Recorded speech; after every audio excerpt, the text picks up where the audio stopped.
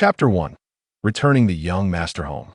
On the Blue Planet, in Huaxia, in the suburban area of Xinhai City, the night enveloped the world like ink, and torrential rain poured down.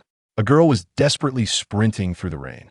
Behind her, a humanoid creature leapt swiftly across the ground, closing in on her.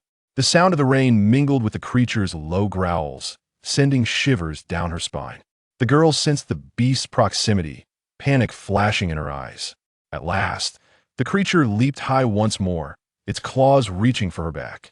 The clash of metal rang out, akin to a collision of steel, as the girl turned and swung her long sword to deflect the blow. However, the tremendous force knocked the sword from her grasp.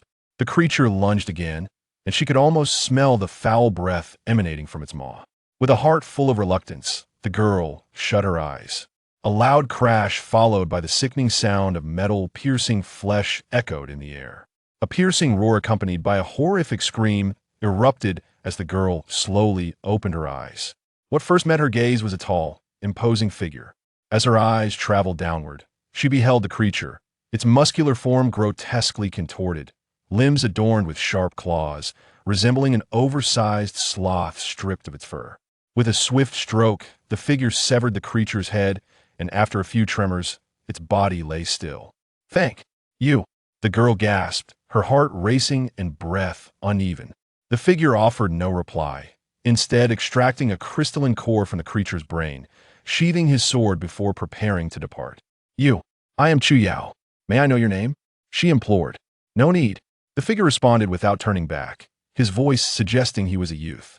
He stood there silently, cloaked in a black raincoat, blending seamlessly with the night. In such darkness, had it not been for the raindrops falling upon him, he would have been nearly undetectable in his stillness. "I merely wish to know who saved me otherwise. I cannot find peace." Chu Yao pressed on. The figure paused slightly, then spoke again. "You may call me Lei Feng." With that, he waved his hand behind him and vanished into the rainy night, leaving Chu Yao in a state of disarray, unable to collect her thoughts. Before long, a black Maybach sped into view, gradually slowing to a halt beside her. The driver exited, holding an umbrella to shield Chu Yao from the rain. "I apologize, miss, it was my oversight. It's not your fault. How is Uncle Lu?" Chu Yao gradually regained her composure. Old Lu sustained multiple injuries and has already been taken to the hospital. At this, a flicker of regret crossed Chu Yao's eyes. "I was too reckless, not anticipating a level 4 mutant would appear even on the outskirts of the city. Thanks to Uncle Lu's sacrifice, there is no need for you to blame yourself. Mississippi protecting you is our duty." The driver continued, "Miss, we should return now, otherwise the madam will worry." "All right." Chu Yao nodded and entered the vehicle. As the tail lights of the car faded into the distance, another figure emerged from the shadows. Bending down, he picked up the longsword that Chu Yao had dropped earlier. What a marvelous blade! It remains unappreciated, such a waste. With a flick of his finger, the longsword emitted a resonant hum. "Consider it a fortunate acquisition for me." The man sheathed the sword and vanished into obscurity once more. The following morning, Lin Che was roused from slumber by a persistent knocking at the door. "Who is it?" he murmured, rubbing the sleep from his eyes as he rose to answer. A well-dressed, unassuming middle-aged man stood on the threshold. Upon seeing Lin Che, he inquired, "Might I ask if you're Mr. Lin Che?" Lin Che furrowed his brow, pondering. "This is peculiar. I did not reveal my identity yesterday, nor did I show my face. How could this man have found me?" "Who are you?" Lin Che questioned. "I am Li Mingrui, the current steward of the Xinhai Lin family. You may call me Steward Li, or simply Old Li."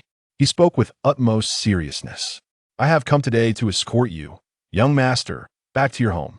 "What young master? You must have mistaken me for someone else," Lin Che retorted, preparing to close the door. He had been raised by a scavenger, an elderly man named Lin Yuan, and for 17 years, he had remained unaware of his parents' identities. Lin Yuan had discovered Lin Che from a refuse bin, and having perceived the clarity in the boy's eyes, he had named him Lin Che. Others joked that the child was found in a trash can, but the truth was Lin Che had indeed been salvaged from one, a testament to the unpredictability of life. 3 years prior, Lin Yuan passed away from a grave illness, leaving Lin Che to navigate life alone. With the loss of his only relative, Lin Che succumbed to despair, wandering the streets at night, which led him to encounter a second life-threatening crisis. He found his path obstructed by a mutated creature. Once discarded in a trash bin and rescued by Lin Yuan, he now faced this aberration with no one to assist him. A 14-year-old boy, unarmed, confronted a mutated Beasta level 1 at that, yet still deadly. Fortunately, fate had not abandoned him. In his near demise, Lin Che awakened an extraordinary ability. After a fierce struggle, he successfully vanquished the level 1 mutant. Moreover, in the creature's final moments, he distinctly sensed a surge of power entering his body, bestowing him with a comprehensive enhancement. Subsequently, through numerous trials, he discovered that each time he defeated a mutant, his physical prowess increased. He recognized that this newfound ability was inherently designed for destruction, thus, he aptly named it Slaughter. It was indeed a fitting designation. Additionally, a crystal core would form in the center of the mutant's forehead, taking on a rhombohedral polyhedral shape. These crystal cores could be sold on the black market, with a level 1 mutant core valued at 500 Huaxia coins. Purchasers did not inquire about the origins of the cores as long as one provided the goods. Cash would be exchanged. Lin Che was unaware of the motivations behind the acquisition of these cores. To his knowledge, they had yet to be developed for any practical use. They could neither be absorbed by the human body nor serve as biological batteries. In fact, there were no precedents for the purchase of cores in the market. It was possible that wealthy scions serving in the military used purchased cores to offset their merits. Alternatively, certain clandestine organizations might utilize the acquired cores for specific research. However, these matters were of no concern to Lin Che. He only cared whether the money offered was genuine. Since that fateful night, Lin Che has been relying on hunting mutated creatures to make ends meet, managing to scrape by. Of course, these mutated beings are not always easy to encounter. Due to the protective walls and the city defense forces, the interior of the city remains relatively safe, and it may take several days or even weeks before one comes across another. The 4th-level mutated creature he encountered yesterday was a first for Lin Che. The crystal core of such a creature is valued at 10,000 Huaxia coins, sufficient to cover Lin Che's expenses for several months. Thus, he was initially in good spirits until the appearance of Butler Li dampened his mood. There is no mistake. Young master, you are indeed the young master of the Lin family who has been lost for 17 years, Li Mingrue asserted with unwavering conviction. But, I must say, this Lin family claim is rather absurd. Just because my surname is Lin does not mean I am their son. Lin Che responded with a hint of exasperation. I bear the surname Lin because my grandfather has no connection to any Lin family. Li Mingrue appeared equally helpless. If you do not believe me, a visit to my home will clarify everything. In Li Mingrue's view, Lin Che bore a striking resemblance to the head of the Lin family. If they were not father and son, it would indeed be peculiar. Oh, by the way, here is a photograph of the master you may wish to take a look. Li Mingrue produced his phone, opened a picture, and handed it to Lin Che. At that moment, Li Mingrue became even more convinced that Lin Che was undoubtedly the young master of the Lin family. Given their resemblance, should they stand side by side, a paternity test would be rendered unnecessary. Lin Che accepted the phone, his brow furrowing deeper, before finally exhaling a long sigh. Very well, I will accompany you to your home. However, let me make this clear. Resemblance does not necessarily equate to identity. Even if it does, I may not acknowledge it. Although Lin Che found himself believing 7 parts of the way after viewing the photograph, he maintained a degree of wariness. After all, the world is vast and filled with all manner of creatures. Who knows what schemes the Lin family might be concocting? A child lost for 17 years suddenly reappears is inherently suspicious. Residing in Xinhai City, if they genuinely wish to find him, would it not be a trivial matter? The vehicle sped along the road, arriving at the Lin family villa an hour later. Lin Che followed Li Mingrue into the living room. Master, madam, the young master has returned. Upon hearing this, several pairs of eyes quickly turned towards them. Just as Lin Che came to a halt, a young boy rushed forward. Brother, you're back. Although the boy's voice sounded sincere, Lin Che detected a hint of hostility in his gaze. It's all my fault for usurping my brother's identity. I have caused you much suffering over the years. At these words, Lin Che raised an eyebrow. To come in with such intensity right at the threshold was his nominal younger brother, not a tad too eager. Xiao Xian, do not speak like that, this is not your fault, he replied. At that moment, a poised woman seated on the sofa began to rise. Oh, so it should be my fault then? Lin Che halted, directing his gaze at the woman who may very well be his biological mother. Chapter 2. A family blind to the truth. No, that is not my intention. Che, your mother, did not mean it that way. The woman appeared somewhat awkward. Upon hearing the name Che, Lin Che could not help but feel a wave of physiological aversion. Please refrain from calling me, that the situation remains unclear, and I cannot accept it so readily. Years of solitary living had imbued Lin Che with an aura that deterred strangers. Humph. What attitude is this? A stern man spoke from the sofa. Lin Hai, the head of the Lin family and the biological father of Lin Che, whom he had never met. As a prominent figure in Xinhai City, Lin Hai exuded a certain authority. Is your mother to blame for your displeasure upon entering our home?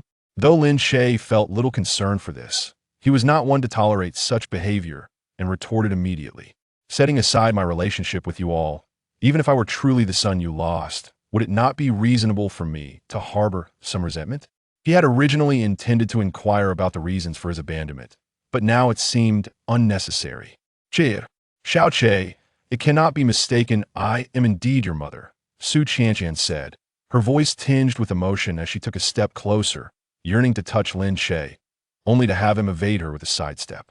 Her expression faltered slightly as she continued, Mother understands your grievances, and I will make amends to you in the future. There's no need for that. If there is nothing else, I shall take my leave. This place may not be suitable for me, Lin Che declared, turning promptly to walk towards the door. Stop. Who permitted your departure? Lin Hai's expression darkened. To him, Lin Che exhibited not a shred of respect for his biological parents and displayed an unkind disposition, clearly a person who harbored grudges. In such a scenario, it was inevitable that disappointment filled Lin Hai's heart for this son lost to the world. Just as Lin Che was about to exit the living room, Lin Zixuan secretly reveled in his triumph. It pleased him greatly that Lin Che could be so easily driven away. However, before he could savor his victory, Lin Hai intervened with a word of restraint. Thus, Lin Zixuan had no choice but to speak again. Brother, you need not act this way. It is I who should be leaving. Initially, Lin Che had no intention of engaging with Lin Hai, but upon hearing Lin Zixuan's words, he halted his steps. Do you truly believe you should be the one to leave? A sardonic smile crept upon Lin Che's lips. If he relished the performance, then let him act to the end and see if he truly wished to depart. I will gather my belongings and return the position of the household to my brother. As he spoke, Lin Zixuan pretended to head upstairs to pack. Enough. It is evident you lack proper upbringing. Zixuan has shown you kindness, and you still seek to drive him from the Lin family. What gives you the audacity? Lin Hai's remark about a lack of discipline struck a nerve with Lin Che, who had spent years as an orphan. Despite being his own child, Lin Hai seemed oblivious to the inappropriateness of his words, revealing his true sentiments. Fortunately, Lin Che's heart was resilient, and he did not dwell on it, instead revealing a cold smile.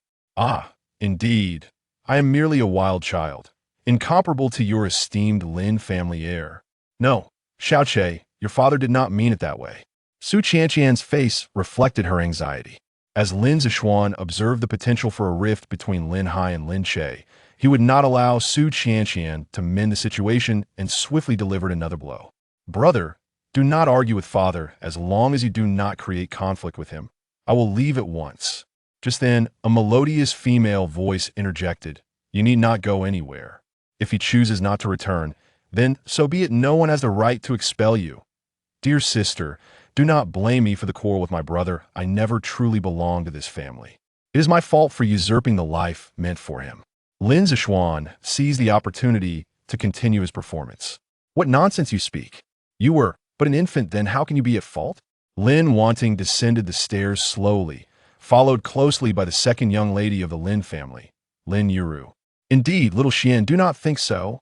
He has no right to expel you. Lin Yuru's gaze swept over Lin Che, tinged with a hint of disdain. Elder sister, second sister. Lin Zixuan's eyes glistened with unshed tears, words caught in his throat. Clap, clap, clap.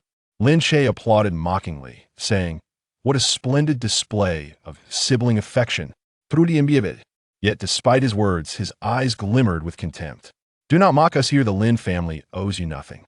Our parents went to great lengths to find you, not to have you return and stir up trouble. To Lin wanting, Lin Che was merely a stranger connected by blood. In contrast, Lin Zixuan had grown up alongside them, resembling true kin. If given the choice, she would unhesitatingly side with Lin Zixuan. Oh, you went through so much to find me. What was that for? To showcase what familial love looks like? Impudent. Lin Hai roared, barely containing his fury. Apologize now, and I may allow you to remain in the Lin family. Otherwise, there is no place for you here. Apologize? For what? Your family is truly bewildering. You went through all this trouble to summon me merely to demand an apology? As a practitioner of the transcendent realm, Lin Che bore an inherent pride, setting aside whether he felt he had done anything wrong. Even if he had, he held no obligation to apologize before those who were unrelated to him. He would endure what he could and dismiss what he could not. No one would force him into submission. You are, after all, my son, Lin Hai. Your behavior brings shame to the Lin family. Lin Hai stepped forward. I must teach you a lesson to make you aware of the hierarchy of respect. Kneel before me. Huh? On what grounds? Lin Che's eyes glinted with danger. On the grounds that I am your father, Lin Hai asserted, as if it were self-evident.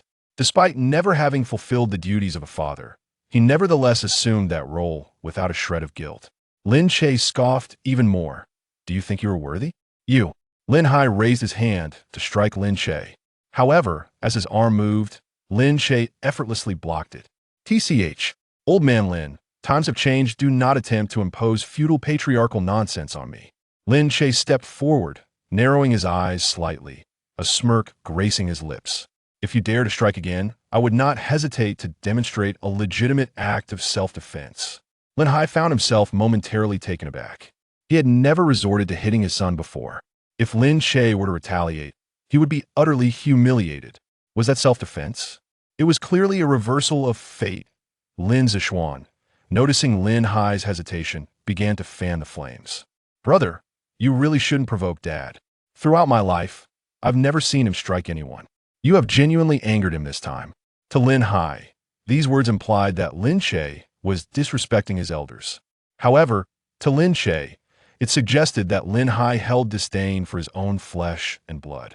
After all these years without raising a hand to his children, he chose this moment to act out, which was glaringly evident. Such clumsy instigation was easily discernible to Lin Che.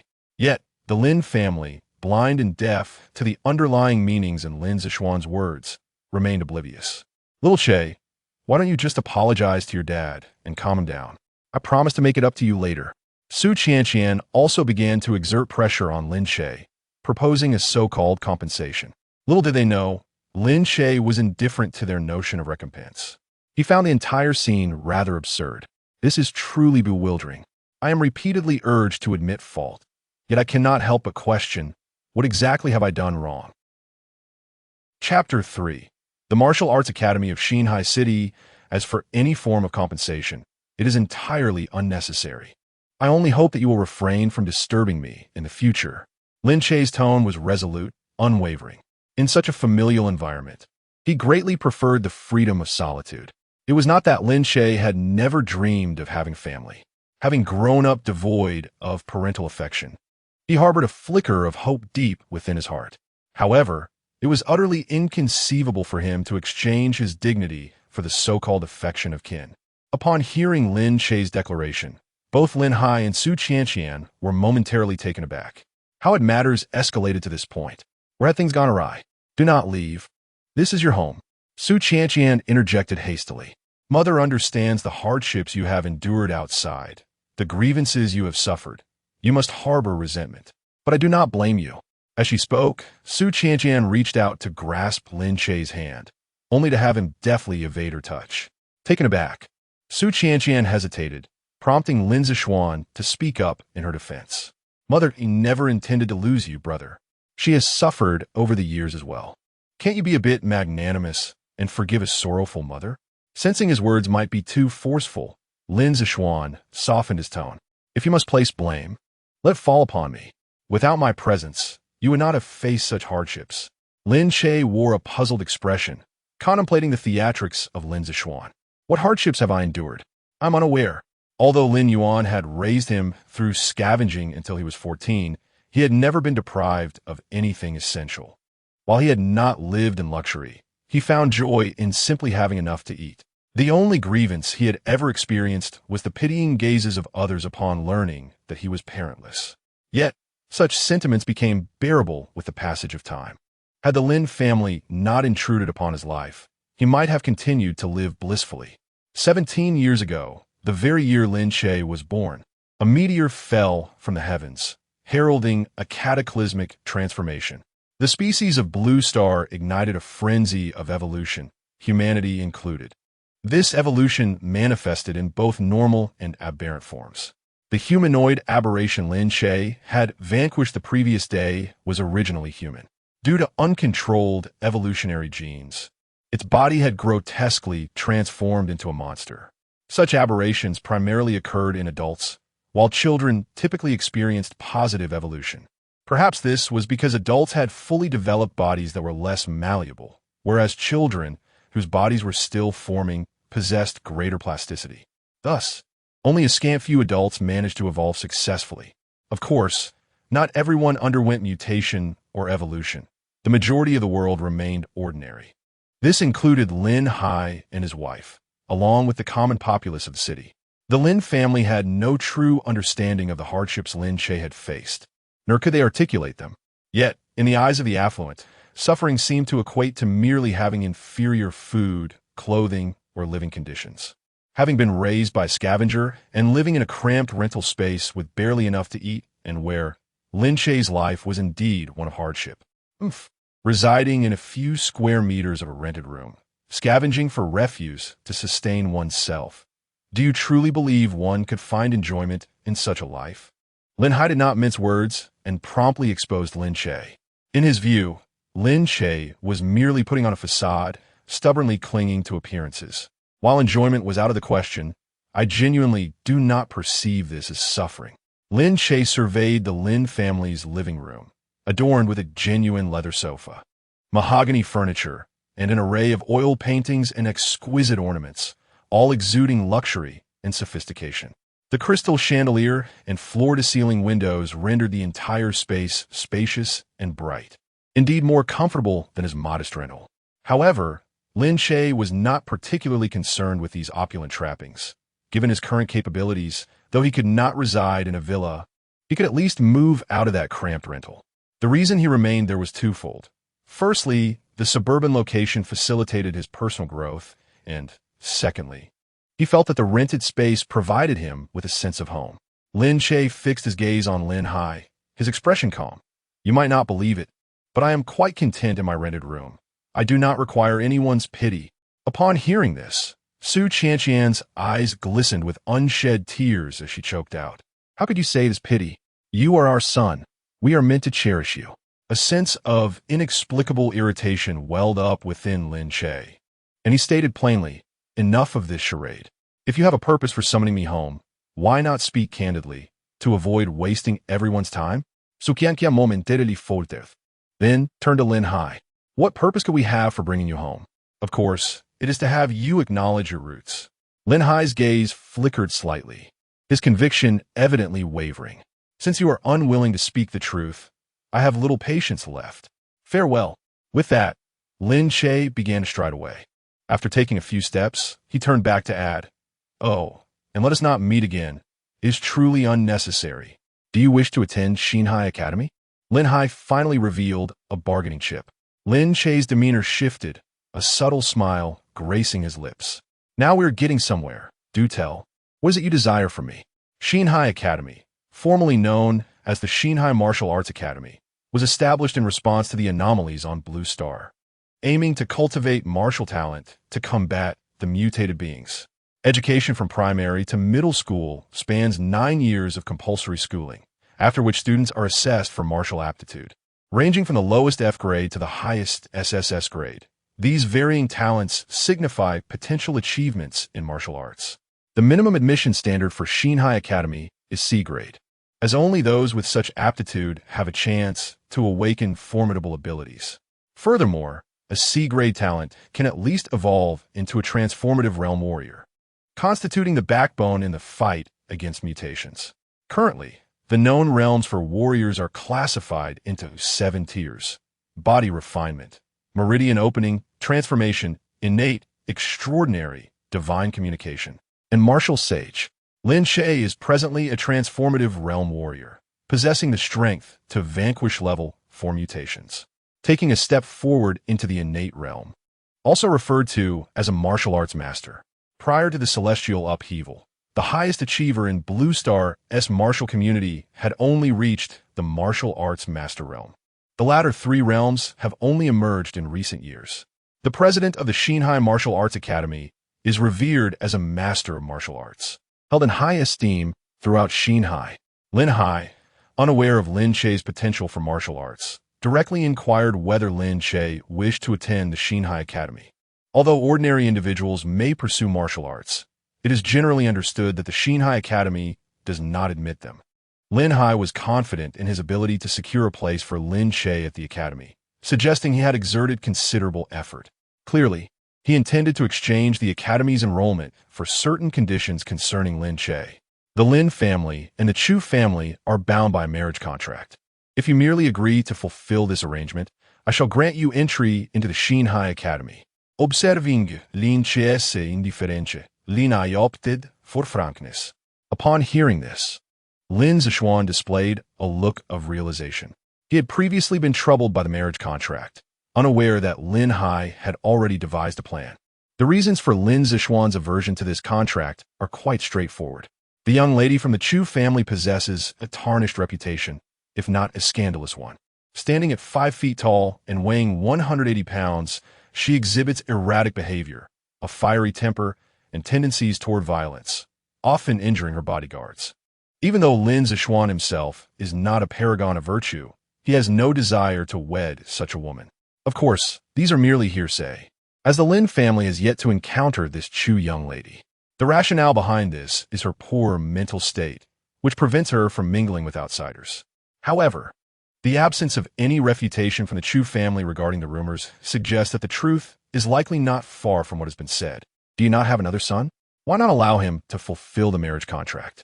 Lin Che was skeptical that any advantageous situation would befall him, convinced that this contract harbored significant issues.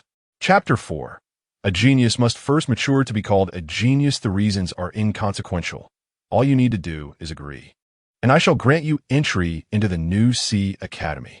Lin Hai was reluctant to elaborate further, fearing that Lin Che would waver upon learning the truth.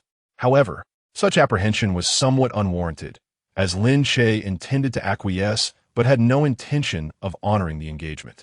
After all, matters of engagement could only be discerned after he graduated from the Martial Arts Academy. By agreeing now, he need not concern himself with the background of that young lady from the Chu family. If Lin Che chose not to fulfill his commitment later, he could simply depart without a second thought. Knowledge, once acquired, cannot be unlearned. So what could Lin Hai possibly do to him?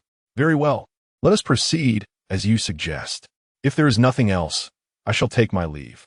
Do remember to inform me once the enrollment arrangements are complete. Lin Che replied readily, then turned to exit once more. Where do you think you're going? The Chu family may send someone to see you. Lin Hai reiterated his request, and Lin Zishuan refrained from interjecting further, since retrieving Lin Che was meant to ensure the fulfillment of the engagement. He could not possibly drive Lin Che away. Indeed, Xiao Che, since you have returned home, how could we allow you to continue residing elsewhere? Su Qianqian stepped forward once more, attempting to grasp Lin Che. Lin Che evaded her grasp again, his expression betraying impatience. Must I reside here? Of course. Furthermore, our home is conveniently located near the academy. You cannot possibly commute daily from the outskirts. Lin Hai asserted with a tone of certainty. Very well, that makes sense. Please assist me in preparing a room. Lin Che returned to the living room, boldly taking a seat on the sofa. His innate talent for slaughter allowed him to easily elevate his martial realm, but it merely did that, elevate his martial realm. To advance further, a martial artist must balance their realm with martial skills. Thus, Lin Che felt the pressing need for a spot in the academy. Should Lin Che choose to reveal his innate abilities, he could secure admission through alternative means. However, years spent as an orphan, forced to navigate the treacherous black market, had exposed him to numerous deceptions, leading him to prefer maintaining several hidden cards. Revealing his talents and cultivation to the public would compromise his sense of security. After the anomalies on Blue Star, most youths awakened between the ages of 16 and 18. Those who awakened at 16 could, at most, reach the Passage Realm within 2 years. Only the scions of prestigious families, meticulously nurtured and guided, might awaken before the age of 16. Among them, those who ascend to the Metamorphosis Realm before 18 are deemed true geniuses. Beyond the type of abilities, the level of talent significantly influences future achievements. In the realm of fire abilities, some individuals possess A-rank talents, others S-rank, and some even F-rank. An S-rank can unleash raging flames, while an F-rank can merely lend a spark. Lin Che's talent for slaughter is undoubtedly S-rank, perhaps even SS-rank. Consequently, Lin Che harbors considerable confidence in his innate gifts. Moreover, reaching the Metamorphosis Realm at 17 is a rarity even among esteemed families, making it only logical for the Martial Arts Academy to accept him. Lin Che agreed to Lin Hai's request because he understood that exceptional talent is often met with adversity. To reveal one's gifts inevitably invites peril, and a moment's carelessness could lead to irreparable consequences. Even an SSS-level genius must first mature to truly be recognized as such. Those prodigies who meet an untimely demise are scarcely different from the inept. Thus, Lin Che harbored a singular desire to remain inconspicuous, to conceal his abilities and embrace a life of tranquility without drawing attention.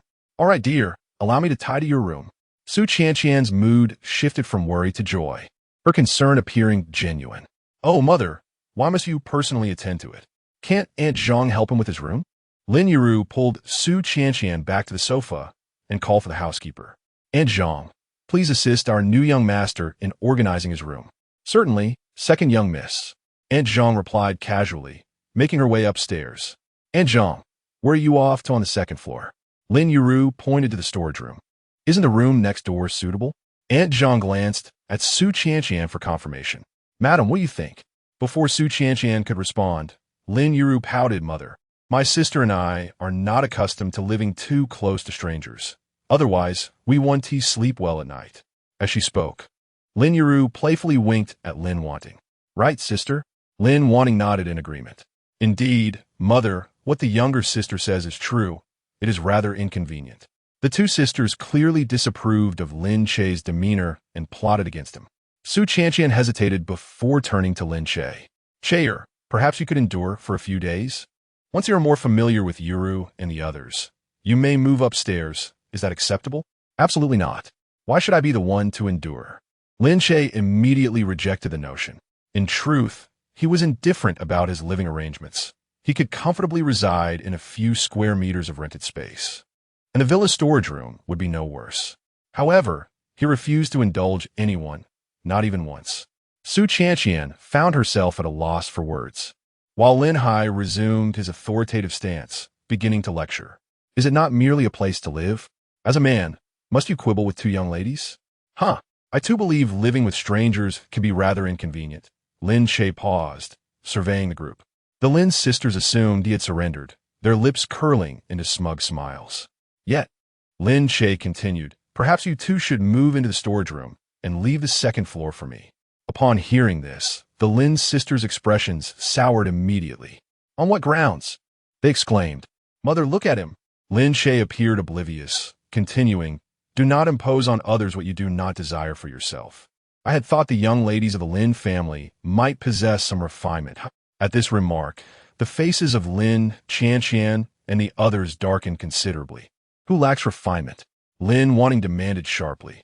Lin Yiru, not to be outdone, immediately retorted, "You are the one lacking refinement, having grown up outside without parental guidance, behaving like a barbarian."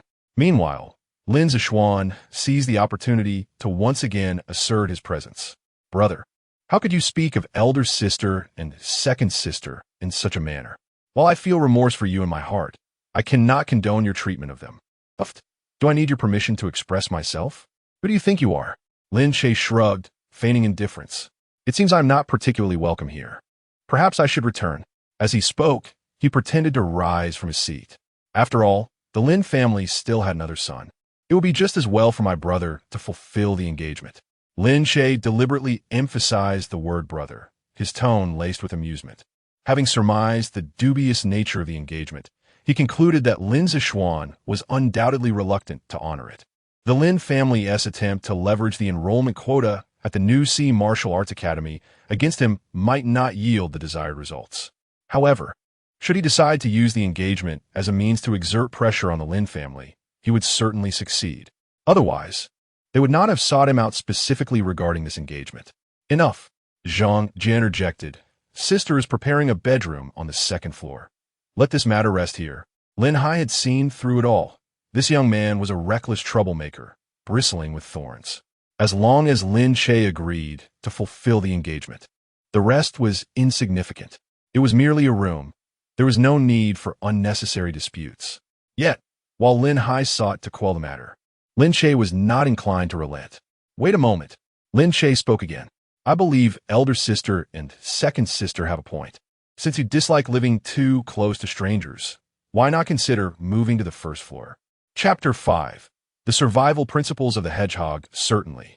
If the elder and second sisters truly wish to avoid residing on the first floor, I could retreat to the suburbs and continue living in my rented accommodation.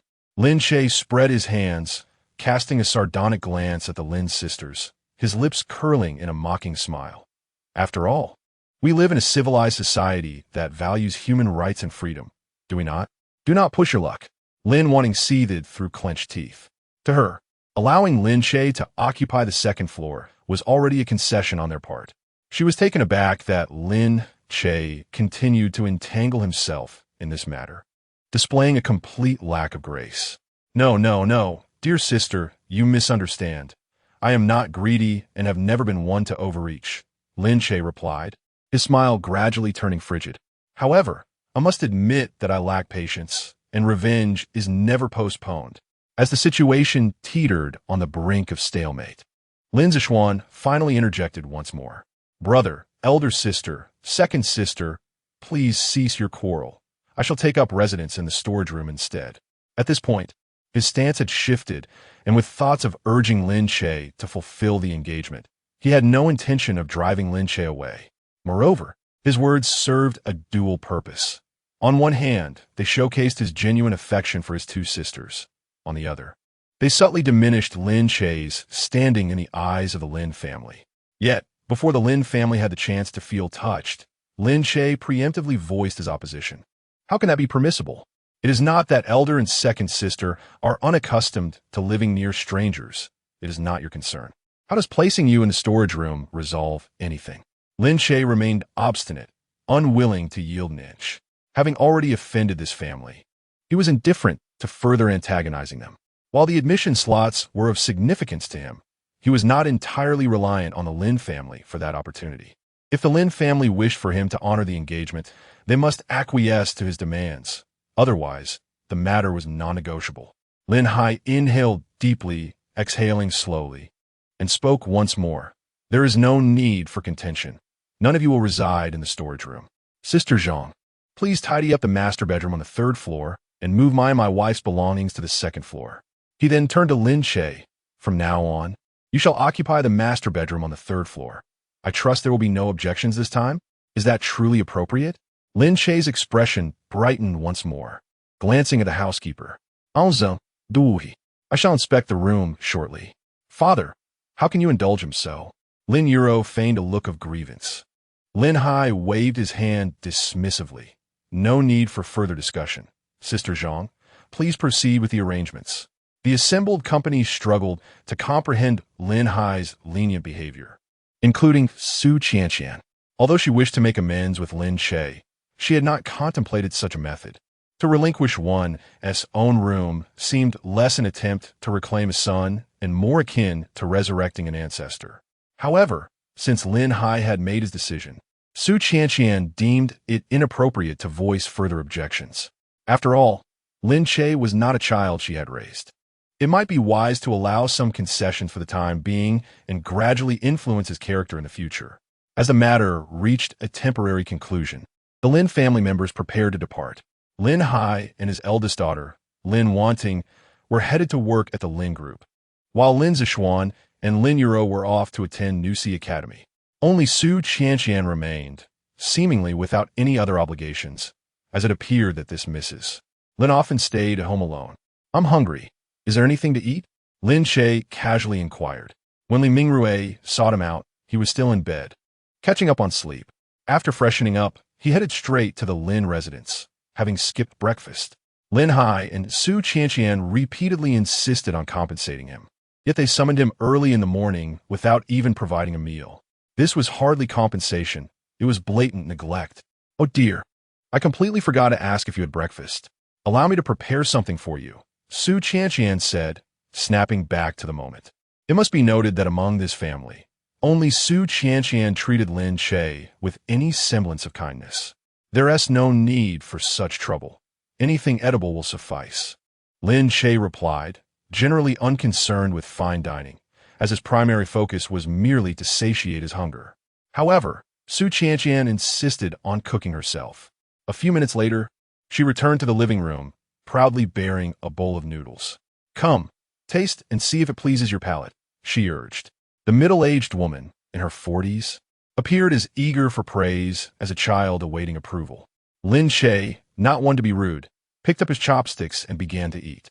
Yet, after just a couple of bites, his expression shifted dramatically, nearly causing him to spit out. How could one even begin to describe this bowl of noodles? It was difficult to fathom what combination of seasonings could yield such a flavor. To call it unappetizing would be an understatement. It was, quite frankly, nearly inedible. Nonetheless, Lin Che had endured far worse in his life, and this dish did not push him to his limits. Glancing at Su Qianqian's hopeful expression, he chose not to shatter her expectations and casually tossed the chopsticks aside. "I'm not feeling very hungry. I'll step out for a bit," he said, rising and departing without waiting for her reply. Su Qianqian, deprived of praise, felt a twinge of disappointment and couldn't help but pick up the chopsticks to sample the dish herself. Upon tasting it, she promptly vomited. She could not understand how Lin Che had managed to suppress his own gag reflex, but she recognized that he had spared her some dignity. Perhaps the boy was not as bad as she had thought, she mused. In truth, Lin Che resembled a hedgehog. When he sensed hostility, he would bristle with sharp quills. Once the threat had subsided, those quills would soften, revealing a gentle heart within.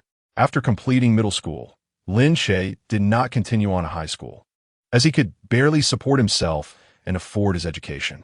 By night, he hunted mutated creatures to enhance his strength, and during the day, he needed to catch up on sleep, leaving no time for additional part-time jobs. Initially, he had planned to reveal a portion of his abilities and enter the Nusi Martial Arts Academy through special admission. But now, with a place secured by the Lin family, he was content to remain idle. For the sake of convenience regarding his studies, Lin Che temporarily resided with the Lin family. Yet he intended to keep his small rental apartment. That modest dwelling, just a few square meters in size, felt far more like home to him than the Lin residence. Thus, Lin Che sought out butler Li and requested to be taken back to the outskirts of the city. Upon entering his rented room, he packed a few changes of clothes, took 2 long knives, cast one last glance at the room, and stepped out. He found his landlord, handed over the remaining 5,000 yuan he had, and paid a year's rent. The cost of living in the suburbs is remarkably low. A modest rental of just a few square meters requires only 500 per month, and by paying for a year in advance, one can avail themselves of a discount, amounting to merely 5,000. By slaying a single first-level mutated creature each month, one can effortlessly cover the rent, thus alleviating any financial burden. However, Lin Che does not encounter mutated creatures every night, and those that wander along the fringes of the city are predominantly of the first level. Consequently, hunting these creatures and selling their cores on the black market barely suffices to sustain his livelihood. "Ah, Lin Che, have you struck it rich?" inquired the landlord with a hint of curiosity. "Not at all. I merely happen to have some money on me, so I went ahead and paid the rent. Otherwise, I might have succumbed to the temptation to spend it. Lin Che refrained from embracing the identity of the Lin family's young master, thus choosing not to mention it. His willingness to pay the landlord in full was not born of confidence in his family's fortune, but rather due to the possession of a fourth-level core valued at over 10,000, which could be liquidated at any time should funds become scarce. Are you preparing for a journey? The landlord asked upon noticing Lin Che's backpack and the 2 long blades he carried. Yes, I shall be away for a while, but I've already settled my rent, so you must not consider renting the place to someone else while I am gone. Lin Che jested, clarifying his reason for paying the rent in advance. Come now, do you think your Uncle Zhao is someone to be trifled with? Surely you should inquire. In the vicinity of several kilometers, who doesn't know of Zhao Dafu's integrity? Chapter 6. Apologies, but I truly possess a C-level talent. Ha ha ha. Indeed, Uncle Zhao. I shall take my leave for now. I shall listen to your boasting upon my return. Lin Che turned and departed, disregarding Zhao Dafu's flustered outburst behind him. That scoundrel, who is boasting to you? Watching Lin Che recede into the distance, Zhao Dafu could only shake his head with a smile. Upon returning to the Lin residence, Lin Che ascended directly to the 3rd floor. He entered the master bedroom and casually tossed his backpack onto the bed, surveying his surroundings. The expansive bedroom, nearly 50 square meters, featured solid wood paneling on the walls, with a magnificent landscape painting of mountains and rivers as the centerpiece, harmoniously surrounded by decorative patterns. To the left of the 3-meter-wide bed was a panoramic floor-to-ceiling window, while the right side boasted a suspended water bar. The bathroom was separate, accompanied by a private cloakroom, albeit currently devoid of clothing. Compared to the few square meters of a rented room, this bedroom could undoubtedly be described as luxurious. Lin Che scanned the space and reclined on the bed, his gaze fixed upon the ceiling, his thoughts adrift. With the Lin family's affluence, it was unlikely they would have willingly abandoned their own child. Although some members of the Lin family were not particularly fond of him, it was likely due to the instigation of Lin Zishuan, and probably had little to do with the circumstances of his abandonment years ago. However, how could the Lin family, residing in the same city of Xinhai, have failed to locate their lost child for 17 years? Unless they had never genuinely attempted to find him. Or perhaps someone had obstructed their efforts, creating obstacles for the Lin family. Lin Yuan claimed to have found him in a garbage bin, which he believed to be the truth. The old man had always treated him like a beloved grandson, and their bond was strong. Lin Che trusted that the elder would not lie about such matters. Yet, this only complicated the situation further. Why had he ended up in a garbage bin? Who had discarded him there? Logically, if the perpetrator had no intention of letting him perish, they could have simply left him at an orphanage. But if the intent was indeed to cause his demise, why not finish the deed directly instead of tossing him into a garbage bin? From a rational standpoint, it was nearly impossible for an infant to survive a frigid winter night in a garbage bin. Perhaps the assailant was merely hesitant to commit murder directly, believing that discarding him in a garbage bin sufficed as a declaration of his death. If that were the case, it could only be said that Lin Che was fortunate. At present, he had no leads and could not identify the puppet master behind these events. Lin Che was also uncertain whether his presence in the Lin household would provoke further actions from them. In any case, there existed an individual who had sought to terminate his life over a decade ago, one who could act against an infant. Such a person likely had no moral boundaries. For the sake of his own safety, Lin Che knew he must remain vigilant and cautious, never allowing himself to become complacent. At that moment, a knock resounded at the door. Knock, knock, knock. The door was unlocked. Lin Che casually responded. Su Qianqian entered, casting a glance at Lin Che, and inquired, "So, how do you find a room, Xiao Che? Are you satisfied?" "Quite well. Is there something you need?" Lin Che sat up, directing his attention towards Su Qianqian. "Mom didn't seem mean to this morning. It's just that it's been a long time since I cooked, hence I was a bit out of practice." Su Qianqian said, her voice tinged with a hint of embarrassment. Typically, the Lin family's 3 meals a day are prepared by a housekeeper. Thus, Su Qianqian has not entered the kitchen for quite some time. Initially, she had hoped to personally make a bowl of noodles for Lin Che, believing it might help bridge the gap in their mother-son relationship. However, her efforts did not yield the desired outcome, but instead backfired. Fortunately, Lin Che did not expose her shortcomings in front of her. Otherwise, she would have felt greatly embarrassed. It was of little consequence. She had endured worse meals in the past. Is there anything else? Lin Che remained aloof. This morning, Mother wishes to apologize on behalf of your older sister and second sister. They merely have a closer relationship with Sichuan, which is why they sided with him. Once you become more familiar, I believe they will treat you kindly as well. Su Qianqian's eyes sparkled with hope. Can you forgive them? Lin Che furrowed his brow slightly, exhibiting a hint of impatience. Apologies cannot be substituted by others. Moreover, even if I accept your apology, the two sisters may not acknowledge it. Lin Che shrugged. So, there is no need for you to play the role of the good person. He held no regard for the Lin sisters, viewing them merely as fools being manipulated by others. Yet, Su Qianqian, in her parental role, sought to resolve the conflict while choosing to communicate with Lin Che privately, which evidently served as a form of protection for her daughters. Perhaps Su Qianqian was unaware that she inherently leaned towards her two daughters. If she genuinely wished to mend a rift, she ought to communicate openly with all three of them in front of one another, rather than privately apologizing on behalf of her daughters, which cast Lin Che in the role of an outsider. Ironically, Su Qianqian was already the most favorable person towards Lin Che in this household. Were it not for the opportunity of a free admission slot, Lin Che would certainly not linger in the Lin family for even a second longer. Although residing in a villa was comfortable, it restricted his ability to hunt freely, thus hindering his growth and strength. Even if the Lin family did not mind his nightly excursions, he could not feasibly travel dozens of kilometers daily for hunting. Sensing Su Qianqian's speechlessness, Lin Che spoke again. When will the admission matter be arranged? Well, I will call your father and ask him. Su Qianqian took out her phone to dial. Never mind. Let us wait until he returns. If there is nothing else, I would like to rest for a while. Lin Che suit agento dismissal. Oh, all right, you rest first. I will come to fetch you for lunch. Su Qianqian rose and exited the room, softly closing the door behind her. In truth, the admission process was quite simple.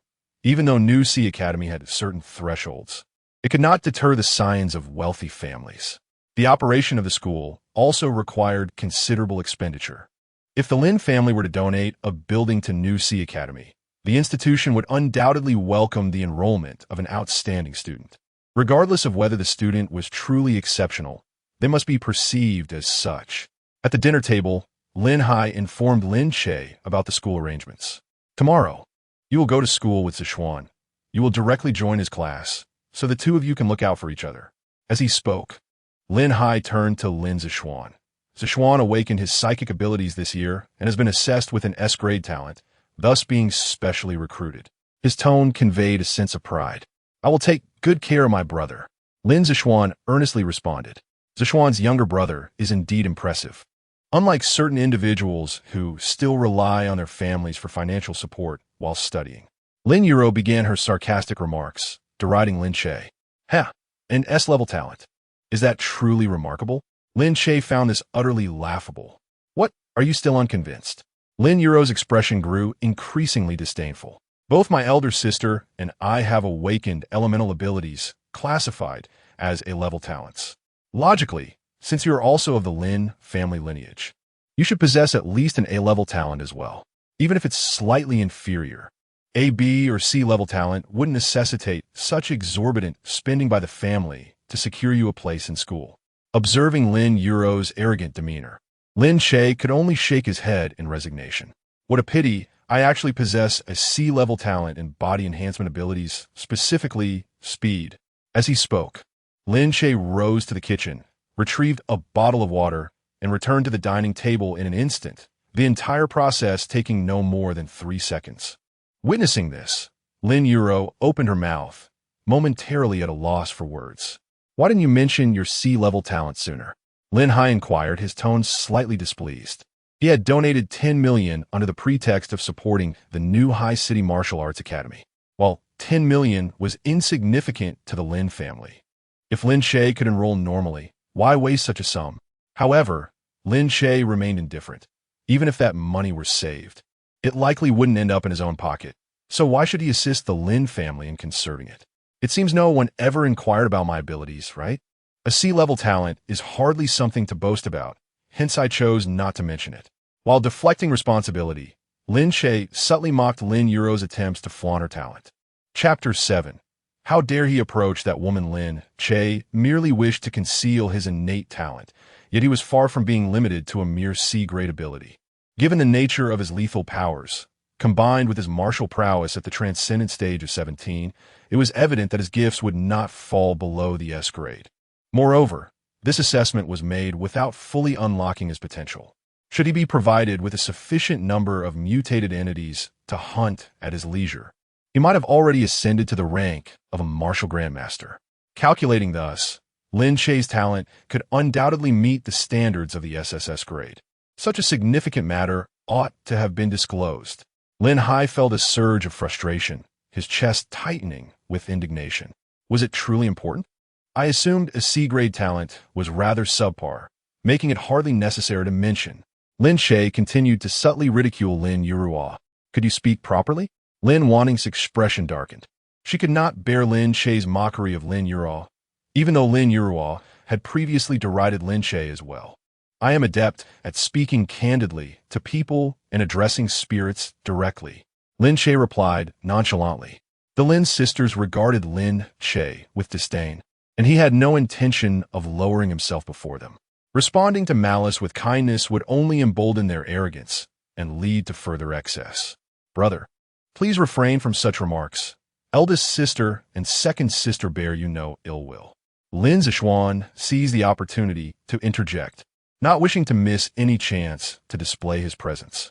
The unfortunate news was that Lin Che possessed talent. The silver lining was that it was only C-grade. Although he himself possessed S-grade talent and the potential of a martial sage, he ultimately did not belong to the Lin lineage. If Lin Che's abilities were commendable, even if merely A-grade, it would pose a considerable threat to him. Currently, Lin Che had just arrived at the Lin family and was temporarily out of favor. However, the Lin family required Lin Che to fulfill his marriage contract, which would not be due until at least 4 years after graduating from Xinhai Academy. 4 years was ample time for many changes to occur, should Lin Che undergo a transformation or improve his relationship with the Lin family. It would be a scenario Lin Zishuan wished to avoid. It was somewhat beneficial for Lin Che to have lesser talent, as the Lin family still needed an outstanding descendant to maintain their reputation. If Lin Che's abilities were comparable to his own, it would be uncertain whether the Lin family would forsake blood ties in favor of him, the adopted son. Lin Che's C-grade talent still posed a certain threat. It would be preferable for him to possess no talent at all. Well, whether they bear malice, I cannot say, but your intentions are certainly insidious. What? Do you believe my talent insufficiently low to affect your standing within the Lin family? Lin Che directly exposed Lin Zishuan's underlying thoughts, causing him to flush with embarrassment. Brother, how could you think that? It seems I am indeed an eyesore in this household. Perhaps I should consider moving out. Lin Zishuan, hesitant to dwell on this topic, opted for a retreating stance. Nonsense. We had already discussed this in the morning. Why bring it up again? Lin Hai feigned anger. On the surface, he reprimanded Lin Zishuan. Yet in reality, he sought to caution Lin Che against the folly of attempting to drive Lin Zishuan away. Indeed, Xiao Xian, do not entertain such thoughts. Regardless of the circumstances surrounding your brother, you will always be a child of the Lin family. Su Qianqian quickly offered her reassurance. Precisely. Both eldest sister and I regard you as our dear brother. Lin Yuru, speaking, glanced at Lin Wanting, right big sister. Lin Wanting readily agreed. Yes. Xiao Xian, rest assured, no one can replace you in this family. As the three began their performance, once more, Lin Che threw his chopsticks onto the table, casting a sweeping glance over everyone. I have truly had enough. Is there no end to this? Eating is for eating. Why all this nonsense?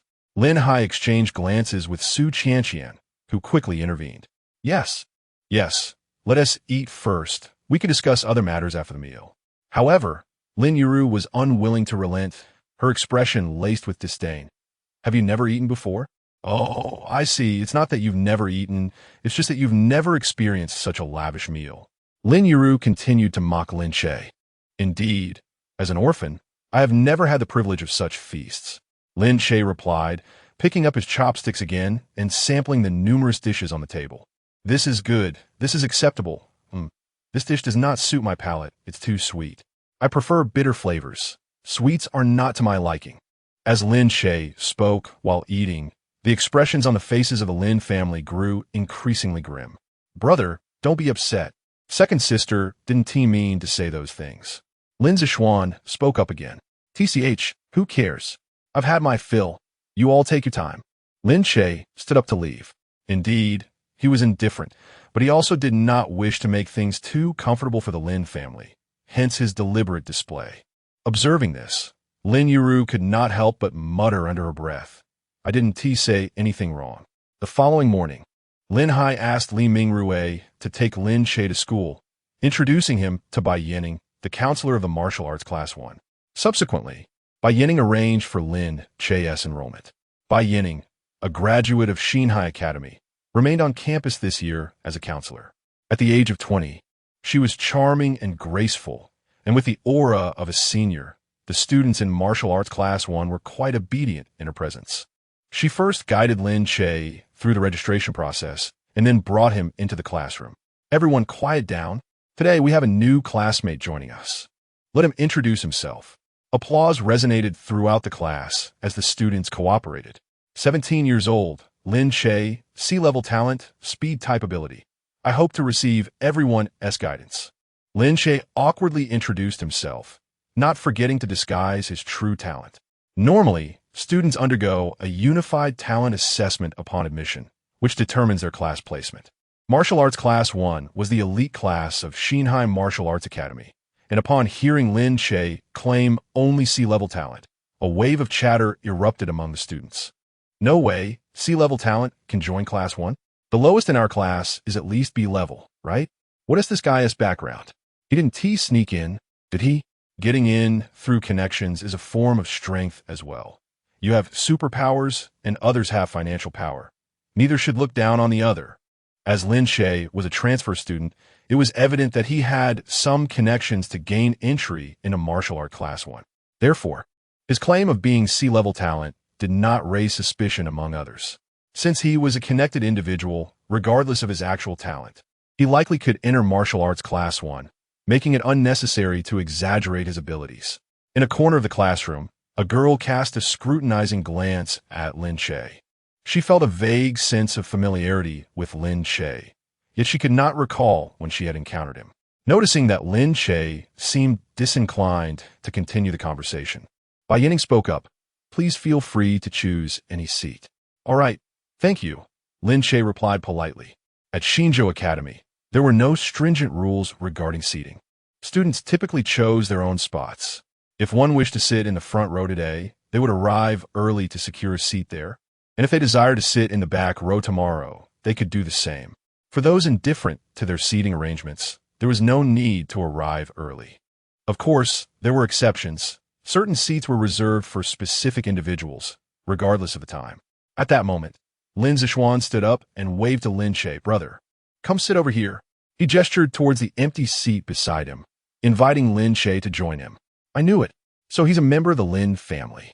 No wonder he made it into Class 1 of martial arts with a C-level talent. It truly is a testament to their financial prowess. When did the Lin family acquire another son?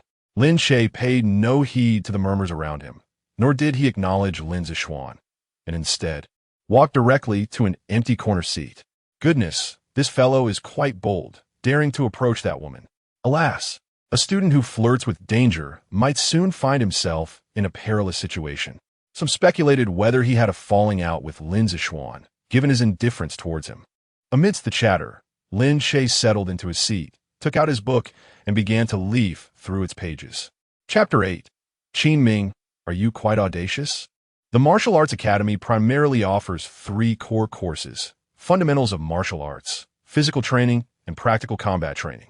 Additionally, there are courses on mutation studies, tactical proficiency, gene drug development, and conventional cultural subjects, from which students may select 2 electives. After 3 years, achieving proficiency in 5 subjects will ensure a smooth graduation. Naturally, if a student excels significantly in any one area, graduation can still be attained effortlessly. For instance, under normal circumstances, an average student may reach the late stage of Qi opening realm or the early stage of transcendence realm within 3 years. Should a student attain the innate realm within this time frame, there would be no need to consider their progress in other subjects.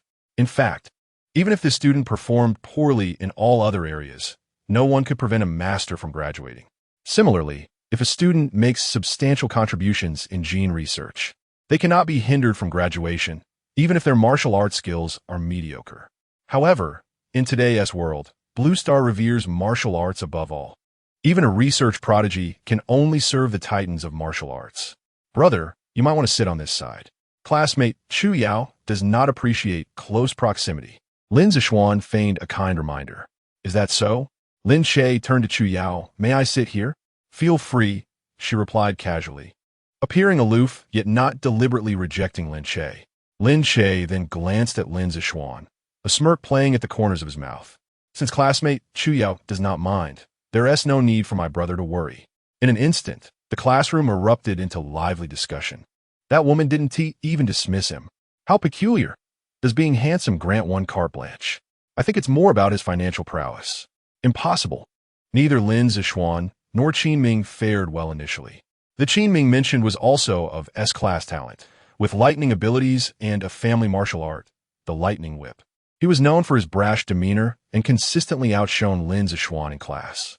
Listening to the chatter, a shadow of malice flickered in Lin Zixuan's eyes as he contemplated targeting Qin Ming. He himself could not act against Lin Che, but he could incite Qin Ming to confront him. That woman, Chu Yao, was shrouded in mystery within the class, her abilities and talents kept under wraps. However, based on her performance during training, it was widely speculated that she possessed at least S-class talent. Both Lin Zixuan and Qin Ming had previously attempted to approach Chu Yao, an enchanting beauty with S-class gifts. Who could resist? Alas, she was an iceberg, thorny to boot. All the boys in class who tried to get close to Chu Yao were swiftly dealt with by her. Even Lin Zixuan and Qin Ming, both endowed with S-class talent, could not withstand 3 moves from her. Talent, after all, does not equate to actual combat prowess.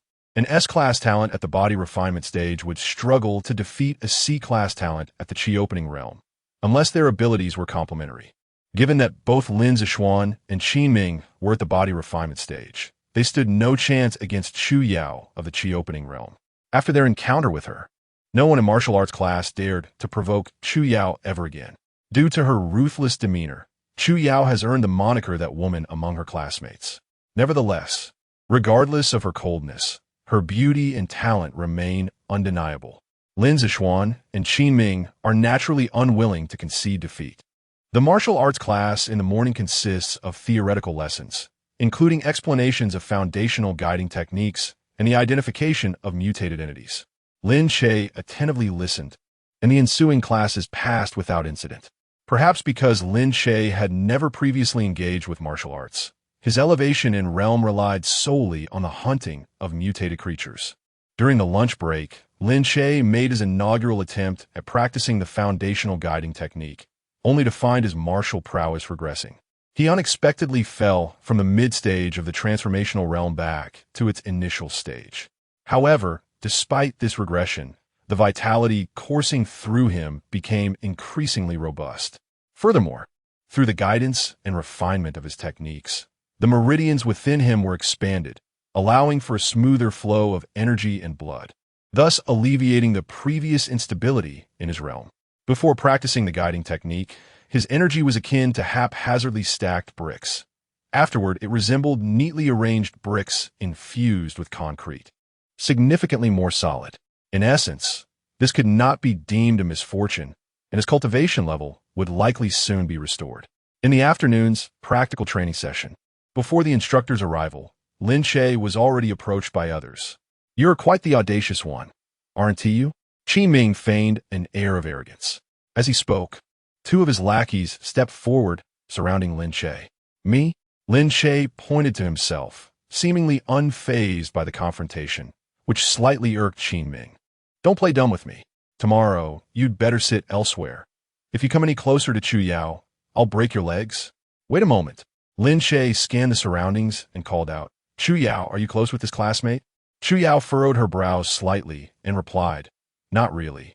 Witnessing this exchange, Qin Ming's expression darkened further. He glared at Lin Che, his teeth clenched. You're asking for trouble. This classmate is meddling a bit too much. Lin Che. He unleashed a punch that sent Qin Ming flying 3 meters away. He continued, I dislike it when others refer to themselves as I in front of me. So I kindly ask this classmate to be more mindful in the future. After speaking, Lin Che cast a cold glance at the two surrounding him. They recoiled as if confronted by a ferocious beast, instinctively stepping back. Lin Che wished to conceal his abilities, yet he was not willing to be trifled with. In situations like this, being bullied would not denote humility, but rather foolishness. Simultaneously, this spectacle drew the attention of numerous onlookers, particularly since Lin Che had called out to Chu Yao, capturing many gazes. Wow, isn't this guy supposed to have sea-level talent? Does his speed ability really possess such strength? It must be a ruse, right? Doesn't he appear to be in the body refinement realm? It seemed he had never claimed to be in the body refinement realm. He merely stated his talent was sea-level, without specifying when he awakened. If he had awakened several years prior, even a D-level talent could ascend to the channeling realm. Thus, it appears the class has produced another in the channeling realm, indicating that that woman has found herself a rival. No wonder he wasn't driven away. It turns out there exists a mutual appreciation among masters. Enough of this nonsense. That woman has no intention of acknowledging this man. Amidst the discussions of the crowd, Qin Ming slowly rose from the ground. Just you wait. Once I break through to the open meridian realm, I shall repay today's humiliation 100-fold. Upon hearing this, Lin Che couldn't help but laugh. Lacking any real ability, yet still speaking fiercely. Do you think my approach was too lenient? As he spoke, Lin Che took 2 steps forward, causing Qin Ming to retreat repeatedly like his 2 lackeys did before him. Stop! Don't come any closer! Qin Ming shouted in alarm. However, Lin Che paid him no heed and continued to advance slowly. Had he not been dealt with by Chu Yao, Qin Ming might have attempted to spar with Lin Che. But after witnessing the disparity between the body refinement realm and the open meridian realm, he found himself devoid of any thoughts of resistance in the presence of Lin Che, who was at the open meridian realm. As Lin Che pressed forward, Qin Ming was left with no choice but to flee. Don't think the open meridian realm is so impressive. I will soon break through. He ran while attempting to salvage his dignity with bravado. Lin Che halted and casually replied, I couldn't care less. Qin Ming wished to say more, but, fearing that Lin Che would pursue him, he reluctantly fell silent. In truth, when Lin Che threw his punch, he had already restrained 90% of his strength and deliberately used skillful force to send him away, thus avoiding inflicting any harm. Otherwise, given Lin Che's initial strength in the Transcendence realm, a single punch could have left Qin Ming in a precarious state. If he were to inadvertently transform the training ground into a scene of slaughter, it would not bode well. Of course, the reason Lin Che spared Qin Ming any significant suffering was primarily that he discerned the man's lack of guile. Unlike Lin Zishuan, who appeared gentle and considerate on the surface, yet harbored ulterior motives, constantly scheming to deceive others. Reflecting on this, Lin Che turned to Lin Zishuan and asked, Dear brother, when others trouble your elder brother, why do you not lend a hand? Chapter 9, 50-kilogram weighted training, just a warm-up brother. I saw you effortlessly take down Qin Ming, so I didn't intervene. Lin Zishuan fabricated a plausible excuse. Oh, so if I hadn't dealt with that Qin Ming, you would have stepped in to confront him? Lin Che deliberately feigned skepticism. Of course, if you're being bullied, I would undoubtedly come to your aid. Lin Zishuan immediately replied with resolute conviction. Regardless of the circumstances, he was determined to maintain appearances. Excellent. Lin Che then called out to Qin Ming, classmate Qin Ming. Once you break through to the opening Qi realm, feel free to seek my brother for retribution. Whatever grievances you wish to settle, he will take on my behalf. As he spoke, Lin Che cast another glance at Lin Zishuan. Right, my dear brother? With Lin Che's instigation, Qin Ming's fury ignited. Damn it, you scoundrel. Secretly inciting me to act while pretending to be the good guy. What a farce. Qin Ming glared at Lin Zexuan, gritting his teeth. Lin Zexuan felt utterly wronged. Yet before he could explain, Lin Che interjected with a rebuttal. Impossible. I want to believe it, and you will not sow discord between us brothers. Upon hearing this, both Lin Zexuan and Qin Ming wore expressions akin to having tasted something foul. Lin Zexuan realized he had been outmaneuvered by Lin Che, yet he felt powerless to retaliate. For now, he couldn't afford to confront Lin Che openly, lest his own reputation suffer. To Qin Ming, it was evident that the two brothers were clearly colluding against him, and at that moment, he felt like a mere jester. Fine. Is this how you wish to play? Just wait. Once I break through to the opening Qi realm, I will make you both pay. From a distance, Qin Ming issued a fierce threat towards Lin Che and Lin Zexuan. Lin Zexuan opened his mouth, unsure of what to say. He had undoubtedly made an enemy of Qin Ming, and there seemed to be no room for reconciliation. Meanwhile, Lin Che purposely assumed a haughty demeanor, further stoking the flames. Are you afraid? You are an S rank, and my brother is also an S rank. When you break through to the opening Qi realm, my brother will not be far behind. His meddling effectively set the stage for an impending duel between Qin Ming and Lin Zexuan. Once both reached the opening Qi realm, given Qin Ming's temperament, he would undoubtedly seek a confrontation with Lin Zexuan to settle score. The rest of the class erupted into fervent discussion until the instructor for the practical training course arrived, gradually restoring silence to the room. New student, Lin Che, is it? What realm are you currently in? The practical training instructor inquired, directing his attention towards Lin Che. Yes, teacher. I am currently at the initial stage of the opening Qi realm, Lin Che affirmed, having recently demonstrated his prowess by repelling Qin Ming with a single punch, making it implausible to claim he was still at the body refinement realm. However, to continue concealing his true strength, he could not outright declare his attainment of the transcendent realm. Given that others suspected him to be at the opening Qi realm, he decided to admit to that level, thus avoiding unnecessary complications. Very well, I am Yang Xin, and I will be your instructor for practical training. You may address me as Teacher Yang. He nodded at Lin Che, clearly pleased with his initial stage in the opening Qi realm. Understood, Teacher Yang, Lin Che replied casually. Today, everyone began by practicing the fundamental boxing techniques, with new students encouraged to follow along. Yang Xin signaled for everyone to line up and commence their drills. As Lin Che participated in the practice, he quickly discerned that these foundational techniques were indeed quite basic. Having long engaged in life-and-death battles against mutated beings, he had already honed a formidable set of martial skills, far surpassing the utility of these elementary moves. In contrast, while the foundational guiding techniques were also rather ordinary, their impact was significantly pronounced for Lin Che, who had never previously encountered such guiding methods. After all, with each session of practice, he had regressed by a minor realm, rendering their effectiveness unmistakable. Lin Che, why are you so distracted on your first day of class? If you cannot master these basic techniques, how will you progress to more advanced martial arts in the future? Before the students had even retracted their fists, Yang Xin noticed Lin Che's wandering mind and could not help but reprimand him. He had initially assumed that Lin Che, having just entered school, would be at the Qi awakening realm and thus a diligent student.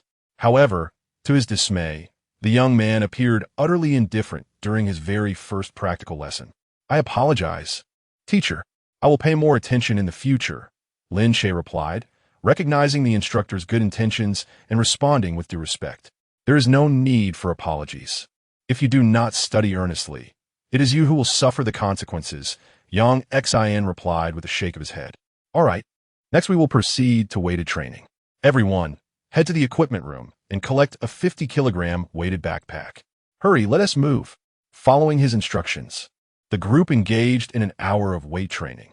Although all students in martial arts generally possessed a talent rating of B or higher, Lin Che was, on the surface, the least gifted among them. Yet, talent is merely talent.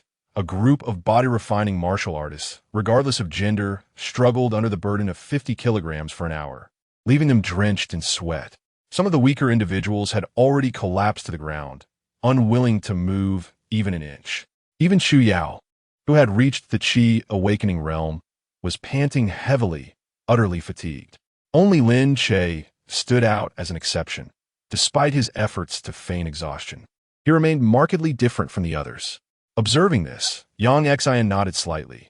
Well done, the warm-up is complete. Next, we will engage in virtual drills.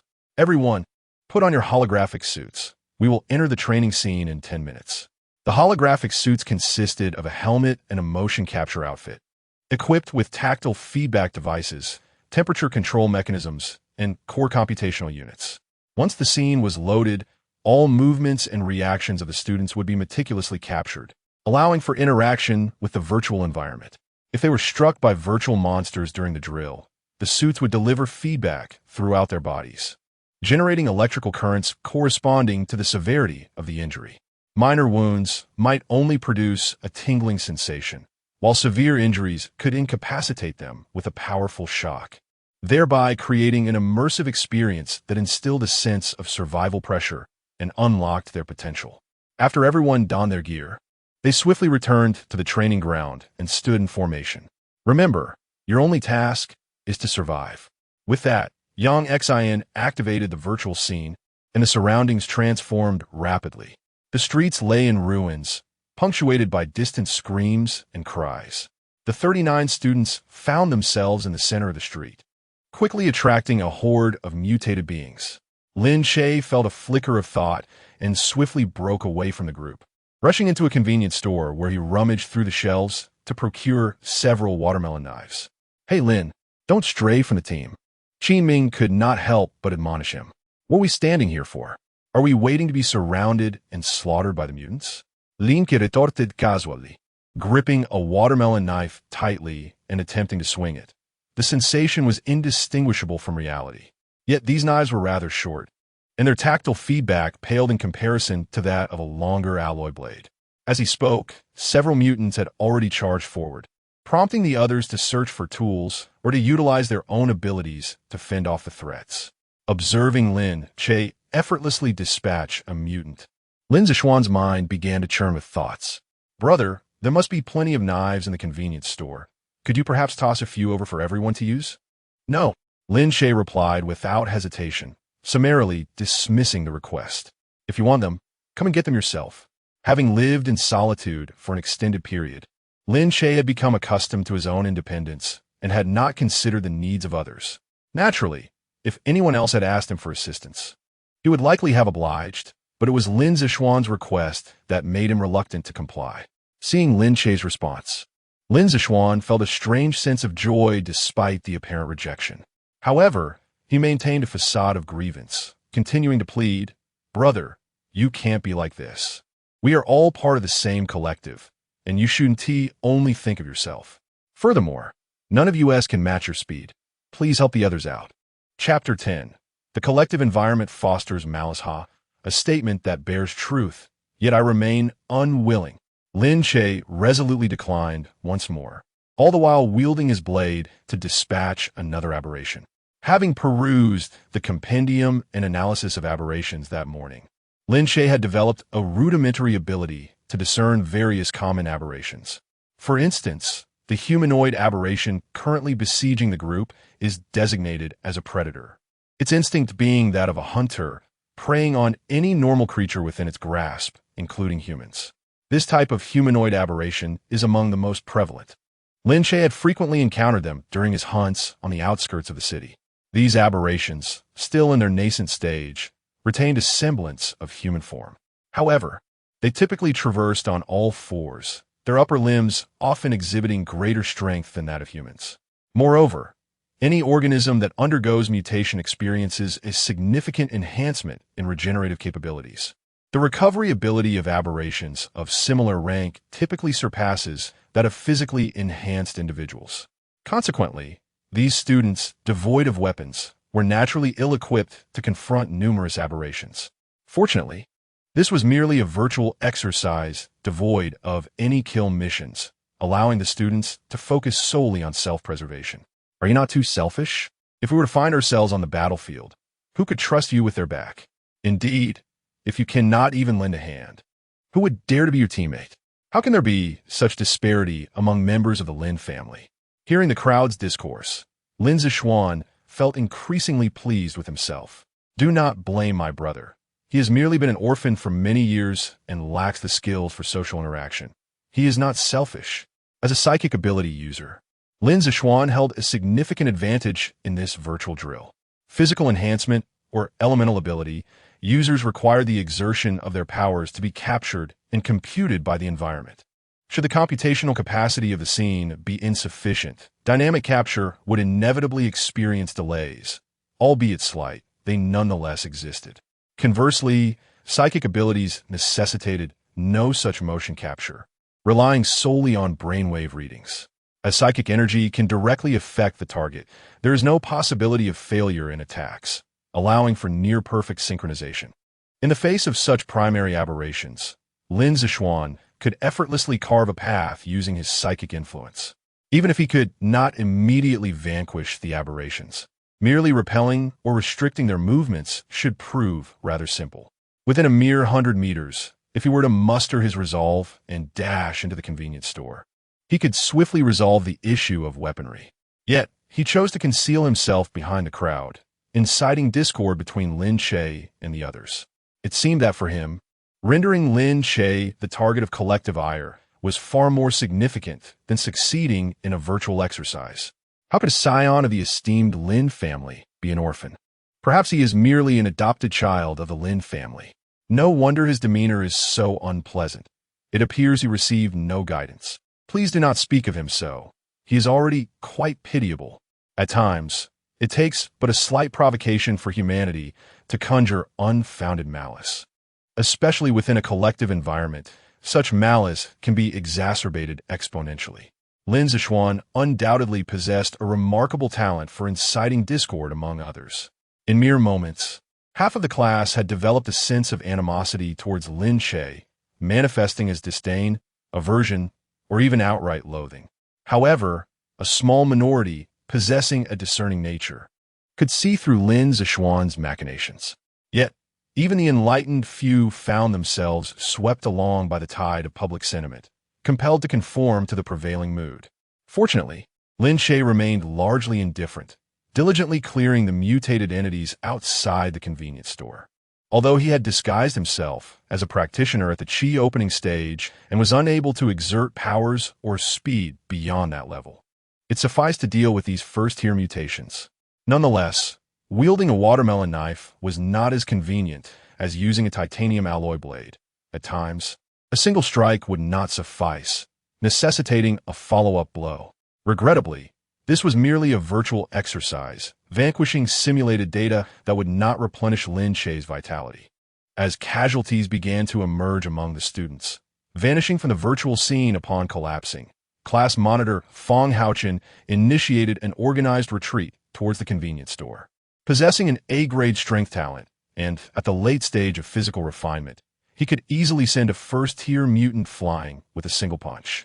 Among the 3 S-class students, only Chu Yao, a practitioner at the Chi opening stage, could hold her own against Fong Haochen. Even with their unique abilities, Qin Ming and Lin Che could not withstand the force of Fong Haochen's blow at their current level. Of course, this situation was only temporary. As everyone advanced to higher realms and further developed their abilities, Fong Haochen would likely no longer be able to contend with them. After a fierce skirmish, they finally breached the 100-meter distance and reached the convenience store's entrance. However, during the fray, several more classmates fell. In just over 10 minutes of the virtual exercise, the number of participants had dwindled from 39 to 27. Lin Che, shall we enter and procure some weapons? I hope you don't mind, Fong Haochen inquired of Lin Che. In truth, within this virtual realm, all items were unclaimed, rendering Fong Haochen's inquiry unnecessary. Yet, his question prompted Lin Che to regard him with a measure of curiosity. Feel free, Lin Che replied, stepping aside to allow the others' entry into the store. The group surged in, rummaging through the aisles with reckless abandon. Unfortunately, the selection of knives was limited, consisting only of watermelon knives or kitchen knives, all relatively short and cumbersome for effective wielding. As the crowd poured into the convenience store, The pressure on Lin Che outside intensified. Had it been anyone else, they would likely have been expelled from the virtual scenario by now. Suddenly, the door behind him slammed shut, causing Lin Che to frown slightly before a disdainful smile graced his lips. It was evident that this was yet another of Lin Zishuan's ploys. Even in a mere virtual exercise, he resorted to such petty tricks. Should they encounter real, mutated entities in the future, Lin Che would certainly hesitate to entrust his safety to such individuals. Continuing to dispatch the mutated entities, Lin Che cast glances to either side. On the right stood a beef noodle shop, while to the left was a bubble tea store. Considering the cramped space of the bubble tea shop, which would hinder effective maneuvering, Lin Che decided to press forward along the wall towards the right. Who closed the door? Chu Yao was the first to notice the anomaly, her brow furrowing. Although she too harbored reservations about Lin Che's methods, it seemed somewhat treacherous to leave him outside while the rest of the group rushed into the convenience store. Upon hearing those words, the crowd exchanged glances, seemingly hesitant to take the initiative to close the door. It mattered not. My brother had already attained the realm of enlightenment and could effortlessly handle these first-level mutants. Lin Zishuan hastily reassured everyone, primarily hoping to dissuade further inquiries. For it was he who had employed his mental prowess to close the convenience store's door. His intention was merely to vex Lin Che, for the glass door could hardly serve as an effective barrier. However, he had not anticipated that upon seeing the door shut, Lin Che would not attempt to enter the convenience store, but would instead choose to depart directly. Once Lin Che entered the adjacent beef noodle shop, the convenience store became the primary focus of the mutants. The glass door was soon shattered, and the students found themselves embroiled in combat once more. With weapons now in hand, their combat effectiveness had seen a modest increase. Yet, the convenience store was rather cramped, with over 20 individuals huddled inside. It was difficult for them to unleash their full potential. Conversely, those standing outside bore the brunt of the assault, enduring all the pressure.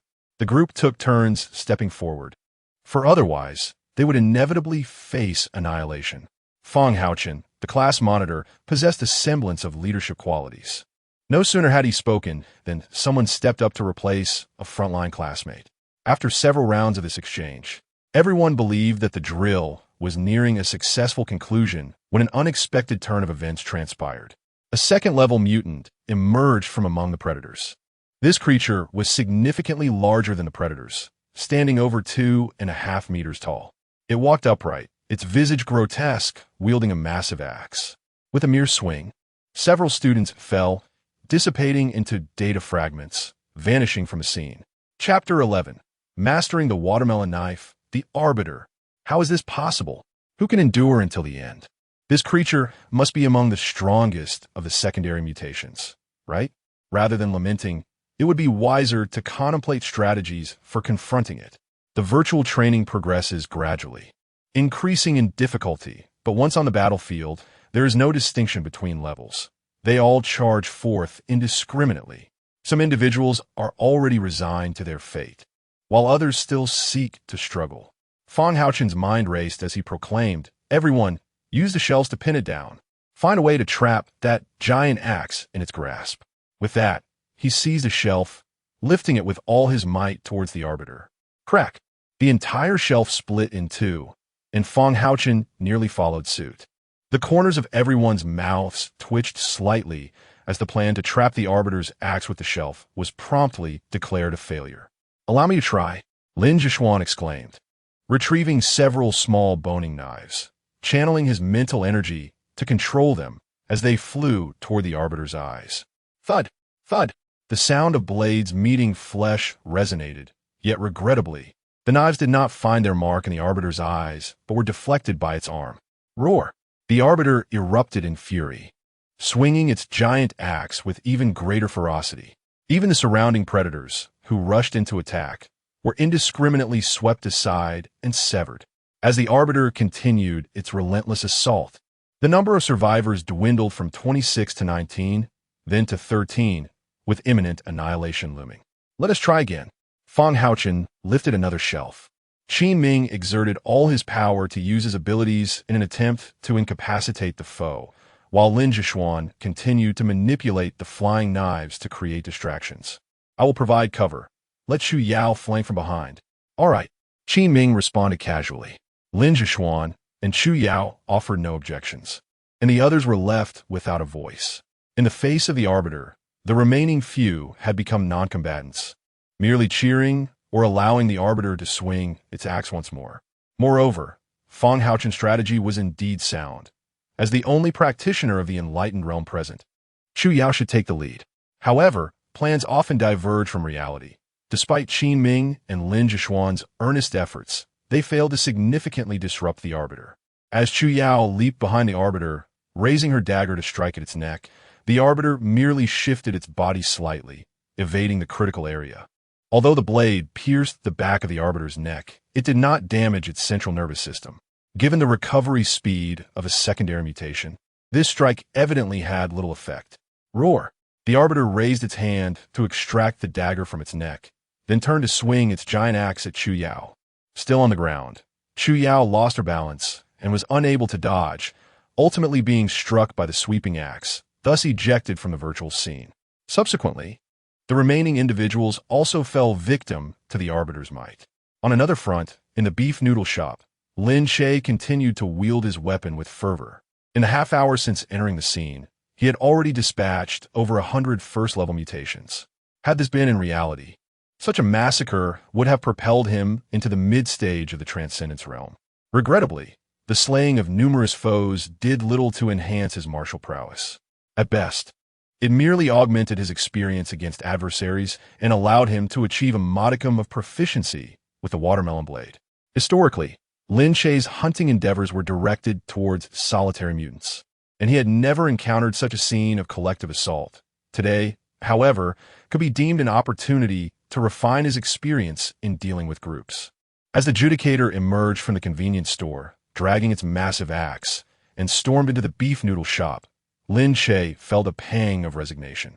He still needed to masquerade as a novice martial artist in the initial stages of the Insight realm, and he lacked a suitable weapon. Confronting such a behemoth posed a genuine challenge. Were he wielding a steel longsword, he would not dare claim a single strike would suffice against a mere second-tier mutant. At most, it would take no more than 2 blows. In the present circumstances, attempting to sever the Judicator's head with a watermelon blade was patently unrealistic. Yet, he could not afford to concede easily. After all, as a martial artist of the Insight realm, he should not be incapable of dealing with a second-tier mutant, should he? If Xu Yao were privy to Lin Che's thoughts, she would undoubtedly express her concerns in her mind.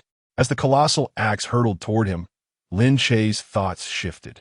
Students involved in virtual simulations typically vanished upon being declared deceased. However, the slain mutants lingered for 3 minutes before slowly dissipating. If he were to disarm the Judicator and send its axe tumbling, it would likely remain in the physical realm momentarily. Seizing the opportunity to retrieve the axe and deliver a retaliatory strike to the giant would surely be splendid. Lin Che, ever one to act upon inspiration, swiftly crouched to evade a blow, swinging his blade toward the Judicator's wrist. Crack! The watermelon blade lodged itself against the Judicator's wrist, but the strength of the Insight realm could not sever it. Roar! Each time it sustained an injury, the Judicator roared in displeasure. The massive axe descended upon Lin Che's head, yet he, perceiving himself as a speed-oriented awakened, evaded the blow without arousing suspicion. A predator lunged from behind, but Lin Che deftly sidestepped once more, then drew forth a spare watermelon blade. With a decisive swing, he severed the predator's head and turned his attention back to the Judicator. Since he could not sever the wrist, he would have to target the fingers instead. The watermelon blade, though somewhat short, possessed limited striking power. However, aiming for the fingers might prove more manageable. Rolling and leaping, Lin Che seized the opportunity and struck down the Judicator's 4 fingers. Clang! The axe clattered to the ground. The Judicator attempted to extend its left hand to grasp the axe handle, but Lin Che was quicker, seizing it first. Crack! Lin Che swung the massive axe toward the Judicator, only for it to be parried by the Judicator's right arm. Under normal circumstances, such a strike could have severed the Judicator's arm along with its neck. Yet Lin Che had to temper his strength, lest he reveal his true capabilities. Nevertheless, With the Judicator disarmed, even if he couldn't achieve a swift kill, he could certainly deliver several more blows. As Lin Che meticulously worked to sever the Judicator's head, a vivid image flashed through his mind. Within a resplendent palace, a towering figure wielded an axe in one hand and a shield in the other, swinging the colossal axe against his foes. A golden beam of sword light flashed, severing the head of the colossal figure, yet his body remained standing. Subsequently, the headless giant continued to wield his massive axe, striking towards the figure on the throne, who radiated a brilliant golden glow. The scene abruptly halted, and Lin Che returned to the practical training ground. Lin Che? Yang Xin inquired, noticing Lin Che's prolonged silence. Upon hearing the call, Lin Che suddenly regained his composure. "Oh, I'm fine." The previous scene had been quite jarring. He was uncertain whether he had experienced a hallucination or if it was merely a cutscene following a successful virtual training session. Nevertheless, that image felt eerily familiar, as if he had encountered it before, either through hearsay or sight. During this virtual exercise, Lin Che exhibited exceptional performance, displaying keen intelligence, bravery, and remarkable combat talent. However, Yang Xin paused briefly before continuing. "You must not be overly reclusive. They're classmates now, and there will be teammates in the future. When facing mutated beings, it is imperative to understand the importance of collaboration with others. What you are learning now transcends mere martial skills. You must also enhance your combat acumen, including your ability to cooperate in battle. In the future, I hope you will work together to achieve a higher survival rate." Yang Xin surveyed the group and asked in a resonant voice, "Do you understand?" "Yes." The students responded in unison. "I can't hear you. Speak louder." Yang Xin's expression turned solemn. "Yes." The students replied with renewed vigor.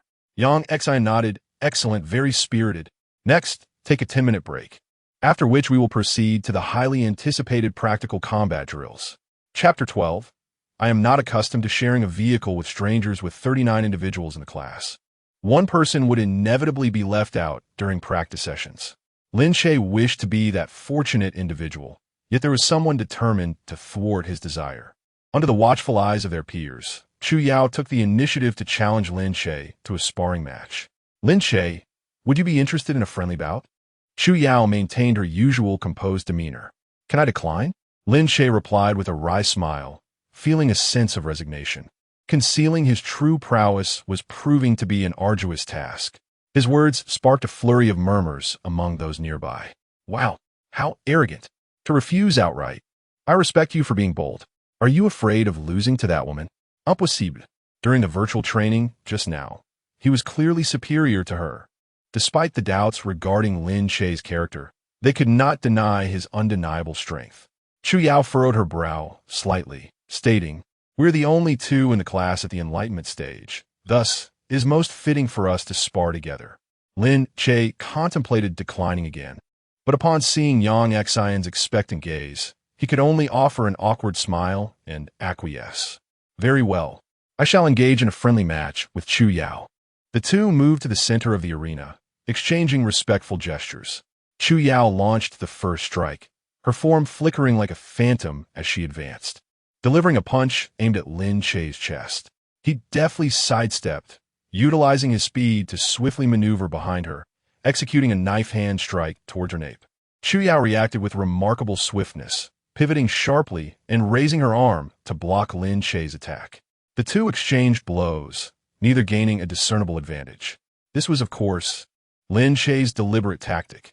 After all, he needed to masquerade as a novice in the enlightenment stage and could not outshine Chu Yao too greatly. Impressive. Excellent. The surrounding classmates could not help but cheer as the two engaged in their fierce struggle. Some gazed in awe, evidently surprised that practitioners of the enlightenment stage could exhibit such formidable prowess. Qin Ming and Lin Zishuan wore grim expressions, particularly Lin Zishuan, with intentions to undermine Lin Che. He now found himself consumed with jealousy upon witnessing Lin Che's superior abilities. However, Lin Zishuan, being astute, quickly masked his emotions, joining his classmates in applauding the duelists. In stark contrast, Qin Ming maintained a scowl, his discontent unmistakable to all. Within Chu Yao's technique, one could discern the fundamentals of traditional martial arts, while Lin Che's movements appeared unorthodox and inscrutable. Just as everyone anticipated a prolonged contest, Lin Che abruptly altered his rhythm, deliberately exposing a vulnerability. Chu Yao, falling into the trap, lunged forward with all her might. Seizing the opportunity, Lin Che executed a grappling maneuver, swiftly subduing her. The arena fell into a momentary silence before erupting into enthusiastic applause. Well done. No wonder he's so audacious. If I possessed such skill, I would be audacious too. The mantle of the top fighter in our class has officially changed hands today. Alas, his character leaves something to be desired. As Chu Yao broke free from Lin Che's grasp, a flicker of complexity crossed her gaze. You are indeed formidable, but next time, I shall reclaim my victory. Fortune favored them, but only by a stroke of luck. Lin Che waved his hand dismissively. The two had made a promising start, and soon after, other classmates took their turns. Initially, Lin Che observed with interest, but soon his enthusiasm waned completely. This group of students had never faced life-or-death struggles. Their tactics were mechanical and predictable, akin to fledglings pecking at each other, devoid of any appeal. After each individual duel, Fang Haochen had a bye, while Yang Xian specifically engaged in a sparring match with a class monitor. The teacher's skills were commendable, albeit limited. Lin Che envisioned himself as Fang Haochen, identifying several weaknesses in Yang Xian's approach. However, it was also plausible that Yang Xian, in the spirit of mentorship, had not unleashed his full potential. After school, Lin Zixuan and Lin Yuru left together, omitting Lin Che from their company. The Lin family had arranged a dedicated vehicle and driver for Lin Zixuan and Lin Yuru, who were expected to take Lin Che along as well. However, once they entered the car, Lin Yuru insisted that the driver depart without delay. Even Lin Zixuan's feigned attempts to persuade her could not alter her decision. Sister, isn't it a bit unkind to leave our brother behind? Our parents will surely be upset. As the vehicle started, Lin Zixuan continued to feign concern, trying to reason with Lin Yuru. To this, she remained indifferent. He came out late. Whose fault is that? We are not obliged to wait for him. But our parents told us to look after each other this morning. It's his first day at school, and he is unfamiliar with the route. Lin Zixuan's plea was cut short by Lin Yuru's interruption. And what of it? He has grown enough to find his way, hasn't he? As he watched the vehicle gradually pull away, Lin Che narrowed his eyes slightly. The Lin residence was not far from Xinhai Academy, a mere few kilometers that would take Lin Che only a few minutes to traverse. Yet, he did not hurry home, but instead strolled leisurely back to the Lin household. By the time he arrived, a half-hour had passed. As he stepped through the door, he was immediately met with Lin Hai's inquiry. What is the matter? Why didn't you return with your siblings? Lin Che did not respond right away, but scanned the expressions of Lin Zixuan and Lin Yuru. Noticing their eyes flicker slightly, he let out a cold chuckle. Shouldn't this question be directed at those who returned first? Lin Hai was momentarily taken aback, opening his mouth, but at a loss for words. Who knows where you wandered off to? I waited with Zixuan at the entrance for several minutes, and didn't see you come out. We couldn't just wait forever. Lin Yuru chimed in with baseless accusations, attempting to shift the blame onto Lin Che. In truth, she and Lin Zixuan had commanded the driver to start the vehicle the moment they entered, without waiting even a minute. Lin Che chose not to argue, walking towards the sofa, tossing his backpack aside, and reclining against the cushions while casting a glance at Lin Yuru. Is that so? Should I then express my gratitude to you? Well, if you wish to return home together next time, make sure to come out earlier. I want to wait for you. Lin Yuru, having never intended to wait for Lin Che, felt embarrassed to accept his thanks and could only force a semblance of dignity. Not necessary. I am unaccustomed to sharing a vehicle with strangers. Lin Che, once again, employed the tactics of his adversary against them. Prior to his arrival at the Lin family home, he frequently utilized public transportation. The notion that he was unaccustomed to sharing a ride with strangers was, of course, a mere fabrication, a subtle allusion to the earlier incident concerning room selection. Brother, please do not be angry. Second sister did not mean it. It is a trivial matter. After all, upon hearing this, Lin Che turned his gaze toward Lin Zixuan. a playful smile gracing his lips. What? Do I appear to be upset? You return home so late, and the family awaits your arrival. Have we wronged you? Lin Wanting could not restrain herself from interjecting. Oh, is that so? Did I keep you waiting? Lin Che retorted, unwavering, engaging in a verbal spar with Lin Wanting. Father, look at him. Lin Yuru gently shook Lin Hai's arm. Lin Hai yearned to reprimand Lin Che further, yet he feared that any attempt to speak would only invite more retorts. As the head of the family, he wished to maintain at least a semblance of dignity and could not allow himself to be continually bested by his son. Enough, everyone, let us speak less. Sister Zhang has prepared the meal. Let us eat first, Su Qianqian timely suggested, seeking to mediate. No, let us first discuss my discomfort with riding alongside strangers. Lin Che surveyed the Lin family members. Provide me with a private vehicle, or I shall relocate to the school dormitory. In truth, the matter of transportation was inconsequential. Lin Che simply wished to unsettle Lin Zixuan and Lin Yuru's sense of comfort. No, you must reside at home. Lin Hai instinctively rejected the notion. Chapter 13. The Art of Breaking the Sky, an indomitable soul technique. Lin Hai summoned Lin Che back to ensure he fulfilled his marriage pact. Should Lin Che escape the grasp of the Lin family, who could predict whether this lad would continue to honor the engagement? The expense of a vehicle and a driver was negligible for the Lin family. After all, what was merely providing a car? It would be arranged by tomorrow. All Lin Che needed to do was focus on his studies, were it not for the matter of the marriage contract. Lin Hai's words would indeed resonate with the sincerity of a devoted father. How embarrassing! I shall defer to your wishes. Lin Che, having gained an advantage, ceased his objections and promptly made his way to the restaurant. In the dead of night, Lin Che slipped into slumber. Amidst the hazy chaos, a fierce wind howled past. Within the verdant mountains, a towering figure, as imposing as a mountain, appeared before Lin Che. Bring me my head, with eyes like breasts and a navel for a mouth. Wielding a massive axe in one hand and a gigantic shield in the other, Lin Che finally recognized this figure, the war god, Xing Tian, a man who refused to perish even after losing his head. Bring me my head. Xing Tian incessantly repeated the phrase. Lin Che felt bewildered. Surely, you have mistaken me for someone else? I have no knowledge of your head's whereabouts. According to the records in the classic of mountains and seas, Xing Tian contended with the heavenly emperor for divine status, only to have his head severed and sealed within the confines of Changyang Mountain. Due to treachery during their duel, Xing Tian harbored immense resentment, remaining alive despite his decapitation. Ultimately, he managed to send the heavenly emperor into reincarnation with his headless form. The sudden intrusion of this deity into Lin Che's dreams, demanding his head, left him feeling helpless. Not to mention, Lin Che was utterly unfamiliar with the location of the so-called Changyang Mountain. Even if he were aware, he lacked the capability to break the heavenly emperor's seal. With an axe, shatter Changyang Mountain. Bring me my head, Xing Tian implored once more. Lin Che was increasingly perplexed, never anticipating that this god could engage in coherent dialogue. After a moment as contemplation, Lin Che ventured to inquire, where exactly is Changyang Mountain, and which axe is necessary to cleave it open? To the southwest, at the corner of the great wilderness. The axe in my hand is sufficient, Xing Tian replied, his tone unassuming yet imbued with grandeur. Initially, Lin Che believed that to breach the heavenly emperor's seal, one would require a legendary axe, akin to the one Yang Jian wielded when he traversed Kunlun Mountain to rescue his mother.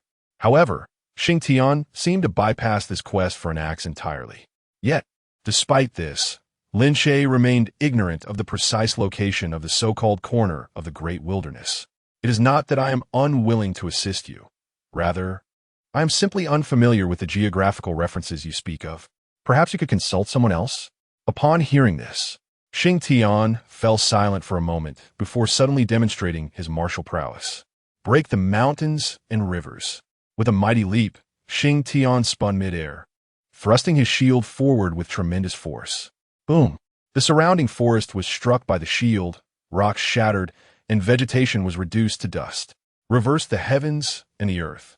Xing Tian took a bold step forward, swinging his colossal axe in a sweeping motion, conjuring a massive axe shadow imbued with the power to obliterate the world, cleaving towards the horizon.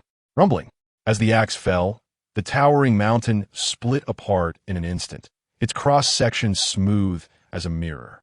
1,000 blades shattered the heavens. Xinhai danced with his colossal axe, unleashing countless air blades that sliced through the surroundings incessantly. Whoosh, swoosh. The cacophony of piercing sounds filled the air, and soon, Lin Che witnessed a scene that left him astounded. The sky had collapsed. Literally, thousands of air blades swept across, cleaving the heavens above Xinhai and creating rifts in space. As Xinhai sheathed his giant axe, the entire sky fragmented, dissolving into nothingness. What principle governed this?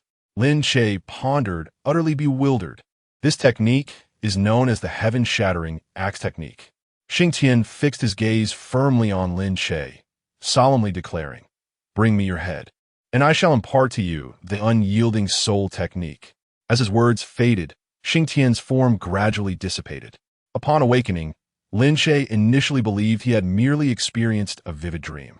Yet the next day, he resumed his normal routine at school. On January 19th, 2189, a meteor shower struck, causing cataclysmic changes to Blue Star, a day now dubbed the Day of Revelation. At the podium, the teacher spoke eloquently.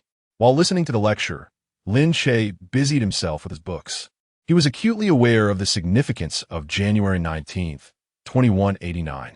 It was not only his birthday, but also the day he was abandoned, the same day his grandfather, Lin Yuan, rescued him from a garbage bin.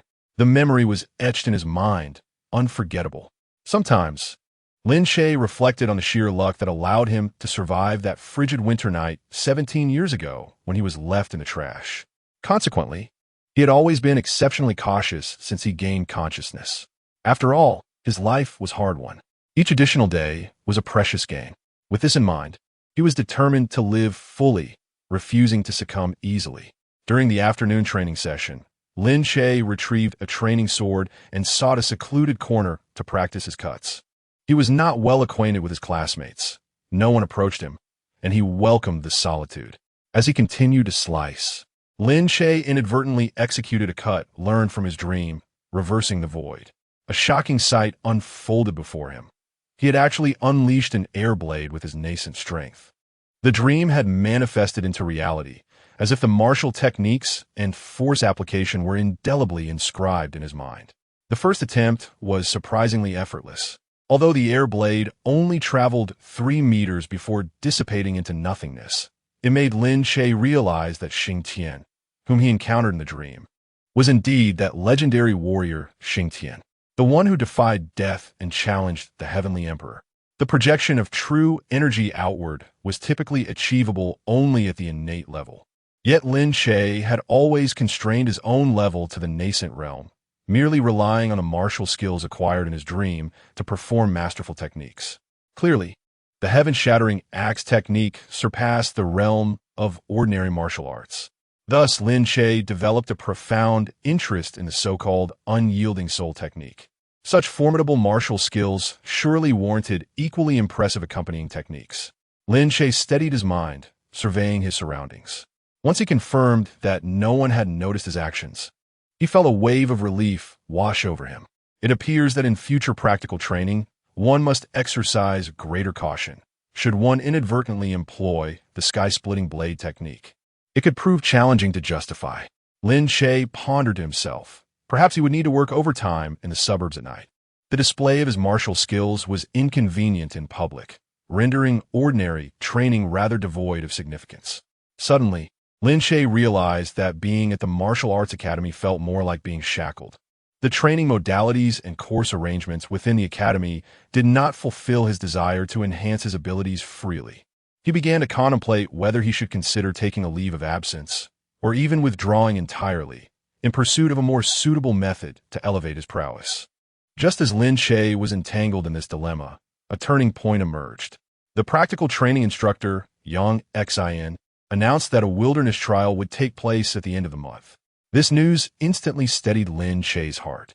He understood that hunting mutated beings within the city could never compare to the wilderness. since the last wave of mutations a decade ago. The frequency of mutated creatures appearing in urban areas has dwindled significantly. In the city, the prospect of enhancing one's strength through the hunting of these beings had become increasingly arduous. Moreover, according to regulations, he was not permitted to leave the city until he turned 18. Now, with the opportunity to join the school's team in the wilderness trial, it was undoubtedly an exceptional chance for him. The wild would surely be inhabited by various formidable, mutated entities, providing an ideal opportunity for him to hone the sky-splitting blade technique and augment his strength. Hence, Lin Che no longer dwelled on thoughts of withdrawal. Instead, he resolved to focus on his studies and commence preparations for the upcoming wilderness trial at the month's end. Chapter 14. Another world beyond the high walls in his daily life. Aside from completing the fundamental coursework at the academy, Lin Che began to engage in additional practice each night. In the stillness of the night, he would stealthily slip out of the villa and venture alone to the corners of the city, repeatedly honing the technique of the Gan Chi Pa Cheongju.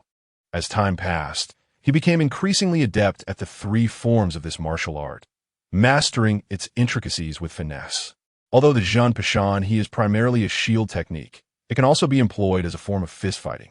With every punch Lin Che delivered, he could feel a profound power surging within him, and the potency of his strikes continued to amplify. The Ni Duan Tsangming and Qian Rin Piqiong, both categorized as axe techniques, could likewise be utilized as long sword techniques. While the long sword may lack the immense force of the great axe, it did not hinder Lin Che from unleashing his energy blades. The Ni Duan Tsangming, as a singular devastating strike, perhaps required a more robust force. Conversely, the Qian Rin Piqiong, being a technique suited for group combat, manifested even greater agility when paired with the long sword compared to the great axe. It stands to reason that, as a war god, Xing Tian was publicly adept with the axe. Yet it is not inconceivable that he was also proficient with the sword in secrecy. With the acquisition of the Gan Chi Pa Cheongju, Lin Che paid little attention to martial arts at school, instead exerting more effort in physical training. He excelled in high-intensity physical exercises such as weighted training, extreme long-distance running, and obstacle climbing, often surpassing his peers. Even Fong Haochen, endowed with A-level strength talent, could only lament his own inadequacy in comparison. Through relentless training day after day, Lin Che grew increasingly robust, with marked improvements in both speed and endurance. Naturally, his ability to withstand such rigorous training was bolstered by the ample provisions provided by the Lin family. A nourishing diet significantly impacts one's martial arts advancement. In the past, having relied on hunting to sustain himself, he would not have dared to expend his physical stamina so recklessly. Should he encounter a formidable adversary, his lack of endurance could spell disaster. Simultaneously, Lin Che began to gather information regarding Chanyang Mountain. Through the internet, libraries, and consultations with teachers, he ultimately identified three coordinates. The first was Longnan Xiuqi Mountain, the second was Chanyang Mountain in Shinong Town, and the third was Chanyang Mountain in Huitong. Xiuqi Mountain, encircled by water on three sides, featured a topography and geographical position that aligned with the descriptions found in the Xinhai Jing. The Chanyang Mountains in both Shinong Town and Huitong were noted for their shared name, and both locations were associated with the legendary Emperor Shinong. Huitong is regarded as the birthplace of the Flame Emperor, while the Emperor Shinong's tomb is located in Shinong Town. It is certainly plausible that Xing Tian, the foremost warrior under the command of the Emperor Shinong, was beheaded by the Celestial Emperor and interred in a site linked to the Shinong clan. Lin Che planned to wait until the semester concluded, allowing the Spring Festival to pass, before seeking a means to explore these three locations. By then, he would have just turned 18 and, having obtained a certificate as a Chi Gate martial artist through the academy, he should be able to enter and exit the city freely. A month swiftly passed, and the time for the outdoor trial arrived. Yang Xian, as the leader of the martial arts class, once again solemnly addressed the entire class before their departure. This outdoor trial serves as a test of the knowledge you have acquired during this period, as well as a splendid opportunity for your personal growth. The wilderness is home to a myriad of mutants, each possessing unique abilities. and one must remain particularly vigilant against those of level 3 and above. The environment outdoors is fraught with complexity, aside from the threats posed by mutants. One may also encounter inclement weather and various unforeseen circumstances. Therefore, during this trial, all students must prioritize safety and heed instructions. As young Xin surveyed the crowd, he inquired, "Do you understand?" "We understand." The crowd responded in unison. "Excellent. Now, everyone, gather your belongings and set off immediately." With a sweeping gesture, young Xin led the way toward the school gate. Given that this was a field trial, the first lesson was to trek outside the city on foot. Each participant was required to carry camping gear, embarking on a 50-kilometer journey out of the city and into the nearby woods. There, they would engage in a week-long survival trial amidst the trees. Of course, as a designated trial area for students. The surrounding mountains of Xinhai City were frequently monitored by the city's defense forces. Most high-level mutants were promptly eradicated, leaving only some level 1 or 2 mutants for the students to confront as part of their evaluation. Lin Che, a martial artist of the transcendent realm, faced no pressure even from level 4 mutants. For him, this trial was perhaps more akin to a grand hunting feast. After a month of dormant abilities, he was eager to unleash his powers once more. Under the vigilant watch of the city defense forces, a line of martial arts academy students stood at attention. The atmosphere slightly tense. The soldiers maintained a serious demeanor, meticulously verifying each student's identity. Once the identification checks were complete, the massive alloy gate finally rumbled to life, slowly parting to reveal the world beyond. Upon passing through this threshold, the protection of the city defense forces would cease, and the responsibility for survival would rest solely upon them. The city defense major, with a grave expression, addressed the students, his gaze sweeping over them. When his eyes lingered momentarily on Lin Che, it appeared he was assessing something. Lin Che felt a flicker of confusion. Had his martial prowess been discerned? Fortunately, the major soon moved aside, signaling for the students to exit the city. For ordinary mutants, the formidable 10-meter wall indeed provided significant protective benefits.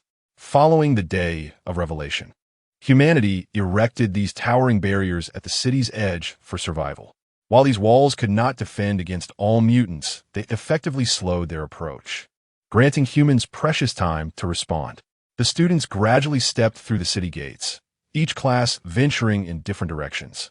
Some bore anxious expressions, while others displayed excitement. Their emotions varied. Lin Che closely followed the group, a whirlwind of complex feelings surging within him. On one hand, he was thrilled at the prospect of enhancing his strength. On the other, a subtle anxiety about the unknown dangers awaiting outside the walls lingered. His naturally cautious demeanor did not favor this sense of unpredictability. As the towering walls receded from view, the distant woods drew nearer. The world beyond the city stands in stark contrast to its interior. Once traveled roads are now cloaked in wild grass and creeping vines, permeated by an atmosphere that intertwines decay with rebirth. The silhouettes of distant mountains emerge through the mist, resembling a colossal beast that yawns wide, revealing its fearsome fangs to the unwitting students. The group proceeds along a relatively clear path, with mentor Yang Xin at the forefront, ever vigilant of the surroundings. The chatter among the students dwindles to a mere whisper, as if they fear the slightest sound might attract the lurking aberrations concealed within the thicket.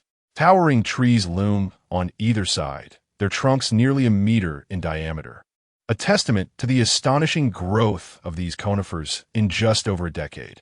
As Lin Che strides forward, he surveys the environment, occasionally catching sight of massive claw marks etched into the tree trunks, a warning left by some formidable creature asserting its territory.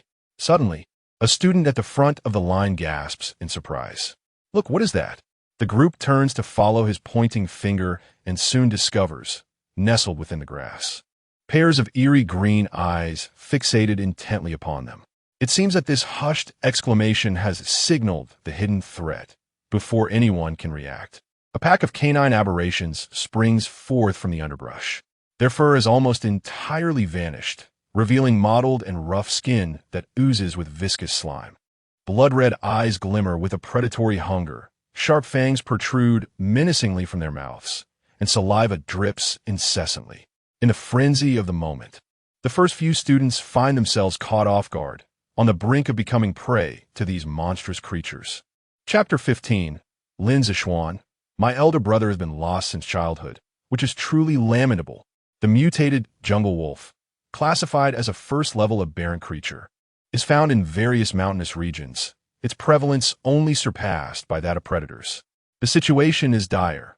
Without waiting for their mentor to intervene, Fang Haochen and Chu Yao have already surged ahead to confront the mutated jungle wolves. Observing this, Lin Che naturally seizes the splendid opportunity, pushing forward with a sudden thrust of his foot to arrive first. A few students ahead remain momentarily stunned, yet Lin Che swiftly beheads one of the jungle wolves. What are you waiting for?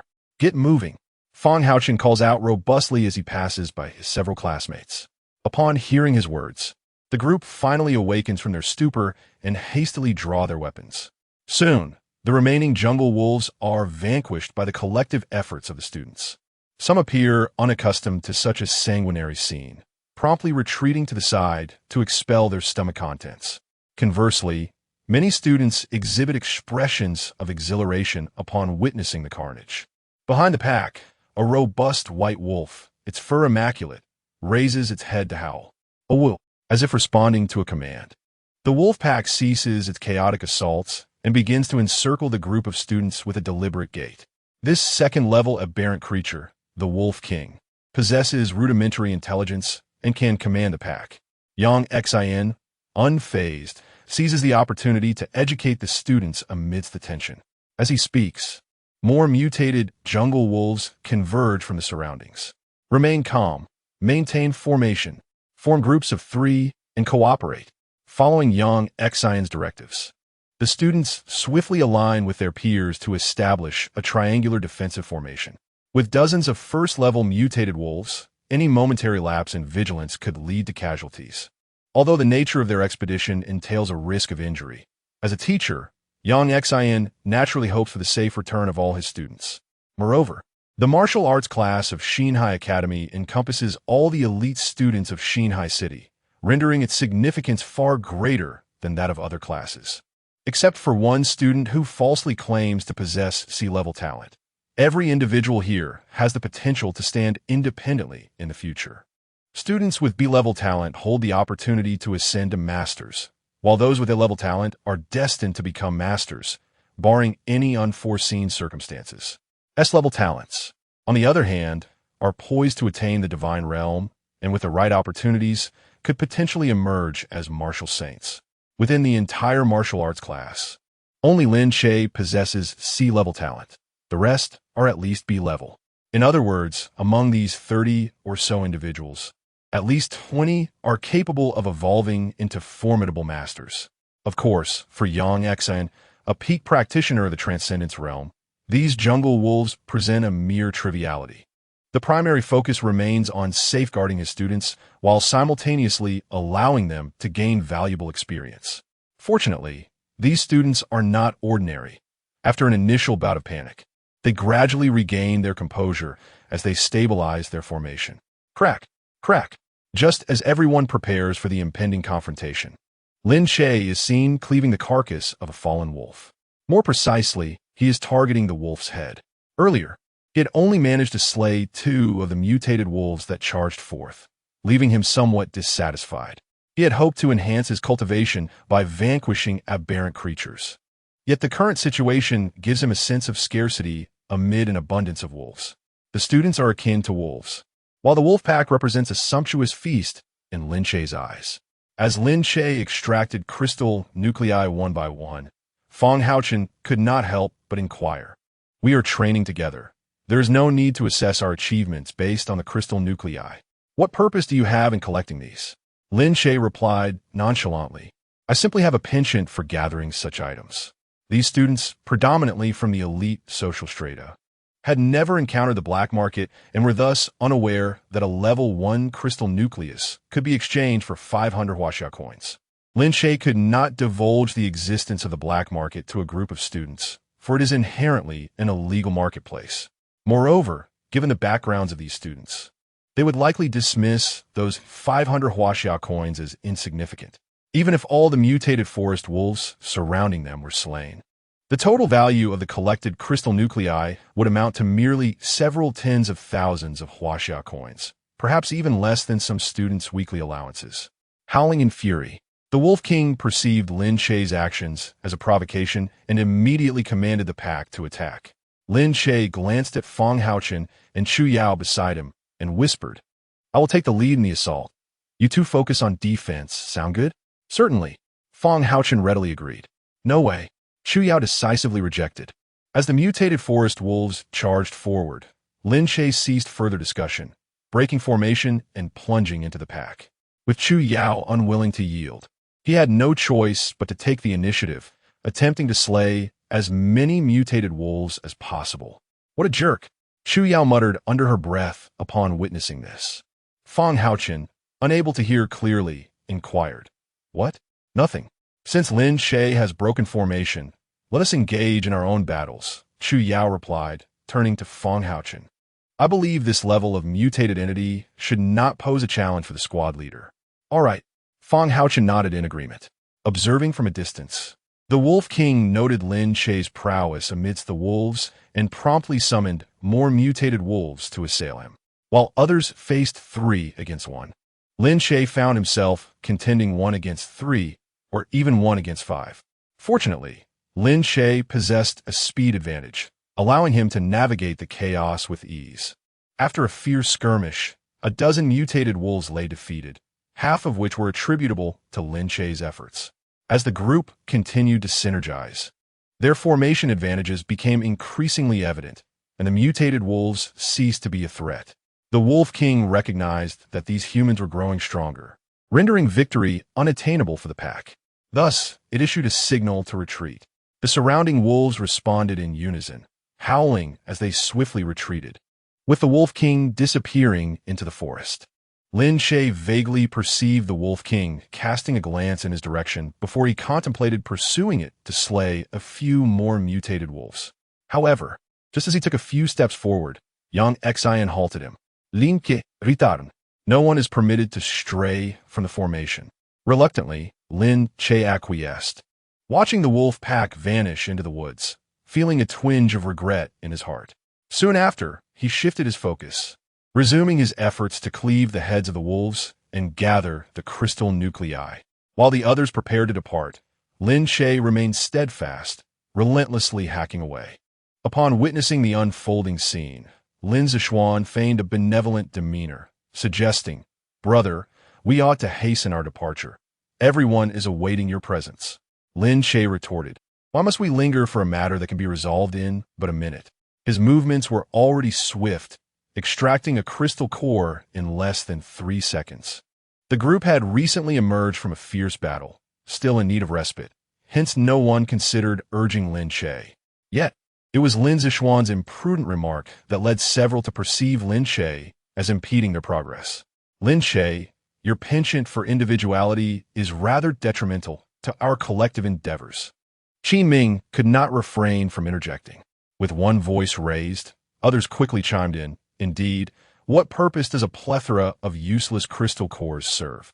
Surely, you do not believe these cores, resembling gemstones, can be cherished as treasures?" Laughter ensued. "Don't be absurd. Lin Che is the scion of the Lin family. Why would he concern himself with mere gemstones? It is said he was lost to the world in his youth and has only recently returned, likely having never encountered true gems before." Lin Zishuan continued to stoke the flames. "Please, do not speak ill of my brother. He has suffered greatly due to his lack of proper education."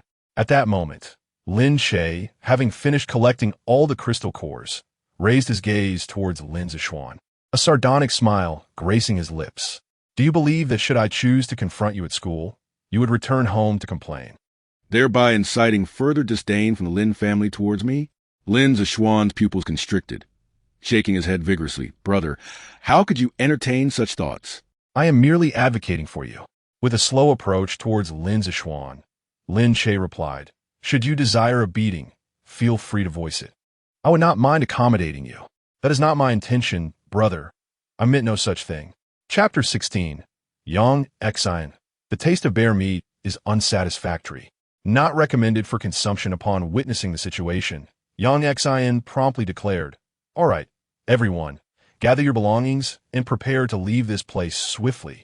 Lin Che, upon hearing this, chose not to oppose his teacher and proceeded to move forward with the group. Observing this, Lin Zixuan appeared somewhat relieved, albeit with a hint of regret. The students complied with the directive and continued their advance. As the group ventured deeper, the surrounding environment grew increasingly tranquil. Approaching dusk, thick fog began to rise within the mountains, diminishing visibility significantly. Suddenly, a low growl emanated from the side. The students present felt an overwhelming sense of pressure from the roar. Yang Xian's expression shifted dramatically as he shouted, "Everyone, be alert! A level 3 mutated creature is approaching. Prepare for battle." The students immediately tensed, gripping their weapons tightly and bracing for confrontation. Lin Che couldn't help but feel a sense of gratitude. Indeed, venturing beyond the city was conducive to enhancing one's cultivation. During his 3 years within the city, he had encountered no more than a handful of level 3 mutated creatures. Now, having just exited the city, he first encountered a swarm of level 1 mutants, followed by a level 3. At this rate, it would likely take only a few days for him to return to the mid-stage of the transformation realm. As the growls drew nearer under the shroud of fog, the students' heartbeats quickened. In a virtual simulation, a single level 2 mutant had led to their annihilation, with only Lin Che surviving.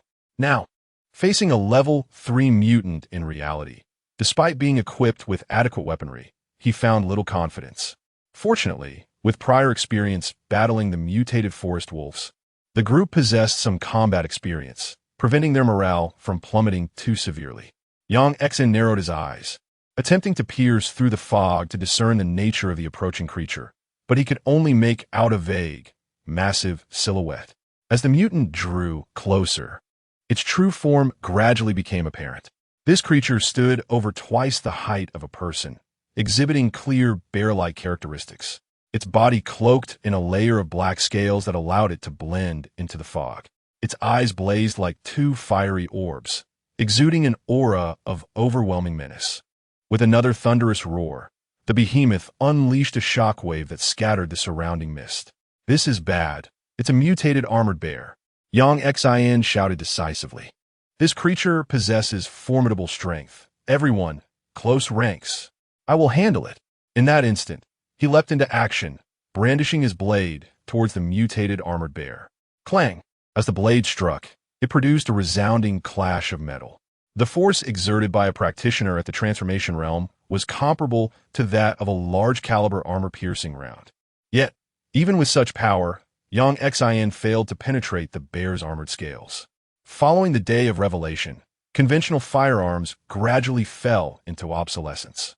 The rationale was simple. Mutants like the level 3 armored bear, encased in scales, could withstand bullets. For instance, the maximum penetration capability of an AK round is approximately 350 kilograms, which pales in comparison to the force of a blade wielded by a transformation realm martial artist. Moreover, most mutants exhibited astonishing speed, making them difficult to target with firearms. It was only in the face of a beast tide, when dealing with lower-level mutants, that widespread firepower coverage retained some efficacy. In confronting advanced variants, one can solely rely on the formidable blades wielded by seasoned warriors to identify and exploit their weaknesses. Naturally, a master-level martial artist could effortlessly cleave through the scales of a Tier 3 variant.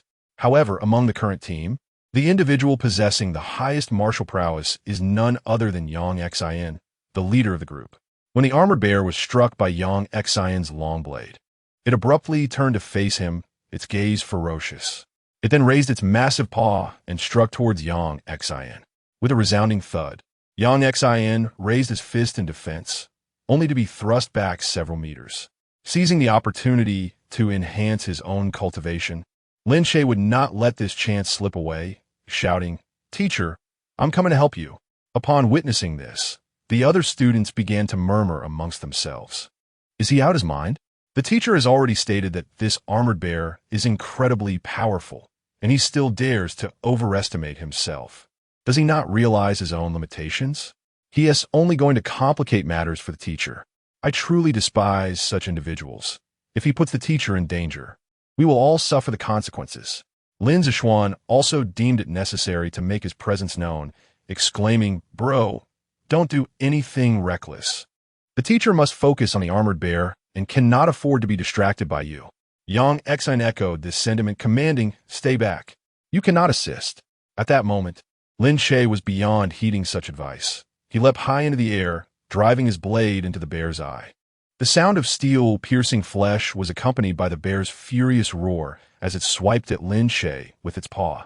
Fortunately, leveraging his speed, Lin Che swiftly stepped on the bear's paw, withdrew his long blade, and retreated several meters. With an enraged roar, the bear lunged at Lin Che once more. "Quick dodge!" Yang Xin urged, rushing forward. Lin Che feigned a retreat, but aimed his blade once again at the bear's injured eye. With a creaking sound, taking advantage of the bear's momentum, the blade penetrated deep into its skull. With a final thud, after stumbling several meters, the armored bear collapsed, lifeless. Yang Xin approached the fallen creature, examining its body, his expression becoming remarkably complex. "How did you accomplish that?" he inquired, scrutinizing Lin Che. Lin Che shook his head, stating, "I merely acted in haste and struck at its wound. I didn't expect it to be so powerful that it would drive the blade into its own brain." Naturally, he sought to downplay his skill, unwilling to admit that he had calculated the angle, waiting for the bear to charge. Such recklessness cannot be repeated. It is far too perilous. Yang Xin could not fathom Lin Che's modesty and chose to temporarily accept his explanation. The carcass of this armored bear still held considerable value. Its gallbladder, paws, and armor could be exchanged for approximately 50,000 Huaxia coins. Since you personally dispatched this armored bear, you should collect these spoils yourself. Upon hearing this, Lin Che couldn't help but inquire, "Is the bear meat not edible?" This bear evidently belonged to a positive evolutionary line, unlike the previously encountered mutated jungle wolves, and consuming it should not be harmful to one's health. It is not that it cannot be consumed, but the taste is likely quite poor, and I would not recommend it. Yang Xin replied with a slight shake of his head. Moreover, we still have quite a distance to our destination, and it seems implausible to carry the entire gigantic bear. Lin Che gazed at the bear's lifeless form, feeling a tinge of regret. The surrounding students gradually gathered around, their faces revealing envy towards Lin Che. As students, to have vanquished a Tier 3 mutated armored bear is indeed a matter of great pride. At the very least, it elevates one to a position of prominence within the New Sea Academy. Ah, how fortunate! Sometimes, luck itself can be a form of strength. Indeed, being born under a fortunate star can also be considered a talent. Disregarding the murmurs of the crowd, Lin Che swiftly skinned the bear, severed its paws, and extracted its gallbladder and crystal core, sealing them in a bag. After a moment of hesitation, he decided to cut a piece of meat from the bear's leg, curious to sample its flavor. After 2 intense battles, the students were somewhat fatigued.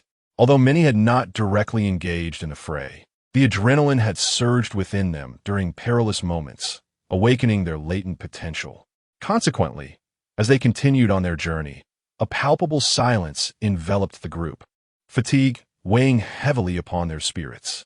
In the dead of night, they finally arrived at their designated location, where everyone retrieved portable tents from their backpacks and began assembling them. From this day forward, they would reside here for a week. Yang Xin surveyed the students with a playful smile. "Now, surrender all food and water. Starting tomorrow, you must rely on hunting and gathering to address your basic survival needs." As soon as he finished speaking, a wave of chatter erupted among the students. "No way. Teacher, you must be jesting, right? Hunting and gathering. What is this, a primitive existence? I might not even face death at the hands of a mutated creature, but rather succumb to thirst or starvation." Listening to the uproar, Lin Che had a sudden inspiration. "Teacher, the bear paws and meat should be considered spoils from our hunt, right? They shouldn't be surrendered?" Yang Xin nodded in agreement. "Indeed. Oh no, I've fallen into a trap. Just moments ago, The teacher mentioned that bear meat was unpalatable. Teacher, does this not weigh on your conscience? That enormous bear, even a mere leg would suffice for a week's worth of sustenance. The students began to voice their grievances, lamenting why they hadn't thought to sample the bear meat earlier. Ahem, in outdoor training, how can one resort to trickery? Young Xin feigned composure, adopting a grave expression. If you are lazy now, it will cost you dearly later. The teacher only has your best interests at heart. Chapter 17. Lin Che, try hitting me complaints aside, the appetite of martial artists is inherently substantial. With 39 students in the class, the massive bear would barely suffice for a day's sustenance. Thus, even if young Xin had not misled the group, it is highly unlikely they would have gone to the trouble of dismantling a bear to increase their own burdens. Remember, for these 7 days, every meal and every sip of water must be earned through your own efforts, Mentor Yang Xin reiterated. This is not only a test of your strength, but also a means to cultivate your fundamental survival skills. Regardless, the students complied without dissent, adjusting their mindsets and preparing for the impending survival challenge. Subsequently, Fang Haochen organized a night watch, forming groups of 3, dividing them into the first and second halves of the night, resulting in 13 groups from the 39 participants. There were no objections, and they dispersed accordingly. Returning to the tent, Lin Che arranged his weapons, contemplating the issue of water sources. For him, acquiring food was not particularly challenging. With 4 bear paws and a piece of bear meat in his possession, he had enough to sustain himself for 5 days. However, the quest for water became an urgent priority. Given that the school had organized a camping trip, it stood to reason that a water source must be nearby, whether overt or concealed. He would be on night watch tonight, leaving exploration for the morrow. The first group comprised Fang Haochen, Chu Yao, and Lin Che, a decision influenced by the fact that neither Lin Che nor Chu Yao had many friends in class, while others paired with their closer companions. The two had no choice but to endure the fatigue of the first night alongside the class leader. With a sea-level talent, you reached the Qi opening realm at just 17. You must have awakened quite early. Fang Haochen initiated conversation in the tranquil surroundings. 14. Lin Che replied casually. So early? Fang Haochen expressed mild astonishment. Across the campfire, Chu Yao could not resist stealing a glance at Lin Che. He nodded in affirmation. Indeed, it was rather early and quite unexpected. At just 14, encountering mutated beings on the outskirts of the city was a brush with death. Had it not been for the extreme circumstances, perhaps I wouldn't have awakened my abilities at such a young age. What about you, Chu Yao? It seems no one in class knows what talent you possess. Fang Haochen turned his attention to her. Spatial type, Chu Yao responded nonchalantly. Upon hearing this, Lin Che's interest was piqued. Is it the kind that allows for the storage of resources? Chu Yao looked perplexed. I don't know what you mean. Is it not? Lin Che chuckled awkwardly. Chu Yao fell silent, seemingly losing interest in the conversation. The atmosphere grew somewhat awkward, prompting Fang Haochen to clarify for Lin Che. Lin Che misunderstood. As for spatial talents, it is known that there are 2 types, spatial transmission and spatial compression, both classified as S-level talents. Spatial transmission enables instantaneous movement and long-distance transport, while spatial compression allows for the creation of spatial blades or spatial collapses. These 2 abilities are exceedingly formidable. Awakening even one of them signifies a minimum of an S-class talent, and potentially even higher. Fang Haochen turned to Chu Yao, inquiring about which spatial talent she had awakened. Spatial compression, she replied calmly, is currently underdeveloped and lacks lethality. Lin Che, perplexed, questioned, such a powerful ability, yet it possesses no destructive capability? Chu Yao frowned slightly.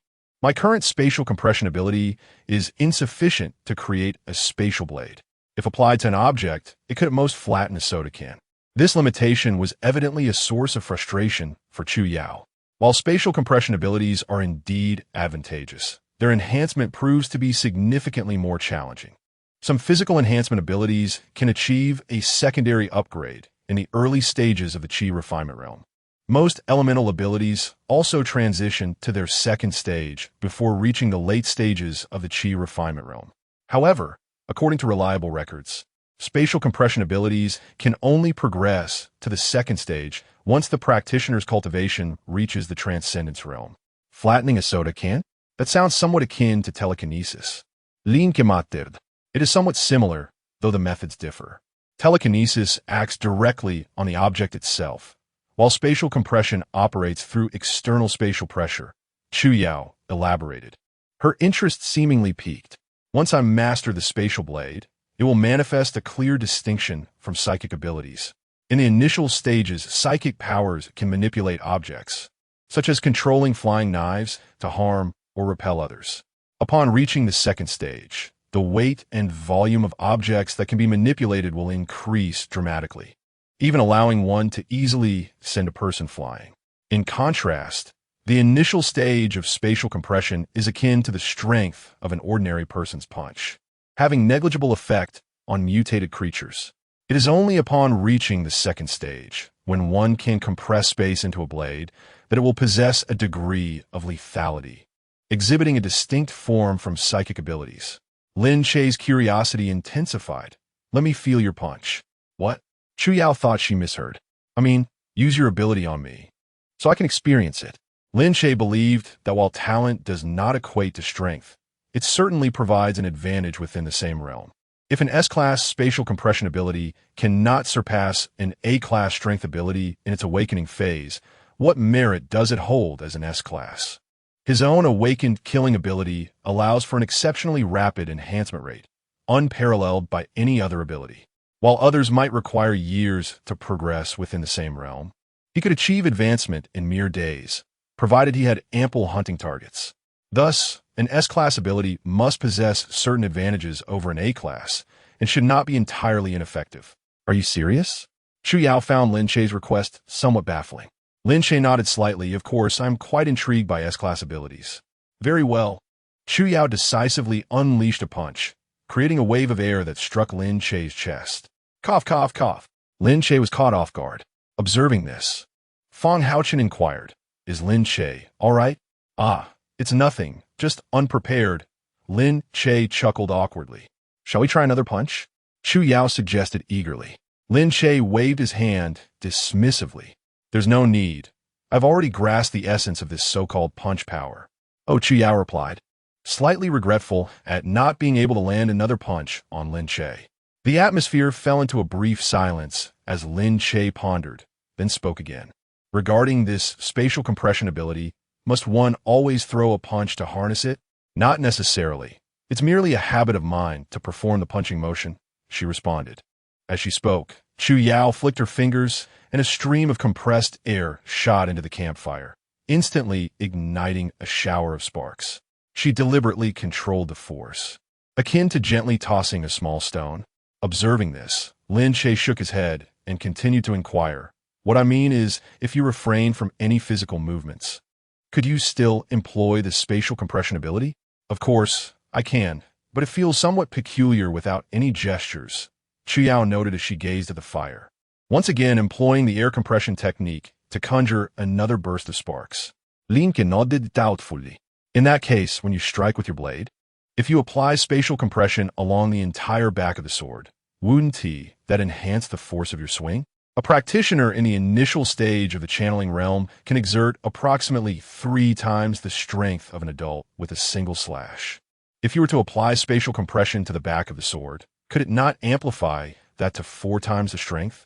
Moreover, if you were to successively utilize spatial compression on the back of the sword with a single swing, might you not unleash 5 or even 6 times the power? Chapter 18. You're a good person, but we are not compatible before the awakening of one's extraordinary abilities reaches the second stage. This application method should indeed provide substantial assistance, Lin Che stated earnestly. The strength of an adult's punch is approximately 75 kilograms, while an awakened individual of the strength category can initially unleash a force of 150 kilograms. For someone like Fang Haochen, who has reached the late stage of physical conditioning, his punching power has already escalated to 300 kilograms.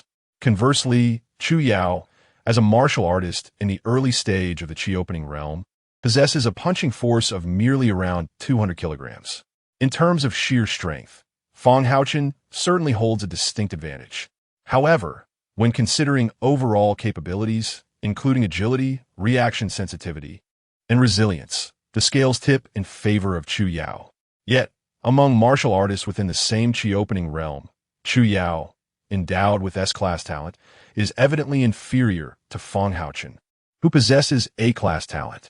As Chu Yao articulated, extraordinary talents typically transition into their second stage during the early phases of the Qi opening realm to the early stages of the Transcendence realm. The activation nodes vary according to the type of talent.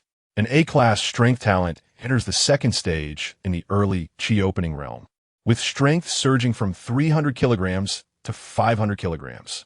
When comparing two martial artists at the same Qi opening stage, a disparity of 500 kilograms against 200 kilograms can be considered a complete overpowering. In contrast, an S-class spatial compression talent does not reach its second stage until the early Transcendence realm, where it can master the Space Blade. Thus, an individual like Chu Yao, possessing spatial abilities, requires at least to attain the early Transcendence realm to potentially surpass an A-class strength martial artist. This, evidently, appears quite unreasonable. Nevertheless, if one were to employ Lin Che's proposed method of continuously applying spatial compression to weapons, theoretically, as long as the weapon remains firmly in hand, the force of strikes could increase infinitely. Of course, maintaining a secure grip on the weapon itself presents significant challenges. Furthermore, executing a single strike occurs in a mere blink of an eye, making it quite difficult to apply spatial compression multiple times in succession. Therefore, Lin Che estimated that if Chu Yao could apply spatial compression 4 times within a single strike, it would already be her limit. Even so, with a foundational strength of 200 kilograms, applying spatial compression 4 times would yield a striking force of 500 kilograms, at least leveling the playing field with strength-type martial artists. With continuous practice, it might be possible to apply spatial compression 5, 6, or even more times within a single swing of the blade. As long as one can maintain a firm grip on the hilt, the force can accumulate layer upon layer, presenting a genuine opportunity to surpass strength-type martial artists.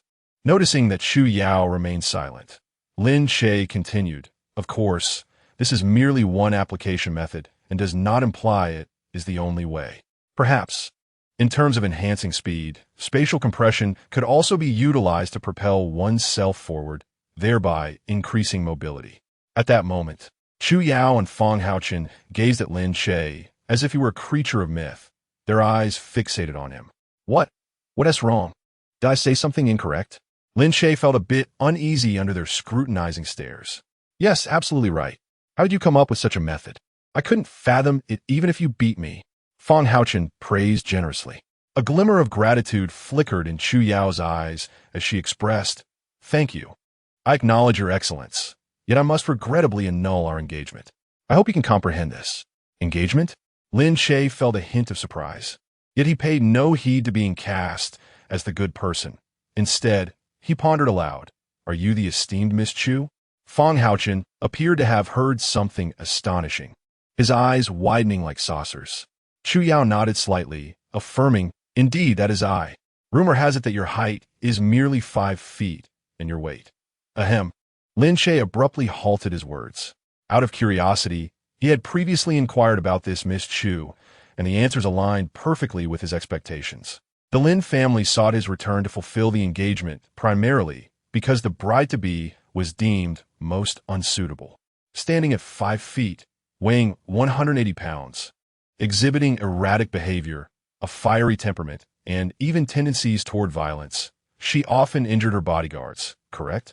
Chu Yao appeared unperturbed, candidly revealing, "I intended to provoke the Lin family into proactively dissolving the engagement by deliberately letting rumors circulate. Unexpectedly, they remained resolute and even sought you out to fulfill it. As for Lin Zishuan, I had originally planned to keep my discontent concealed. However, you are different. You deserve my honesty." With earnest eyes, Chu Yao continued thus, "I hope you can understand, Lin Che, I cannot honor this so-called engagement." Lin Che absorbed the information that Chu Yao had shared. It seemed this Miss Chu herself harbored dissatisfaction with the engagement and had intentionally sullied her reputation to dissuade the Lin family. To his surprise, they had summoned him as a scapegoat, intent on proceeding with the engagement. Initially, Lin Che had presumed that the Chu family wielded significant influence, compelling the Lin family to make a choice. Yet now, it was evident that it was not the Chu family exerting pressure, but rather the Lin family's deliberate intention. From Lin Hai's various behaviors, it was clear he placed great importance on this engagement. Lin Che even suspected that had the Lin family failed to retrieve him, they would have insisted Lin Zixuan fulfill the engagement, regardless of Miss Chu's tarnished reputation. What, indeed, did Lin Hai seek from the Chu family? Lin Che pondered the entangled interest between the Lin and Chu families. Upon hearing this, Chu Yao expressed her own confusion. What interests are entangled? Is it not due to the agreement made by our grandfathers in their youth? Oh, perhaps I am overthinking this. If that is the case, let us part amicably. Lin Che spoke without thought. It appeared that Chu Yao was also unaware of the underlying circumstances, perhaps requiring insight from Lin Hai to uncover the truth. Amicably? We have never truly gathered, Chu Yao remarked, slightly furrowing her brow. Since you have no objections, let's put the engagement to rest. Upon my return, I shall have my family personally visit to annul it. Lin Che nodded in agreement. No problem, you're always welcome.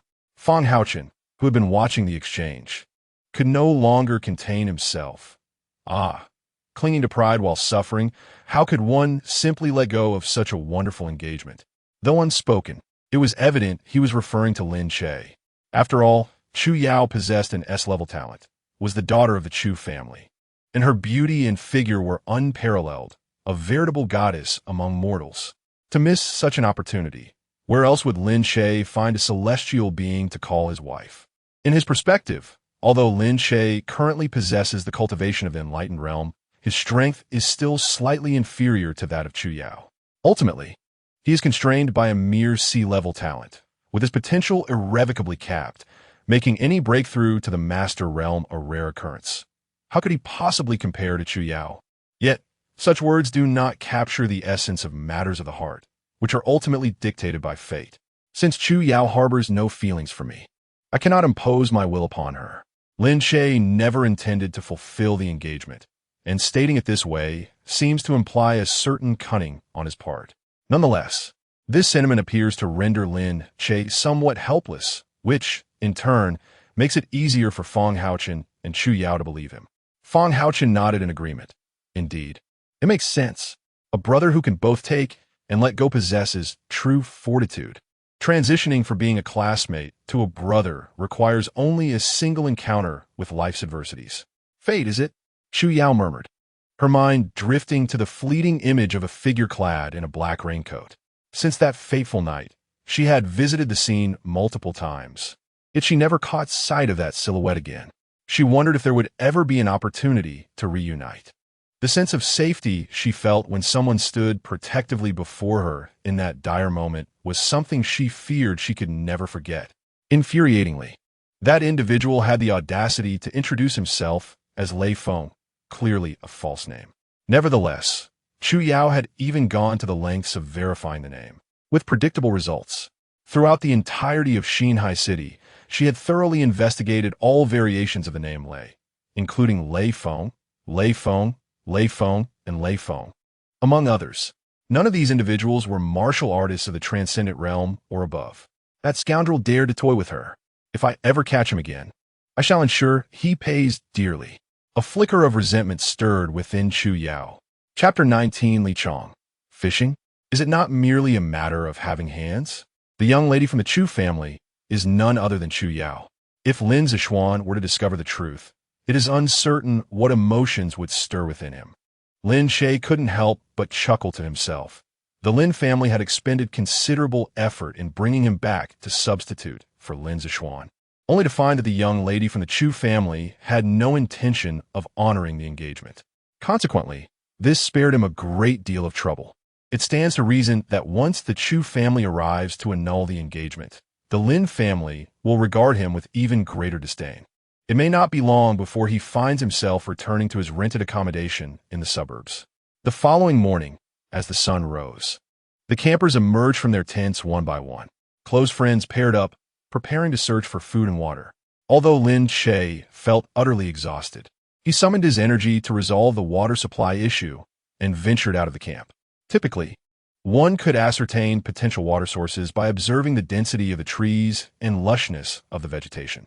However, within this forest, nearly every direction was obscured by towering trees, offering no points of reference.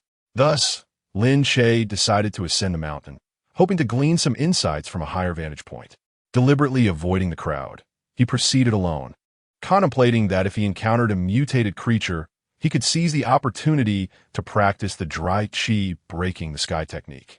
In principle, Yang Xian did not permit any student to venture out alone. At least 2 groups were required to travel together. However, Lin Che's remarkable performance the previous day compelled his teacher to regard him with newfound respect. Therefore, upon witnessing Lin Che's solitary journey into the thicket, he refrained from intervening. Lin Che reached the mountain summit without encountering any mutated beings. Consequently, he practiced the 3 forms of Xingtian and took a brief rest before climbing a massive tree to survey the surroundings. Although the foliage obscured the sun, the areas where water flowed were still distinctly visible. Lin Che pinpointed his direction and made his way to the water's edge, first washing his face. Suddenly, a mutated fish leaped from the water, lunging toward Lin Che. Fortunately, Lin Che remained vigilant and avoided being bitten by the fish. "I haven't even tasted you yet, and you wish to take a bite out of me." Lin Che retrieved a fishhook from his backpack, secured it with fishing line, and casually selected a sturdy branch as his fishing rod. Using bear meat as bait, he cast his line into the water. Moments later, the fishhook plunged sharply. These mutated fish were quite aggressive, clamping down on food without relinquishing their grip. However, concerned that the branch and fishing line might not withstand the strain, Lin Che refrained from pulling too forcefully. As he engaged in a battle of strength with the mutated fish, he gradually managed to drag the vividly colored creature to the shore. Judging by its appearance, it appeared to be a mutated species of black fish, measuring over 1/2 meter in length and weighing approximately 5 kilograms, a considerable catch. Furthermore, this fish represented a first-level mutated being, in addition to serving as sustenance. Lin Che could also derive cultivation benefits and a crystal core from it. With such fortuitous prospects, Lin Che was in no rush to depart. He excavated a small trough at the water's edge, threaded the fish's gills with a rope, and placed the fish within the trough. He then secured a wooden stake beside it, tying the other end of the rope firmly to the stake. He opted to keep the fish alive for the time being, intending to kill it later, otherwise the quality of the meat would deteriorate. Lin Che pondered for a moment before returning to the riverbank, content to fish. Perhaps the scent of blood possessed a potent allure for the mutated fish, as within half an hour, Lin Che had caught 7 or 8 sizable specimens. The day of revelation was evidently a calamity for humanity, yet for many creatures, it appeared to be a fortuitous opportunity. The stream-dwelling grouper, which typically grew to a mere 10 centimeters, had mutated to exceed a foot in length. This particular grouper, when confronted with a predator like the black fish in the water, could potentially overpower it, even if it didn't deliver a fatal bite. With a water source ahead, Lin Che felt a surge of relief. The primary issue had been resolved. He eagerly glanced into the water to see if more fish awaited. A lively chatter approached, followed by hurried footsteps. "Lin Che," someone called from afar, having spotted him engrossed in his fishing. Just then, Lin Che lifted his rod, successfully reeling in another large fish. "Lin Che, are you fishing?" Song Xia approached, attempting to strike up a conversation. "Not all. I'm merely playing in the water," Lin Che replied, glancing up before firmly denying her inquiry. Song Xia hesitated slightly, her expression betraying a hint of awkwardness. "Lin Che, you certainly have a knack for humor." In the martial arts class, there were 2 stunning beauties, Chu Yao and Song Xia. Each possessed unique charms, yet Chu Yao maintained an air of aloofness, resulting in a lack of friends. In contrast, Song Xia was approachable and had always been the center of attention, making it all the more surprising to be met with indifference for the first time since her enrollment. "Wow, so many fish. It seems Lin Che possesses a remarkable talent for fishing. Song Xia exclaimed, drawing the attention of others nearby. As they witnessed the sizable fish in the small pool, compliments flowed freely. Impressive. This mutated black fish must weigh at least 10 kilograms. Indeed, in such a stream, that fish is likely at the apex of the food chain. Not necessarily. With mutations, it's quite possible for a black fish to grow to 100 kilograms. How could that be? Not all mutations lead to larger sizes. In any gathering, there are always those who disdain praise. Li Chong, as the foremost admirer of Song Xia, could not bear to see her regard Lin Che favorably. Thus, he feigned indifference, stating, "It's just a few fish. These mutated varieties are quite easy to catch. No skill is required." While he was incorrect in principle, the act of catching a fish and reeling it in were distinctly different endeavors. Indeed, it is relatively simple. Lin Che decided to stow his fishing rod, lifting the fish in his hands as he prepared to depart. Seeing this, Li Chong inquired, "Why don't you catch a few more?" "What is the point of catching more? I can't possibly eat them all myself," Lin Che replied, making his way toward the camp. "You can always share with everyone." Li Chong pressed on. Lin Che halted, glancing back with a smirk. If you want to eat, go catch your own." With that, Lin Che walked away, disregarding the murmurs of the crowd. What's so impressive about it? It's just a few fish, after all. However, it seemed that we lacked fishing hooks. As the group continued their conversation, they noticed Lin Che turning back. Li Chong and a few others who had been whispering about Lin Che felt a bit awkward. Yet, Lin Che was not approaching them. The reason for his return to the water's edge was that he suddenly recalled the camp might not have the means to clean fish scales and entrails. Reluctantly, he decided to return to the water to handle the few fish he had caught. "Lin Che, may I borrow your fishing rod?" Song Xia inquired once more, taking the initiative. Upon hearing this, Lin Che glanced at Song Xia again before casually tossing the fishing rod in her direction. "It's yours now." A fishing hook and line bore minimal cost, and the rod was crafted from readily available materials. Since she had asked, Lin Che was not overly concerned. During the 7 days of wilderness training, he could not possibly eat fish every day. Even if he truly desired fish, he had fishing hooks and lines in his backpack, allowing him to fashion another rod at any time. Song Xia hurriedly caught the fishing rod. "Thank you, Lin Che." Subsequently, Lin Che began to clean the fish scales and entrails nearby. Li Chong, meanwhile, took the fishing rod and found a worm, attempting to catch fish. However, by the time Lin Che had finished processing the fish he held, Li Chong had yet to catch even a single fish. It cannot be said that the mutated fish were picky eaters. Perhaps the scales and entrails Lin Che had discarded in the water were more to the mutated fish's liking. Until Lin Che departed, there was no movement on Li Chong's fishing rod. Chapter 22 Yao. Grilled fish? Isn't that a piece of cake? Brother Chong, can you manage it? Don't be ridiculous. How could Brother Chong possibly fail?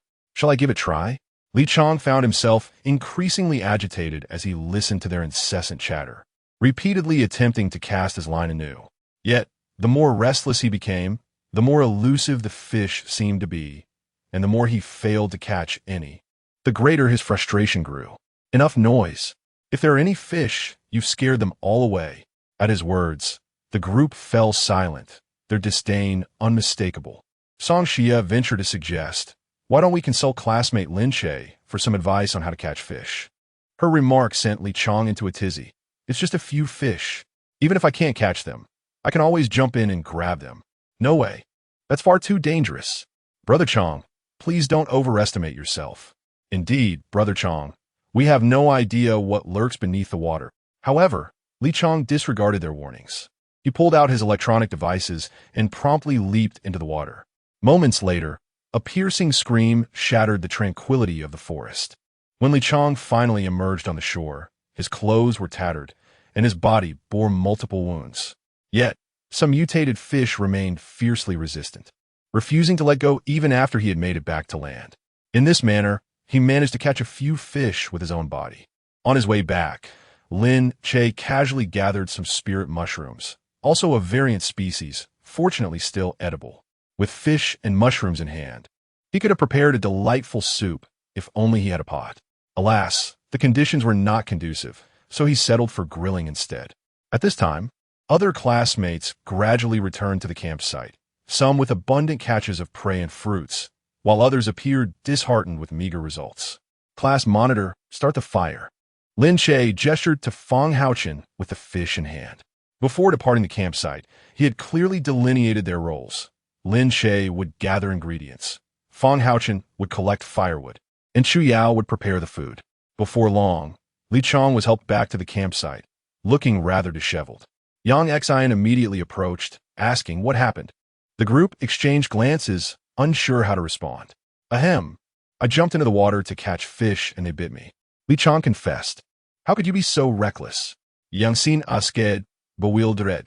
Isn't it common knowledge that after the day of revelation, one cannot enter the water outdoors? Alas, I saw Lin Che catch fish that didn't seem too fierce.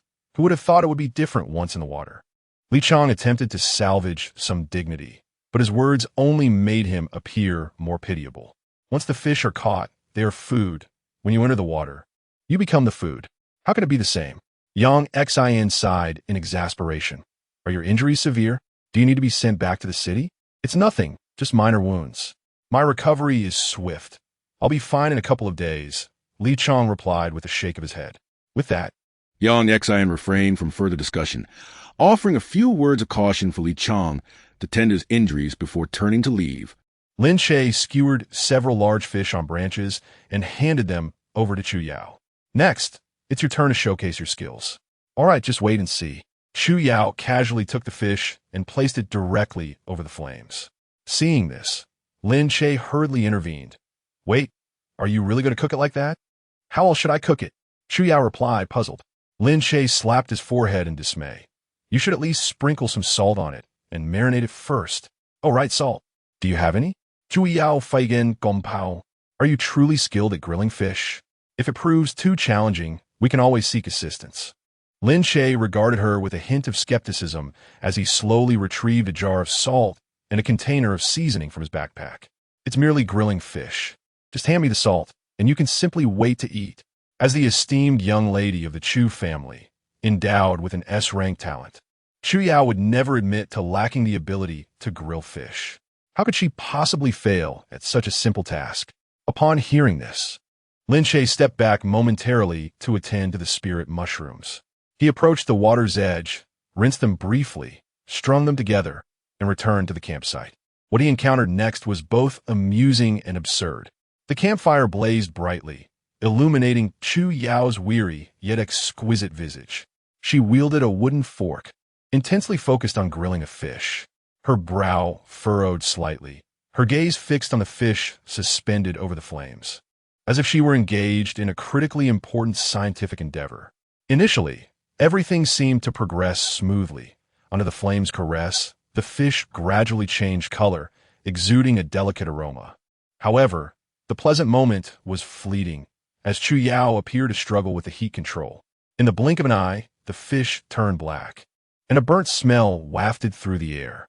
Oh no! Chu Yao exclaimed softly, hurriedly flipping the fish. Yet, in her haste, the fish nearly slipped off the wooden fork.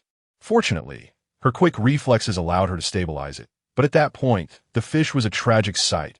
One side charred to a crisp, while the other remained undercooked. Observing this, their classmates exhibited varied reactions. Some could not suppress their laughter, while others shook their heads in resignation. Chu Yao surveyed her creation, feeling a wave of embarrassment. This doesn't quite match my expectations. Lin Che stifled his laughter. How about I give it a try? As he spoke, he picked up another fish, holding it over the fire and turning it consistently. After a while, the fish transformed into a golden hue, emanating an enticing aroma.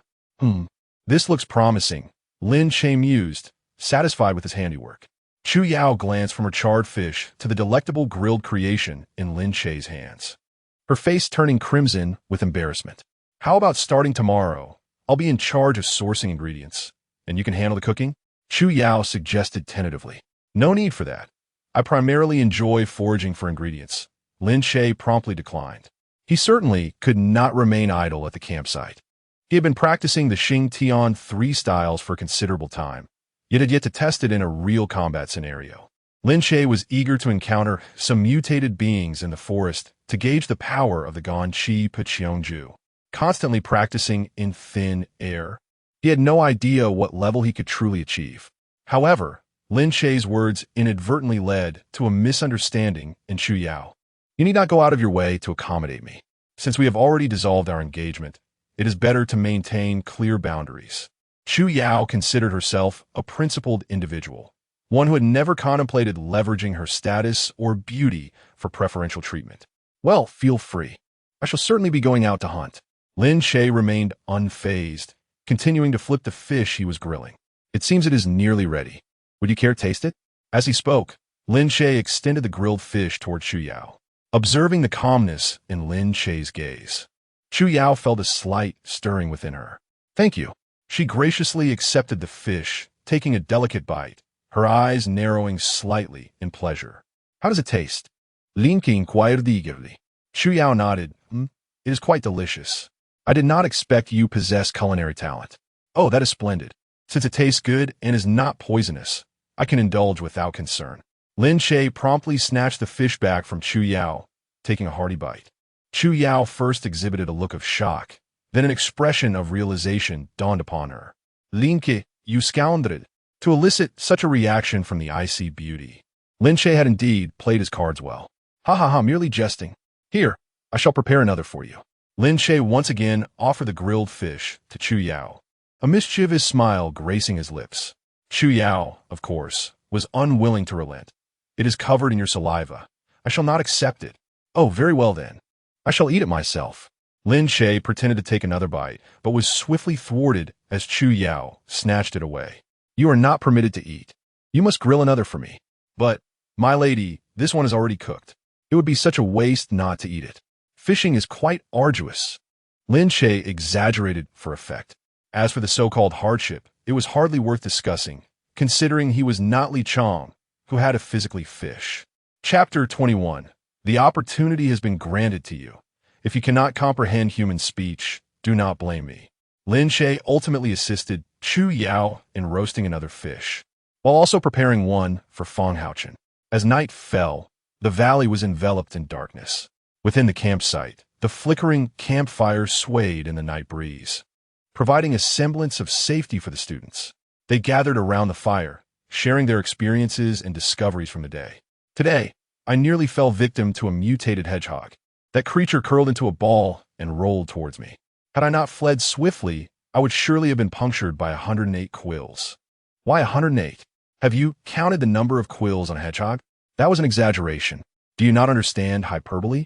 Then why resort to such exaggerations? Fine, if I had not escaped, I would have undoubtedly sustained injuries. Do you comprehend now? Yes, I understand.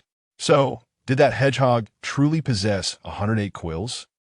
Li Chong leapt into the water to feed the fish. I discovered a hemostatic herb.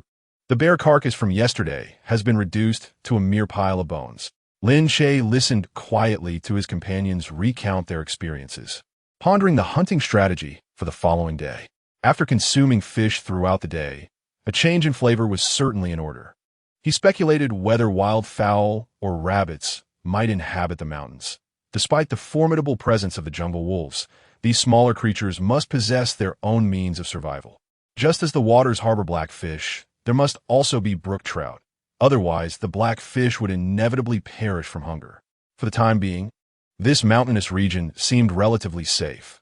Apart from the armored bear encountered yesterday, no one had encountered any mutated entities of level 2 or higher. However, a smooth first day did not guarantee continued ease. As the scope of hunting and gathering expanded, encounters with more mutated beings were inevitable. Lost in thought, Lin Che glimpsed a flicker of ethereal light in the depths of the jungle, causing him to furrow his brow.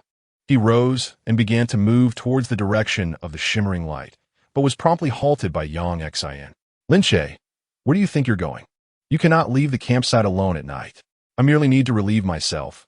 Lin Che offered a casual excuse. Take Fang Haochen with you. Yang Xin, responsible for the safety of all students, could not permit Lin Che to wander off alone in the increased danger of the night.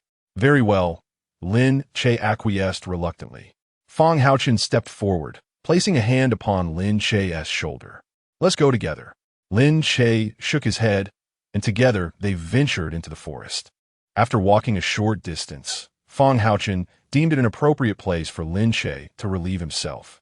However, Lin Che had ulterior motives, hoping to seize the opportunity to slay a mutated entity, and thus refused to comply. He claimed that he could not do so with someone nearby and moved a few steps away. After a thorough search, he ultimately found nothing amiss and had to concede. Upon returning to the campsite, Lin Che entered his tent, unable to find sleep for a long while. The fleeting light he had seen earlier must have been the reflection of some creature's eyes. However, the creature was particularly vigilant. Upon locking eyes with Lin Che for a fleeting moment, it promptly fled. He pondered repeatedly, devising contingency plans in his mind for various unforeseen circumstances. In the wilderness, any lapse in attention could yield fatal repercussions.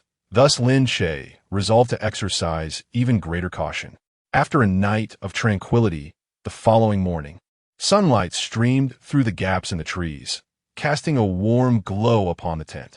Lin Che gradually awakened, and after a brief wash, he decided to explore the opposite side of the valley today. Based on his observations from the previous day, the forest on the other side appeared more lush and promising of greater discoveries. Navigating through the dappled light and shadow, Lin Che remained vigilant, constantly surveying his surroundings. Upon crossing the valley, he suddenly caught a faint rustling sound, reminiscent of something swiftly moving through the underbrush. Drawing his weapon, he stealthily approached the source of the sound. Chirping excitedly, a squirrel darted from the grass and scurried up a tree. Pausing midway up the trunk, it turned to face Lin Che, chattering insistently as if to drive him away. Though the squirrel was not particularly large, measuring about a foot in length, its tail was exceptionally fluffy, even surpassing its body size. Lin Che, perceiving it as an ordinary squirrel with little substance, contemplated turning away. However, as the shadows of the trees danced in the sunlight, he suddenly discerned something peculiar about this squirrel. It possessed a pair of golden eyes, and its fur shimmered with a golden hue, rendering it quite extraordinary. More significantly, it clutched a golden pine cone between its paws. While Lin Che was unsure if the pine cone was of a golden variety, he instinctively recognized its uniqueness. "Hand over that pine cone, and I shall spare your life. What say you?" Lin Che mused, a hint of mischievousness creeping into his thoughts, oblivious to whether the squirrel comprehended his words. The golden squirrel, though unable to grasp the language, understood Lin Che's intent through his gaze. It promptly concealed the pine cone behind itself, continuing to emit its warning cries. "Chirp, chirp! If you refuse to relinquish it, then I shall have no choice but to take it by force," Lin Che declared, pretending to climb the tree. Observing this, the golden squirrel swiftly grasped the pine cone and dashed along the branches, attempting to escape. Yet, as a practitioner of the transcendent realm, Lin Che's speed was far from ordinary, and he remained hot on the heels of the golden squirrel. After a spirited chase, the peculiar squirrel arrived at a giant tree with a trunk 3 meters in diameter. Even amidst the flourishing forest, this tree stood out as a remarkable specimen. The squirrel scurried up the trunk until it vanished among the branches. Having pursued it this far, Lin Che had no intention of retreating easily and immediately began to ascend the tree. Approximately 10 meters up the trunk, Lin Che finally spotted a hollow. Just as he hesitated to reach inside, several larger mutated squirrels suddenly burst forth from the hollow. These creatures bared their teeth at Lin Che, emitting sharp cries that clearly warned him to keep his distance. Following closely behind was a massive squirrel, its body entirely covered in golden fur, slowly emerging from the tree hollow. The creature, nearly a meter in height, did not emerge by crawling, but rather ambled forth in an upright manner, akin to a human. Lin Che selected a sturdy branch to steady himself, narrowing his eyes as he scrutinized the colossal squirrel before him. He then muttered to himself, "It is indeed a secondary mutant." Previously, having encountered secondary mutants within a pack of wolves, Lin Che found it understandable, as the Wolf King was inherently robust and its evolution seemed reasonable. However, this mutated squirrel, such a diminutive creature, had also evolved into a secondary mutant. There must be something amiss. Chirping loudly, the giant mutated squirrel raised its head, issuing a warning to Lin Che. Observing this, Lin Che resorted to his previous tactic. Hand over that golden pine cone, and I shall pretend I never came here. Otherwise, as he spoke, Lin Che brandished his long knife, striking a sturdy branch with precision. Crack! The branch, as thick as a bucket, broke cleanly in response. This technique, known as the reverse break of the void, had become second nature to Lin Che. If you refuse to comply, your entire nest of squirrels may well become my fallen souls. The giant squirrel, evidently possessing considerable intelligence, recognized Lin Che's prowess and immediately conceded. Turning to retreat into its tree hollow, Lin Che thought, thinking of escaping? It shall not be so simple. Thus, he bellowed, receive my 1,000 blades piercing the sky. As his long knife swept through the air, the tree hollow was swiftly pierced by the force of his blade. Nearby, several robust squirrels leapt away in alarm, emitting frantic cries. Before long, the giant squirrel re-emerged from the hollow, cradling the golden pine cone between its paws, and respectfully presented it to Lin Che. Chapter 22. The Squirrel. Do I have a choice? Ahem. Your actions place me in quite a predicament. Lin Che furrowed his brow slightly. Initially, Lin Che intended to wipe out this nest of squirrels, anticipating the acquisition of at least 5 or 6 first-level crystal cores, along with a second-level core. Although the elimination of a few mutated creatures would not significantly enhance his own realm, every morsel counts, no matter how trivial. However, he was taken aback to discover that this giant squirrel could comprehend human speech and exhibited remarkable awareness of the situation. Consequently, Lin Che found it difficult to take direct action. After all, he had previously stated that should the giant squirrel surrender its pine cones, he would consider his visit a non-issue, and it would be rather unbecoming to go back on his word, even if no one else bore witness. Lin Che felt an internal conflict. In his moment of hesitation, Lin Che accepted the golden pine cone, scrutinizing it repeatedly, uncertain if it was edible. Thus, he plucked a pine nut and tossed it to the giant squirrel. Eat it, Lin Che commanded. The giant squirrel displayed a look of confusion, its expression remarkably human-like. Nevertheless, it complied and picked up the pine nut, swallowing it whole.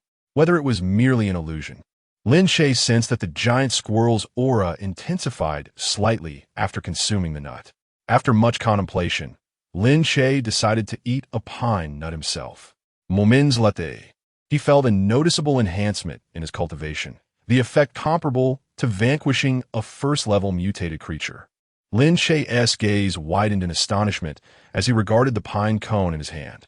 This particular pine cone contained nearly 100 pine nuts, implying that consuming the entire cone would equate to defeating almost 100 first-level mutated beings.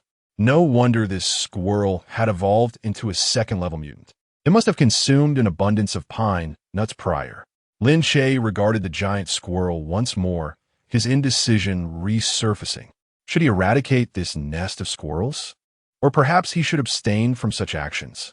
Before Lin Che could arrive at a conclusion, the giant squirrel suddenly expressed terror, repeatedly bowing in submission. This left Lin Che even more perplexed. He had merely contemplated his thoughts internally, yet the squirrel seemed to sense his musings. Could it be that this squirrel possessed not the ability to understand human language, but rather a telepathic power? As Lin Che pondered this notion, he observed the giant squirrel nodding vigorously, seemingly responding to his unspoken thoughts. Goodness, such an extraordinary ability. It would be a shame to simply eliminate it. Seemingly perceiving a glimmer of hope, the giant squirrel retreated into its tree hollow once more, emerging with half of a golden pine cone, as if to present it to Lin Che. Seeing this, Lin Che felt somewhat awkward. Never mind, you can keep that half for yourself. I could consider you a pet. If you continue to evolve, you may provide me with considerable assistance. Lin Che continued to scrutinize the giant squirrel, and once the thought took root, he found it impossible to suppress. Having a pet capable of sensing the thoughts of others would mean he would no longer need to worry about others plotting against him. As soon as an adversarial intention arose, this little creature would detect it immediately. with a bit of training to teach it how to alert him. It should not prove too challenging. Upon reflection, this pet is indeed destined to be his. Noticing Lin Che's eager gaze, the giant squirrel slightly recoiled. "Fear not. If you become my pet, I assure you, you shall not be mistreated," Lin Che declared with utmost conviction. The giant squirrel cast a glance back at the tree hollow, its eyes betraying a hint of reluctance. "Oh dear, your line of thinking is misguided. A true man, born of the heavens and earth, should not merely survive within a tree hollow." Upon hearing Lin Che's words, the giant squirrel adopted a look of confusion. "Ahem, even if you are not a great man, possessing such extraordinary abilities, it would be a pity to squander your innate talents, would it not?" Nevertheless, the giant squirrel remained indecisive. "Oof, I advise you not to be ungrateful. If you refuse to be my pet, you shall merely become a source of experience points." The giant squirrel's fur bristled, its eyes wide with terror. It glanced back at the tree hollow, then at Lin Che, repeatedly weighing its options before ultimately succumbing. The giant squirrel took a few steps closer, nudging Lin Che's pant leg with its tail. "Excellent. You have made a wise choice." With that, Lin Che leapt back to the ground and gestured for the giant squirrel to follow. "Let's proceed." The squirrel chattered softly, glancing at the other squirrels as if imparting some last words of wisdom. Then, it leapt from a tree and fell in a step behind Lin Che.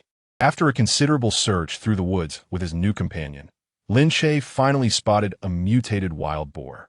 Despite the boar's tough hide and bristly mane as resilient as iron, it could not withstand Lin Che's dry chi breaking the vault technique. With a swift and decisive strike, Lin Che effortlessly dispatched the mutated boar and proceeded to dismember it. The creature weighed over 200 kilograms, and for the sake of convenience, Lin Che opted to retain only a portion of the torso and the forelegs, discarding the rest, a regrettable waste of resources. However, Lin Che needed to conceal his cultivation level, leaving him with no alternative, while the chi-connecting realm enabled him to exert 200 kilograms of force. He would not be able to carry that weight over any significant distance. Should he return to the camp with the entire boar without disguise, it would undoubtedly raise suspicions and possibly expose his true level. Selecting a sturdy stick, Lin Che speared the boar meat and began his trek back to the camp, with the giant squirrel trailing closely behind. Upon arriving at the camp, Fang Haochen and Chu Yao were also returning with their respective catches, engaged in kindling a fire. After a thorough discussion the previous day, the duo resolved that Lin Che should not bear the burden of hunting alone. They had all come to partake in the trial, and merely waiting for food would negate the essence of the experience. Since Lin Che opted to act independently, they, feeling adequately capable, also chose to venture forth on their own. Yang Xin raised no objections, recognizing that the trio constituted the current strongest martial force in their class. Allowing them to operate independently would likely yield no unforeseen complications. Thus, Chu Yao returned with 2 hares, while Fang Haochen brought back a roe deer. The sight of Lin Che bearing the wild boar meat stirred a flurry of discussions among the group. Such a large wild boar must surely be at least a second-tier mutant, right? Isn't that quite normal? Previously, that armored bear was indeed a third-tier mutated creature. To slay a third-tier mutated entity while in the Tongxiao realm feels almost surreal. At this moment, someone finally noticed the colossal squirrel behind Lin Che. Good heavens! A second-tier mutated squirrel. Such a massive creature. Many began to grow cautious. Observing this, Lin Che commanded the giant squirrel, "Come, greet everyone." Chittering, the giant squirrel complied, bowing in greeting to the crowd. "So, you ventured out and returned with a mutated squirrel as a pet?" Chu Yao inquired casually. After having candidly discussed the matter of their annulled engagement, Chu Yao no longer maintained a frosty demeanor towards Lin Che. Their interactions became increasingly natural. "What could I do?" Its charismatic allure compelled it to follow me. Lin Che feigned a look of exasperation. "What is its name?" Chu Yao directed her gaze at the giant squirrel. "A name?" Lin Che turned to the giant squirrel. "Let us call it Big Squirrel, then." Chu Yao's face contorted with disdain. "This is far too perfunctory. How about I help it with a name?" Lin Che silently scoffed. "You want to name it? Are you going to be its mother?" However, Lin Che kept his thoughts to himself and casually replied, "All right then, it's up to you." Let me think. Chu Yao pondered momentarily. Since it is entirely golden, why not call it golden treasure? Lin Che looked perplexed. What did you say? Red golden treasure?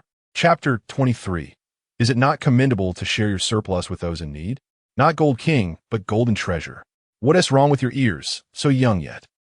Chu Yao could not help but voice her exasperation. Whatever, it's all fine. Lin Che turned to the giant squirrel from now on. You shall be called golden treasure, understood? Chirrup. Golden treasure nodded slightly, indicating comprehension. Wow, it truly is clever, Chu Yao exclaimed in admiration. Indeed, if it were not clever, it would have already become a corpse, Lin Che concurred. Upon hearing this, golden treasure instinctively shrank closer to Chu Yao. Just then, an abrupt voice broke the moment. Brother, I see your group has brought back so much game. You surely cannot consume it all. Could you share a little with everyone? After being intimidated by Lin Che, Lin Zixuan had behaved himself for a day. Now, seizing an opportunity, he couldn't help but try to provoke Lin Che once more. Absolutely not. Lin Che dismissed him offhandedly, having developed a conditioned reflex to refuse Lin Zixuan. Such an abundance of game will spoil by tomorrow. What a pity. Lin Zixuan pressed on. Although Lin Che only returned with parts of a wild boar's torso and limbs, stripping away the bones, still left over 100 pounds of meat. Fang Haochen brought back a roe deer, weighing around 50 or 60 pounds. Chu Yao returned with 2 mutated rabbits, totaling a dozen pounds.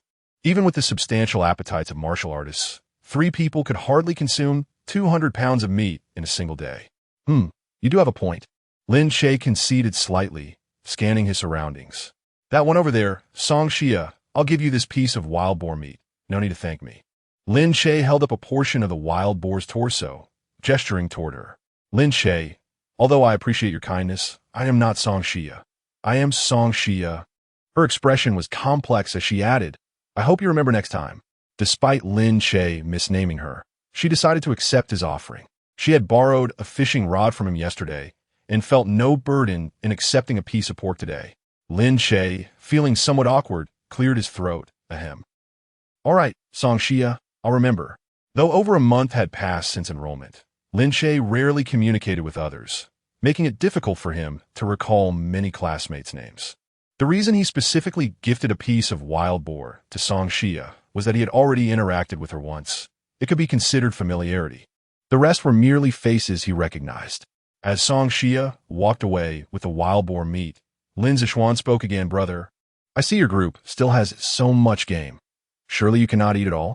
Indeed, we cannot finish it all, Lin Che replied with a sardonic smile. So what of it? Could you perhaps share some with those classmates who are lacking? We are all part of the same collective and should assist one another.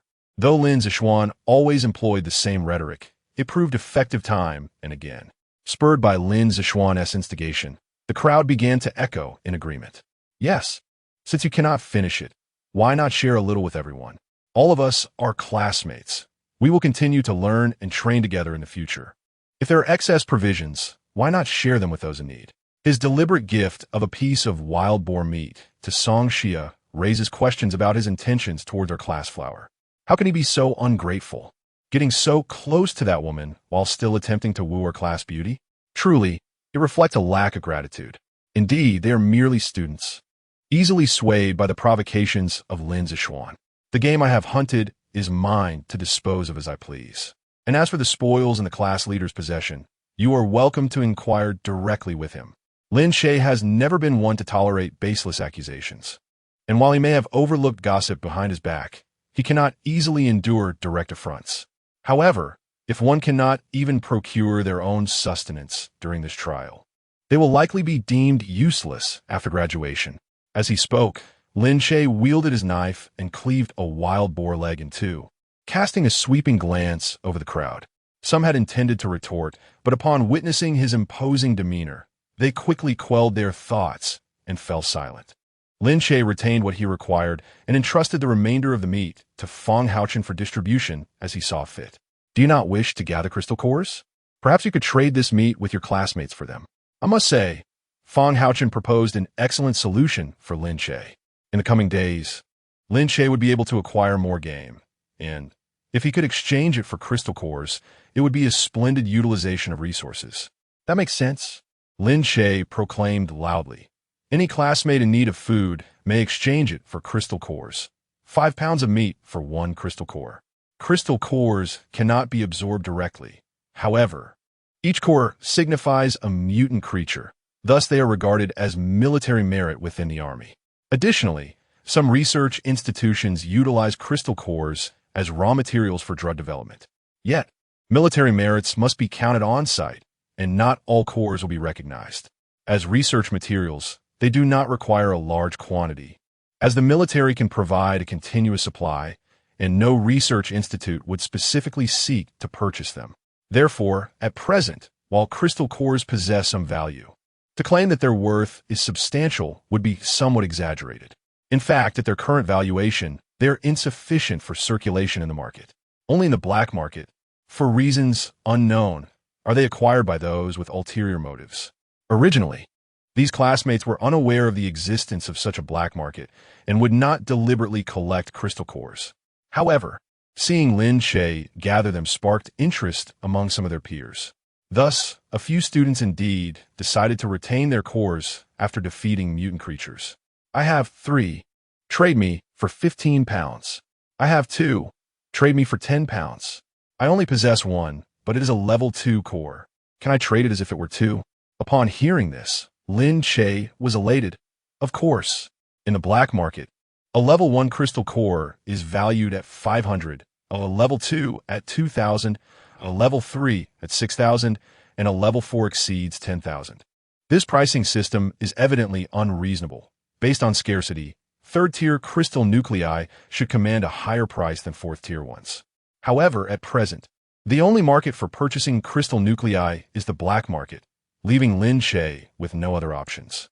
According to this pricing structure, a single 2nd-tier crystal nucleus is equivalent to 4 1st-tier ones. Thus, when a fellow student utilizes 1 2nd-tier crystal nucleus as if it were 2 1st-tier ones, Lin Che is naturally pleased. A 2nd-tier crystal nucleus can be exchanged for 10 pounds, a 3rd tier for 20 pounds, and a 4th tier for 40 pounds. Yet, Lin Che merely boasts, for none of the students present could possibly possess a 3rd-tier crystal nucleus, let alone a 4th-tier one. Ultimately, Lin Che acquired 13 1st-tier crystal nuclei and 1 2nd-tier crystal nucleus, while Lin Zixuan was left seething with frustration. Brother, we are all classmates and should assist one another. How can you demand crystal nuclei from other students? Lin Che cast a sidelong glance at Lin Zixuan, his smile unwavering. If we are to assist one another, then I provide food for my classmates, and they help me gather crystal nuclei. Surely that is only reasonable? After a brief pause, Lin Che's expression turned icy. The notion of mutual assistance cannot imply that I am solely obligated to help others while being denied assistance myself. Can it? I would never think that way. Lin Zixuan vehemently denied. Oh, since you do not feel that way, do you then believe there is anything inappropriate about my asking other classmates for crystal nuclei? Lin Che's eyes narrowed slightly, fixating on Lin Zixuan as though he were prey. Lin Zixuan immediately felt a surge of panic, sensing that a poor response might lead to imminent peril. Chapter 24. If you can't win, call for help. You're quite the trickster, no? No, brother's actions were entirely reasonable. Although Lin Zixuan cursed Lin Che countless times in his heart, he dared not utter a single provocative word. You understand? Lin Che revealed a set of pearly whites. Lin Zixuan's face flushed with embarrassment. Lin Che chose to ignore him, instead extending the roasted pig leg in his hand to Chu Yao. Here, you eat first. I don't want it. Give it to Song Xia. Chu Yao found herself unable to comprehend why she said that. Perhaps she felt that since the two had not yet broken off their engagement, Lin Che should not openly show kindness to another woman in her presence. She remained unaware that this sentiment was perhaps a manifestation of jealousy. Lin Che raised an eyebrow. If you truly want to eat, I might just indulge myself. At his words, Chu Yao snatched the roasted meat from Lin Che's hand and took a hearty bite, as if venting her emotions. Chewing, she mumbled, if you said it's for me, then it belongs to me. As night fell once more, After 2 days of exploration, most students were utterly exhausted and retired to their tents for rest. Only a few campfires flickered weakly in the stillness of the night, casting intermittent shadows. However, in the darkness, a group of figures stealthily approached. Previously, the Wolf King had led his pack away, seemingly abandoning the group of students undergoing trials. Yet, in truth, the Wolf King was exceptionally intelligent, secretly directing scouts to follow them, and had even come to gather intelligence the previous day. Last night, Lin Che had seen the glimmering light, which was none other than the Wolf King's eyes. This night, the Wolf King once again surveyed the camp, noting that the alertness of the inhabitants had significantly waned, marking an opportune moment for revenge. The wolf pack weaved through the tranquil woods and soon reached the camp's perimeter. The Wolf King stood atop a massive rock, surveying the camp with fierce, glinting eyes. With a low, rumbling roar escaping his lips, the pack immediately received the command and surged toward the camp like a relentless tide. If the sentinels had been more vigilant, even the subtle sounds made by the wolves would not have gone unnoticed. Yet it was only when the wolf pack charged into the camp that alarm was raised. "It's the wolf pack! Everyone be careful!" With that shout, the sleeping students jolted awake, scrambling out of their tents. In an instant, a chaotic battle erupted. The cries of battle intertwined with the howls of wolves, echoing through the valley. While the others defended against the wolf pack, Lin Che had stealthily maneuvered to the rear of the Wolf King. As a squirrel, Huang Jinbao was acutely sensitive to unfamiliar scents. Long before the sentinels could rouse the others, Huang Jinbao had already kicked Lin Che awake. Initially, Lin Che was somewhat annoyed and contemplated teaching Huang Jinbao a lesson. However, upon sensing the commotion on the ground, he quickly emerged from the tent, circumventing the wolf pack's front to confront the Wolf King. Lin Che understood that within the pack, the Wolf King was the linchpin. Once the Wolf King was slain, the remaining wolves would pose little threat. Furthermore, for his unique ability, defeating a second-level mutant would yield an enhancement equivalent to vanquishing several first-level mutants. Thus, Lin Che naturally sought to eliminate the Wolf King first. By the time the Wolf King sensed his presence, Lin Che had already drawn his blade from behind. Seizing the moment, he executed the technique reverse severing of the vastness without any need for preparation or probing. The Wolf King, agile and cunning, narrowly evaded the strike. The Wolf King is indeed formidable. It is no easy feat to slay. Lin Che couldn't help but exclaim, although both were second-tier mutants. The previous mutated wild boar had fallen to Lin Che's blade, while this Wolf King could effortlessly dodge and attack. Clearly, even among second-tier beings, there exists a significant disparity in intelligence. With one strike failing, Lin Che could not continue employing his Xingtian's 3 moves, as others had begun to notice his confrontation with the Wolf King. If he wished to conceal his prowess, he would have to engage directly in combat. Fortunately, Lin Che was seasoned in battle. A second-tier mutated Wolf King was not a cause for concern. Seizing the opportunity while Lin Che's attack had missed, the Wolf King lunged fiercely at him. It moved with lightning speed, appearing before Lin Che in the blink of an eye, its maw agape ready to bite. Lin Che swiftly retreated a step, using his weapon to block the Wolf King's advance. Clang! The alloy long knife clashed against the Wolf King's teeth, producing a resounding metallic echo. Rather than retreating, the Wolf King, halted in its tracks, attempted to bite down on the long knife while using its forepaws to attack Lin Che. With a powerful kick, Lin Che struck the Wolf King in the abdomen, sending it flying 3 meters away. Awoo! The Wolf King roared in fury, prompting other mutated wolves to abandon their battles and converge towards Lin Che. Lin Che raised an eyebrow. Unable to win in a duel, you call for reinforcements. I didn't expect you to be so cunning. At this moment, other students gradually formed a formation. Despite several sustaining injuries, they had begun to regain composure after the initial panic. Yang Xin observed the students maintaining their ranks, opting not to engage directly, but to oversee from the sidelines. Classmates, do not panic. Maintain your formation. These are merely first-tier mutants. You can surely handle them. With Yang Xin's encouragement, the students felt reassured, their morale significantly bolstered, gradually gaining the upper hand. On the other side, Lin Che swiftly dealt with several mutated wolves before facing the Wolf King once more. He leaped high, wielding his long knife with all his might as he struck down towards the Wolf King. Sensing the impending blow, the Wolf King leaped to the side. However, Lin Che, despite the momentum of his strike dissipating, managed to pivot the blade, slicing through the Wolf King's hind leg. Although the injury was minor, it revealed a flicker of fear in the Wolf King's eyes. With the pack of wolves subdued by the students, the Wolf King found itself without support and had no choice but to fight with all its might. Awoo! The Wolf King let out a long howl and began to circle Lin Che at a frenzied pace. Observing this, Lin Che matched the Wolf King's movements, gripping his long knife tightly, poised to strike at any moment. The Wolf King accelerated, and just as Lin Che's eyes could no longer track its form, it suddenly leaped towards him. Crack! With a mournful cry, the Wolf King was cleaved in two by Lin Che's blade. He had deliberately lagged behind, his eyes failing to follow the movements of the Wolf King, intending to lure it into attacking.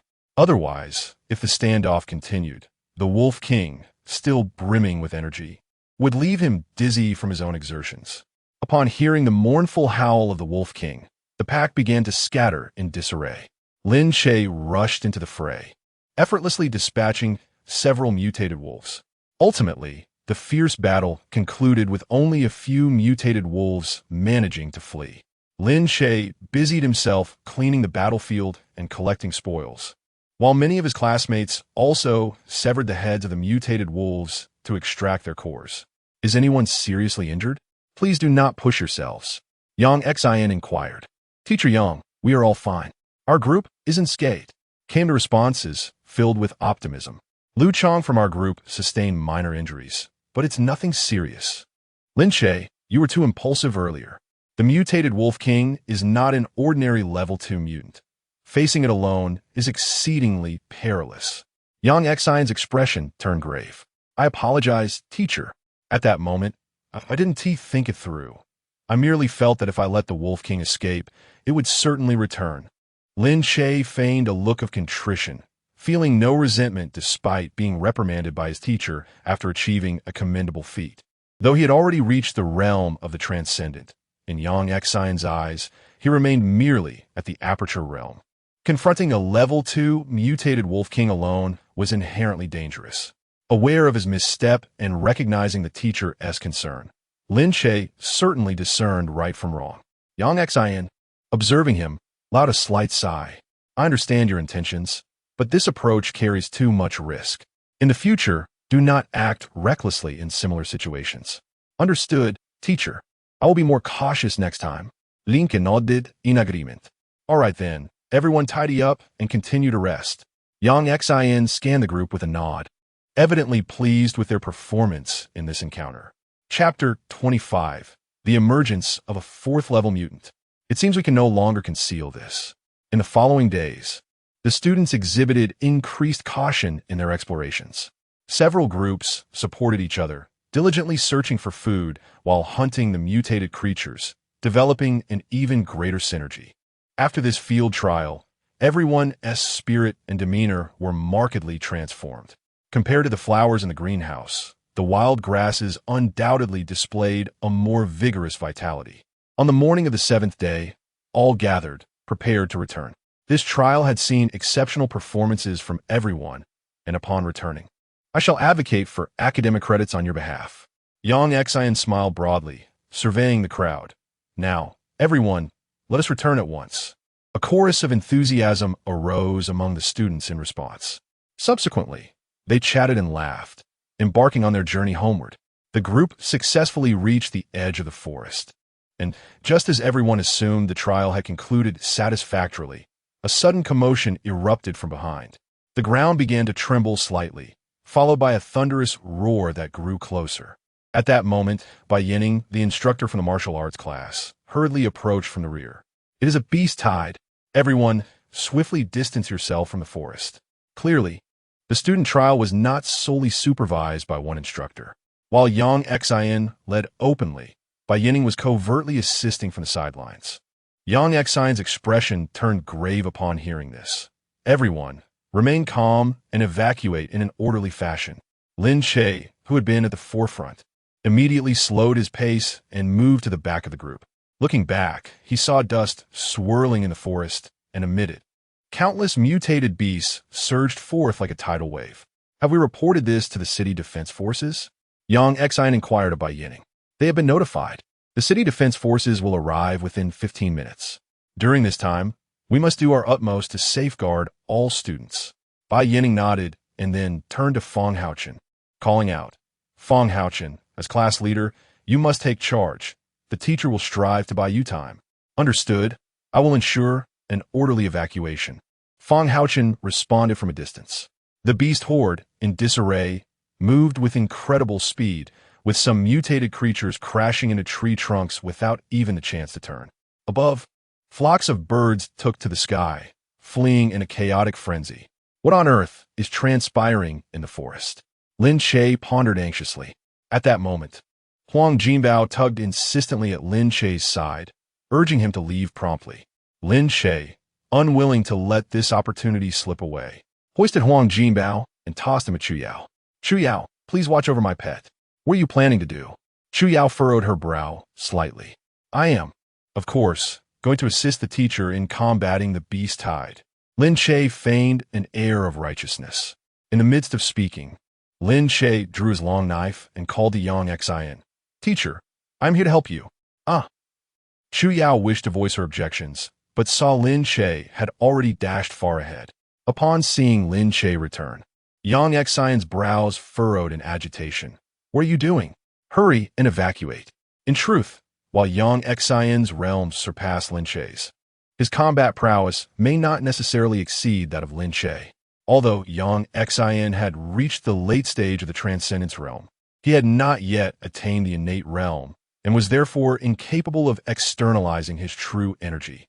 In contrast, Lin Che could employ the dry chi breaking the sky technique to eliminate mutated creatures from a distance of 10 meters. However, Lin Che had consistently concealed his true strength, leading Yang Xian to mistakenly perceive him as merely a hindrance. Faced with such a significant opportunity to enhance his power, Lin Che could not afford to remain hidden. It would be imprudent to feign weakness to the extent of missing out on the beast tide, a rare chance to acquire valuable experience. Disregarding Yang Xian's cautions, Lin Che seized the moment and unleashed 1,000 blades breaking the sky against the oncoming tide of beasts. Waves of energy blades sliced forth from the tip of Lin Che's weapon, toppling various mutated creatures in their path. The once chaotic beast tide was abruptly cleaved in two, with the remaining creatures fleeing to either side. The mountainous region, frequently patrolled by the city defense forces, rarely harbored mutated creatures above level 3. Otherwise, such a feat would have been unattainable for Lin Che. After a brief moment of astonishment, Yang Xian and Bai Yining swiftly joined the fray, striving to eliminate the mutated entities. However, their skills paled in comparison to Lin Che's, and it was not long before they sustained injuries from the relentless assault of the beast tide. Gradually, they found themselves converging towards Lin Che for protection.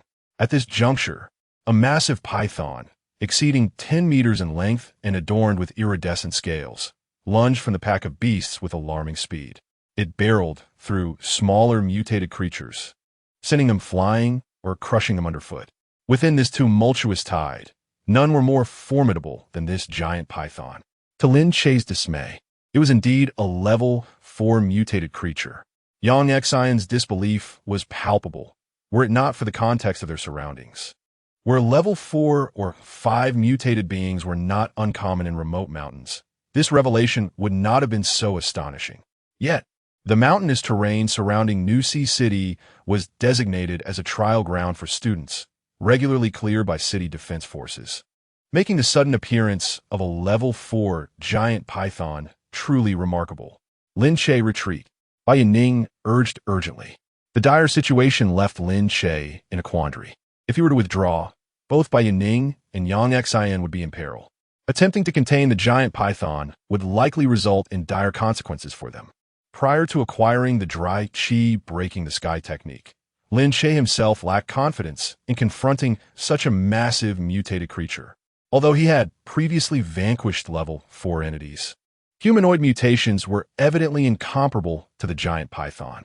Not only did the python possess formidable regenerative capabilities and physical advantages, but its armored scales were also a challenge for a Transcendence Realm warrior to breach. In the midst of the chaos, Lin Che sprang into action, launching a powerful punch amidst the fiery sparks. While his alloy long knife might prove ineffective, his fist energy would undoubtedly inflict internal damage upon the giant python. With a resounding impact, his strike landed squarely on the creature's head, causing Lin Che to feign defeat as he was sent flying several meters by the python's counterattack. The giant python continued to glide forward for several meters before gradually coming to a halt, motionless. As Lin Che approached, grasping his alloy long knife, the giant python suddenly opened its eyes wide and bared its enormous jaws towards him. A formidable fang loomed ominously, seemingly on the verge of making contact with Lin Che, as a foul wind surged forth. Yet, Lin Che showed no sign of retreat. With a deft motion, he executed the reverse severing of the celestial void, directing the blade of air straight into the maw of the colossal python. Hissing in agony, the serpent writhed violently, crushing numerous mutated beasts in its thrashing, until it ultimately lay still. Although its injuries were not outwardly apparent, Lin Che was certain that the great serpent had met its demise. Had the python refrained from opening its mouth, Lin Che might have faced a considerable challenge, for its armored scales presented a formidable barrier. However, it was absurd for such a creature to attempt to outsmart a human. It was, indeed, a path to self-destruction. Following this confrontation, Lin Che realized he could no longer conceal his martial prowess. He was compelled to deliberately suppress the force of his strikes in the ensuing struggle against the beast tide, striving to maintain the secrecy of his true capabilities. Nevertheless, despite Lin Che's efforts at subterfuge, both Bai Yining and Yang Exen discerned subtle hints of his extraordinary strength. Moreover, although Chu Yao followed the retreating group, she frequently glanced back, and even from a distance she could perceive that Lin Che's martial techniques were remarkably unique, with strength that seemed to surpass the typical threshold of the enlightened realm. Once the students had retreated to a safe distance, Lin Che continued to navigate through the throng of beasts, reluctant to relinquish the exhilarating sensation of rapid advancement he experienced in the mid-stage of the Transcendence realm. It was not until the arrival of the city's defense forces that he began to temper his actions. For the city guard, whose average strength resided within the Transcendence realm, this scale of beast tide posed no significant threat. As Lin Che contemplated how to extract the crystal core from the python, a familiar figure from his previous outing approached, an officer, a major, who inquired, "You must be Lin Che, correct? Would you be interested in joining the city defense forces?" Before Lin Che could respond, Yang Exine interjected, "Lu, what nonsense are you spouting?" Chapter 26. Who allowed you to bring mutant creatures home? He is not yet 18, merely a freshman at Xinhai Academy. How could he possibly join the city defense army at this time? Major Lu appeared somewhat embarrassed. Ahem. I was just inquiring. If not now, perhaps in the future. He then turned to Lin Che. I am Lu Ming, a childhood friend of your teacher Yang. If you ever consider joining the military, do prioritize our city defense army in Xinhai. As he spoke, Lu Ming patted Lin Che on the shoulder. I have high hopes for you. Thank you for your kind consideration. If I ever decide to enlist, I will certainly prioritize the city defense army. Lin Che feigned seriousness. Lu Ming waved his hand dismissively. I'm not a leader. Since you're not enlisting now, you may simply call me Lu Ge. Lin Che glanced at Yang Xian and then at Lu Ming. If I call you Lu Ge, wouldn't that imply you are of a lower generation than teacher Yang? Never mind that. Let us each speak our minds, Lu Ming replied nonchalantly. Then it is settled. If I enlist, I will certainly prioritize our city defense army. All right, Lu Ge, rest assured. Lin Che responded enthusiastically. Once Lu Ming departed, Chu Yao approached. Are you all right? Huang Jinbao also came forward, nudging Lin Che's pant leg. I'm fine, just a minor incident. Lin Che feigned arrogance, speaking boastfully. Chu Yao rolled her eyes. Where did you learn such impressive martial skills? Throughout the encounter, Lin Che had wielded his blade with the prowess of the Qi understanding realm, and Chu Yao did not doubt his capabilities. Lin Che gestured for Chu Yao to come closer, and she complied. Well, you might not believe it, but I received teachings from a celestial being in a dream, and I mastered 3 exceptional techniques. Lin Che said mysteriously. If you don't wish to share, that's fine. I'm not that curious. Chu Yao shot Lin Che a glance of disdain. Lin Che shook his head, alas. In this day and age, who would believe the truth? There is scarcely any trust left among people. The hearts of men have grown cold. As he spoke, Lin Che looked at Huang Jinbao. Am I not right? Huang Jinbao blinked and then nodded in agreement with Lin Che. Seeing this, Chu Yao shook her head in resignation. Indeed, like master, like pet. At that moment, young Xian approached, carrying a bag of crystal cores.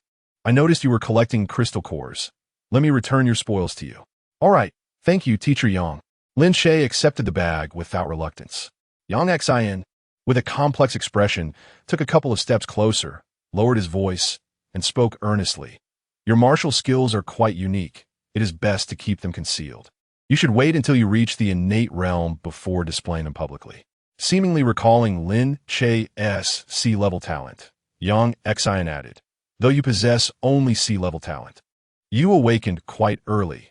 With effort, there is still a chance for you to achieve mastery. Lin Che nodded. Rest assured, teacher, I am not one to flaunt my abilities. Good, as long as you are aware. Young Xian lifted his gaze towards the students in the distance. Go ahead, fall in line, and return to the school. Understood, teacher. In that moment, Lin Che appeared as the epitome of a diligent student, a stark contrast to his earlier reckless demeanor when he had plunged into the tide of beasts. Within a mere span of 10 minutes, Lin Che had vanquished over 100 mutated creatures, yet the crystal cores collected by Yang Xian amounted to a staggering 200. It was evident that Lu Ming had intentionally provided a surplus. It could be surmised that he had counted the beasts slain by Yanning and Yang Xian towards Lin Che's tally.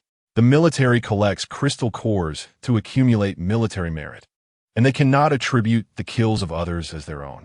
Perhaps in private, such actions could occur, yet in the glaring presence of many, no one would dare to shamelessly claim another's achievements. Thus, the surplus crystal cores were, of course, not valid. Since Lin Che was gathering the cores, Lu Ming was more than willing to do a favor, allowing the collection to be handed over to Lin Che. Who knows? Lin Che might even become a soldier under his command in the future. Offering a heads-up could only be advantageous. Even in the unlikely event that Lin Che chose not to enlist, these crystal cores rightfully belonged to him and the 2 teachers as spoils of their battle. Assisting in their collection was merely a trivial matter, one that could only be welcomed. Encountering the beast tide was exceedingly perilous for a group of students. Along the way, the expressions of the crowd varied. Some were filled with exhilaration, while others wore faces of trepidation. Fortunately, the level of the beast tide was relatively low, and Lin Che, along with his 2 teachers, successfully contained the onslaught, creating a safe passage for the students behind them. By the time the city defense forces arrived, no casualties had been reported, which was indeed a stroke of luck. Upon returning to the school, Yang Xian and Bai Yanning first attended to their wounds in the infirmary, and then both proceeded to analyze and summarize the trial. They specifically criticized Lin Che's impulsive behavior, though accolades were also bestowed upon him. While they did not formally endorse his actions from a personal standpoint, both teachers held a deep admiration for Lin Che. After school, Lin Che made his way towards the private vehicle arranged for him by the Lin family, accompanied by Huang Jinbao. Lin Che, Chu Yao suddenly called out from behind him. Is there something else, classmate Chu Yao? Lin Che asked, puzzled. It's nothing. See you tomorrow. Chu Yao hesitated, her words trailing off. All right. See you tomorrow. Lin Che nodded, then opened the door to the car and drove away. Upon returning to the Lin household, Lin Che entered the living room with Huang Jinbao, only to be met with an immediate interrogation. Who permitted you to bring a mutated creature home? Lin Hai's expression was stern. Lin Che shrugged nonchalantly. If you can stop it, be my guest. Although Huang Jinbao was merely a squirrel, it was still a level 2 mutated creature, while Lin Hai was an ordinary person. It was clear that a regular individual could not possibly restrain a level 2 mutated squirrel. Lin Che's words were purely intended to vex Lin Hai. How dare you speak to your father like that? Lin Wanting stepped forward, glaring at Lin Che. Do not think your attainment in the enlightened realm grants you the audacity to disrespect your elders. Do not forget, I'm also a graduate of New Sea Academy. The admission criteria of Xinhai Academy stipulate a talent level of C, while graduation requires one to attain the transformation realm. Lin Wanting possesses an A-level talent and is a graduate of the Xinhai Martial Arts Academy, currently at least in the mid-transformation realm.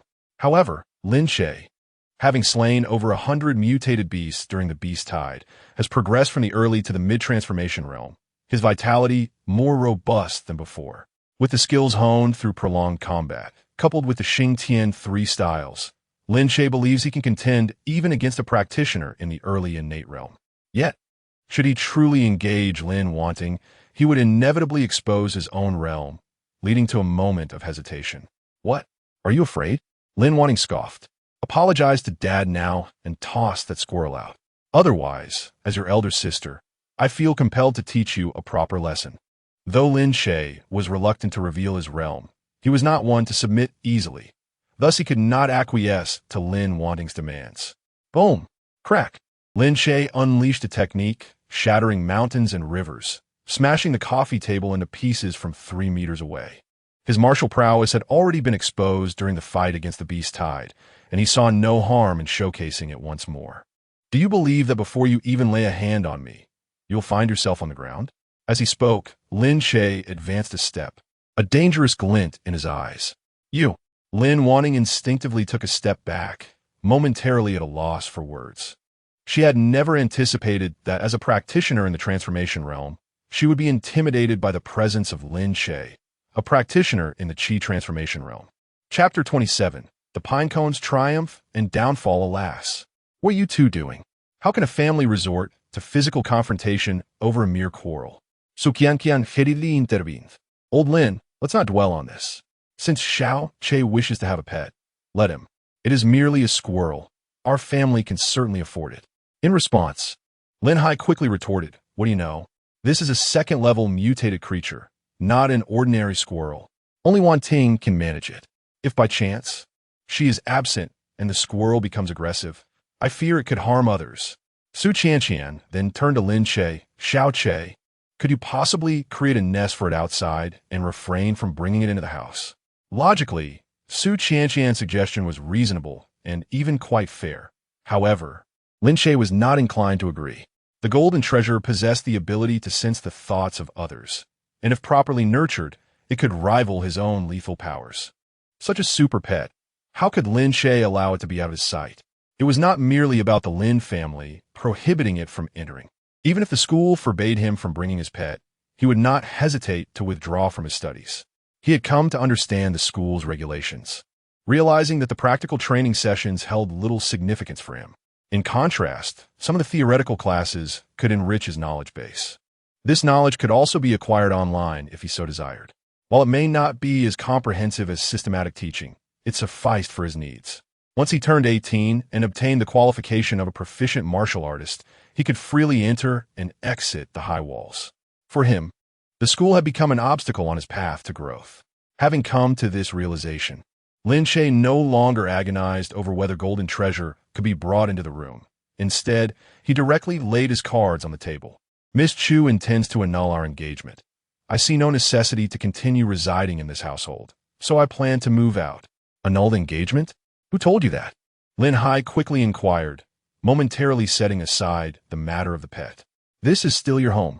How can you just leave? Sukiankian immediately objective. Miss Chu personally confided in me that she wishes to withdraw from our engagement. It is likely that members of the Chu family will come to visit shortly. Lin Che replied, shaking his head. Living here makes everyone uncomfortable. It is better for me to move out, allowing you all some peace. Absolutely not.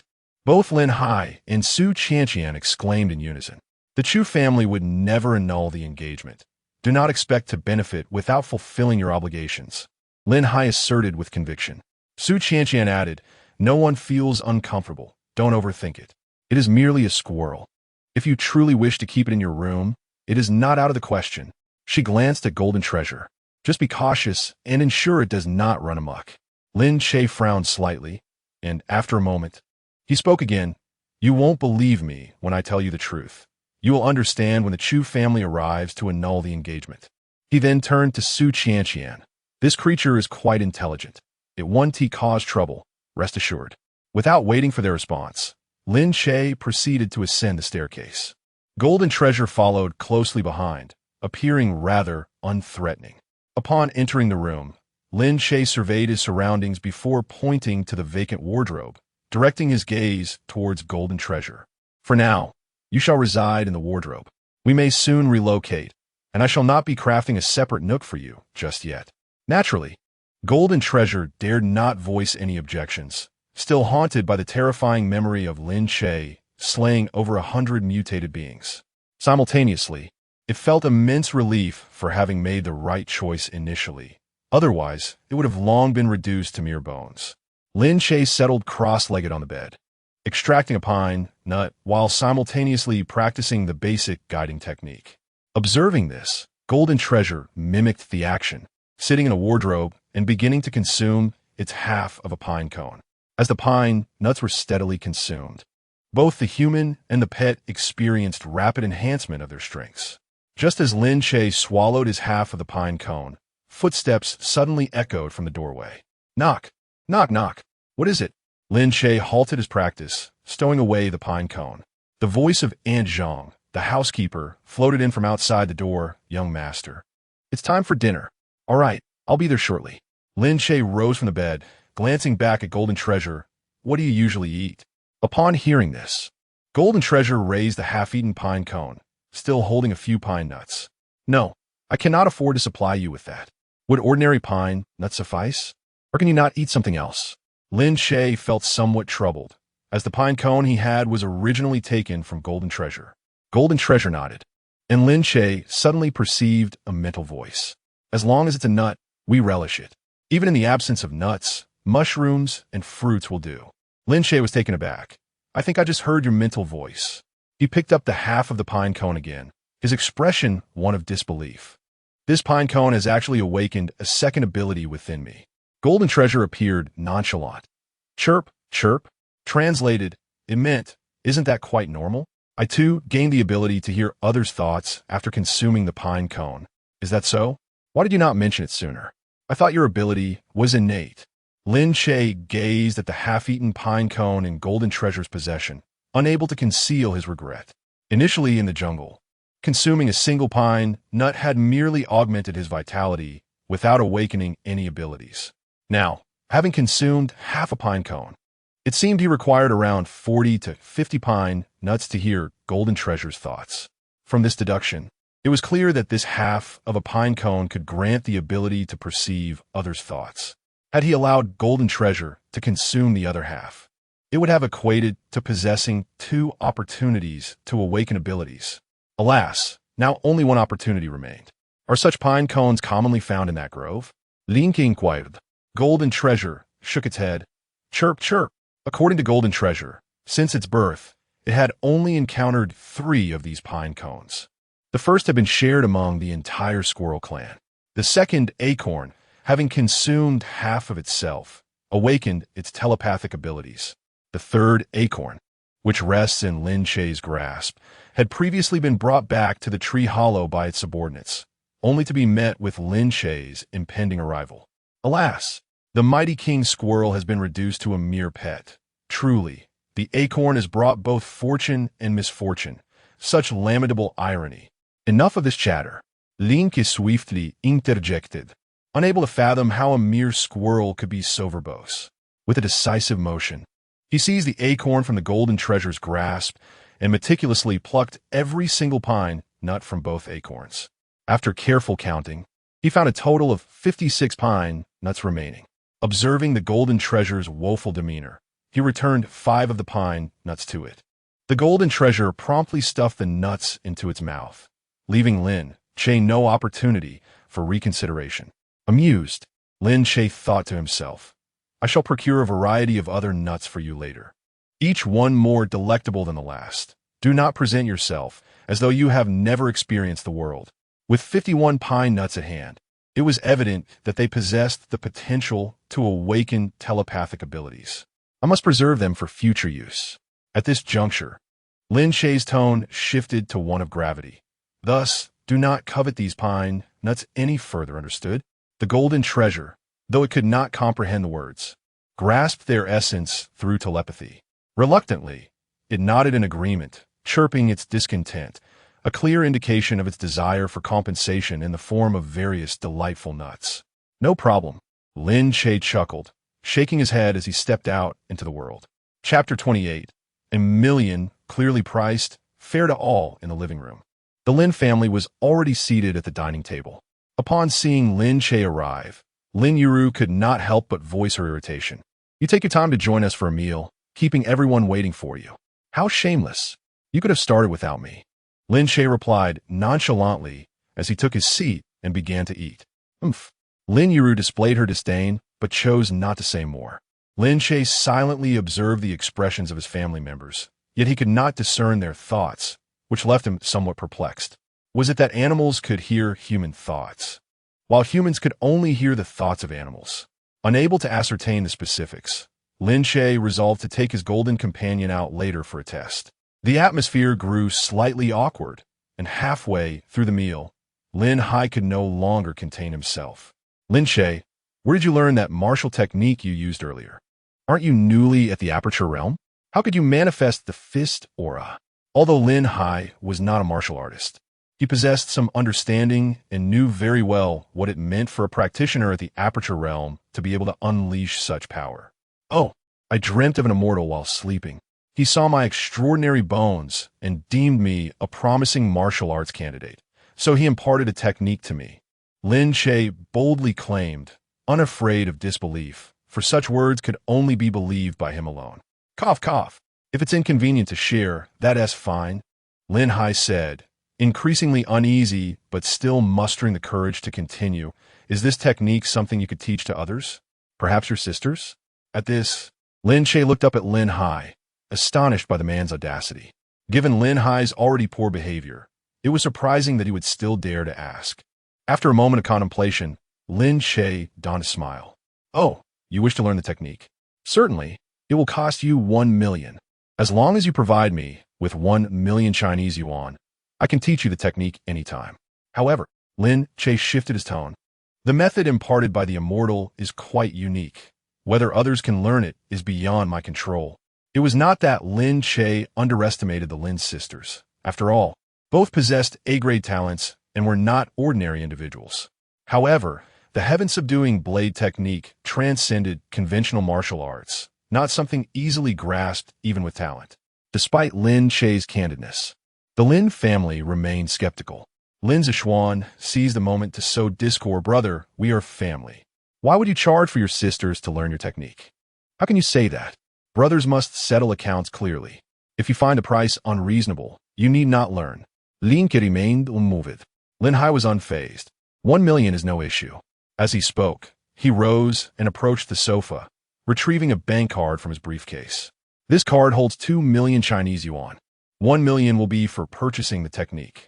The other million will be for you to personally guide Wan Ting and you row for a month. Lin Che inwardly lamented the misfortune of having set the price too low. It should have been 10 million.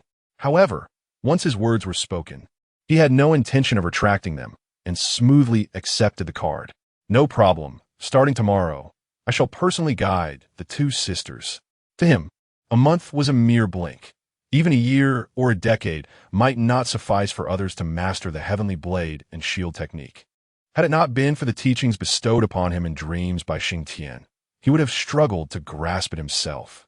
After dinner, Lin Che took his substantial bank card and exited the Lin residence, making his way to the nearby marketplace adjacent to the villa district. Following the day of revelation, every aspect of life had been affected.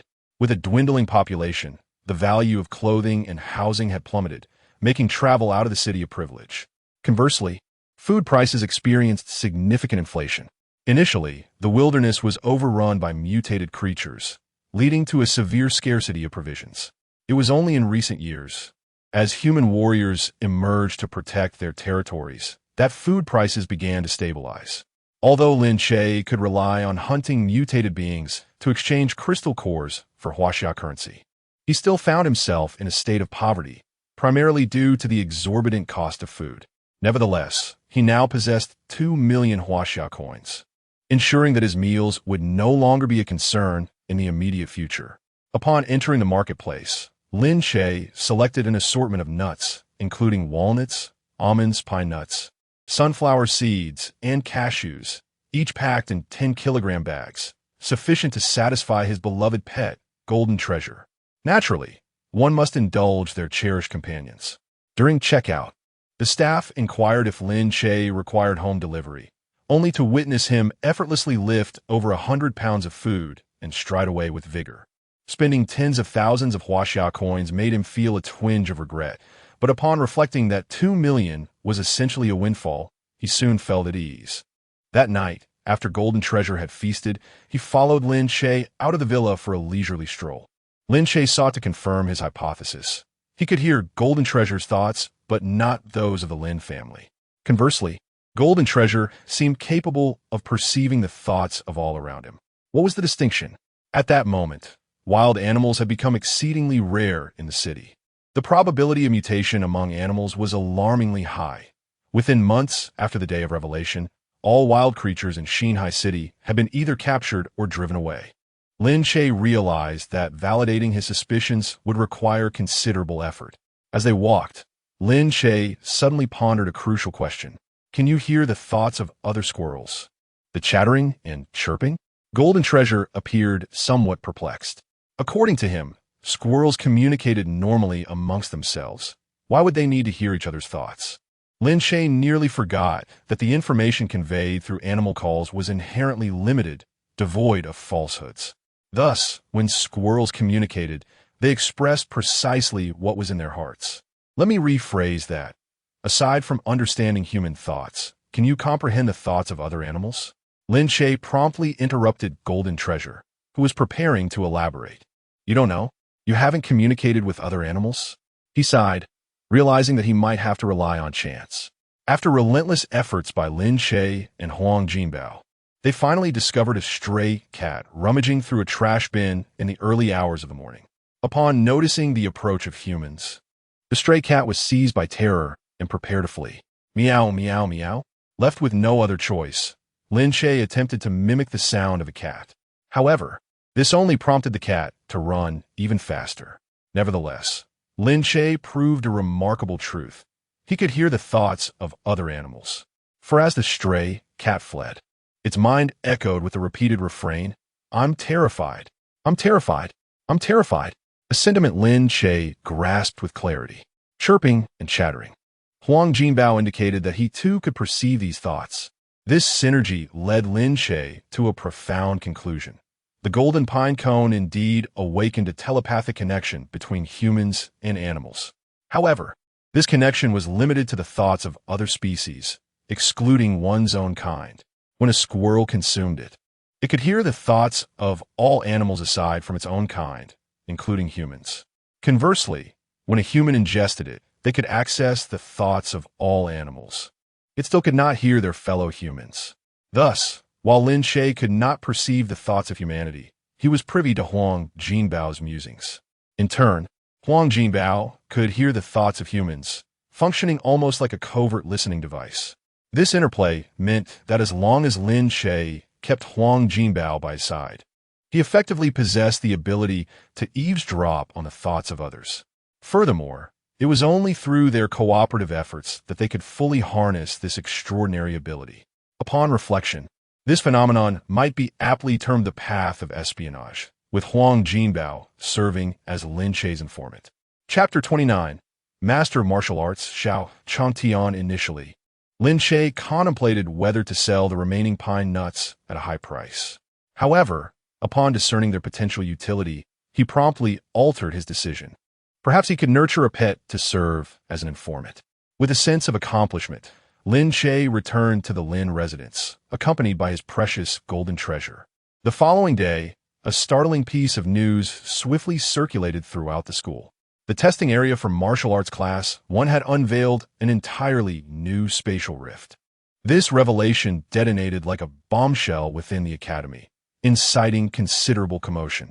In the aftermath of the day of revelation, spatial rifts began to manifest around the globe, each presenting diverse temporal interactions and an array of bizarre phenomena.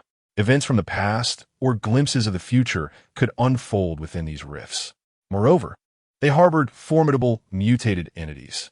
Naturally, danger often accompanies opportunity, and for martial artists yearning to enhance their prowess, the allure of these spatial rifts was undeniable. Lin Che was no exception. However, as a general rule, students were prohibited from entering these rifts before graduation unless some managed to ascend to the innate realm, capable of handling themselves independently. Otherwise, to venture recklessly within would be tantamount to courting death. Fortunately, they had evacuated in a timely manner. A delay might have resulted in dire consequences. Who could have anticipated the sudden emergence of spatial rift without any forewarning? Once I ascend to the Master Realm, I shall venture inside to uncover the truth. With your current training mindset, it seems unlikely you will have such an opportunity. Perhaps after I become a master, I shall explore it and share the insights with you. What do you mean I cannot? Yet you can? You truly possess a sense of humor. What, are you unwilling? Shall we spar at the training ground? Suddenly, Chu Yao's voice interrupted Lin Che's thoughts. Are you planning to bring it to school every day? Of course. Not only to school, but I shall take it with me for meals, sleep, and even to the restroom. Lin Che nonchalantly replied, patting his golden treasure by his side. Ugh, who asked about your restroom habits? Chu Yao retorted with a look of disdain. The school prohibits pets. What if someone reports you? That seems rather unreasonable. What if I possess the ability to communicate with beasts? Lin Che responded earnestly. Chu Yao pauset, contem Lin. That seems somewhat reasonable. But if you truly had the ability to command beasts, would you really choose a mutated squirrel? What is wrong with squirrels? They are quite powerful, Lin Che thought, knowing that revealing the true nature of his companioness abilities would leave her astounded. During the lunch break, Bai Yining approached Lin Che, requesting his presence in the principal's office. Thus, Lin Che took his golden treasure in hand and followed her to the administrative building. The principal wishes to see you. It may relate to the martial skill you previously employed. Consider your response carefully, Bai Yining whispered, ensuring that only Lin Che could hear her. The principal of Xinhai Martial Arts Academy, named Xiao Changtian, is a late-stage, innate martial artist. As a master of martial arts, Xiao Changtian holds a prominent position in the realm of Xinhai. It is likely that a student like Lin Che would only have the opportunity to meet him during the enrollment ceremony or the school S-Grand competition. Since Lin Che transferred midterm, he had not participated in the enrollment ceremony, making this his first encounter with the legendary martial arts master. However, the circumstances of their meeting left Lin Che feeling rather helpless. First, it was the Lin family, and now the principal. One could only wonder who else might come in the future. Indeed, it is a case of the innocent suffering for the guilty. Had Lin Che not been recognized by the Lin family and remained merely an orphan, revealing his mastery of the Gan Chi Pa Cheongju would have undoubtedly endangered his life. It seems that the only way to truly seize his own destiny is to enhance his strength as swiftly as possible. Thank you, senior sister. I shall be cautious. Lin Che nodded in agreement. While he could easily deceive the Lin family by claiming that he was imparted with skills in a dream, such tactics would not work on the principal, prompting him to concoct a more credible excuse. In this era, honesty seems to be a rare commodity, which can be quite exasperating. Bai Yining glanced at the squirrel in Lin Che's hand, but chose not to speak further. The two arrived at the door of the principal's office, where Bai Yining knocked gently. Come in. A robust voice resonated from within. Bai Yining opened the door, with Lin Che following closely behind. Principal, Lin Che has arrived, she announced. Upon hearing this, the middle-aged man behind the desk slowly raised his head, scrutinizing Lin Che. Dressed in martial arts attire, Xiao Changtian's gaze was piercing. Indeed, Lin, you possess an extraordinary demeanor. You flatter me, Principal. Lin Che replied with a calm demeanor, showing respect. Ha ha, young people ought to be humble, yet not overly so. Xiao Changtian nodded, then turned to Bai Yining. Teacher Bai, you may attend to your matters. I wish to speak with Lin Che privately. Very well, I shall take my leave. Bai Yining cast a glance at Lin Che before exiting the office and gently closing the door behind her. Make yourself comfortable. There's no need to be formal. Xiao Changtian gestured for Lin Che to take a seat on the nearby sofa, which Lin Che did without hesitation. I have heard that you performed exceptionally well during the recent wilderness trial, especially when facing the beast tide, managing to stand alone against it. A remarkable feat indeed. Lin Che quickly waved his hands. It was merely luck. It hardly qualifies as a remarkable achievement. The principal is overly gracious. Oh, this is no flattery. I do not exaggerate, Xiao Changtian replied, then glanced at the squirrel in Lin Che's hand. This mutated squirrel, you acquired it during the trial. Did you not? Yes. I encountered it while hunting and noticed its intelligence, so I decided to keep it as a pet. Lin Che responded, partly truthfully. By all accounts, he was not lying, as the golden treasure was indeed quite clever. A second-level mutation among squirrels. It is rather rare.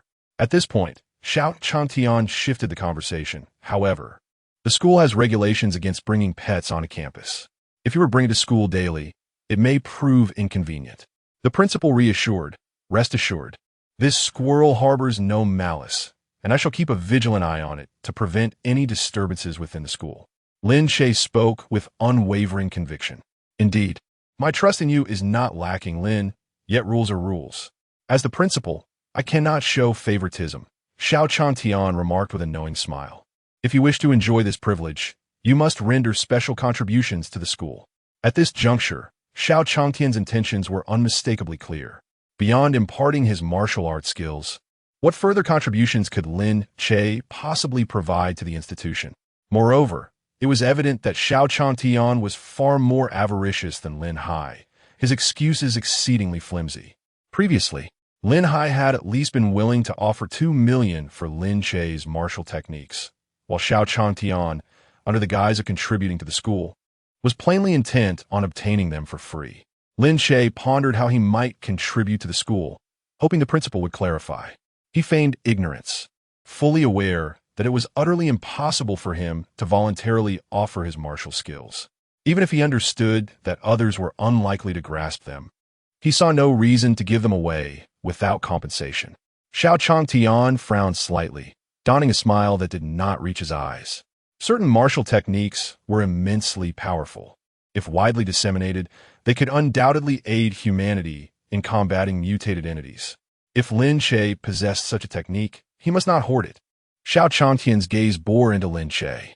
Those in positions of power often seek grandiloquent justifications to fulfill their own agendas. Whether Lin Che's skills could be widely taught remained uncertain. Yet it was certain that Xiao Changtian would be the first to seize the opportunity to practice them. Chapter 30. The Little Hedgehog and the Old Fox. It is not that I am withholding information. Rather, this martial technique is rather challenging to master. Lin Che feigned a look of difficulty. Upon hearing this, the smile on Xiao Changtian's face became even more sincere. It matters not. Whether one can learn it is entirely dependent on personal fortune. The school merely provides the opportunity for learning.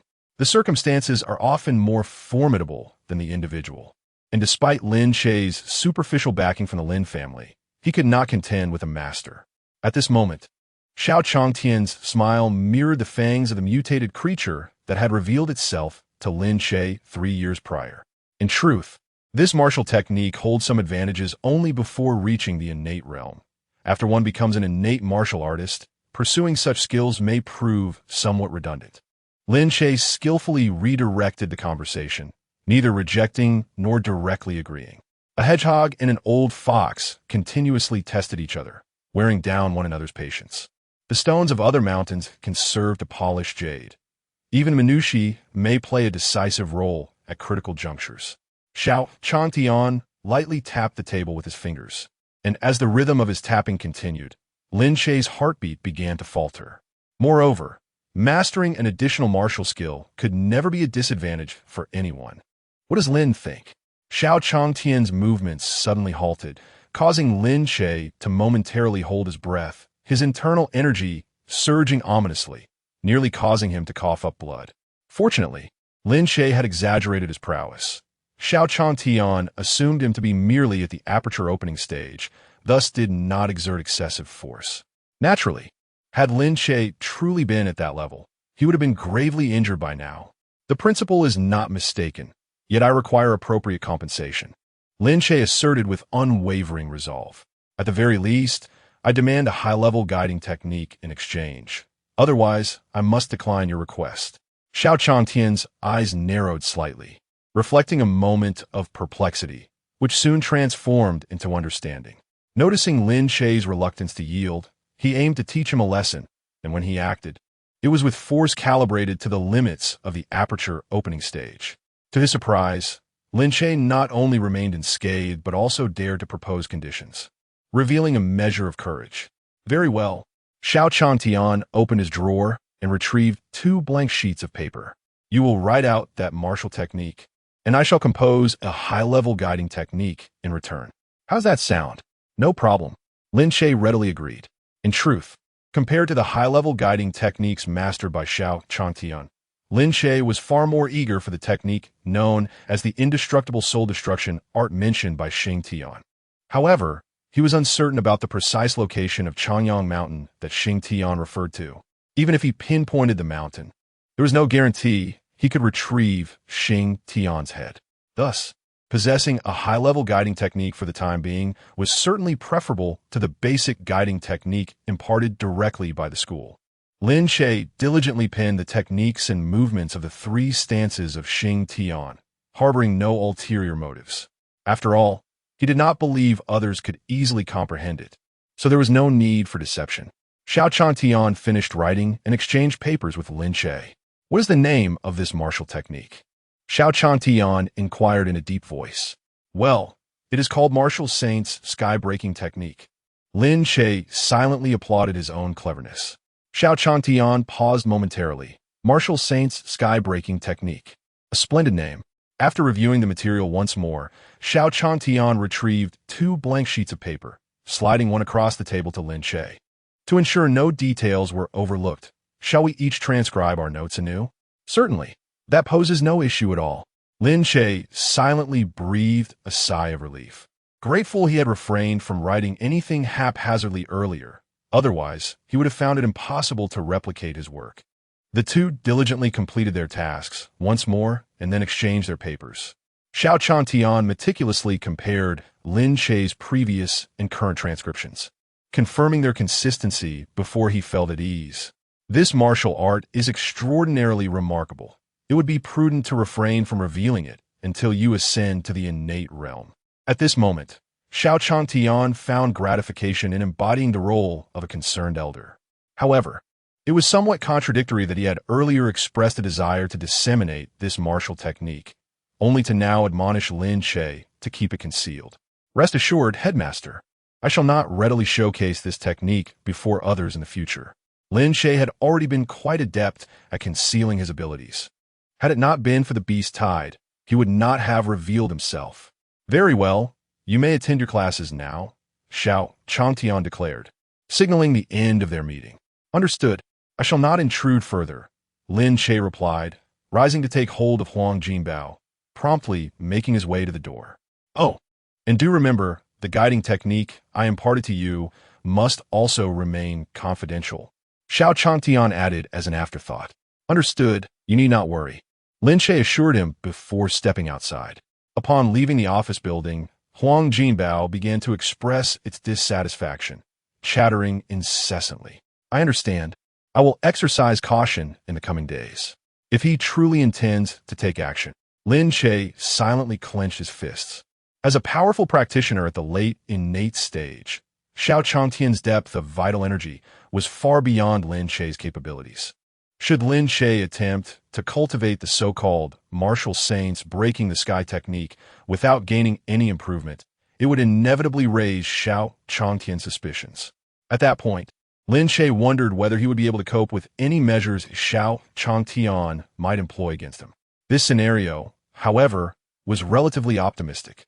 Should Xiao Changtian genuinely grasp any insights from the 3 styles of Xingtian, he might even resort to silencing Lin Che permanently. Such martial arts, transcending the limitations of realms to unleash energy blades from the Qi opening stage, possess the potential to drive anyone to madness.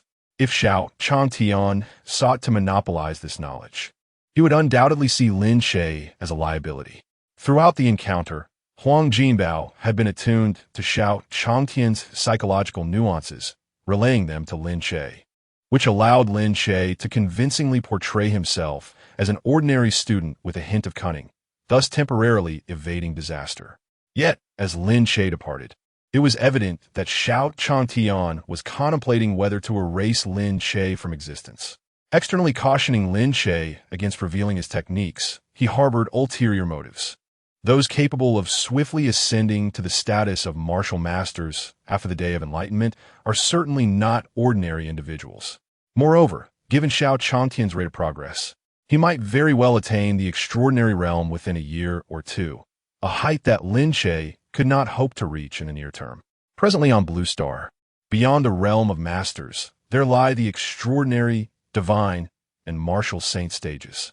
These three realms have emerged successively in the 17 years following the Day of Enlightenment. The term extraordinary, as the name suggests, signifies a transcendence beyond the mundane. This indicates that martial artists at this level have surpassed the confines of ordinary humanity. In the realm of innate abilities, one can achieve the detachment of true energy from the body, while those who attain the extraordinary realm can manipulate true energy to hover in the air, floating in the void, akin to celestial beings. They naturally embody the essence of the extraordinary. Advancing further, the divine realm bestows upon the individual a third transformation of innate talent, resembling divine powers. Warriors endowed with strength-based talents can move mountains and shatter cliffs, while those with speed-based talents can traverse the ground with astonishing swiftness. Water-affiliated warriors possess the ability to sever rivers, and fire-based warriors can incinerate all that exists. Individuals like Chu Yao, possessing S-grade spatial talents in the divine realm, can master the power of spatial collapse, wielding unparalleled destructive potential. However, those with body enhancement abilities and ordinary elemental talents seldom ascend to the rank of martial sage, as the divine realm represents the pinnacle of their capabilities. Yet, S-grade talent holders, such as those with powers of space, lightning, and mental prowess may, through diligent effort and fortuitous circumstances, ascend to the status of martial sage. They are referred to as sages because they have transcended the limitations of true energy and martial skills, grasping a certain spiritual realm. In combat, they can transform their surroundings into a domain of martial arts. Within their domain, a martial sage can effortlessly channel the forces of nature with a mere gesture. The most formidable practitioners of the divine realm, when facing even the weakest martial sage, find themselves at a disadvantage. Presently, there exists but one extraordinary realm warrior guarding the entirety of Xinhai City. Should Xiao Changtian ascend to the extraordinary realm, he would emerge as one of the city's most formidable forces. As a master of martial arts, Xiao Changtian may still heed the etiquette of the mundane world, refraining from direct confrontation with Lin Che. However, once he attains the extraordinary realm, his actions will undoubtedly become far less constrained. Chapter 31. Why do mutant beasts seek to annihilate the Animal Protection Association? At present, Lin Che possesses mid-stage transcendent cultivation, and with the aid of the Breaking the Sky technique, he could potentially contend with early innate martial artists. Alas, Xiao Changtian is at the late stage of the Master Realm. Given Lin Che's current level of cultivation, it is evidently impractical to confront someone of such prowess. At this moment, Lin Che cannot help but feel a twinge of regret for his earlier impulsiveness. A momentary lapse in judgment led to the exposure of his martial skills, immediately attracting covetous eyes. However, upon reflection, if given another chance, he would likely act similarly. Firstly, the onslaught of the beast tide is ferocious. If he does not intervene, he will inevitably be ensnared. Secondly, cultivation is fundamental for a martial artist. If he were to suppress his strength and refrain from action, he would truly become worthless. Now that the situation has reached this point, regret is futile, and it is premature to dwell on such thoughts. If Xiao Changtian fails to master the Breaking the Sky technique, it is improbable that he will make a direct move against Lin Che. Even if, hypothetically, Xiao Changtian truly wishes to eliminate Lin Che, he could simply find a way to leave Xinhai City. Presently, with the undying soul technique still unattainable, Lin Che will eventually venture into the wilderness. Upon returning to the classroom and just settling down, Chu Yao feigned indifference and inquired, "What did the senior sister want with you?" "Oh, senior sister believes I'm exceptionally heroic and wishes to know me better," Lin Che replied with a jest. Chu Yao's heart tightened momentarily, but then she deduced that Lin Che was teasing her, and she shot him a glare. "I can't believe you, always spouting nonsense. Never a word of truth. Young lady, your current demeanor starkly contrasts with your usual image. Are you aware of that?" Lin Che could not help but comment. Chu Yao, perplexed, asked, "What is my usual image?" "In the eyes of our classmates, you should be an ice-cold beauty, a flower atop a lofty peak. Yet your previous gossiping behavior clearly does not align with your typical conduct." Lin Che scanned their classmates and continued, "If the others were to discover that our Chu Yao has another side, I wonder what their reactions would be." Hearing the terms ice-cold beauty and lofty flower, Chu Yao's heart inexplicably raced. She was well aware of her striking appearance and had received ample compliments. Yet, when these words came from Lin Che, they seemed to carry a different significance, filling her with delight. "What kind of person do you think I am?" Chu Yao could not resist asking. Lin Che paused momentarily. Scriving Chu Yao au set stili. Only when he noticed her growing discomfort did he nod and slowly reply, "Your face resembles a lotus, your eyes like autumn waters, your skin surpassing snow. Indeed, I find you quite enchanting." Upon hearing this, Chu Yao's cheeks flushed crimson, and she feigned anger. "Who asked you that?" "I meant what you think of me as a person." "Oh, so that is what you meant?" Lin Che feigned realization. Chu Yao, pretending to be proud, replied, "Of course. Do I not know that I am beautiful? Must I ask you?" Understood." Lin Che nodded, saying, "However, I'm still quite unsure of what kind of person you truly are. We have only known each other for a little over a month, and we are not very familiar." "You," Chu Yao interjected, pinching the flesh at Lin Che's waist. "You are driving me mad. Ouch, that hurts. Heroin. Spare me." Lin Che cried out in agony, drawing the attention of the entire class. Upon witnessing this, Chu Yao quickly released her grip, her face flushing with embarrassment, radiant as a blooming flower. Among the surrounding classmates, there were expressions of envy and jealousy, with a few glances tinged with animosity. Were these two becoming romantically involved? Was it not obvious? How could one fail to see such a clear sign? The heavens are blind. How could that woman have taken a liking to him? Now, that point is not entirely accurate. Lin Che is not lacking in merit. Someone pointed out. Indeed, during the Beast Tide, it was only Lin Che who dared to step forward and lend a hand. Very well, based on that alone, I shall temporarily set aside my grievances over the rivalry for a wife. But spare me, standing before that woman, if she were to glance at you even once. I consider myself defeated." Hearing the murmurs of the crowd, Chu Yao grew increasingly flustered. "Do not misunderstand me. Although we have a marriage contract, I have stated my intention to annul it, so I will not be with you." Her words echoed her previous sentiment, yet her demeanor was no longer as resolute as before. "I understand. Do not worry. I will not harbor any misconceptions," Lin Che replied calmly. "However, you mentioned that you would have your family approach the Lin family to annul the engagement. Why has that not yet occurred?" Previously, Lin Che had informed his family of Chu Yao's intentions, but Lin Hai did not believe him, adamantly asserting that the Chu family would never agree to an annulment, exuding an unfounded confidence. Now that Golden Treasure could probe into thoughts, it might be a good opportunity to investigate. "Did you not just return from the trial? Have you not had a chance to discuss it with your family?" Chu Yao's expression soured. "What do you mean by being so anxious? Is being engaged to me a source of embarrassment for you?" Lin Che looked perplexed. "Miss Chu, from where did that notion arise?" "I merely asked out of curiosity. If you're not anxious, why should I be?" You better not be." Chu Yao turned away, choosing to disregard Lin Che. In truth, Lin Che was somewhat anxious. He preferred to resolve matters promptly. The longer things dragged on, the more he felt an unresolved issue lingering, which was quite unsatisfactory. Moreover, he could not decipher Chu Yao's capricious emotions at the moment, prompting him to clandestinely communicate with Golden Treasure. Was she thinking? Lin Che, you scoundrel. A complete rogue. A nuisance. Golden Treasure replied candidly. Very well. I should not have asked in the first place. Lin Che thought to himself, shaking his head. That fellow named Qin Ming is looking for an opportunity to deal with you. And your brother has been cursing you in his heart, using quite foul language. Golden Treasure continued to divulge the thoughts of others. That female, named Song Xia, finds Chu Yao exceedingly detestable. Enough. From now on, tell me only what I inquire about. If I do not ask, do not volunteer any information.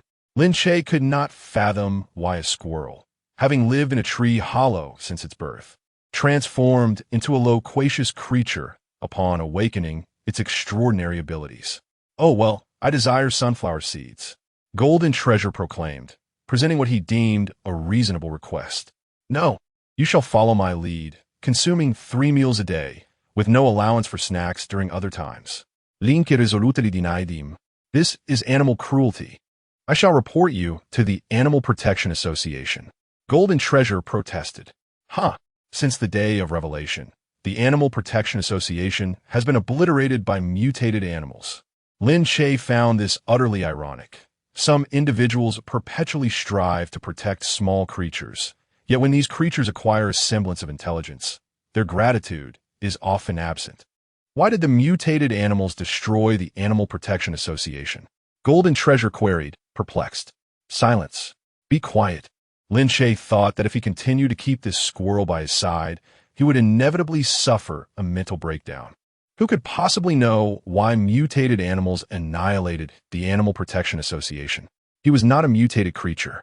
After dinner, in the backyard of the Lin family villa, Lin Che formally began instructing the Lin sisters in the sky-shattering technique. Even though Lin Che was acutely aware that others might struggle to master this technique, he was being paid for his services and felt compelled to put on a show. First move, shattering mountains and rivers. Lin Che leaped high, utilizing momentum to flip his body and delivered a powerful punch. Boom! The prearranged bricks shattered in response. Second move, reversing the void. Lin Che lunged forward with a swift step, slicing backward with a blade. Crack! The second prop was cleaved in two by the force of the air.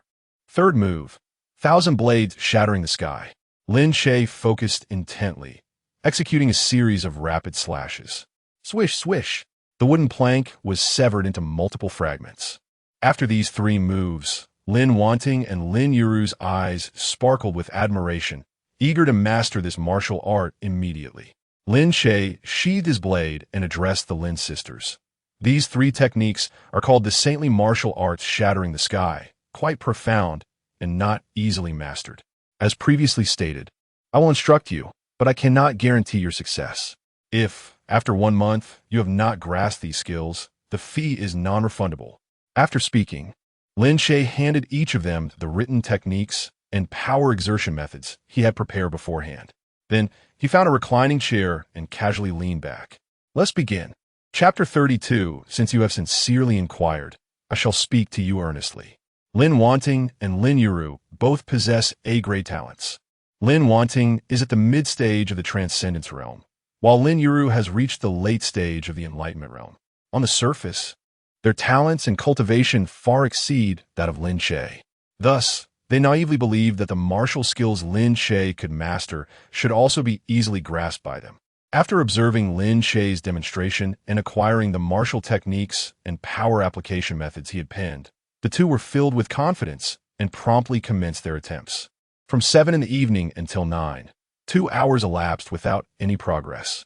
The truth is, not every martial skill is suited for everyone.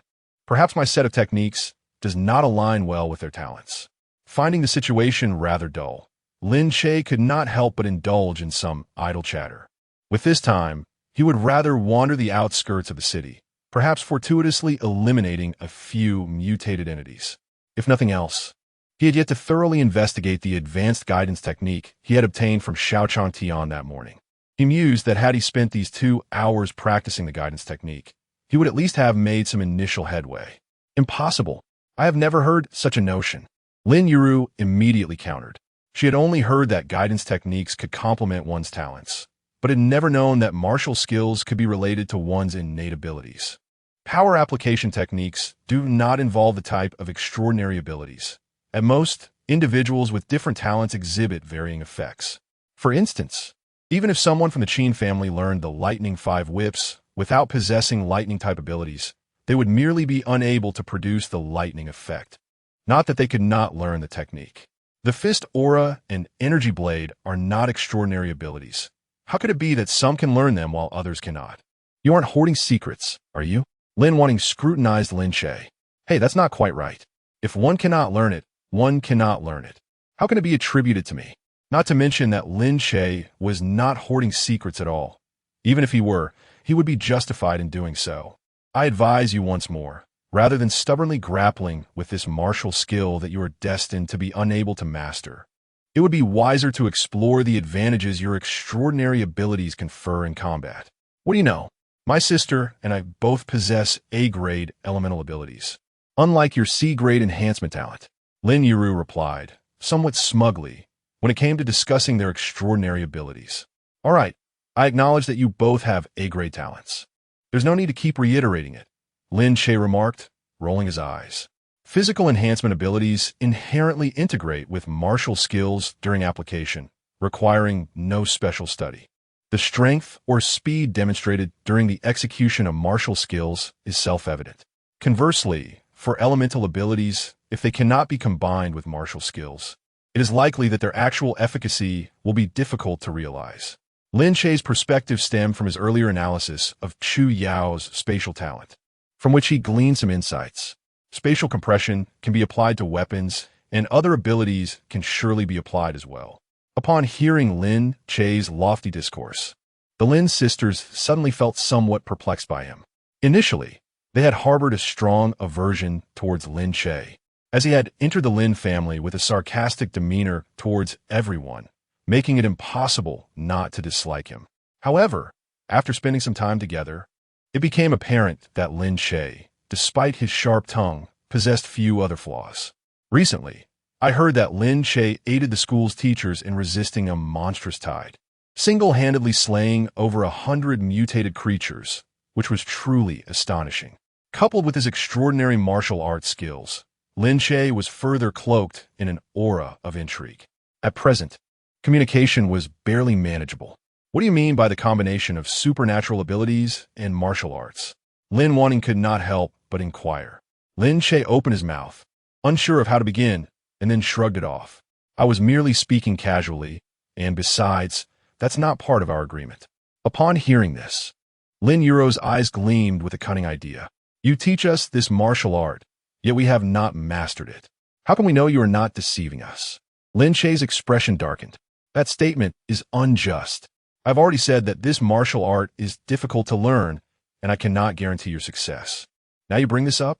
If you wish for me to overlook it, then tell us how to combine supernatural abilities with martial arts.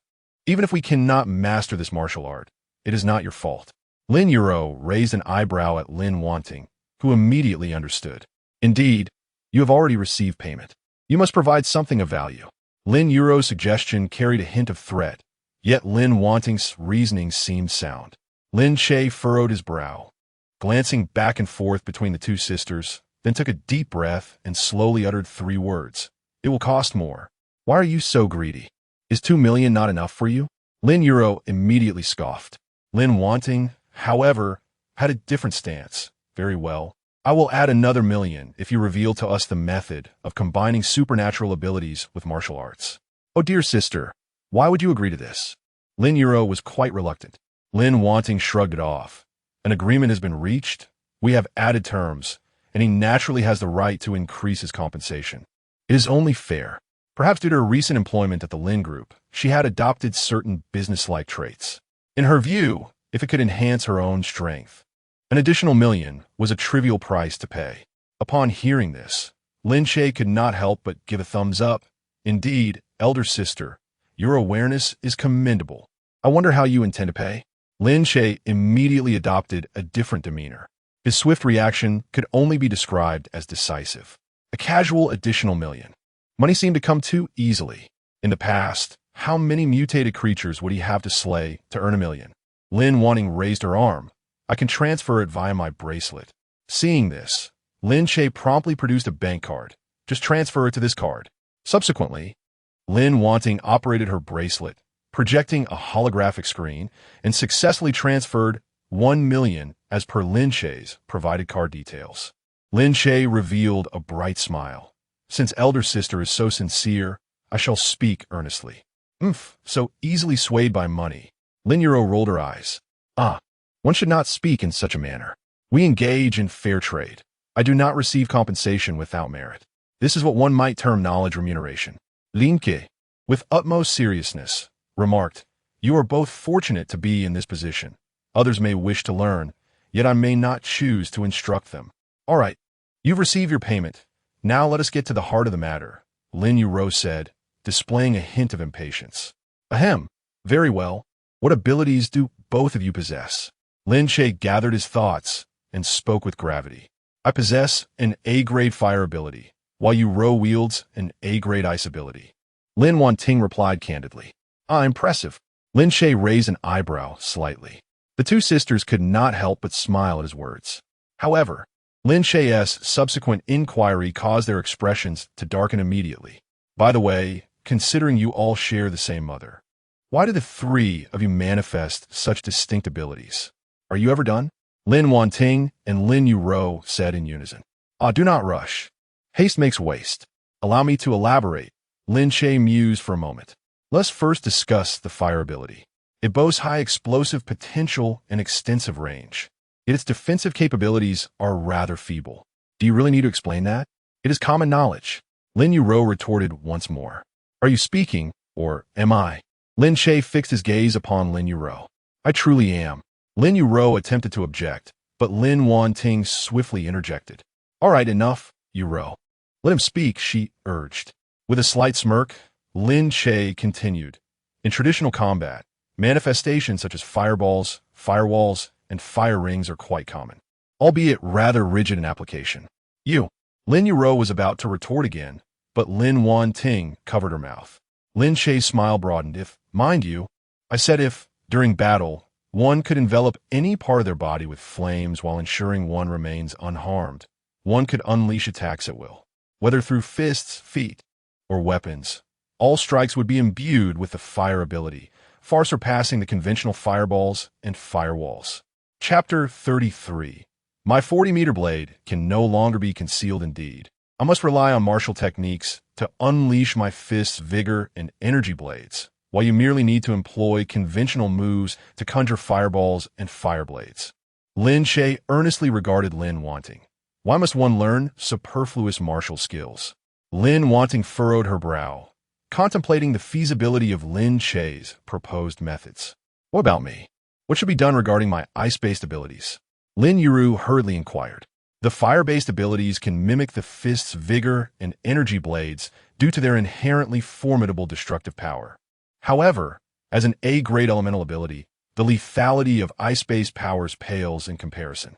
If one were to attempt to imitate the fist's vigor and energy blades, it would likely result in mere superficial scratches. Seeing Lin Wanting lost in thought, Lin Yuru's heart began to swell with anticipation. Ice manipulation is even simpler. Lin Che assumed an arrogant demeanor. Ahem, I am parched. Lin Yuro gritted her teeth. Fine, I shall fetch you some water. Hee, I feel rather embarrassed. Thank you, second sister. Though feigning modesty, Lin Che reclined comfortably on the lounge chair, awaiting Lin Yuru's return with refreshments. Before long, Lin Yuro returned, holding a cup of boiling water, extending it to Lin Che. It's a bit hot. Could you assist in cooling it down, second sister? Lin Che, taking the hot water, reiterated his request. Lin Yuro took a deep breath, exhaling slowly. Very well. She then utilized her abilities to place several ice cubes into Lin Che's cup. A-grade talent is indeed convenient. Lin Che expressed his appreciation for Lin Yuru's prowess once more. Yet, this time, Lin Yuro felt no sense of pride, only a simmering frustration within her. Lin Che took a sip of water and carelessly set the cup aside before continuing. Ice-based powers do not necessarily require the creation of ice spheres or ice blades to engage adversaries. For instance, when you previously assisted me by adding ice to my cup, You first summon the ice cubes before proceeding with the next action. The same principle applies when attacking foes with ice spheres or blades. To be candid, such attacks are unlikely to inflict substantial harm. However, if you could directly employ your abilities in close proximity to your opponent, that would be an entirely different narrative. Lin Che feigned a sinister expression, sending a chill down Lin Yuru's spine. In combat, if you thrust a blade, and the blade's edge is still a meter away from the enemy, yet a meter-long ice blade suddenly materializes in front of your long knife, how might your adversary defend against it? Upon hearing this, Lin Yuru's face was a mask of disbelief. She had evidently never considered such a utilization of her powers. Moreover, when an enemy charges at you, imagine coating the ground with a thin layer of ice and erecting several ice spears before you. At this point, Lin Che seemed to envision a comical scene, his smile growing increasingly difficult to suppress. The ground would be impossibly slick, leaving the enemy no foothold. Confronted with sharp ice spears, the outcome is all too clear. You need not even shift your stance. Lin Wanting and Lin Yuru exchanged peculiar glances, as though Lin Che bore some unsightly blemish. The use of fireballs as fists of vigor and fire blades as energy blades is still considered a conventional application of abilities. However, extending the length of the ice blade, utilizing ice spears and frozen ground to create traps, transcends the realm of conventional martial prowess. At present, Lin Yuru's extraordinary abilities remain in their nascent stage, still rather feeble. According to Lin Che, once Lin Yuru's powers evolve to the second stage, enhancing their potency, she may even be able to mold the ice blade into a colossal 40-meter-long sword. The enemy, believing themselves to be safely distanced, would never anticipate that in the next moment, a formidable blade could pierce through their chest. Both Lin Wanting and Lin Yuru shook their heads in unison, dispelling the vivid imagery that invaded their minds. How could you entertain such a peculiar notion? Lin Wanting inquired, unable to contain her curiosity. Is it truly so strange? I often encounter such ideas online. Lin Che replied nonchalantly. Online? Lin Wanting's brow furrowed in confusion. Lin Che nodded affirmatively. Indeed, I frequently see individuals online proclaiming, "My 40-meter sword can no longer be concealed." Is that so? How come I have not come across it? Lin Yuru questioned, her expression laden with bewilderment. Ahem, that is of little consequence. Now, our transaction should be considered complete. If there is nothing further, I shall retire to sleep. Having taught from 7 in the evening until 11 at night, Lin Che felt he had been exceedingly diligent. Wait, Lin Yuru called out to him once more. The 40-meter sword and the frozen ground can only be employed for ambush. There is no method for direct confrontation. If an ambush can resolve the issue, why engage head-on? Are you concerned that the enemy would perish too unjustly? Lin Che responded, perplexed. Lin Yuru found herself momentarily speechless, as if conceding that Lin Che's argument bore merit, yet sensing some incongruity. Seizing the opportunity while both were lost in contemplation, Lin Che discreetly departed to his room for slumber. The following day, the Lin sisters resolutely abandoned the 3 forms of Xingtian and commenced practicing the abilities Lin Che had suggested. Lin Wanting's attempts were relatively smooth. She utilized fireballs as extensions of her fists or covered her toes and elbows as offensive measures. As a fire element awakened individual, she inherently possessed a degree of fire resistance, merely needing to control the flames without harming herself, which posed little difficulty. However, shaping the flames into a blade proved somewhat challenging, for fire is an unstable form, typically manifesting as a mass or a plume. Transforming a flame into a blade-like shape indeed posed a considerable challenge for Lin Wanting. After multiple unsuccessful attempts, she decided not to focus on the shape, instead opting to unleash fireballs with her fists and wield them like a sword. Regardless, employing this method of attack was undoubtedly superior to merely standing and throwing fireballs. Conversely, Lin Yuru's journey in developing her abilities encountered considerable hurdles. Despite the ice element powers being inherently malleable, she consistently managed to conjure only ice blocks and ice spikes. Occasionally, when she succeeded in controlling her powers, She could summon an ice spike before her blade, which held some utility. Yet, a moment of carelessness would result in forming an ice sphere or block before her sword, inadvertently protecting her adversary. You might first attempt to shape a sword from ice in your own hands. Once you can effortlessly summon an ice blade from the air, we can explore new techniques. Lin Che, ever the diligent mentor, could not help but offer guidance. It is easier said than done. How could one possibly conjure an ice blade instantaneously? Lin Yuro felt increasingly frustrated. At present, even shaping a block of ice required half a second. The only form she could manifest instantly was a snowball. Leaning back languidly in the lounge chair, Lin Che remarked, "Success lies in diligence. Practice more." 3 days later, Lin Wanting had already mastered the art of fluidly summoning and dispelling ice, while Lin Yuro remained ensnared in the phase of crafting ice blades. This is impossible. You must teach me something else. I simply cannot accomplish this," Lin Yuro lamented, surrendering to despair. Lin Che rubbed his temples, suggesting, "Consider this. When you conjure ice spikes and snowballs, you exert 3/10 of your power. However, when you attempt to create an ice blade, only apply 1/10 of your strength. Start by shaping a small ice blade. Once you have acclimated, gradually increase its length and width until you achieve a 40-meter-long sword." Initially ready to abandon her efforts, Lin Yuro resolved to give it one final try after Lin Che's encouragement.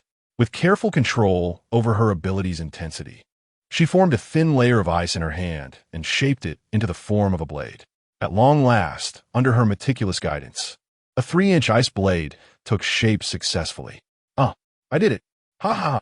I knew I was a genius. After 3 days of pent-up frustration, Lin Yuro finally exhaled the turmoil within her. "Now that I have found the right direction, it is up to you to refine your skills from here on out. Thus, our transaction is satisfactorily concluded." With that, Lin Che rose, stretching his limbs and yawning. "All right, from tomorrow onward, you shall practice on your own." Without waiting for the Lin sisters' response, he strode directly toward the villa. Chapter 34. The rarity of things implies their value. So sell fewer each time in the dead of night, Lin Che left the Lin family home and stealthily made his way to the black market. He possessed 300 mutated crystal cores and wished to see if he could sell them. Despite already amassing over 2 million Huaxia coins, he had no qualms about augmenting his income by an additional several hundred thousand. The abandoned subway transfer hall of Xinhai City, once a junction for lines 1, 2, and 8, had succumbed to mutated creatures following the day of revelation. The subway lines had been forsaken. After multiple cleanups, the mutated beings were eradicated, yet no one chose to ride the subway again. After all, the surface was already perilous. The underground was far more treacherous. Should a horde of mutated entities suddenly emerge during operation, mere mortals would find survival exceedingly difficult. Initially, a few individuals convened in the transfer hall for transactions, but as time passed, it gradually transformed into an underground black market. "Brother Sun, how have your earnings been lately?" Lin Che approached a familiar stall where he had often conducted business. "Oh, Brother Lin, you have no idea. We're barely keeping the pot from boiling over," Sun lamented, shaking his head. "Did you come today with more crystal cores to sell?" "Indeed, and quite a few," Lin Che replied, lifting the backpack from his shoulder. "Over 300, ranging from level 1 to level 4.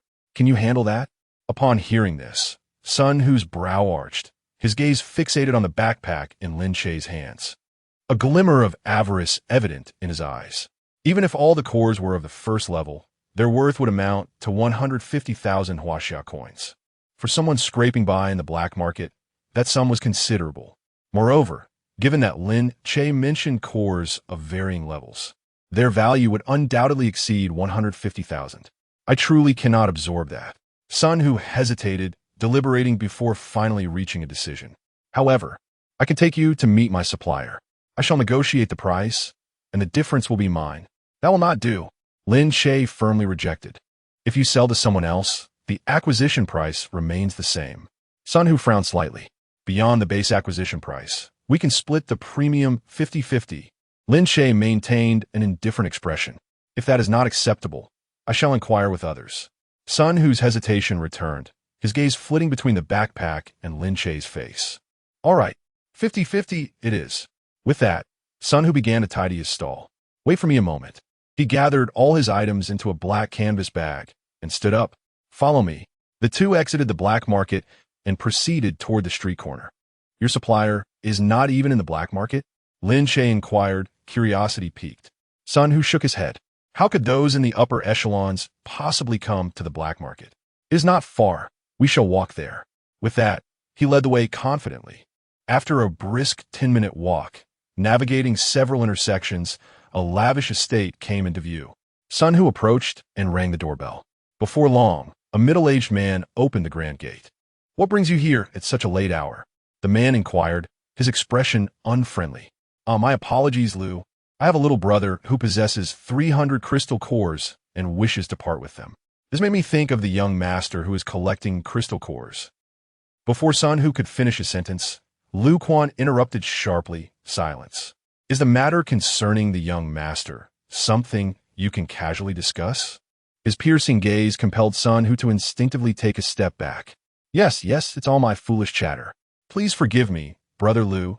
Sun Hu quickly apologized, then turned his attention to the backpack on Lin Che's shoulder, inquiring once more, what do you think about these crystal cores? Lu Quan glanced around, ensuring there were no others in the vicinity, before stepping aside. Let us discuss this inside. Sun Hu and Lin Che entered the estate, with Lu Quan closing the door behind them and leading them further in. 300 crystal cores are not easily acquired. What connections does your little brother have? Liu Quan Kazwali Pruvat. Oh, none at all. I'm merely a student. These were collected by my classmates and me. Lin Che responded, a blend of truth and fabrication. Lu Quan regarded Lin Che for a moment, nodded, and refrained from further comment. The trio entered a side room of the estate, and Lu Quan spoke again. Let us see what you have. Upon hearing this, Lin Che removed the backpack and unzipped it. Inside lay 293 level 1 crystal cores, 17 level 2 crystal cores, 2 level 3 crystal cores, and 2 level 4 crystal cores. Just a brief introduction, Lin Che mentioned casually.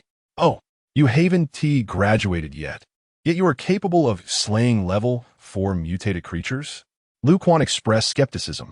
According to the classification of mutated creatures, a level 4 being is equivalent to a martial artist at the master level. However, most mutated creatures possess low intelligence, even if they have extraordinary abilities. They do not know how to utilize them. Thus, it is not uncommon for a martial artist at the transformation stage to defeat a level 4 mutated creature. Nevertheless, Lin Che, who claimed to be a student, presenting 2 level 4 crystal cores seemed rather incongruous. In Lu Quan's understanding, the graduation standard for martial arts academies is reaching the transformation stage. A group of ungraduated students could not possibly attain such prowess. How then could they slay level 4 mutated creatures? Our teacher also intervened. Lin Che replied with ease. Lu Quan nodded. Level 1 crystal cores are worth 301 each, level 2 cores 1001, level 3 cores 2001, and level 4 cores 3001. Before Lin Che could respond, Sun Hu interjected, Brother Lu, those aren't the usual prices. Rarity begets value. With such a limited quantity, the price naturally rises. You present so many crystal cores at once, thus you cannot expect a high price. Lu Quan retorted flippantly. Brother Lu. Sun Hu attempted to say more, but was interrupted by Lin Che. Is that so? Then perhaps I shall refrain from selling for now and bring them to Brother Sun in batches next time. Since the other party did not intend to engage in a fair transaction, Lin Che had no qualms about confronting him directly. After all, rarity indeed dictates value. Selling a few fewer at once might yield a better price.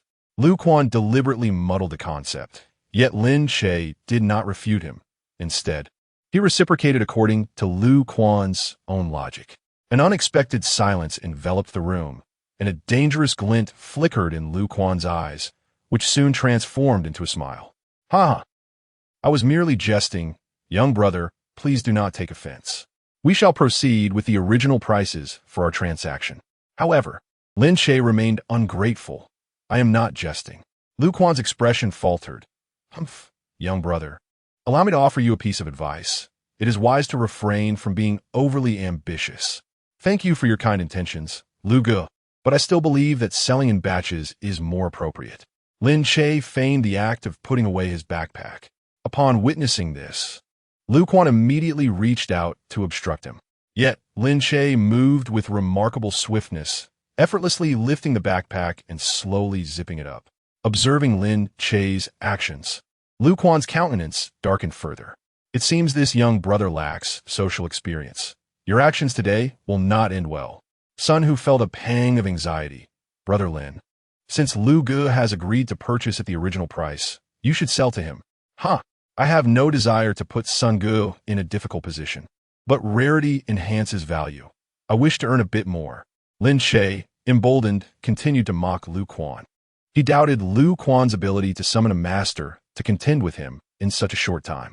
With his mid-stage transcendental cultivation and the technique of the 3 styles of Xing Tian, Lin Che was confident he could handle anyone below the master level. Even when facing multiple attackers, he believed he could defeat them with a single strike. Initially, he merely sought to conduct a straightforward transaction, unaware that Sun Hu had misjudged character and found him such a buyer. Moreover, he was not short on funds. Even if he did not sell today, he would not starve tomorrow and would not allow himself to be manipulated. After all, even the late-stage master Xiao Changtian had fallen prey to him, parting with a high-level guidance technique, while Lu Quan was merely an inferior figure at the Qi passage stage. Chapter 35. The lightweight exoskeleton armor. Indomitable by non-masters, a toast refused is met with a punitive drink. Thus, do not expect me to show any mercy. As he spoke, Lu Quan clapped his hands. With a resounding clap, 4 burly men pushed through the door, swiftly surrounding Lin Che and Sun Hu. Though their physiques varied, each of them was robust and imposing, subtly exuding the aura of the transcendent realm. This compelled Lin Che to regard Lu Quan with newfound respect. To confront a mere student with 4 warriors of the transcendent realm was indeed a cautious course of action. Regrettably, Lu Quan underestimated Lin Che, confident in his own prowess. Lin Che believed he could take on 10. Were they resorting to robbery due to a failed negotiation? Lin Che surveyed the 4 men, a sneer curling his lips. Words must be chosen with care. My brothers are merely safeguarding the estate, and upon discovering someone attempting to pilfer its treasures, they are obliged to intervene. Liu Guan, with a deft twist of rhetoric, turned black into white. Lin Che could not help but commend him. What a clever stratagem. Let us dispense with the trivialities. Hand over the crystal cores, and in good spirits, I may offer you 20,000. Otherwise. Lu Quan's countenance darkened. You shall receive not a single cent, and may even find yourself on the receiving end of a beating. Lin Che shook his head. That simply will not do. If I were to sell these crystal cores for 20,000, how could I possibly explain it to my classmates upon my return? He feigned innocence, invoking his peers in a bid for sympathy. Unaware of the peril, the brothers were instructed to loosen his joints. With Lu Quan's command, one of the men launched an attack on Lin Che. As a fist came hurtling towards him, Lin Che nimbly evaded, stepping back and countering with a punch of his own. Crack! Lin Che emerged unscathed, while his assailant suffered a grievous injury. A scream echoed through the room, followed by a warning to the others. This kid is also of the transcendent realm, even stronger than I. Upon hearing this, Lu Quan narrowed his eyes, attacked together. The remaining 3 men immediately converged, launching a simultaneous assault on Lin Che. Observing this, Lin Che advanced rather than retreating, charging directly at Lu Quan. The trio rushed to intercept him, their formation instantly disrupted. The warrior on the left, recognizing the challenge Lin Che posed, drew a dagger and lunged at him. Although Lin Che held himself in high regard, he dared not directly confront the blade. Instead, he delivered a swift kick, striking the assailant's wrist. The pain caused the dagger to fly from his grasp. At that moment, the warrior on the right brandished an iron rod, aiming a strike at Lin Che's legs. Should the blow land, even Lin Che's transcendent realm prowess would not spare him from shattered bone. In a flash, Lin Che transitioned from a kick to a sweeping motion, landing a blow to the man's chest. The warrior grunted, stumbling backward several paces. his complexion shifting as he ultimately coughed up blood. With a thud, he collapsed to the ground. A blow from behind followed, but Lin Che sidestepped, using his elbow to block. The warrior on the left, bereft of his dagger, also threw a punch at Lin Che. Seizing the opportunity, Lin Che grasped the man's arm, pulling him toward his side. Off balance, the assailant staggered a few steps, colliding with the puncher behind him. Without waiting for the two to react, Lin Che swiftly delivered a powerful kick, sending both of them flying. Despite being fellow practitioners of the Transcendence realm, Lin Che effortlessly defeated 3 opponents in mere moments, showcasing his formidable martial prowess. Among the 4, the one who had attacked first was the least injured. Although his arm was broken, he could still move with relative ease. The other 3, however, bore severe injuries and were unable to rise. Faced with a single adversary, Lin Che could control his strength, but against 3 assailants, he had no choice but to strike decisively without holding back. Observing the first attacker still eager to engage, Lin Che couldn't help but chuckle. What a foolish endeavor. Do you truly wish to fight to the last breath? The man's expression shifted as he took a cautious step back. Pathetic fools. Lu Quan's countenance darkened. So, can I leave now? Lin Che asked with a smile playing on his lips. I told you, you must leave your belongings behind. Otherwise, you cannot depart. As he spoke, Lu Quan activated the estate's defense system, and soon 2 individuals clad in lightweight exoskeleton armor rushed toward the scene. What can you do against them? Liu Quan's Prida Razurfasha. Before breaking through to the master level, no one can defeat armored warriors. It was not mere bravado. The alloy used to create exoskeleton armor was far more resilient than the scales of a level 4 mutated creature. Only those at the master level could inflict damage upon the individuals within the armor from the outside. However, Lu Quan could not fathom that Lin Che, though not a master, could unleash the power of fist energy. Even if he could not penetrate the armor, he could still injure those inside. Much like when he faced the level 4 mutated python, incapacitating it with a single punch. In truth, these exoskeleton armors posed less intimidation to Lin Che than ordinary firearms. Against firearms, he would need to utilize external objects for cover or evade carefully. After all, while he could unleash fist energy, he could not shield himself with energy like an innate master. Ah, how fortuitous! I too wish to ascertain the extent of my disparity from masters. Lin Che propelled himself forward with great force, charging at one of the armored individuals. The man, momentarily bewildered, seemed unsure of Lin Che's audacity. Yet, in that fleeting moment of hesitation, Lin Che's fist struck him squarely in the chest. Thud! The man, armor and all, was sent flying several meters, crashing against the wall, and slowly slid down, motionless. The remaining adversaries were momentarily stunned, and upon regaining their senses, one of them turned and fled towards the exit. Lin Che, aware that he could not allow the man to escape and possibly summon further assistance, leaped forward, intercepting him. Through the visor of the armor, he could faintly discern the cold sweat trickling down the man's face. Lin Che flashed a grin, then unleashed another powerful punch. The same scene unfolded once more. At that moment, Lin Che felt a surge of gratitude. Without the Xingtian 3 styles, he might have been forced to concede in such a predicament. It seemed that lightweight exoskeleton armor was not impenetrable even for those below the master level. Lin Che approached Lu Quan slowly, his gaze icy, contemplating whether to end the man's life on the spot. Stay back. I am indeed a member of the Lu family. Should you lay a hand on me, there shall be no refuge for you in the city of Xinhai. Lu Quan, though seemingly formidable, resorts to threats when his martial prowess fails him. Had he refrained from uttering such menacing words, Lin Che might have spared his life. However, given this man's despicable nature, allowing him to live would surely invite future retribution. Unfortunately for him, he is not a master. He lacks the ability to execute his deeds silently and invisibly. Do you know who I am? Lin Che casually inquired. You. Lu Quan's expression faltered, plunging him into a state of panic. He was utterly unaware of the true identity of the individual before him. The notion that he was merely a student of the transformation realm, named Lin, was something he had gleaned from Sun Hu, the veracity of which he could not ascertain. You do not know, nor do they. Thus, what do I have to fear? Lin Che deliberately misled those present, obscuring his identity. The investigation of a Transformation Realm student would be somewhat manageable, but probing into a Transformation Realm warrior would be an insurmountable challenge. Moreover, Lin Che publicly presented himself as a student of the Enlightenment Realm, leaving him unconcerned about any inquiries. I will pay you. I will offer 300,000, no, 500,000. What do you say? Lu Quan retreated repeatedly. You sell crystal cores in the black market solely for monetary gain. There is no need for us to become enemies, is there? Lin Che nodded affirmatively.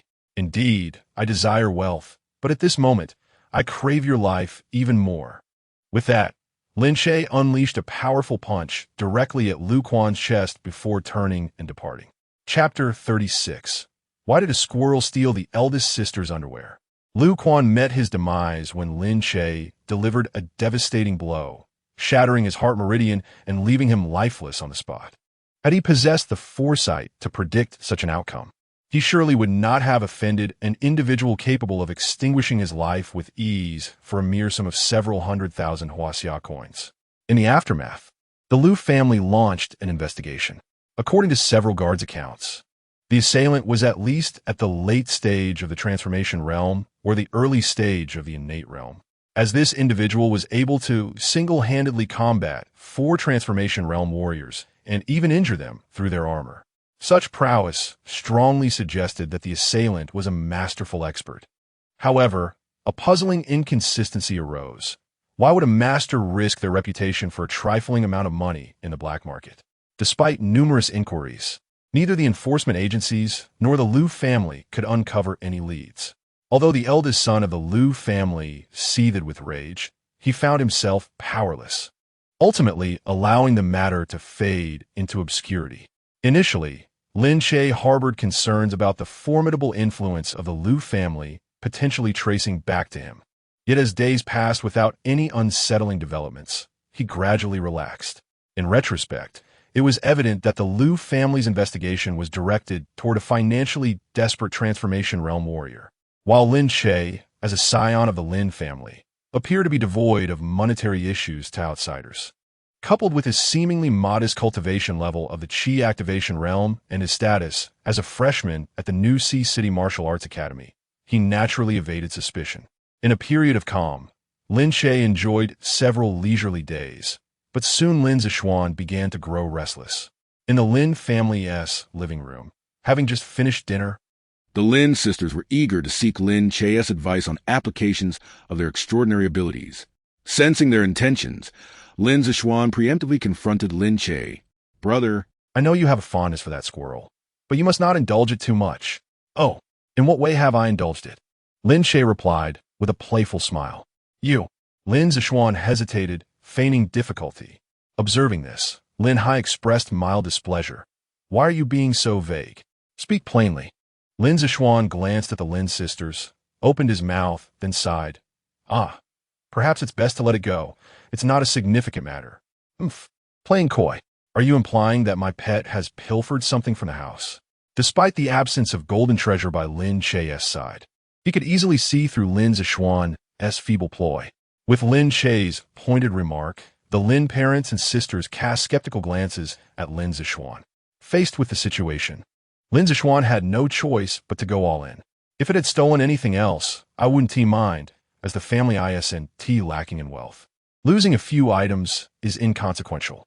However, Lin Zishuan paused, as if grappling with his inner turmoil, and after a lengthy silence, continued. But it stole the eldest sister's underwear. It's truly. Don't you find your words utterly ridiculous? Lin Che scoffed disdainfully. I know this sounds incredibly implausible. Had I not witnessed it with my own eyes, I would struggle to believe it myself. Lin Zishuan, intent on targeting Lin Che, had clearly devised a plan and was unperturbed by the skepticism of others. Sister, have you misplaced your undergarments? Lin Yuru could not help but inquire. I'm unsure. Who pays attention to whether their undergarments are missing every day? Lin Wanning replied, slightly embarrassed, while Lin Zishuan ostensibly remarked that Lin Che's pet was restless. He was covertly insinuating that Lin Che harbored inappropriate feelings for his elder sister, suggesting that he had incited the pet to pilfer his sister's lingerie. Should this accusation be substantiated, the pet would undoubtedly be expelled from the household, and Lin Che would once again face the disdain of the Lin sisters. It is not surprising that Lin Zishuan would resort to such tactics.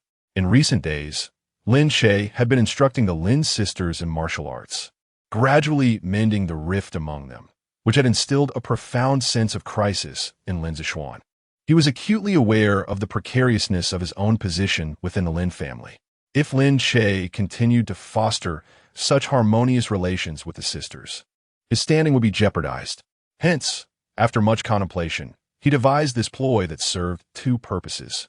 Although the scheme was not particularly sophisticated, if proven true, Lin Che would find himself at a loss for defense.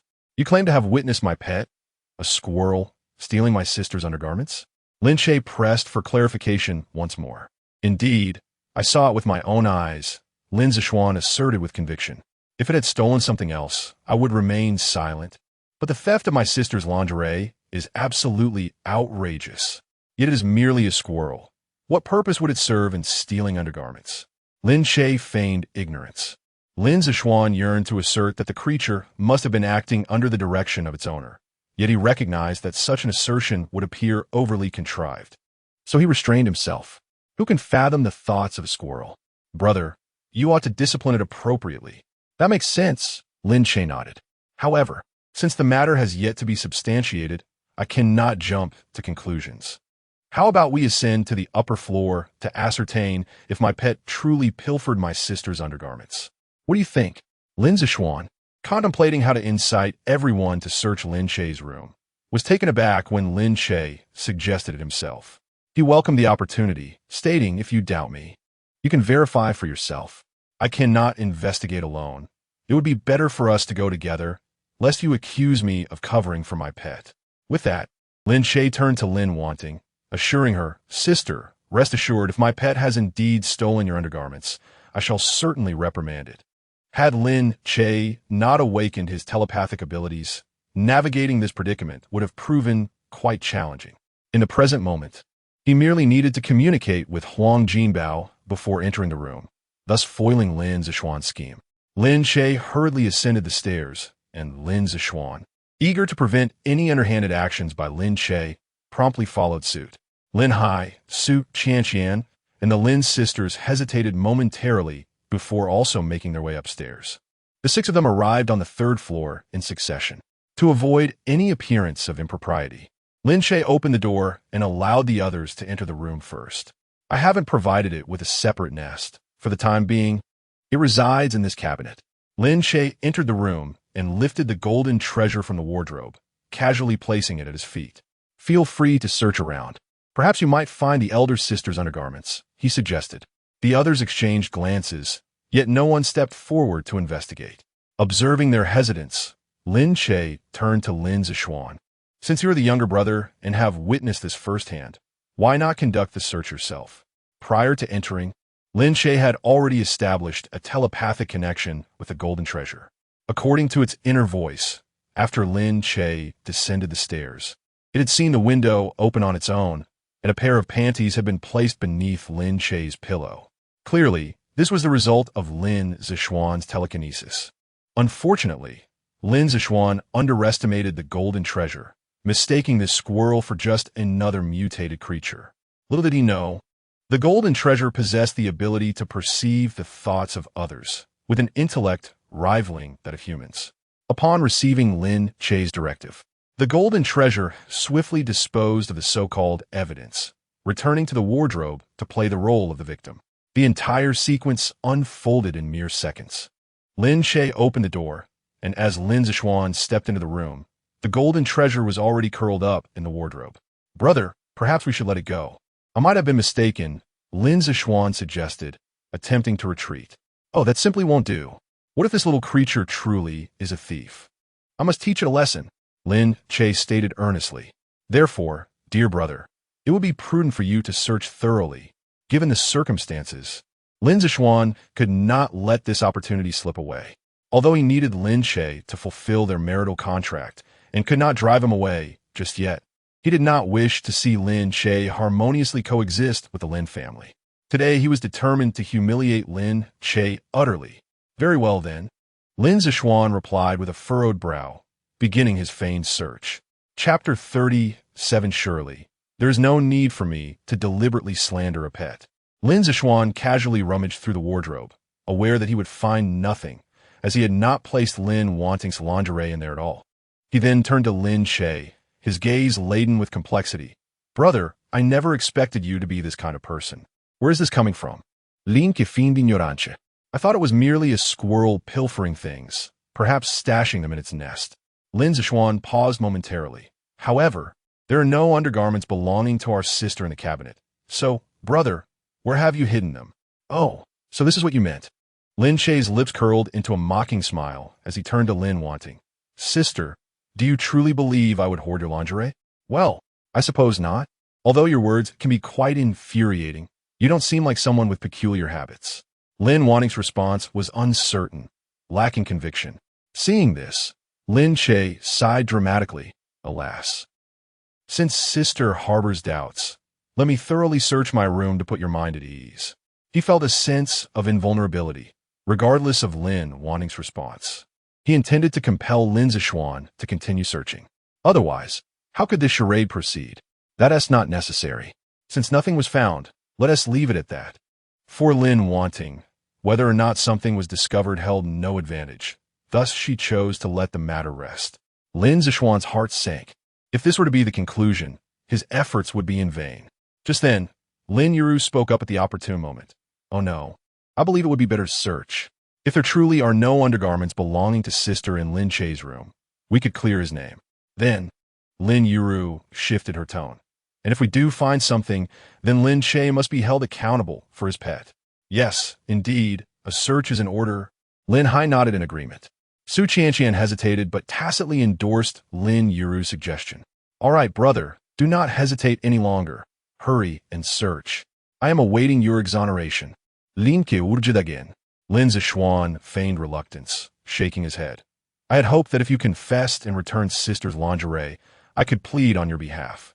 As he spoke, he approached the edge of Lin Che's bed. But since you remain obstinate, I can no longer assist you. He casually lifted Lin Che's pillow without a glance, continuing. Now that the evidence is irrefutable, what do you have to say for yourself?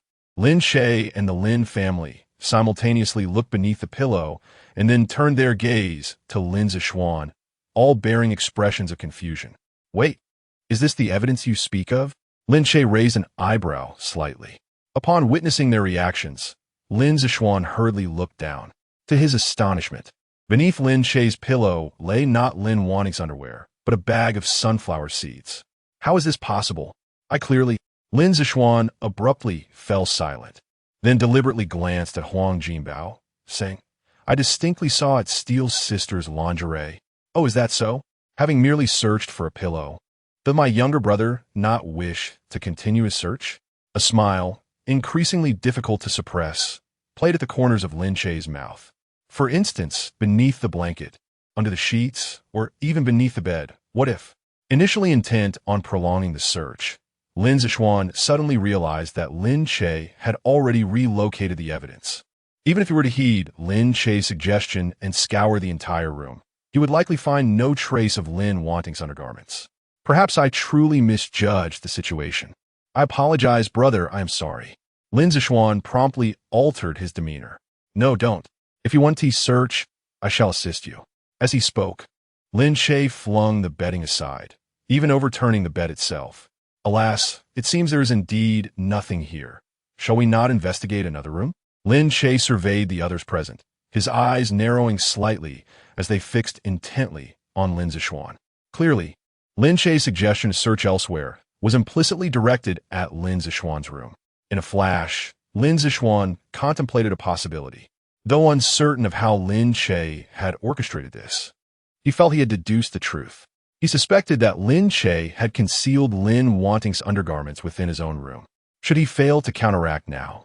If Lin Che were indeed to uncover Lin Wanting's lingerie from his room, he would find himself at a loss for words. Is my brother attempting to frame me? Lin Zishuan retorted sharply.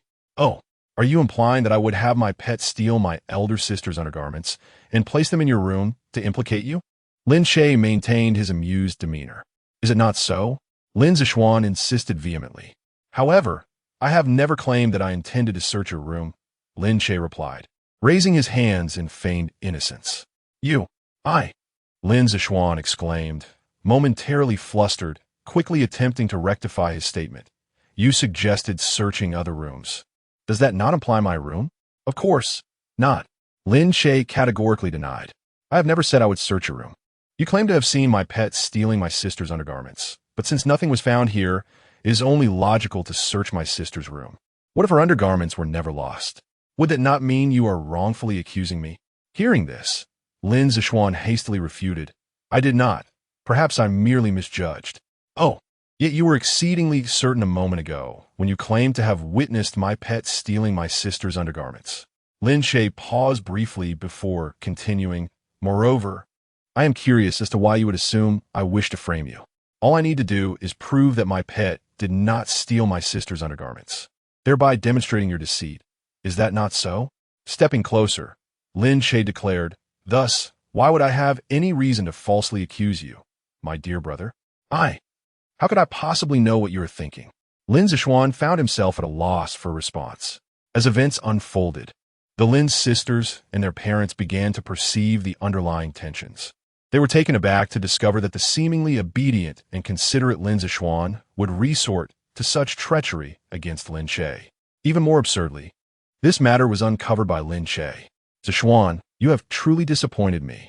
Lin Hai's expression grew grave. It would be best for you to clarify this situation. Father, I did not. Lin Zishuan insisted. I must have simply misinterpreted things. Moreover, I have no reason to deliberately frame a pet, do I? You certainly have no need to frame a pet. However, your deliberate search beneath my pillow while neglecting other areas suggests an intention to implicate me, does it not? Lin Che felt that the performance had reached its conclusion and decided to lay everything bare. I did not, brother. Do not speak recklessly. How could I possibly frame you? Lin Zishuan's demeanor grew increasingly frantic. Let me take a guess. Ignoring Lin Zishuan's theatrics, Lin Che continued. You employed telekinesis to place elder sister's undergarments beneath my pillow, then deceitfully claimed to have witnessed my pet pilfering them. By the time you retrieve elder sister's undergarments from beneath my pillow, the entire family would undoubtedly believe I harbored inappropriate thoughts towards her, leaving me with no defense, correct? Lin Che's so-called speculation was, in fact, witnessed firsthand by Huang Jinbao. However, Lin Che, accustomed to concealing his capabilities, could not possibly reveal Huang Jinbao's powers. You speak nonsense. I did not. Lin Zishuan hastily turned to Lin Wanting. Elder sister, I did not. Please believe me. Lin Wanting shook her head. Disappointment etched on her face. Given how things have transpired, you still seek to argue. It appears we have truly spoiled you in the past. Chapter 38. An eye for an eye. Lin Che did not allow Huang Jinbao to place Lin Wanting's underwear in Lin Zishuan's room. Naturally, he did not return it to Lin Wanting's room either, as time was of the essence. From a moment he ascended the stairs and began to communicate telepathically with Huang Jinbao until the door was opened. Only a brief span of seconds had elapsed. Huang Jinbao could only manage to conceal Lin Wanting's underwear in the tank of the bathroom. Nonetheless, Lin Che was confident that Lin Zishuan would never suspect a thing. Thus, he seized the opportunity to impart a lesson to Lin Zishuan in front of everyone. Brother, do you have anything to add? Lin Che prest onorevole. Lin Zishuan remained obstinate. I have already stated that I simply misinterpreted the situation, and I have apologized. Why do you insist on bringing it up again? Oh, are you certain it was merely a misunderstanding? Lin Che s'est shifted. Shall we go and see if our eldest sister truly has lost her underwear? Upon hearing this, Lin Zishuan's composure faltered. If they were to visit Lin Wanting's room, she would undoubtedly discover that a piece of her lingerie was missing upon closer inspection. Moreover, his earlier claim of witnessing a squirrel stealing the underwear, followed by his assertion of a mistake, only cast further suspicion upon him. Should Lin Wanting realize her lingerie was indeed gone, the situation would only worsen for him. Contemplating this, and seizing the last opportunity to amend his predicament, Lin Zixuan made a decisive choice to confess. With a resounding slap, Lin Zixuan struck his own face. Brother, I was wrong. I should not have framed you. I feared that upon your return, our parents and sisters would distance themselves from me. Another slap echoed through the room. I apologize, brother. I'm a fool. Goodness. What are you doing? Su Qianqian rushed forward to intervene. Alas, Mother knows you are afraid that we will no longer dote on you, as we did before. But you cannot slander your brother. Su Qianqian adopted a heartbroken demeanor, then turned to Lin Che. Xiao Che, you see, Zixuan has recognized his mistake. This time, please forgive him. Cough, cough. Indeed, since the truth has come to light and Zixuan has apologized, let us consider the matter settled. Lin Hai interjected. Assuming the role of the family authority, what is there to forgive? My underwear has not gone missing. Lin Che mused internally, his exterior remaining impassive. Today was his moment to vindicate himself. Otherwise, the matter would not have concluded so easily.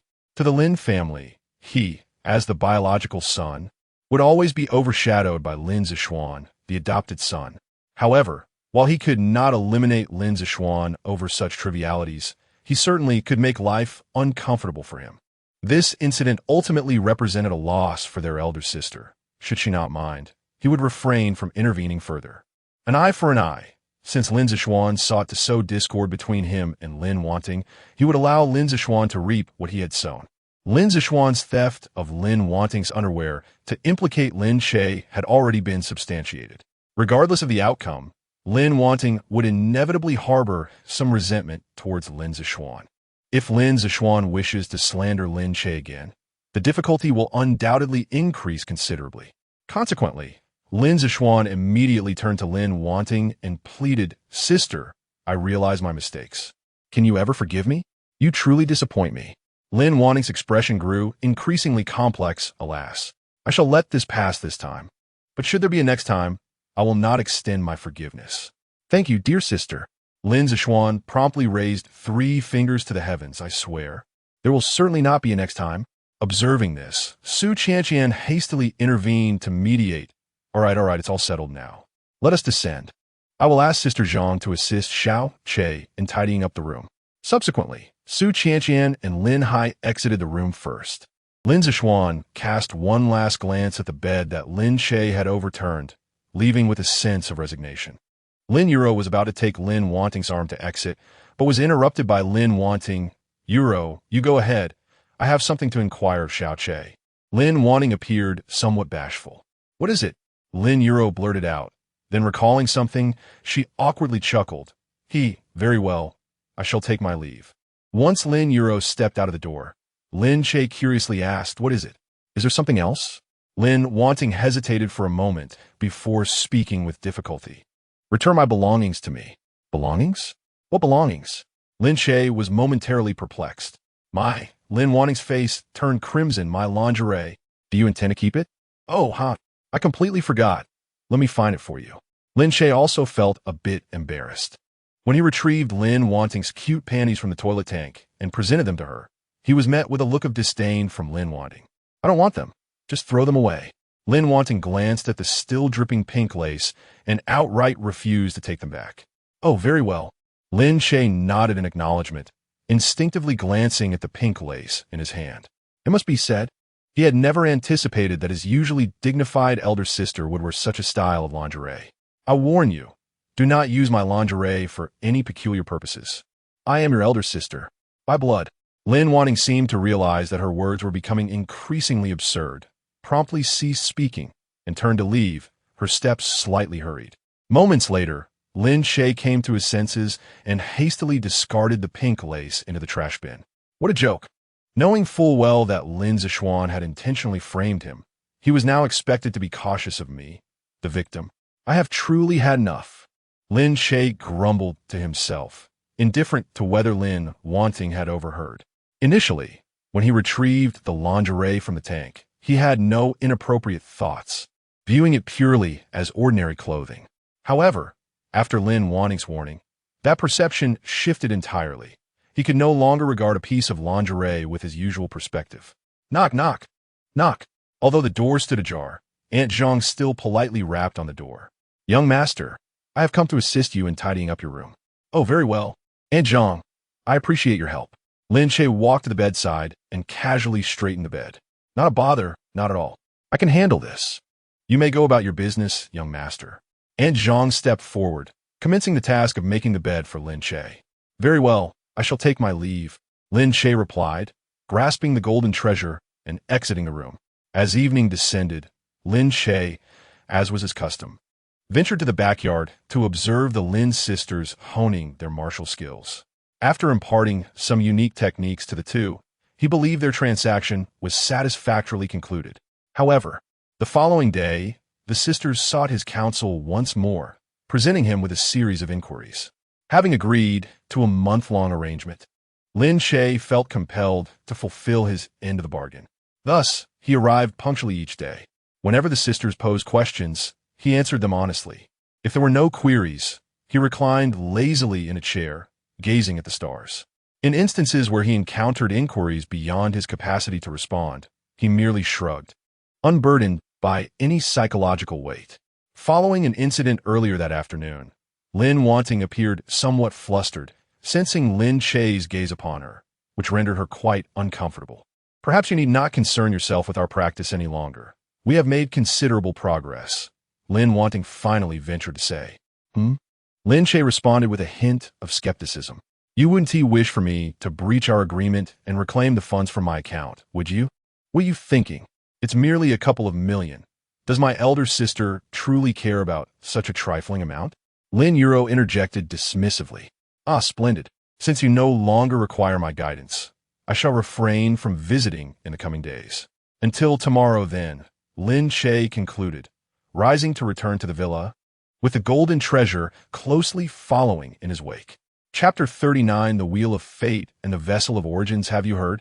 Chu Pharmaceutical has developed 2 gene serums. Indeed, one of them is said to enable individuals to awaken a secondary ability, while the other enhances physical strength and accelerates the awakening process of one's powers. A secondary ability. If a person awakens an elemental ability and then consumes the serum to awaken a strengthening ability, wouldn't that double their combat prowess? Ah, but you are misunderstanding. If one has already awakened an elemental ability, consuming the serum will only result in the awakening of a second elemental ability.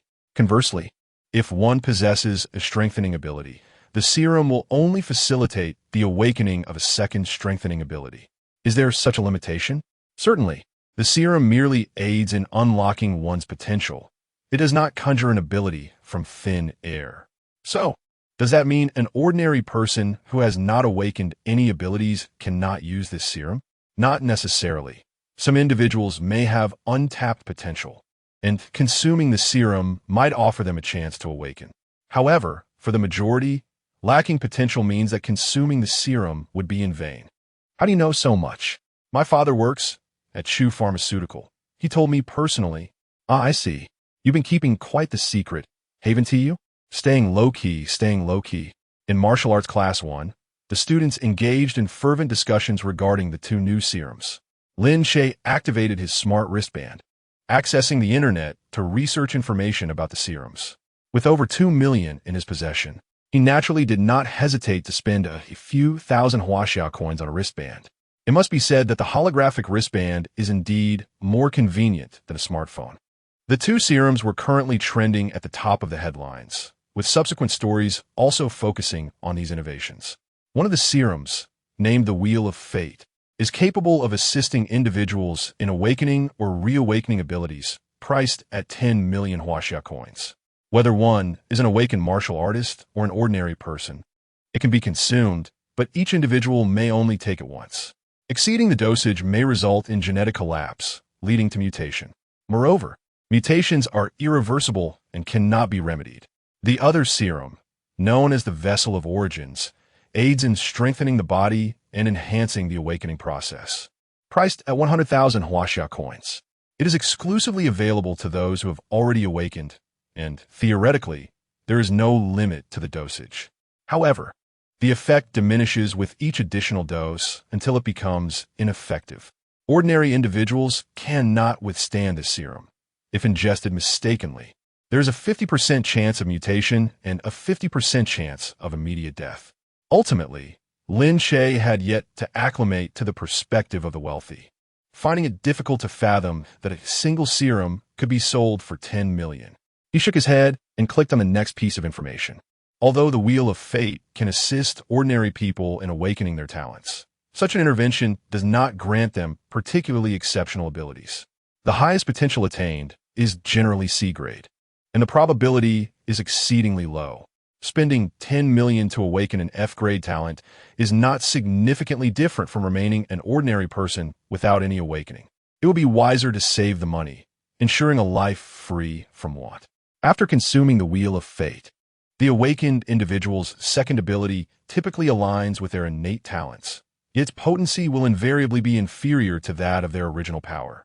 For instance, an A-grade strength type awakener, upon taking the Wheel of Fate, might awaken a C-grade endurance ability or perhaps a B-grade speed ability.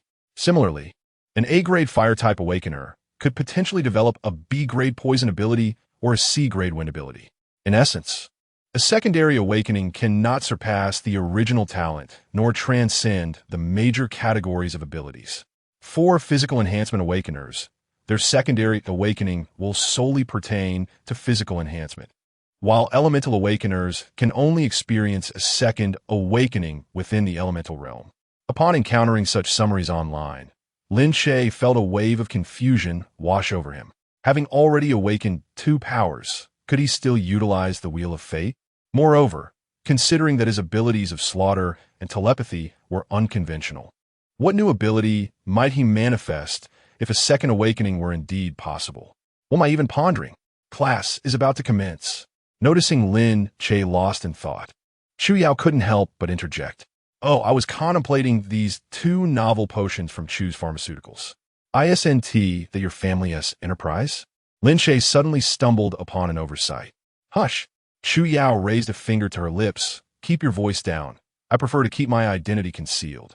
At this, Lin Che couldn't help but smile. The young lady of a conglomerate, hiding her identity to experience life? Chu Yao shot him a glance of exasperation. I merely wish to avoid excessive attention. It's quite bothersome. Yet you are attracting quite a bit of attention yourself, Lin Che countered, expressing his disagreement. Is it the same? The boys pestering me can be easily subdued if I confront them. Chu Yao slightly shook her head. However, once my identity is revealed, those who continue to pursue me will be far more challenging to disengage from. In the entire Xinhai City, the Chu family was indeed a prominent clan. Despite Chu Yao's less than favorable public image and her existing engagement, numerous families still sought to ally with the Chu family through marriage. Should her true identity come to light, it would undoubtedly invite a swarm of admirers. While local families could be managed, as they were well known and familiar with the Chu family, the situation was different with external forces, some of which were deeply rooted in Huaxia and far more powerful than the Chu family. If Chu Yao's true circumstances were exposed, even with her engagement, the insatiable greed of noble families would be unleashed. Initially, Lin Che found Chu Yao's reasoning quite sound. However, he soon realized a pressing concern. Wait, according to your reasoning, your family likely intends for me to serve as a shield, which implies. Lin Che glanced at Chu Yao, a hint of skepticism in his eyes. Doesn't that suggest your family is unlikely to allow you to withdraw from the engagement? What kind of expression is that? Chu Yao retorted, her demeanor shifting instantly. Didn't I tell you last time that I would handle it? Why the urgency? Indeed, her mood changed as swiftly as the weather. My marriage must be determined by me alone. No one else is entitled to interfere. Chu Yao Zaitet, though it was unclear whether her words were directed at Lin Che or herself. Very well. I shall never inquire again. Lin Che responded with solemnity. Do as you please. Inquire or do not. Chu Yao retorted, turning her head away and ignoring him. Huang Jinbao interjected. She said, Dastardly Lin Che, mark my words. I shall sever our engagement sooner or later. Lin Che replied, Did I ask you? Why meddle in my affairs? Huang Jinbao was left speechless. Fate is cruel, unkindlich, and life as a mere rat is bleak. The ensuing days were filled with theoretical classes, physical training, and virtual simulations, a cycle that persisted. through diligent effort. Lin Che finally mastered the advanced guiding technique generously bestowed upon him by Xiao Changtian. This technique bore a rather ordinary yet somewhat pretentious name, innate breathing method. Clearly, this method aimed for the innate realm. Regrettably, it was not titled martial sage breathing method. Otherwise, Lin Che would not be in such a rush to assist Xing Tian in locating his head. He could first cultivate to the martial sage realm, and then seek the fabled Changyang mountain, potentially lessening the difficulty significantly. However, for the time being, the innate breathing method sufficed for Lin Che. Currently, he stood at the mid-stage of the Transcendence realm and needed to traverse 4 minor realms to reach the late stage of the innate realm before he could discard this technique. Prior to practicing the method, he relied solely on his innate talent for killing to ascend to the Transcendence realm, leaving his vital energy somewhat unstable. Upon first operating the guiding technique, his meridians underwent a thorough cleansing, resulting in a regression of his cultivation, yet his vital energy became more solid. Now, as he practiced the advanced guiding technique, he did not experience another regression in cultivation. After all, his foundation had been solidified, and transitioning to the advanced technique merely accelerated his progress. As for the cultivation effects, they could only be described as marginally superior to the basic guiding technique, yet still considerably limited, far from the enhancements gained from hunting mutated entities. Based on Lin Che's estimations, should he rely solely on the guiding technique to elevate his cultivation, it would take him at least another year to break through to the innate realm. Chapter 40. If I had a martial sage master a sophisticated guiding technique, valued at 1,000,000 Huaxia coins. In Lin Che's perspective, this so-called advanced guiding technique pales in comparison to the talent for slaughter, lacking any cost-effectiveness. Fortunately, Lin Che obtained it without charge, incurring no expense. He wondered if Xiao Changtian had given up on the Xingtian 3 styles, as several days had passed, and he was likely nearing his limit. Lin Che contemplated in silence, acknowledging that some matters are better left unspoken. As anticipated, during the afternoon break, Lin Che was summoned once more to the principal's office. Have you made progress with the innate breathing technique? Xiao Changtian immediately discerned that Lin Che was different from before. The innate breathing technique, unlike the basic guiding techniques, operates autonomously within the body after one has made an entry-level breakthrough, requiring no deliberate effort. Thus, those practicing the innate breathing technique experience the flow of true energy surrounding them in their daily movements and postures. However, this self-sustaining operation is significantly distinct from active cultivation.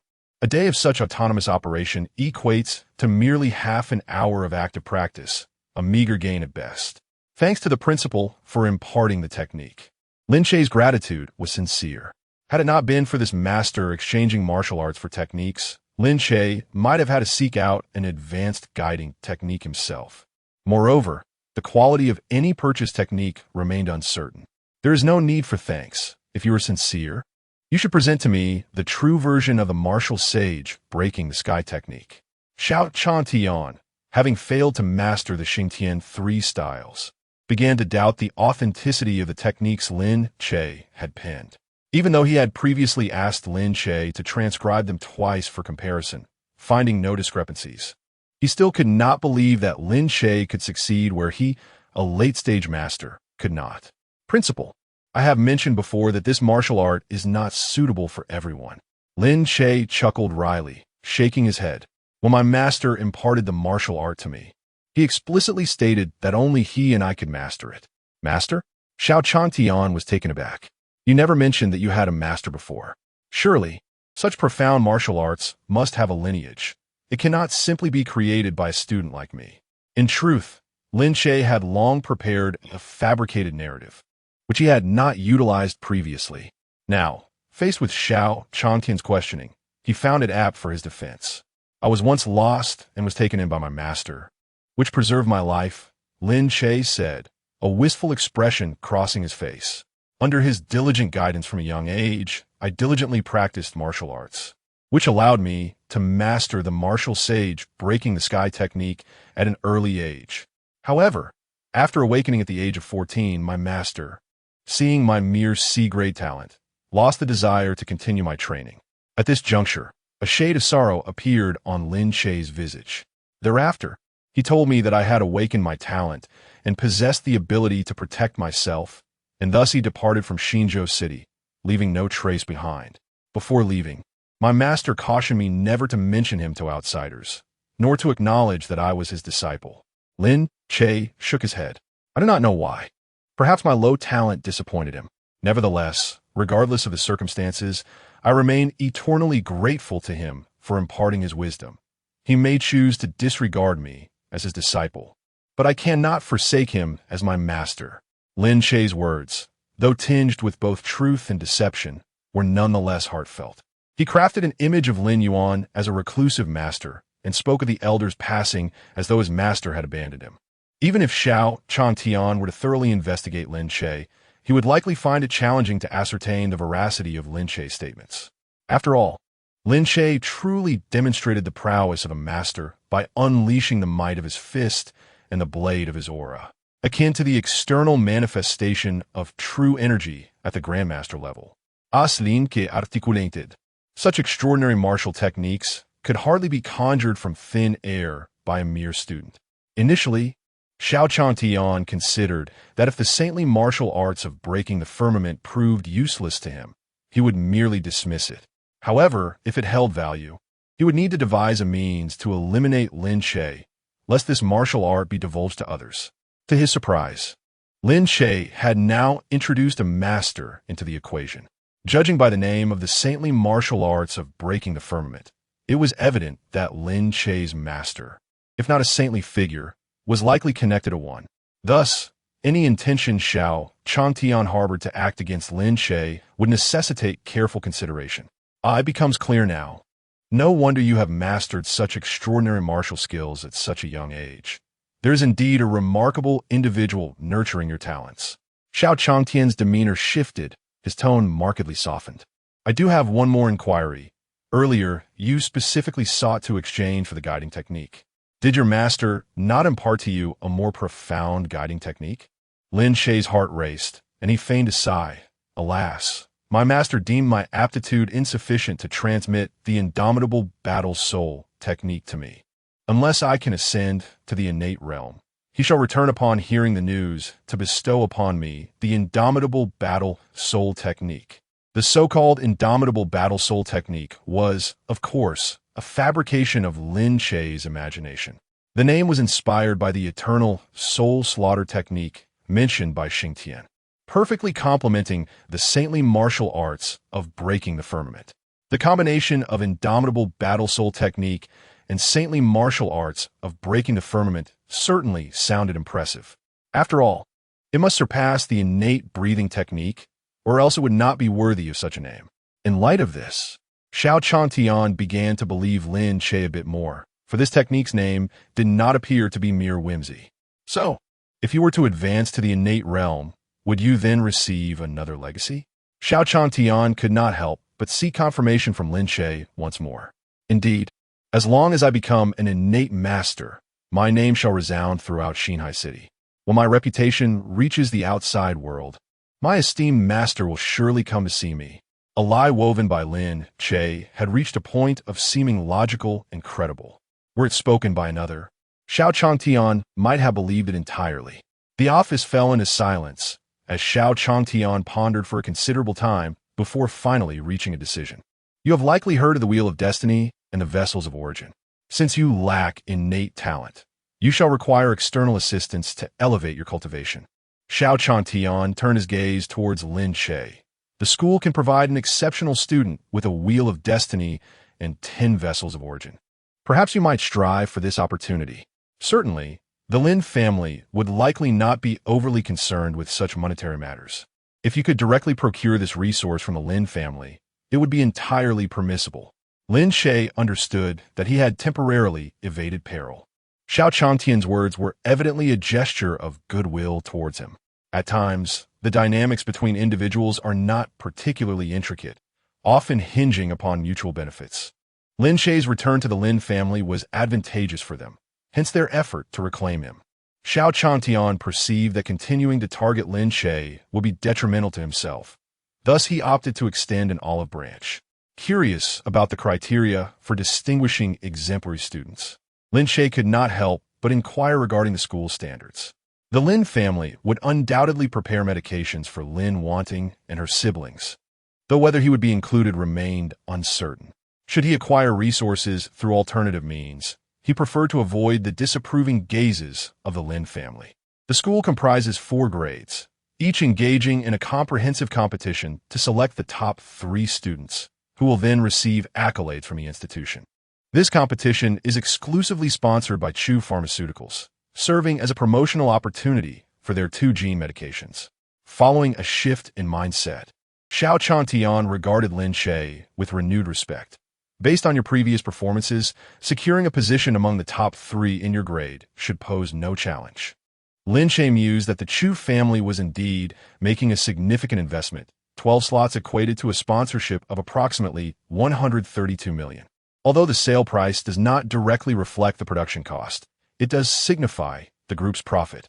After all, such medications are subject to usage limitations, and each additional sponsored slot effectively means that Chu Pharmaceuticals would have to sell 1 less unit in the future. Chapter 41. The soaring prices of crystal nuclei, totaling a worth of 5.78 million. I am deeply grateful for the principal's kind regard.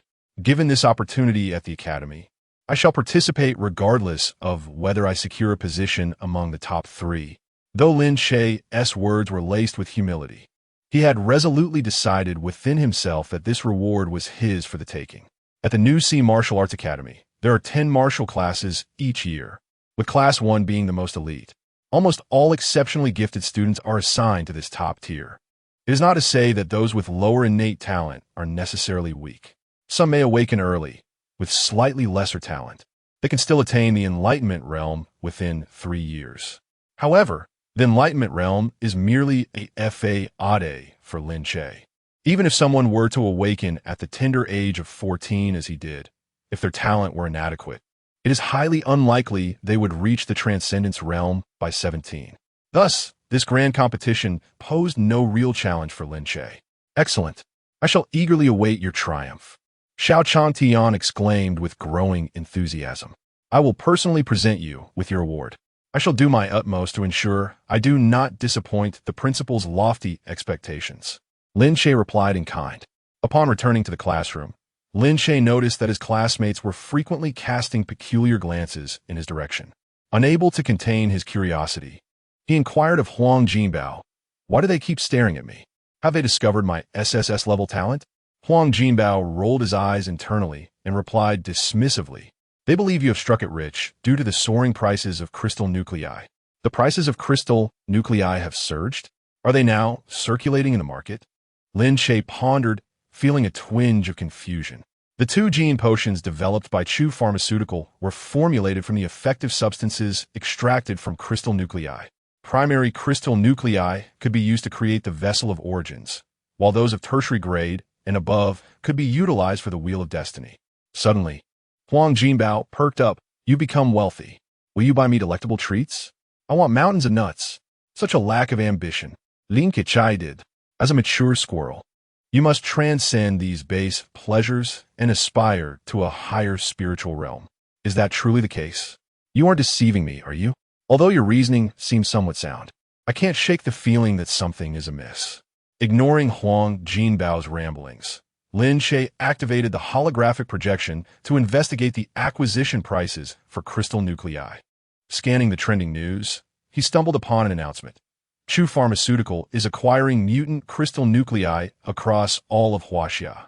He clicked on the news and scrutinized it closely, swiftly uncovering the pricing details. Primary mutant crystal nuclei, 10,000 Huaxia coins each. Secondary mutant crystal nuclei, 50,000 Huaxia coins each. Tertiary mutant crystal nuclei, 200,000 Huaxia coins each. Quaternary mutant crystal nuclei, 800,000 Huaxia coins each. Canary mutant crystal nuclei, 3,000 Huaxia coins each. Scenery mutant crystal nuclei, 10,000 Huaxia coins each. As for those of septenary grade and above, Chu Pharmaceutical has yet to disclose any acquisition prices. After all, a level 7 mutant is comparable to the martial saint realm of humanity. Although its combat prowess does not rival that of a martial saint, it cannot be easily vanquished, even devoid of medicinal value. The crystal core of a level 7 mutant is an invaluable treasure, a symbol of status. Currently, Lin Che possesses 293 level 1 crystal cores, 17 level 2 cores, 2 level 3 cores, and 2 level 4 cores, amounting to a total worth of 5.78 million. Alongside his personal assets of over 2.6 million, his total wealth exceeds 8 million. With just a little over 1 million more, he could purchase a Wheel of Fate for himself. Lin Che yearned to venture out of the city to hunt mutants, a fervent cry echoing in his heart. Lin Che, Lin Che. The voice of Chu Yao resonated in Lin Che's ears. Huh? Oh, what is it? Lin Che turned to face Chu Yao, the surprise catching him off guard. Regarding the matter of the annulment of our engagement, it was ultimately my unilateral breach. As compensation, I can offer you a Wheel of Fate. Chu Yao's generous words surpassed Lin Che's efforts over several days. However, Lin Che had no intention of accepting, as he did not perceive himself at a disadvantage in the annulment, and, thus, could not accept any so-called compensation. That's not necessary. In a few days, the school competition will reward the top 3 with a Wheel of Fate and 10 source vessels. Lin Che waved his hand dismissively and then queried with curiosity. By the way, this competition is sponsored by your family. Are you not aware? Oh, Chu Yao gently shook her head. I am unaware. I am still a student and do not partake in family affairs. Well, then you need not gift me an additional Wheel of Fate, for I shall triumph in the competition. Lin Che raised an eyebrow, exuding confidence. Very well. Since you are so self-assured, I shall await the outcome. Chu Yao's lips curved upward slightly. However, on a related note, can the Wheel of Fate and source vessels be administered to pets? Lin Che glanced at the golden treasure. If others were to discover Lin Che's thoughts, they would undoubtedly chastise him for squandering resources, contemplating using a gene potion worth 10 million on a mere pet. Utterly insane. Yet, in Lin Che's eyes, the golden treasure was far more than just a pet. It was his second supernatural ability. If the golden treasure could awaken a second ability, and he were to awaken a third, it would be tantamount to him possessing 5 abilities, a truly astonishing notion. Theoretically, pets could consume such potions, as positively evolved animals are indeed classified as awakeners. Chu Yao contemplated briefly. If you are willing to use the golden treasure as a test subject, I can provide a potion free of charge, treating it as an experiment for Chu's Pharmaceuticals. Lin Che hastily declined. Let's skip that for now. I will allow the golden treasure to try once Chu's Pharmaceuticals has concrete case studies. Its life is too precious. Ungrateful. Chu Yao turned her head away once more. The golden treasure remarked, She is scolding you again, you idiot Lin Che, foolish Lin Che, big silly pig. Lin Che. It is well known that medications undergo animal testing prior to clinical trials. As the Wheel of Fate has officially been released, it is only natural that ample animal testing cases have been conducted. Chu Yao's deliberate act of presenting it as a one-sided gift under the guise of assisting Chu Pharmaceutical in their experiments was merely to spare Lin Che's feelings. To her astonishment, Lin Che once again declined, which was utterly incomprehensible. In truth, Lin Che was not oblivious to the situation. He simply found himself unaccustomed to Chu Yao's sudden kindness. Moreover, the notion of receiving compensation for an annulled engagement left him feeling somewhat uncomfortable. He possessed the capability to earn his own money to purchase a Wheel of Fate, so why should he accept such an ambiguous gift? During the practical training session, Yang Xin surveyed the students and gradually spoke. Chu Pharmaceutical, in collaboration with the school, planned to host a comprehensive competition. Those who achieved a top 3 ranking would be rewarded with a Wheel of Fate and 10 source vessels. As soon as the announcement was made, a wave of excitement surged among the students. What a grand gesture! Over 100 million. What does that matter? Chu Pharmaceutical has now mastered these 2 gene therapies. Will they ever lack funds in the future? Indeed, as long as one has money, who among the ordinary does not yearn to awaken their talents, in which awakened individual does not long for a second awakening. The Chu family is set to soar to new heights. From this day forward, a new top-tier family will emerge in Huaxia. A top 3 finish. It seems I can no longer conceal my abilities. Don't be ridiculous. Even if you don't hide your talents, what difference will it make? The top 3 positions are mine for the taking. You should first surpass that woman and Lin Che before boasting. Although they claim 3 places, in reality, there's only 1 slot. Chapter 42. The Wheel of Fate. The comprehensive competition at the new City Martial Arts Academy, Yang Xin proclaimed loudly, silence. The students gradually hushed, turning their attention toward him. The comprehensive competition consists of 2 components: a virtual drill assessing survival time and a round-robin tournament to determine practical rankings. Ultimately, a final ranking will be established based on the combined performance in both events. Therefore, in the upcoming days, all our practical training sessions will primarily focus on virtual drills and combat practice. I hope everyone can advance further and strive for excellence. Yang Xin surveyed the crowd once more. Do you have confidence? Yes. The students responded in unison. Yang Xin nodded. Excellent. Now, let us begin with some warm-up activities before we commence the virtual drill. The scenarios for the virtual drills are not fixed. At times, they depict urban ruins, while at other moments, they may represent wilderness forests. Regardless of the setting, participants must confront various mutated entities. First-year students will encounter only Level 1 and Level 2 mutations during the drills. Level 1 mutations will continuously respawn, whereas Level 2 mutations are limited in number. To complete the drill, all Level 2 mutated entities within the designated area must be eliminated. Previously, during Lin Che's inaugural virtual drill amidst the city ruins, the sole Level 2 mutation was the judge. However, in today's drill set in a jungle, there are multiple Level 2 mutations. Naturally, while the strength of the mutated entities has increased, the students have also received corresponding enhancements. In a virtual environment, each participant is equipped with alloy long swords, far superior to common blades. After enduring outdoor trials and facing beast hordes, this group of students now approaches the onslaught of mutated entities with composure. They can adeptly handle Level 1 mutated wolves and Level 1 mutated wild boars.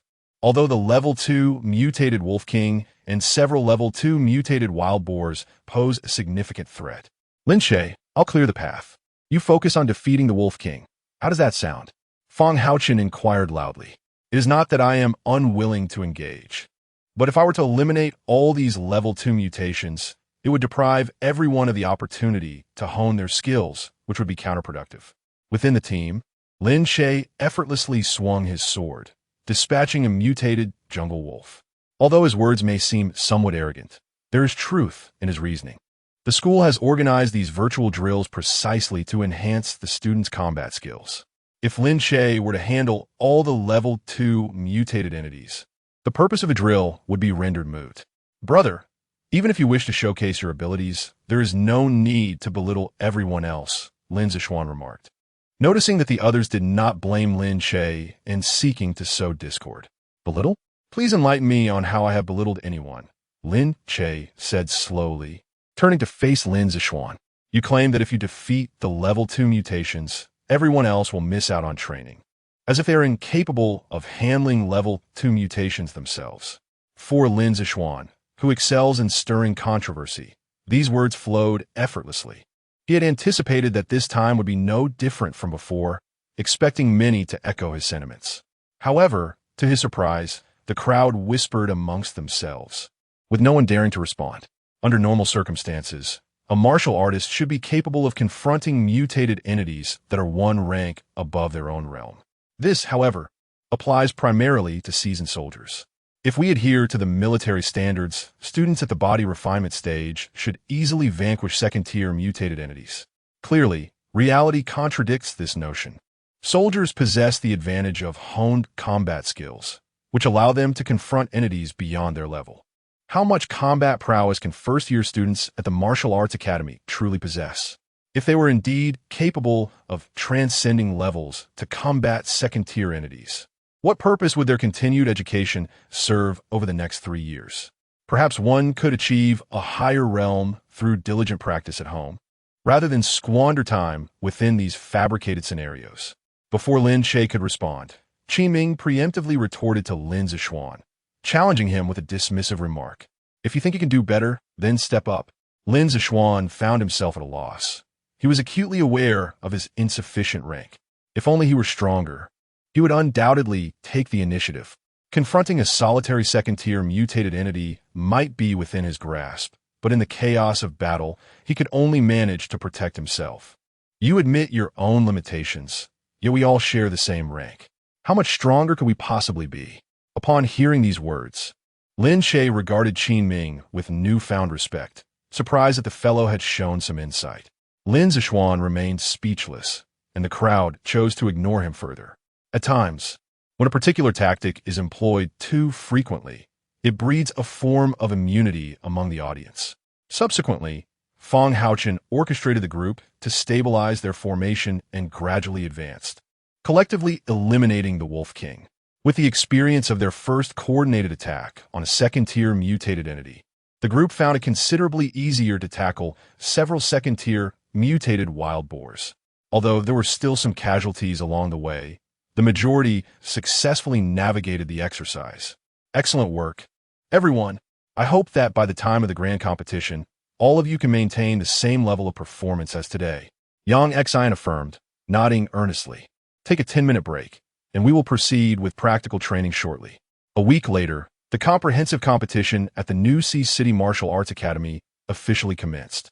Bai Yining, serving as the host, gracefully ascended the podium. After a brief self-introduction, she was met with a round of applause. She then proceeded to elucidate the rules and schedule of the competition. The 4 grades of the academy would be divided into 4 arenas, with over 300 participants from each grade simultaneously entering the virtual exercise scenarios.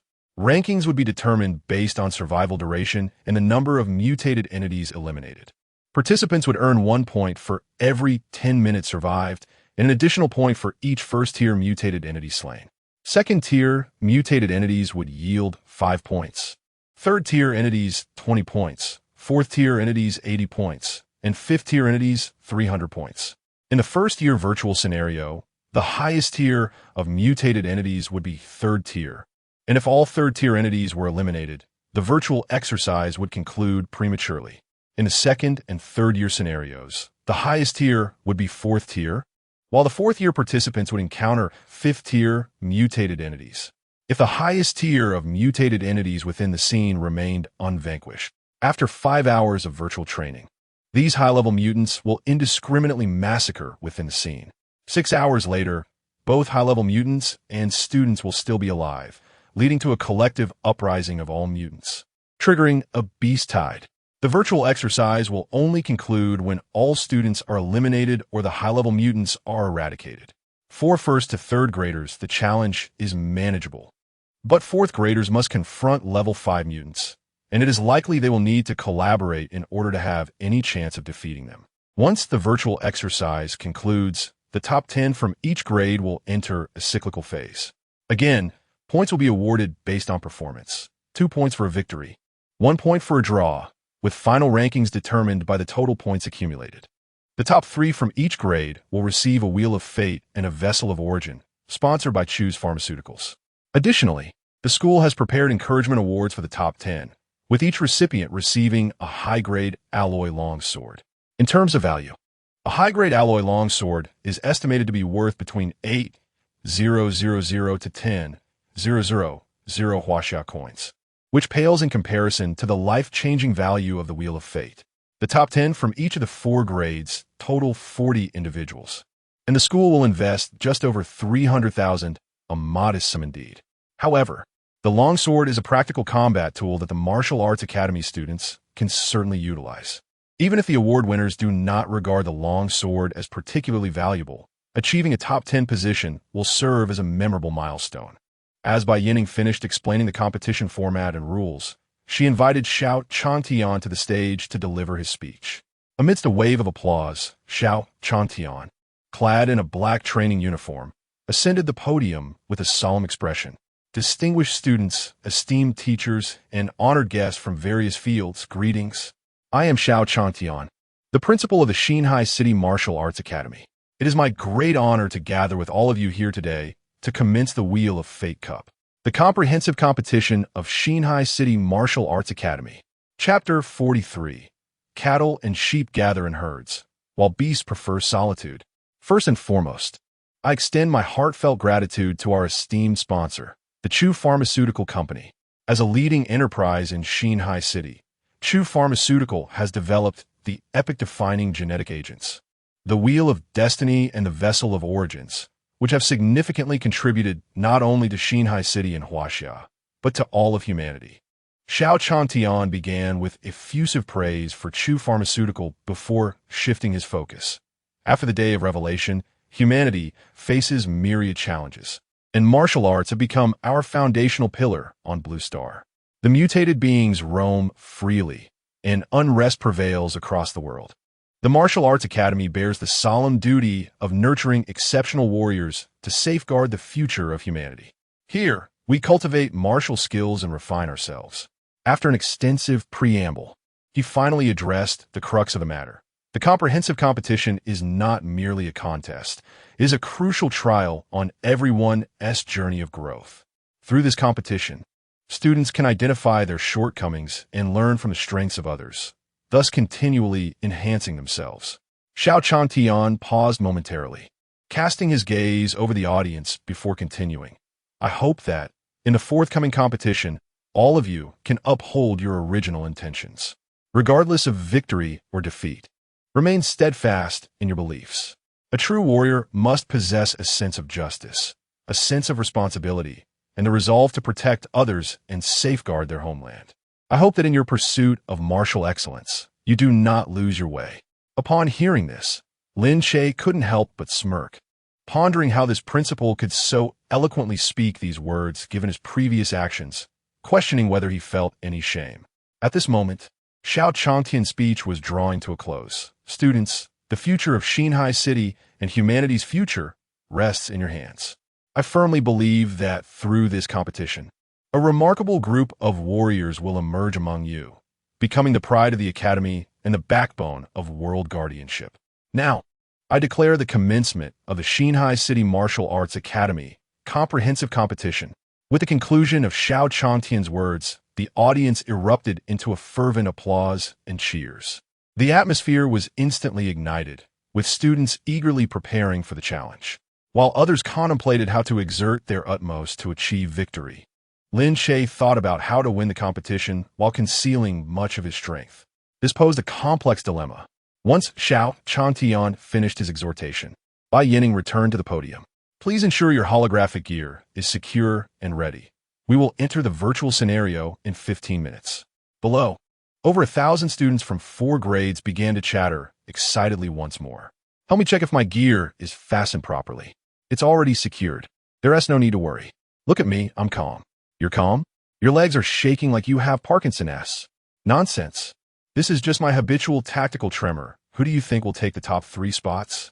In our class, both Chu Yao and Lin Che have significant opportunities. However, among the students from other classes, despite their generally lower talents, a few have awakened early and have now reached the Qi realm.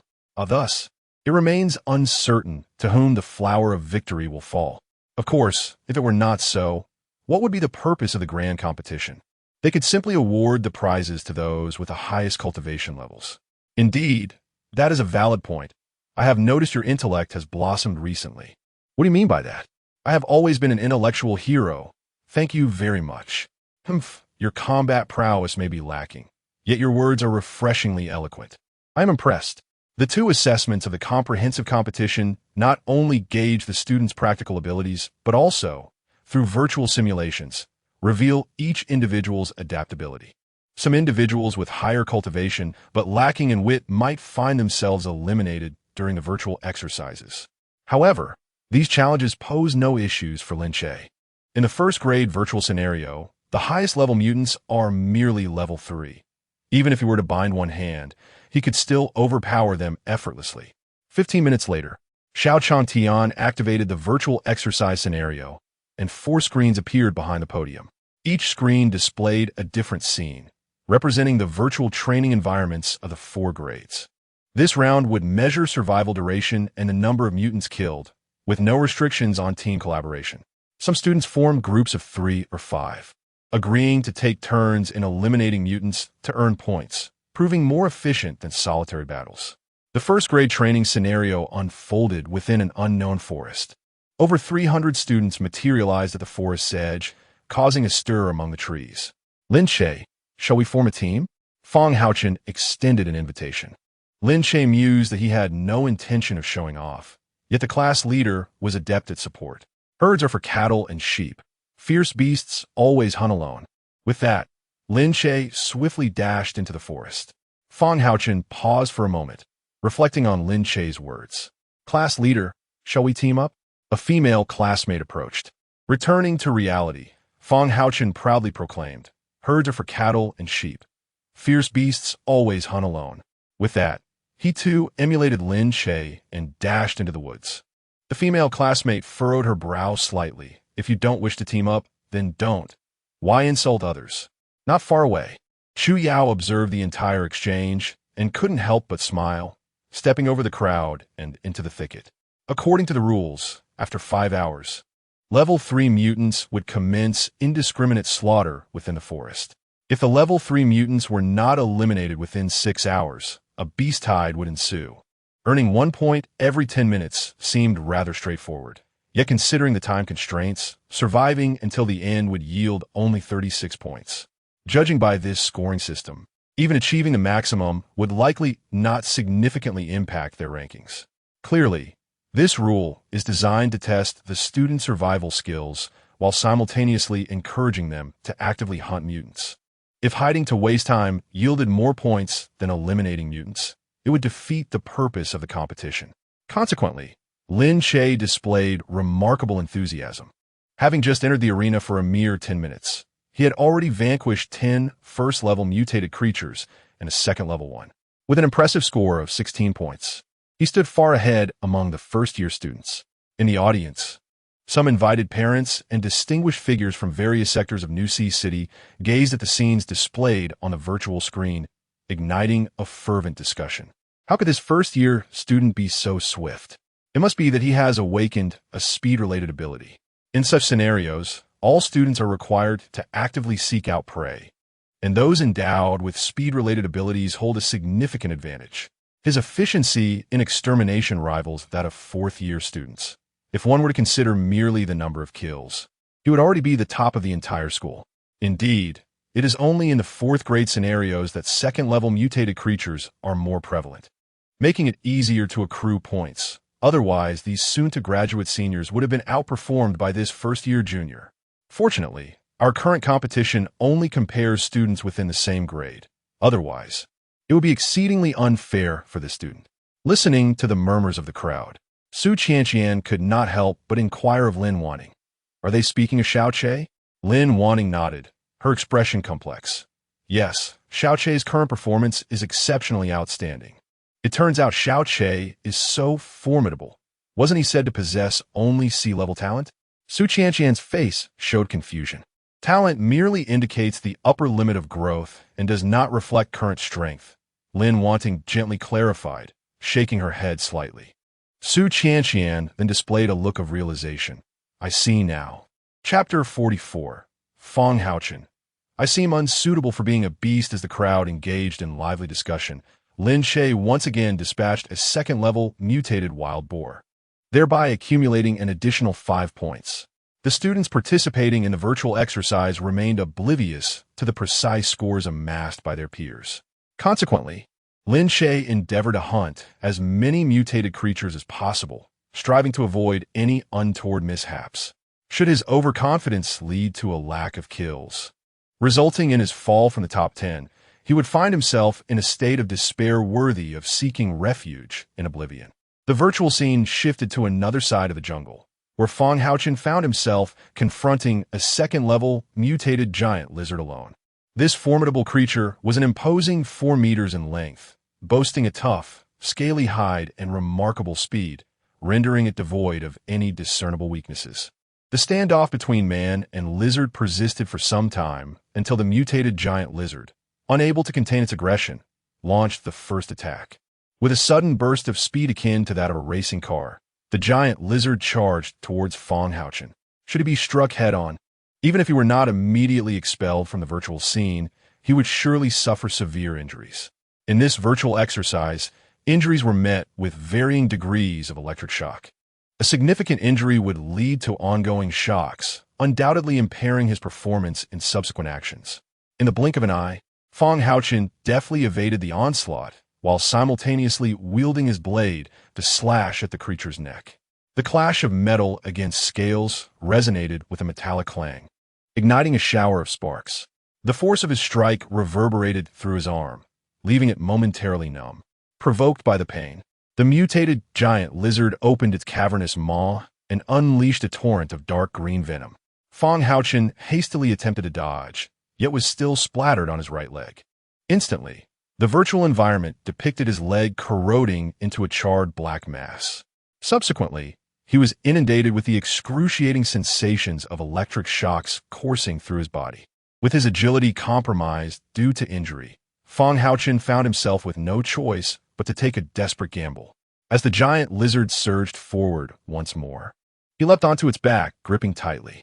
The lizard thrashed violently, attempting to dislodge him, but Fong Haochen, leveraging his strength, clung firmly to its scaly hide. His legs securely wrapped around its midsection, refusing to be thrown off. Enduring the intermittent shocks coursing through his wounded leg, he tightened his grip on his blade, seeking the opportune moment to pierce the gaps in the creature's armor. With a swift thrust, the blade found its mark. The giant lizard emitted a pained hiss, thrashing against the surrounding trees in a futile attempt to rid itself of its tormentor. Despite the disorienting motion, Fong Haochen maintained his grip with one hand while extracting his blade from the wound, plunging it down once more. This relentless cycle continued until the creature was drenched in its own blood, its struggles waning. Only after delivering 2 final strikes did he relent. Though he succeeded in slaying the giant lizard and securing 5 points, Fong Haochen was grievously injured, his condition deteriorating significantly. While the severity of his wounds did not spell immediate doom, the ongoing blood loss indicated that after a period of electric shock therapy, he would inevitably be expelled from the virtual scenario. In this limited time frame, his combat prowess was continuously affected by electric shocks, and he could only target first-level mutated creatures subsequently. Gazing at the corrosive wound on his leg, which exposed bone, Fong Haochen could not help but murmur to himself, "It seems I am ill-suited for the role of a beast." At this moment, Lin Che's score had reached 29, and before him loomed a third-level mutated wild boar king. The entire virtual scene was being live-streamed. Should he easily slay this formidable foe, it would undoubtedly raise suspicions and likely expose his true capabilities. Maintaining his disguise while gradually eliminating foes seemed imprudent, given that a third-level mutation only granted 20 points. If he took too long, the effort would not be worth the reward. It was time to test his acting skills, and Lin Che rapidly devised a script. Encountering a third-level mutated creature alone could spell disaster for this student. Indeed, although he currently ranked first among first-year students, should he fall to a third-level beast now, his paltry 29 points would hardly secure a position of merit. He was far too impulsive. Had he initially teamed up with classmates, he would not be in such a reactive position now. Climbing a tree would be of no use, would it? The third-level mutated wild boar king could summon a horde of wild boars and easily topple the tree. Suddenly, the chatter ceased. The crowd watched in astonishment as Lin Che, having climbed just a few meters, halted, turned, and leaped onto the back of the mutated wild boar king. What followed was a scene both comical and absurd. The wild boar king attempted to dislodge Lin Che through relentless charges, jumps, and twists. To avoid being thrown off, Lin Che clung tightly to the boar's bristles. After several fruitless attempts, the wild boar king began to dart through the forest at breakneck speed. The once tranquil woods grew restless. What was happening? Wasn't he the beast tide, supposed to arrive in 6 hours? Indeed, hadn't he only half an hour passed? Look, someone is riding a pig. What? Is that truly happening? What are you thinking? Someone is actually riding a pig, a legitimate pig rider. Who in their right mind would ride a pig? No way. It's true. Someone is riding a pig. Lin Che, astride the wild boar king, or rather, the wild boar king bearing Lin Che, galloped through the forest for over 10 minutes. Fortunately, this particular mutated boar was quite robust. Had it been a regular wild boar, it would have collapsed under such exertion in mere minutes. Nevertheless, during this brief period, dozens of spectators witnessed the valiant pig rider's exploits. Furthermore, hundreds of viewers outside, through the live stream, expressed their astonishment at Lin Che's audacity. Thus, a legend of the pig rider was born in Xinhai City. As the mutated wild boar king collapsed from exhaustion, Lin Che leaped back, unsheathing his long knife and cautiously approaching. Just as he prepared to thrust the blade into the boar king's abdomen, the creature suddenly opened its eyes and rose once more. Lin Che retreated a step, once again facing off against the wild boar king. With a fierce glare, the boar king let out a sharp howl and charged at Lin Che with all its might. Crash! Lin Che, relying on his agile physique, deftly evaded a strike, causing the wild boar king to crash against a sturdy tree trunk. The branches of the great tree rustled, producing a cacophony of sounds as broken twigs and withered leaves cascaded down. The wild boar king slowly turned, fixating on Lin Che, and charged once more. Witnessing this scene, Lin Che conceived yet another strategy. He began to deliberately dodge towards the front of the trees, ensuring that each time the wild boar king charged, a large tree stood behind him. Consequently, with each assault, the wild boar king collided with the trunk, and after several repetitions, its form started to sway. This was compounded by the fact that it had already been exhausted after several minutes of exertion, diminishing the force of its impacts. Had the wild boar king been in its prime, it likely would have succumbed to unconsciousness after just a few collisions. Foolish beast. Indeed a foolish beast. Had I known it would be this simple, I should not have ridden you around. Lin Che shook his head and once more raised his weapon to taunt the wild boar king. Just as he was on the brink of subduing a level 3 mutant, several figures suddenly emerged from the surroundings. It's a level 3 mutated wild boar. Everyone attack. 5 individuals rushed forward in succession, launching a coordinated offensive against the wild boar king. These individuals all possessed elemental abilities, unleashing fireballs and shards of stone that rained down incessantly upon the mutated beast. What is the meaning of this? I was on the verge of exhausting this creature, and now you appear to snatch the points? This is utterly intolerable. Lin Che expressed his indignation. Chapter 45. I, Lin Che, never befriend those of low character. The rules do not explicitly prohibit seizing opportunities. Thus, the points accrued belong to the one who delivers the final blow, one individual remarked. Indeed, we are competitors. If we do not seize opportunities, what constitutes competition? Another chimed in. Quite reasonable. I find myself at a loss for words. Lin Che could not help but give a thumbs up to the group.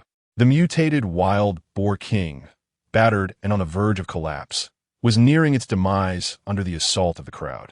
Lin Che shouted, "Look, a shooting star!" The group looked up, some expressing confusion. Where? Seizing the moment, Lin Che dashed forward and plunged his blade directly into the boar king's eye, penetrating its skull. With a wail, Lin Che twisted the knife, claiming 20 points. "Oh, perhaps I was mistaken," Lin Che said, retracting his long knife and raising his hands in jest. How could there be shooting stars in broad daylight? It was all a ruse. Brother, this is a virtual scene. Shooting stars might not even appear at night.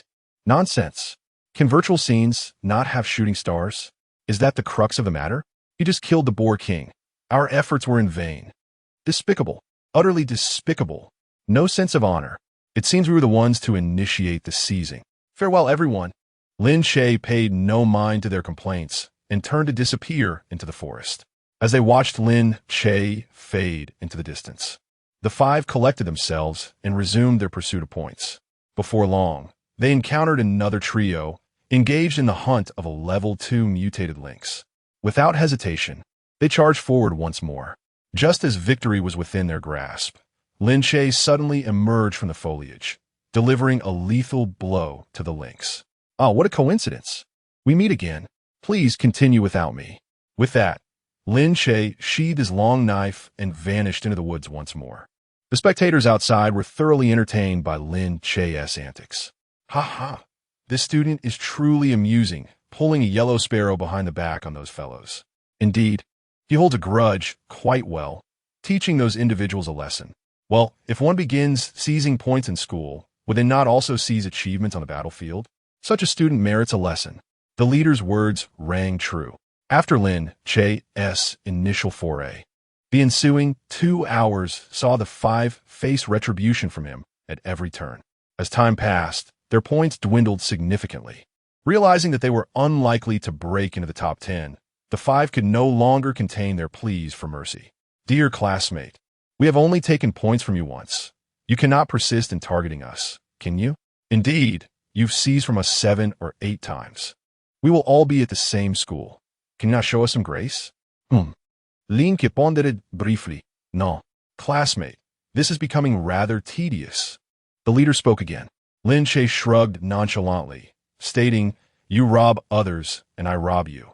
Is that not quite reasonable? The leader furrowed his brow, replying, Classmate, I am Zhao Yang from Class 3. How about we become friends? Lin Che shook his head, declaring, There is no need for friendship. I, Lin Zishuan, do not associate with those of low character. All right, Lin Zishuan, is it? Very well. I shall remember you. Zhao Yang turned away with his subordinates, encountering other teams engaged in slaying aberrant creatures, yet refraining from further thievery. The 5 wasted half an hour, covering a mere 10 kilometers before finally halting. That fellow should not follow us any longer, right? Zhao Yang scanned the surrounding forest, but discerned no abnormalities. Rest assured, big brother. He too seeks to attain a ranking and cannot afford to linger with us. You make a valid point. Let's commence from here then. Zhao Yang resumed, leading his companions in search of aberrant creatures.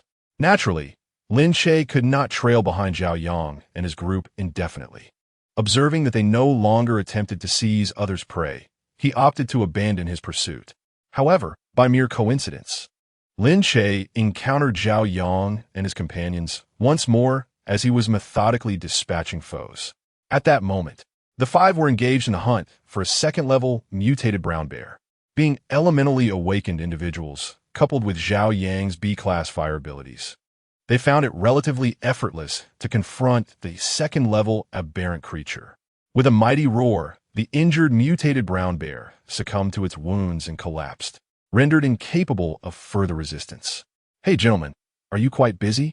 Lin Che suddenly emerged from the thicket, swiftly claiming 5 points with a single strike. Thank you for the points. Until we meet again. With that, Lin Che vanished from the scene, much like before. Zhao Yang discarded his long knife and sat down on the ground, exclaiming, This is utterly unfair. One of his subordinates tentatively suggested, Shall we try moving farther away? What other options do we have? Zhao Yang lifted his gaze, surveying his companions. Seeing them all shake their heads, he could only rise reluctantly and embark on their journey once more. After 3 hours of virtual training, Fang Haochen was ejected from the virtual scenario due to severe injuries sustained by his virtual character. After slaying a mutated giant lizard, he had also defeated over a dozen first-level aberrant creatures, ultimately earning 47 points. According to the current rankings, he found himself in a respectable 10th place. Unfortunately, upon being expelled from the virtual scene, he was quickly surpassed by others. Lin Che, having delayed Zhao Yang and his group, currently boasted 126 points, securing a temporary second position. The first place belonged to a student from martial arts class 10 named Yi Feng, who held 149 points. One must admit, his name certainly does not suggest an easy adversary. Xu Yao currently held 105 points, placing her third. Her achievement was largely due to Lin Che's previous guidance. Had she not developed her spatial compression technique, her original combat prowess would have made such a score improbable. The fourth position currently had a mere 65 points, creating a stark divide from the top 3. This information was accessible only to the spectators outside, including those students who had been expelled from the virtual scenario. Fang Haochen observed the scores and rankings of Lin Che and Xu Yao, unable to suppress his disdain. So you two are indeed formidable beasts, while I am merely a beast of burden. Although Qin Ming and Lin Che both possessed S-class talents, their martial arts realms were too low, limiting them to dealing with first-level mutated creatures. Presently, Qi Ming held 43 points and Lin Che 45 points, neither of whom could breach the top 10. This realization brought a slight sense of comfort to Feng Haochen. At least, with a comparable martial arts realm, he had temporarily surpassed these two S-class prodigies. Thus, he could not be entirely deemed a beast of burden. At this moment, numerous students had already been extracted from the virtual arena, and upon seeing the leaderboard, they were left in awe. Who is this Yifeng? Why have we not heard of him before? Indeed, from such a low-ranking class as Martial Arts Class 10, to produce such a remarkable warrior? It was said that he had awakened relatively early, possessing a C-class power-based talent, currently at the late stage of the Enlightenment realm, capable of effortlessly slaying second-level mutated beasts. No wonder his realm was nearly on par with that of graduates. Alas, with only a C-class talent. Even if he were to acquire the Wheel of Fate, he could only unlock abilities of D-class or below. In this light, it seems somewhat wasteful for those with lower talents to consume the Wheel of Fate. However, it cannot be dismissed entirely. D-class abilities can indeed enhance one's combat power significantly, and as long as one can grow stronger, it cannot be deemed wasted. Furthermore, even an ordinary individual, if they could procure 10 million, would likely wish to take a chance. 10 million to awaken an F-class ability? It would be wiser to save the money and enjoy life. Each person has their own aspirations. Within the virtual arena, Lin Che encountered a third-level mutated giant python, and coincidentally, Yifeng appeared in the vicinity. Hearing the sounds of battle, Yifeng hurried towards the direction of Lin Che and the entwined python. Chapter 46. In the Realm of Martial Arts. Speed is unassailable. Most mutated creatures are predominantly of the physical enhancement type, with few possessing elemental attributes. However, the three-tier mutated giant python within this virtual realm possesses an extraordinary affinity for ice. Among the myriad of mutated beings, this python stands out remarkably. Measuring over 10 meters in length, its snow-white scales shimmer with an ethereal glow, leaving a trail of frost upon the ground. Its vertically slit azure eyes exude a chilling aura of lethal intent. Lin Che couldn't help but feel a shiver run down his spine, not due to the python's overwhelming presence, for he had previously slain 4-tiered pythons during the Beast Tide. At present, this mere 3-tiered mutated python, despite its ice affinity, could not possibly surpass a 4-tiered creature. The source of his unease was the holographic suit simulating the surrounding environment, emanating cold air towards him. Slowly, Lin Che unsheathed his long blade, which almost instantly became encrusted with frost, visible to the naked eye. Although mutated creatures lack the intellect of humans, their instinctual combat prowess far exceeds that of mankind. This 3-tiered ice python demonstrated an understanding of creating advantageous conditions, making it somewhat superior to Lin Yuro, who was at the Enlightened Realm. Lin Che regarded the ice python with admiration. Just as Lin Che was observing, the python suddenly launched an attack, opening its massive jaws and emitting a deafening roar. With a rush of foul wind, it expelled several shards of ice. Lin Che deftly wielded his long blade to deflect the icy projectiles, though the chill seeped into his hands, causing discomfort. Undeterred by its initial failure, the python swung its tail like a colossal whip aimed at Lin Che. Reacting swiftly, he leaped backward, narrowly avoiding the strike. However, upon landing, he slipped and fell flat on the ground, recalling the unwise suggestion he had given Lin Yuro earlier. The Wheel of Fate indeed turns in unexpected ways. As more ice shards hurtled towards him, Lin Che rolled to the side, prioritizing evasion. Perceiving that its long-range attacks were ineffective, the python charged forward, intent on ensnaring Lin Che in a deadly embrace. Aware that his slashing power as an enlightened realm warrior would be insufficient to breach the python's armored scales, Lin Che sheathed his long blade and instead delivered a powerful punch. To his astonishment, the python, initially poised to entangle him, momentarily faltered upon receiving his blow. Lin Che continued to unleash a relentless barrage of punches. Were the ice python not mere virtual data, it would undoubtedly question its very existence under his relentless assault. As the fierce battle raged between man and serpent, an unexpected figure emerged from the thicket, launching a strike aimed at the python's underbelly.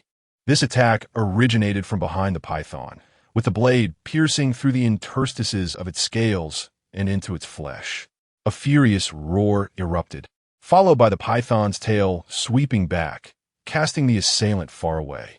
Regaining composure, the individual sprang back into action, charging once more towards the ice python. "Wait, my friend. This is my quarry," Lin Che thought, as the scene struck him as eerily familiar. Noticing the intruder's lack of response, he chose to remain silent and resumed his assault on the ice python with fervor. Although Lin Che presented himself as an enlightened realm warrior, he found himself in a war of attrition against the scaled, three-tiered ice python. Had no one interfered, he might have continued to strategize patiently. Competitors have now emerged, compelling him to resort to subtle tactics. As the saying goes, to strike a serpent one must aim for its vital spot. A python, being a serpent, naturally possesses its own critical areas. With a length exceeding 10 meters, the heart of such a colossal python should lie approximately 3 meters behind its neck, typically on the left side. Lin Che slightly diminished the force of his punches, gradually distancing himself to divert the ice python's attention.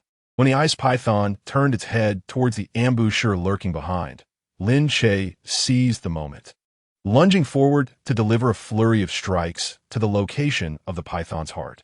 Thud, thud, thud, thud, thud. The ice python, which had been proudly raising its head and flicking its tongue, suddenly stiffened and collapsed on the ground.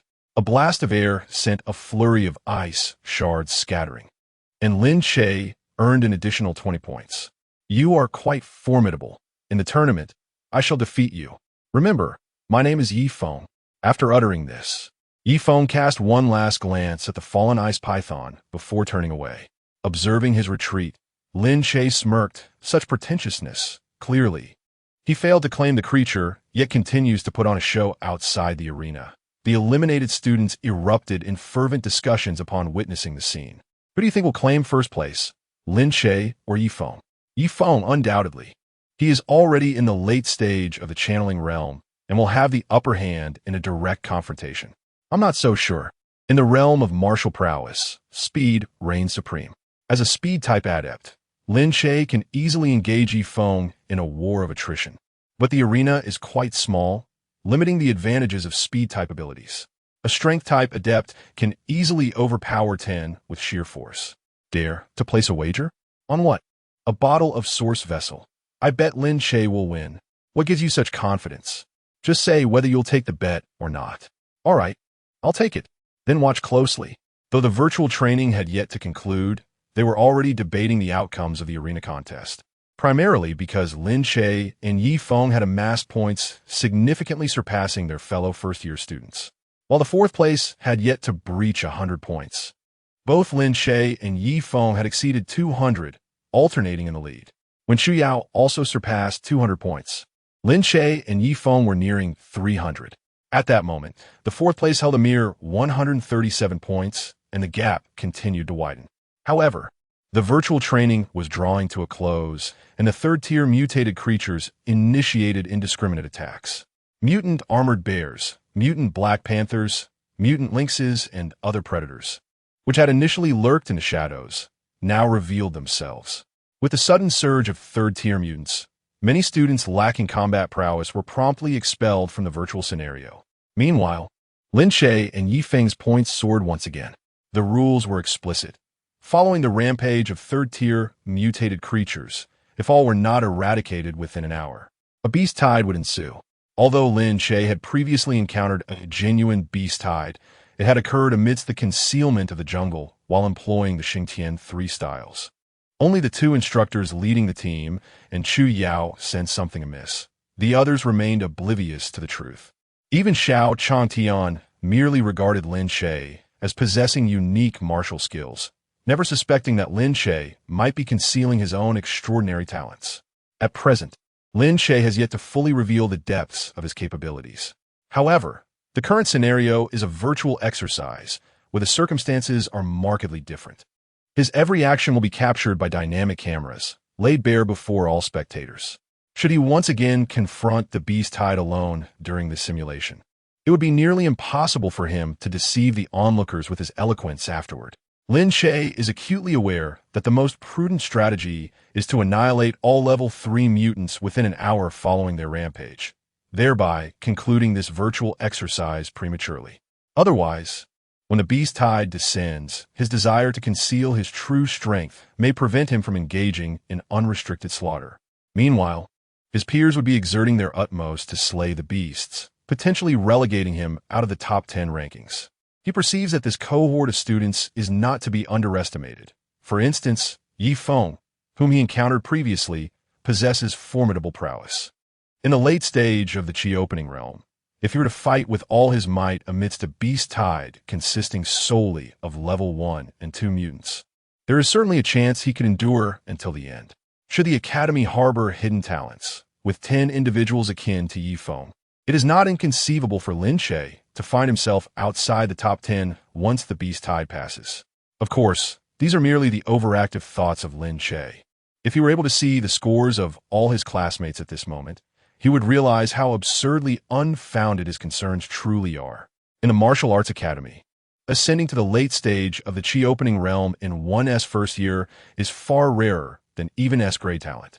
It is improbable that the school would suddenly unveil 10 such individuals. Chapter 47. The greater the skill, the greater the danger, alas. Among the third-level mutants, there exists a variant of the man-eating flower, which is likely to evade detection. It remains uncertain who orchestrated this scenario. Currently, everyone is on guard against the formidable predators, hardly suspecting that a mere plant in the woods could be a third-level mutant. It appears that the beast tide is an indispensable element, and the individual who crafted this virtual setting had no intention of allowing us a smooth passage. Even without the presence of the mutant flower, those of us who were prematurely extracted cannot truly claim to have succeeded in the challenge, can we? It is better to see through the fade without voicing it. After all, we are still good friends. Su Qianqian, upon noticing Lin Zishuan's ranking, could not help but inquire of Lin Wanting. Zishuan currently has 108 points. Does he still have a chance to enter the top 10? Upon hearing this, Lin Wanting glanced at the leaderboard. First place, Lin Che with 427 points. Second place, Yi Feng with 398 points. Third place, Chu Yao with 286 points. Fourth place, Lu Yu with 173 points. 10th place, Zhao Yang with merely 139 points. Even so, Lin Zishuan is still 31 points away from the 10th position, equivalent to 31 first-level mutants. Given such a disparity, it is practically impossible for Lin Zishuan to break into the top 10. Lin Wanting shook her head in resignation. Zishuan is still too inexperienced. If he could advance to the Qi passage realm, entering the top 10 would be quite achievable. As Lin Wanting stated, 7 of the top 10 competitors are indeed at the Qi passage realm. Had Lin Zishuan managed to break through before the competition, he would have at least secured a place among the top 8. Unfortunately, there are no ifs, despite possessing S-level talent. He is currently only at the late stage of the body refinement realm. Thus, facing second-level mutants poses significant challenges, naturally resulting in a lower score. Su Qianqian then turned her gaze to the third-year leaderboard, where Lin Yuruo astonishingly ranked third. Yuruo seems to have made remarkable progress recently.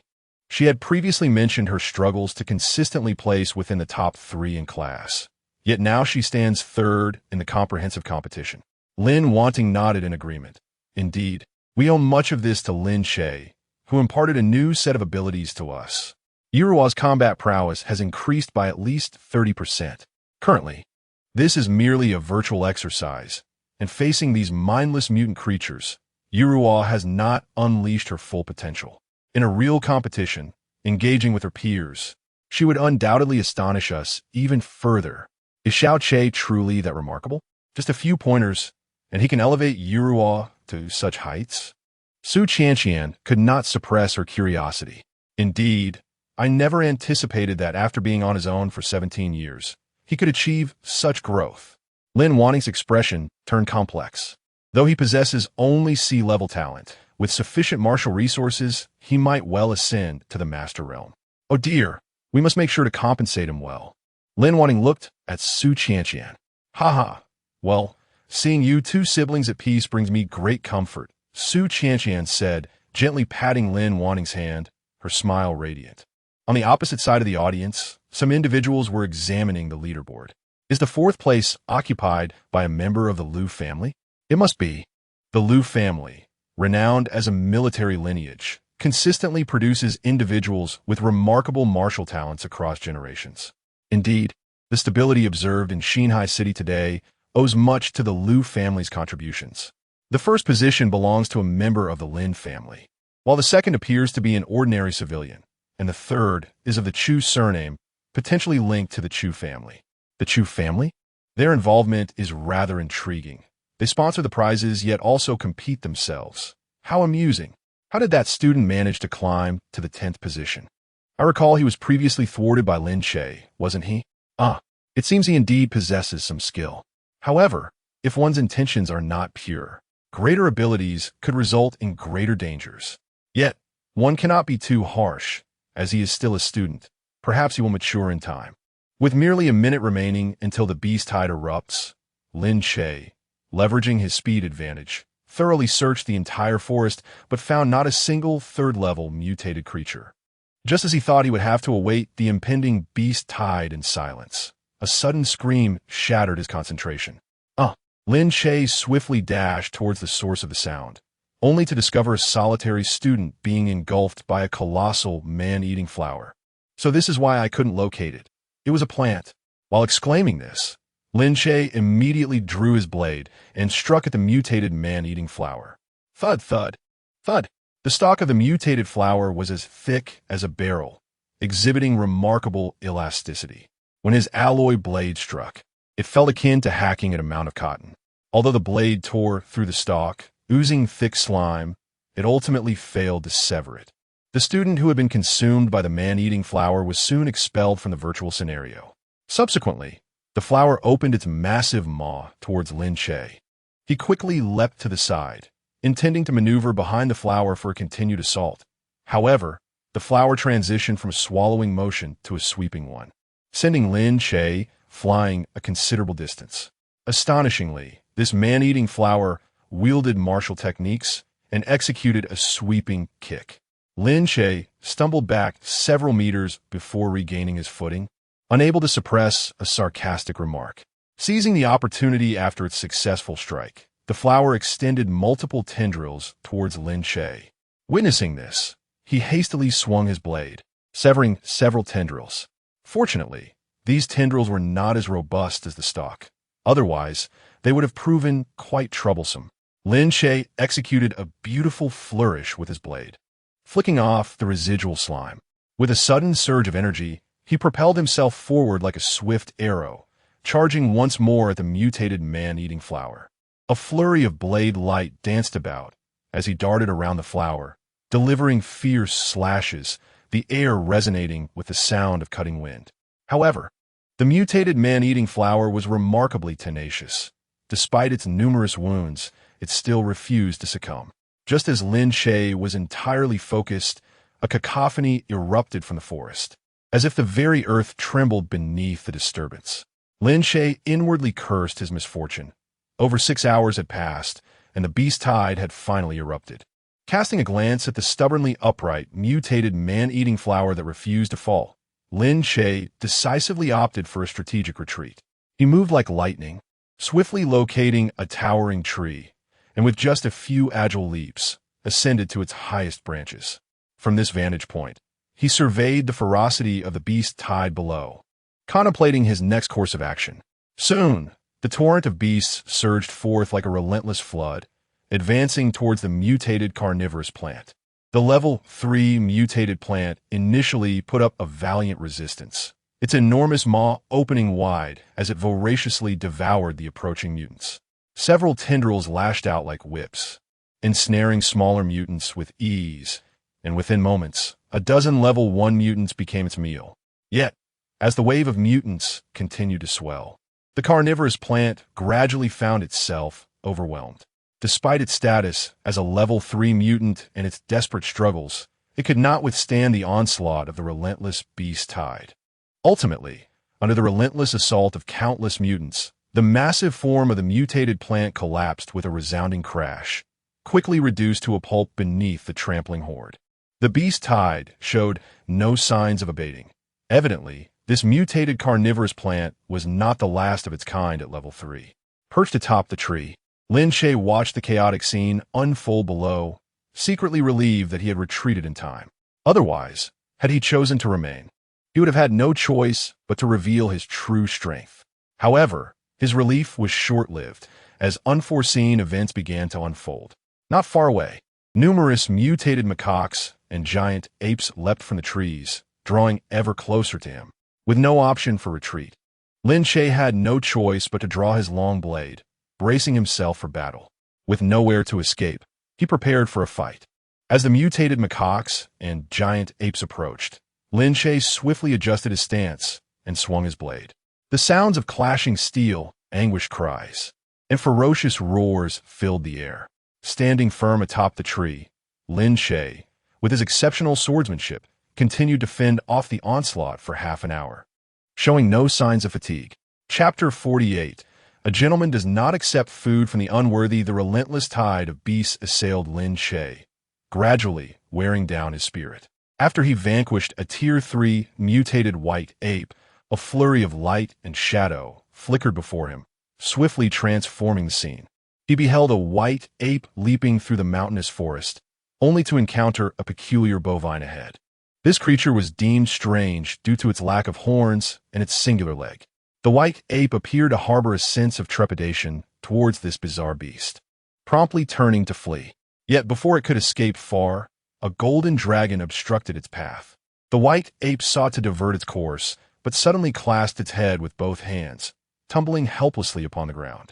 Subsequently, the golden dragon assumed human form, producing a chain that it hurled towards the white ape.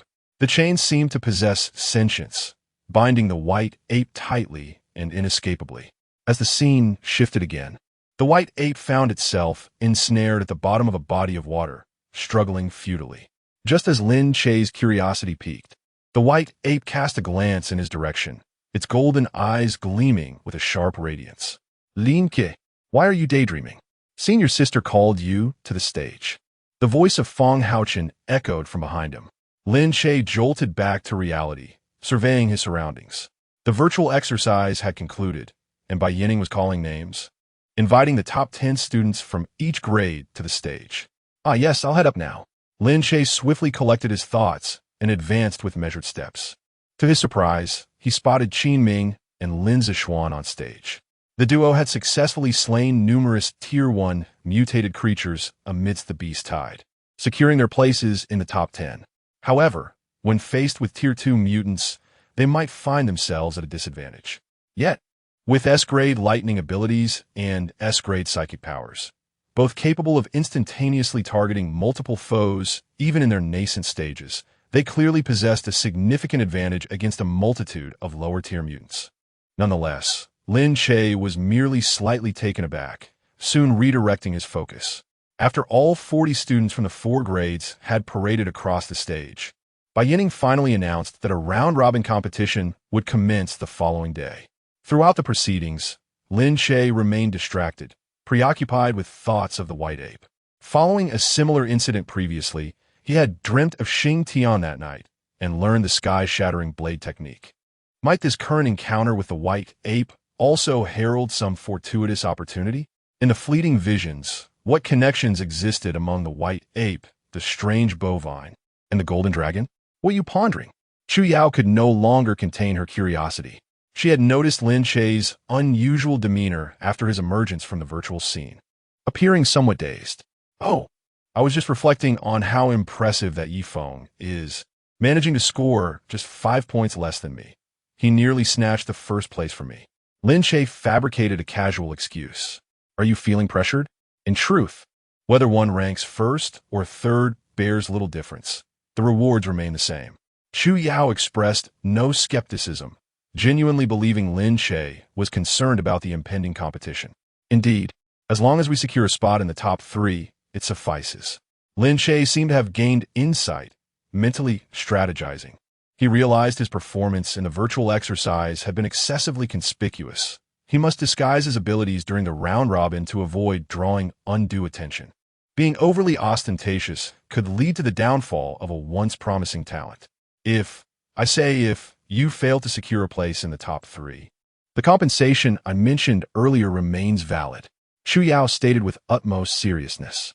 Upon hearing this, Lin Che shook his head in feigned pride, exclaiming, "A gentleman does not accept food that is offered out of pity. A true man cannot accept charity from a woman." Chu Yao rolled her eyes at Lin Che, scoffing. "Oh, how impressive. You are so noble. Forget I said anything." However, Lin Che deftly changed the subject. "While I have no intention of accepting your charity, I would like to propose a business arrangement." "What kind of business?" Chu Yao asked, her brow furrowing in confusion. "You are aware that I have a batch of crystal cores, and your family is in the market for them, are you not?" Lin Che raised an eyebrow. Chu Yao appeared even more perplexed. "Are you in dire need of money? The Lin family surely wouldn't deny you even a meager living expense, would they?" "Not exactly. Although the Lin family has not provided me with living expenses, I am not lacking in funds," Lin Che admitted with slight embarrassment. "However, I believe it is necessary to prepare a wheel of fate for Huang Jinbao." Previously, Chu Yao had deceitfully claimed she wanted Huang Jinbao to participate in a drug trial to gift Lin Che a wheel of fate, which Lin Che saw through and casually declined. Now, he found himself wanting to enhance Huang Jinbao's strength, yet he had to ask Chu Yao for help, which made him feel somewhat awkward. Chu Yao wore a triumphant smile. "While the value of crystal cores has indeed surged, your collection surely doesn't amount to 10 million. Does it?" "Indeed, it is insufficient, which is why I thought to seek your assistance, Miss Chu. Perhaps you could offer me a discount, or I could arrange for installment payments. What do you think?" Lin Che flashed a bright smile. "You are quite the character. I offered you a wheel of fate for free, and you repeatedly refused. Now you turn around and wish to buy it, asking for a discount." Chu Yao paused before continuing. "Is it that you suspect my gift to be tainted?" For some reason, Lin Che sensed a hint of sorrow in her tone. He quickly shook his head to dispel the notion and explained, "It's not that your gift lacks value. I simply believe that earning something through my own efforts is far more meaningful. Then you should not expect me to give you a discount." Chu Yao vito, her lips curling in disapproval. "That is different. Sentiments belong to one realm, while business belongs to another. Is it not reasonable to request a discount when purchasing?" Lin Che asserted with an air of entitlement. "Huh, who speaks of sentiment with you?" Chu Yao's cheeks flushed. "So, how much of a discount do you desire?" Lin Che extended a hand. "Would 50% be acceptable?" At this, Chu Yao leaned back slightly, furrowing her brow. Her expression one of disbelief. "Is there really much difference between 50% off and receiving it for free?" "Of course. 50% still amounts to 500,000. What if I add a bit more? Would you consider giving me a 70% discount?" Lin Che inquired tentatively. Fine, 50% it is. I am truly exasperated with you." Chu Yao shook her head in resignation. "When the next batch of Wheels of Fate is produced, I will reserve one for you." "Splendid. Miss Chu, you truly possess great fortitude," Lin Che exclaimed, giving her a thumbs up, although he did not fully grasp the meaning of fortitude. He could tell that his compliment brought a smile to Chu Yao's face. After dinner, Lin Che lay on his bed, activating the holographic projection of his wristband to search for information regarding the Baiyuan.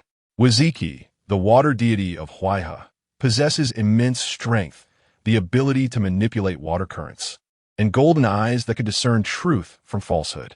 However, Waziki has a weakness. The continuous sound of thunder can induce excruciating headaches. During the era of the Yu's flood control, Waziki wreaked havoc, ultimately subdued by the combined efforts of Kuei and Gongchun. Gui, a creature with the body of a bull yet devoid of horns, possesses a single foot and a voice akin to thunder, skilled in melodies, seemingly born to counter Waziki. Gongchun, a golden divine dragon, once aided Yu in controlling the floods, binding Waziki with a demon-sealing chain and imprisoning him at the foot of Turtle Mountain. The aforementioned information perfectly aligns with the visions Lin Che had witnessed. Previously, Xing Tian had requested his assistance in locating a head, But what could Waziki possibly want from him? Could it be that he wishes for Lin Che to sever the demon sealing chain? Setting aside whether Lin Che has the capability to accomplish such a feat, even if he did, he would rather not release Waziki. Although Xing Tian opposes the heavens, he stands in solidarity with the Yin Emperor, aiding his leader in the contest for the throne of the Heavenly Emperor, which is not inherently wrong. Lin Che would bear no psychological burden in assisting Xing Tian. However, Waziki is an entirely different matter. This being is a true harbinger of chaos, bringing floods and devastation wherever he roams. Should the dreamscape reflect reality, retrieving Xing Tian's head would merely allow him to continue his opposition to the heavens, posing little threat to Blue Star. Yet, if Waziki were to be unleashed, the populace of Blue Star would suffer immensely. Following the day of revelation, humanity's living space has already been severely constricted. Once Waziki regains his freedom, he could easily unleash floods, leaving no room for survival. Chapter 49. I have stated that I shall defeat you in the arena. A night passed without incident. The white ape did not intrude upon Lin Che's dreams. Although the reason for this deviation from previous occurrences remained unclear, Lin Che was nonetheless relieved. He had yet to fulfill his promise to Xing Tian, and the prospect of being entangled with Wu Zhiqi again would surely have caused him considerable distress. After breakfast, Lin Hai offered words of encouragement to Lin Yuro, Lin Che, and Lin Zhexian. Even if they did not secure a spot among the top three, there was no need for psychological burdens. Given the relationship between the Lin and Chu families, acquiring a few life wheels would be a trivial matter. The life wheel had just been released, and demand far exceeded supply. Even at a price of 10 million, there were always those with ample wealth eager to acquire it. However, in Lin Hai's eyes, these concerns were insignificant. The Lin and Chu families, being long-standing friends and connected through marriage, would not have to queue with others. Historically, Lin Hai's reasoning was not without merit. Yet, the situation surrounding the life wheel was unique. Lin Che surmised that the first batch of life wheels had likely been pre-ordered. Otherwise, Chu Yao would not have specifically mentioned reserving one for him in the future. The life wheel required crystal cores as raw materials, and currently, only the military possessed a reserve of crystal cores. Thus, it was evident that the first batch of life wheels would inevitably be allocated to the military. Not only could Lin and Chu families not touch military orders, but even members of the Chu family themselves were unable to access these reserves. By the time Lin Hai managed to procure a life wheel, it would likely take several months. Both Lin Che and Lin Yuro had opportunities to secure a top 3 finish, while Lin Zhexian appeared to have little chance. His ability to amass sufficient points amidst the beast tide to miraculously break into the top 10 was already a stroke of luck. It was decidedly unrealistic to expect him to achieve any notable ranking in the ensuing rounds. Thus, upon hearing Lin Hai's words, Lin Zhexian promptly responded, "Father, rest assured, we shall all do our utmost." At the plaza of Xinhai Martial Arts Academy, spectators and students alike took their seats as Bai Yining reiterated the rules of the round-robin competition. The top 10 students from each grade, ranked according to their scores from the virtual training exercises, would engage in combat in a rotating fashion. The victor would earn 2 points, while a draw would yield 1 point each. After all 10 participants had faced one another, the top 3 scorers would receive a life wheel and 10 source vessels. In the event of a tie for third place, the student with the higher cumulative score from the virtual training would receive the reward. In the first match of the first-year group, Zhao Yang from Martial Arts Class 3 was set to face Qin Ming from Martial Arts Class 1, and both students were invited to the arena. The first match of the second-year group followed. Once Bai Yining concluded her announcement, 2 participants ascended to each of the 4 arenas. Some chose to exchange a few taunts, while others opted for immediate engagement. In truth, the rankings from the virtual training had already demonstrated the students' capabilities to a considerable extent. However, there were also some who resorted to underhanded tactics. For instance, Zhao Yang had leveraged the strength of others to secure his position in the top 10. Had he not faced resistance from Lin Che initially, his ranking might have been even higher. Coincidentally, Qin Ming, as a body refinement realm warrior, owed his entry into the top 10 to the S-rank lightning ability's rapid lethality against lower-tier mutated creatures. The 2 individuals are indeed matched adversaries. engaging in a riveting contest upon the arena. Amidst the clash of blades, Zhao Yang intermittently unleashed fireballs, while Qi Ming occasionally executed a series of lightning-fast strikes. Regardless of their destructive potential, the spectacle was undeniably impressive. Ultimately, being S-class awakeners, Zhao Yang's stamina proved insufficient, and he was skillfully dispatched from the arena by a fluid combination of moves from Qi Ming. Subsequently, Bai Yining ascended the stage, proclaiming with clarity, Qi Ming earns 2 points. In the second match, Lin Zixuan from the first martial arts class faced Li Feiyu from the fourth class. Despite Lin Zixuan's S-class talent, he struggled to contend with Li Feiyu's prowess, who was at the Tongqiao realm. Within a mere minute, Lin Zixuan was forcefully ejected from the arena by Li Feiyu's palm of cloud dispersal. Li Feiyu accumulates 2 points. In the third match, Wang Lin from the 6th class faced Yang Xiao from the 7th class. Both were practitioners of the Tongqiao realm. However, Yang Xiao possessed the family's secret technique, the mysterious steps, making him elusive and difficult to capture. Despite Wang Lin's valiant efforts, he ultimately faltered and succumbed to defeat. Yang Xiao gains 2 points. The fourth match featured Chu Yao from the first class against Lu Yu from the second class. Had Chu Yao not received guidance from Lin Che prior, she would have undoubtedly been no match for Lu Yu. Coming from a military family, Lu Yu's martial skills were honed for battle. However, after 2 months of rigorous training, Chu Yao adeptly combined her spatial compression abilities with her swordsmanship. A single strike delivered nearly 600 kilograms of force, even with Lu Yu's exceptional techniques to dissipate impact. He found his arms numbed by her relentless assaults. With her formidable skills, Chu Yao dominated the match, leaving Lu Yu with no opportunity to retaliate. Eventually, he retreated until he was forced out of the arena. Chu Yao earns 2 points. In the fifth match, Lin Che from the first class confronted Yi Feng from the 10th class. Lin Che had originally planned to forfeit 2 matches, securing only 3rd place. However, during a previous virtual exercise, Yi Feng had brazenly proclaimed his intent to defeat him in the round robin, which stirred Lin Che's irritation. To acquiesce to Yi Feng now would only serve to bolster the latter's arrogance. As Lin Che hesitated, Yi Feng slowly drew his sword and reiterated his earlier boast. I told you, I will defeat you in the round robin. At this, Lin Che cast aside his doubts. He could not tolerate such hubris. Come, let me discern the quality of your bravado, undeterred by the wind. Lin Che unsheathed his long sword, poised for the inevitable clash. Swordsmanship is a fundamental discipline at the Martial Arts Academy. Regardless of whether students ultimately wield swords or guns, they're taught the art of the blade. The rationale is straightforward. Swordsmanship is the most accessible skill to master. An adage states, 100 days to practice the sword, 1,000 days for the gun, and 10,000 days for the sword. To empower students to unleash maximum lethality in the shortest time frame, they must learn the art of the blade. Consequently, it is rare to observe other weapons during the Academy's grand competitions. Lin Che's swordsmanship has been refined over 3 years of battling mutated entities. Within the same realm, even without employing the breaking the sky technique, Lin Che harbors no doubts about his superiority over others. You may strike first, or else, once I take my action, you might find yourself bereft of any opportunity to retaliate. Yi Feng resumed his showboating demeanor. He chuckled. I share your sentiment. Lin Che paused briefly. If I were to act first, I too would fear you missing your chance.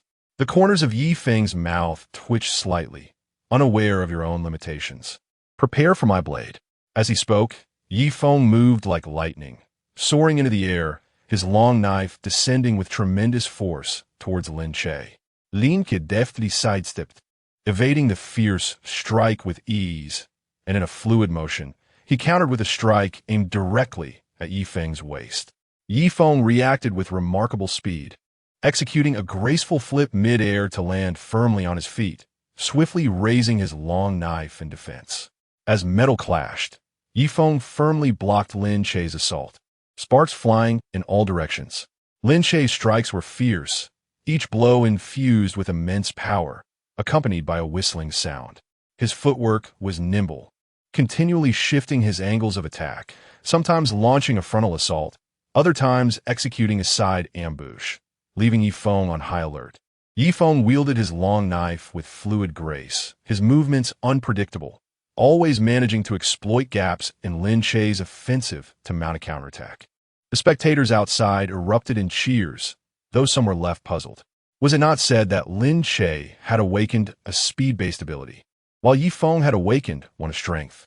Why did it seem as if their roles were reversed? It indeed appeared that the speed-oriented combatant exhibited a forceful blade technique, while the strength-oriented warrior displayed agile movements, truly intriguing. Chapter 50.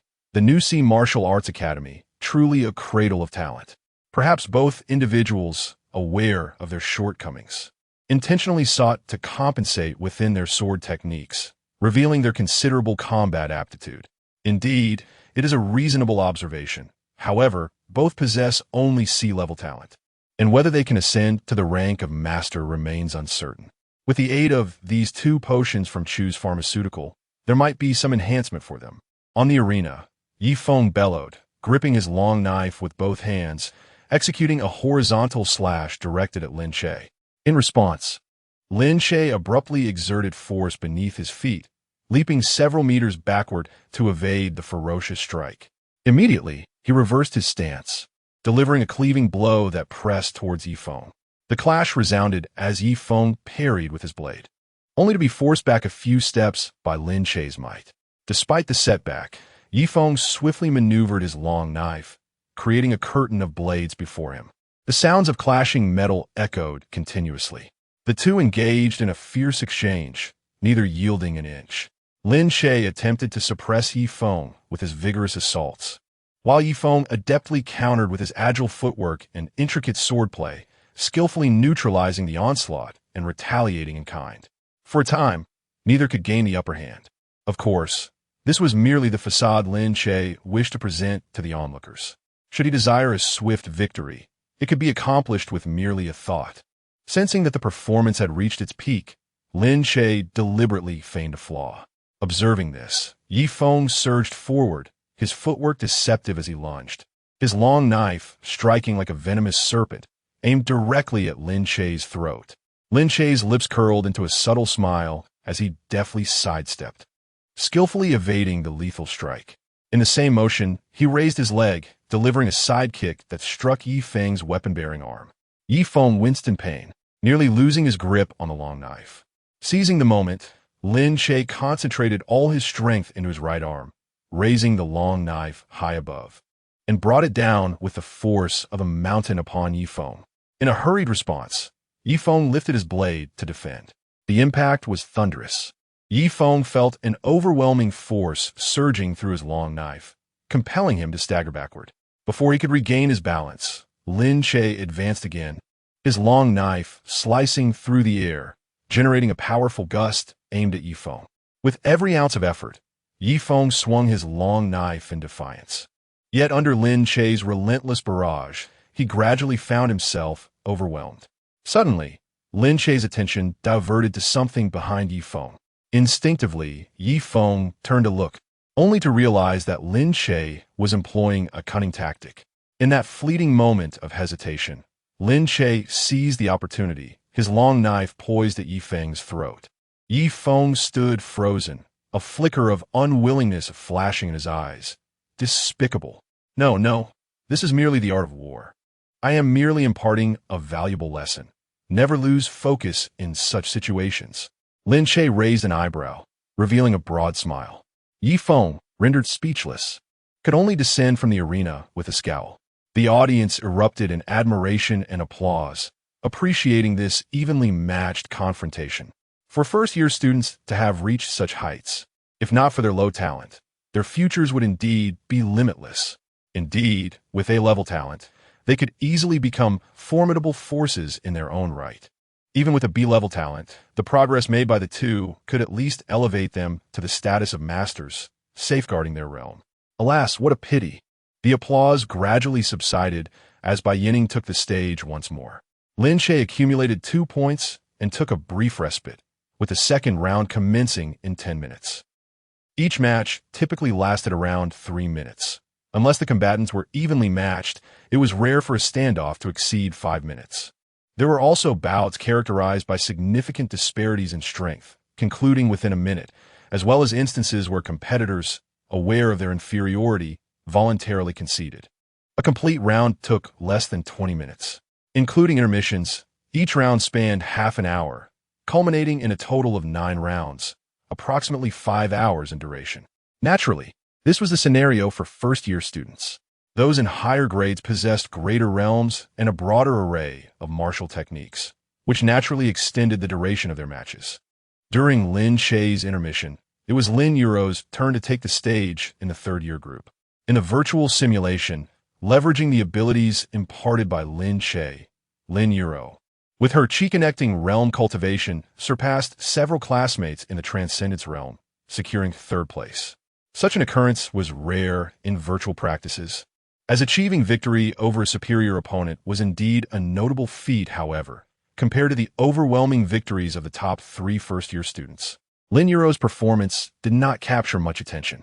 Now, in the first round of the round-robin tournament, Lin Yuro was to face a competitor in the Transcendence realm. Most believed her defeat was inevitable, including her opponent, Xiao Zhan. As a practitioner in the early stages of the Transcendence realm, even with a B-level strength talent, Xiao Zhan's punch could be measured in tons. Moreover, the physical attributes of Transcendence practitioners far exceeded those of chi-connecting practitioners, leaving Xiao Zhan unable to conceive of a scenario in which he might lose against Lin Yuro. Lin Yuro, you might as well concede. I wouldn't want to accidentally injure you, Xiao Zhan said with a gentle tone from the arena. There's no need for further discussion. Just make your move, Lin Yuro replied, her expression calm but her tone resolute. As she slowly drew her long knife from her waist, slightly bent her knees, and assumed a combat stance. Xiao Zhan's demeanor shifted to one of seriousness. Then I shall not hold back. With that, he surged forward, launching the first attack. Xiao Zhan's form moved like lightning, swiftly closing the distance to Lin Yuro, his long knife aimed directly at her throat. The strike was fierce and rapid. Had it been another chi-connecting practitioner, they would have surely found it difficult to defend. Yet Lin Yuro exhibited no signs of panic.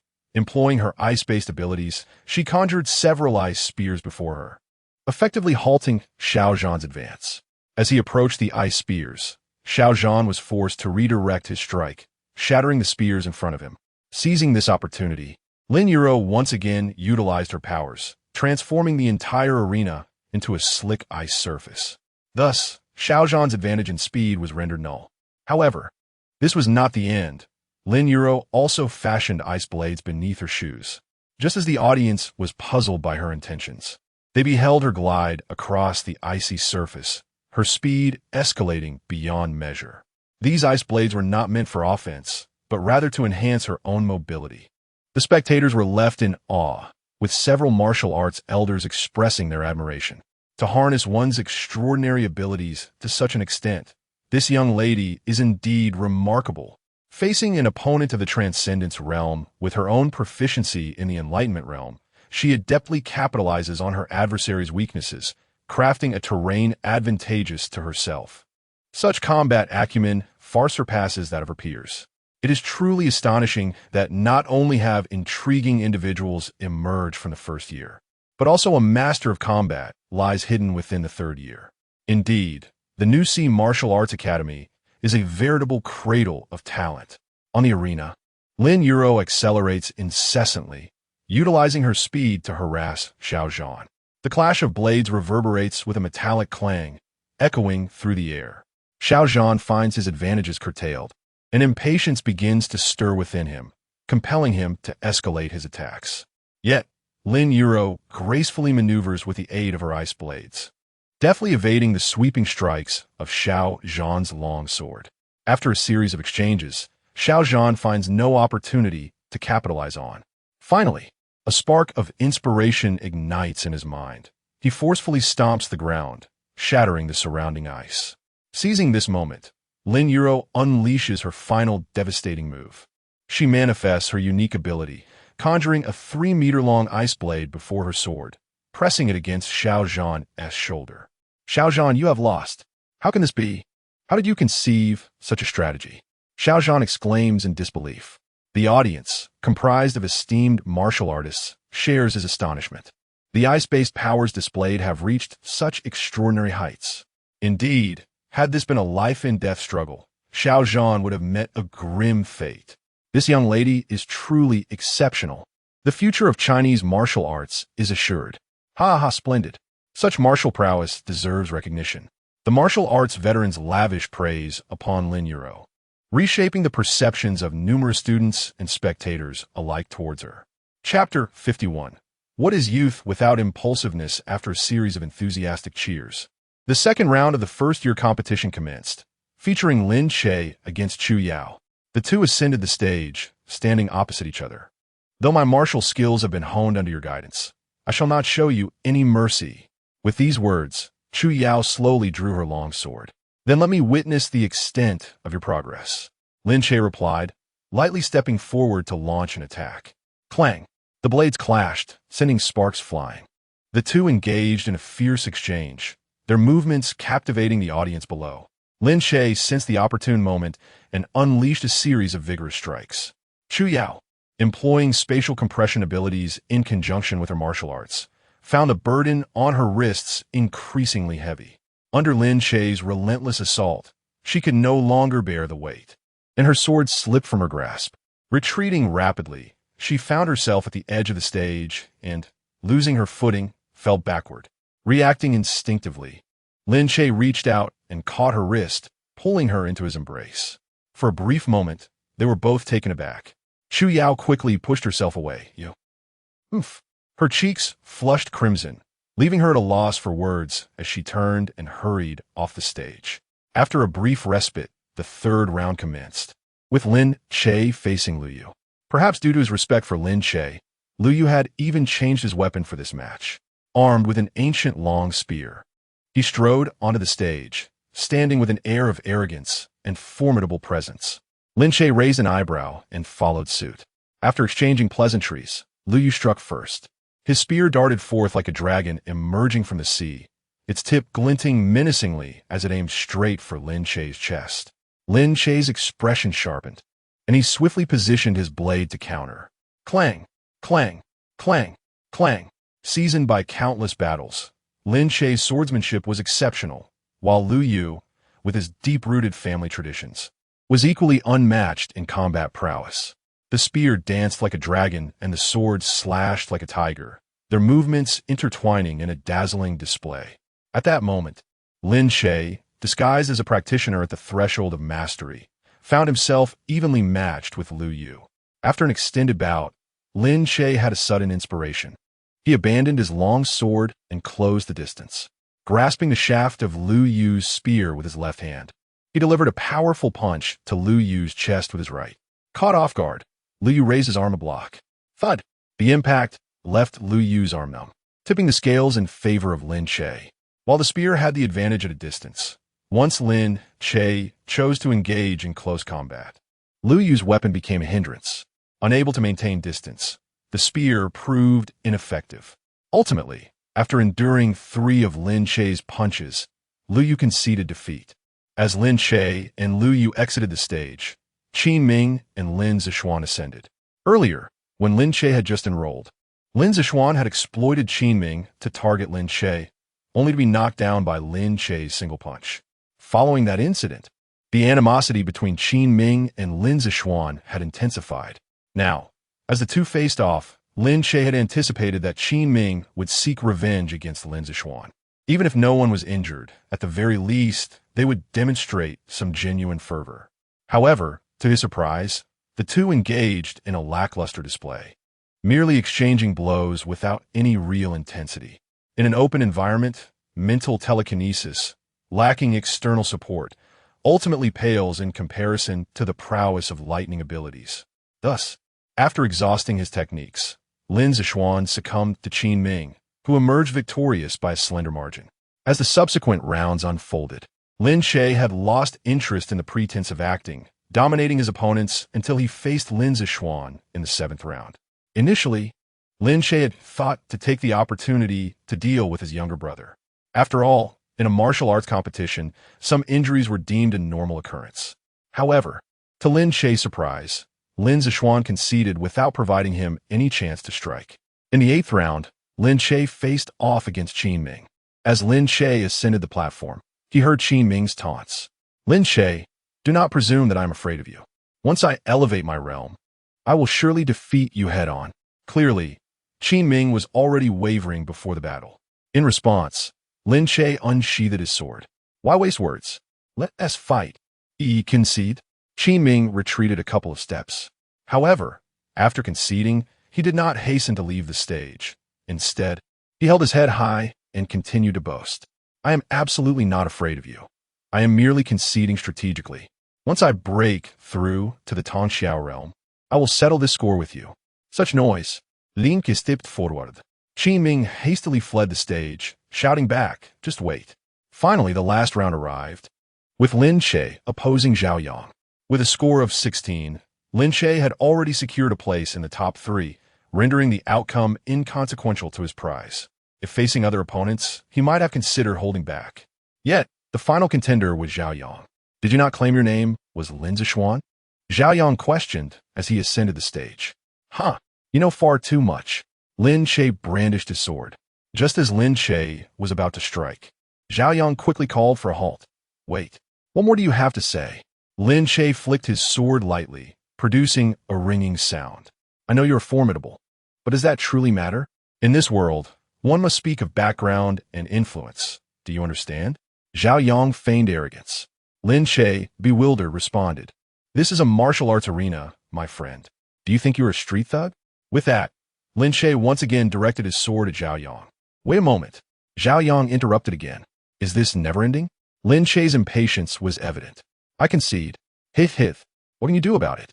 Zhao Yang spread his arms wide, adopting a haughty expression. Lin Che turned to Bai Yaning, asking, Teacher, may I strike him? Ahem, since he has already conceded. You are prohibited from attacking further.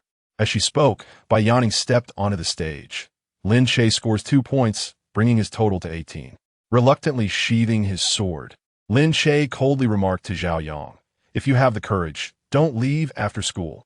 To say Lin Che was truly enraged would be an exaggeration.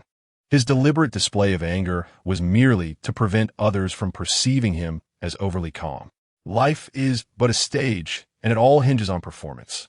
Talent must be disguised, as must one's character. A mere C-grade talent masquerading with the demeanor of a master is bound to raise suspicion.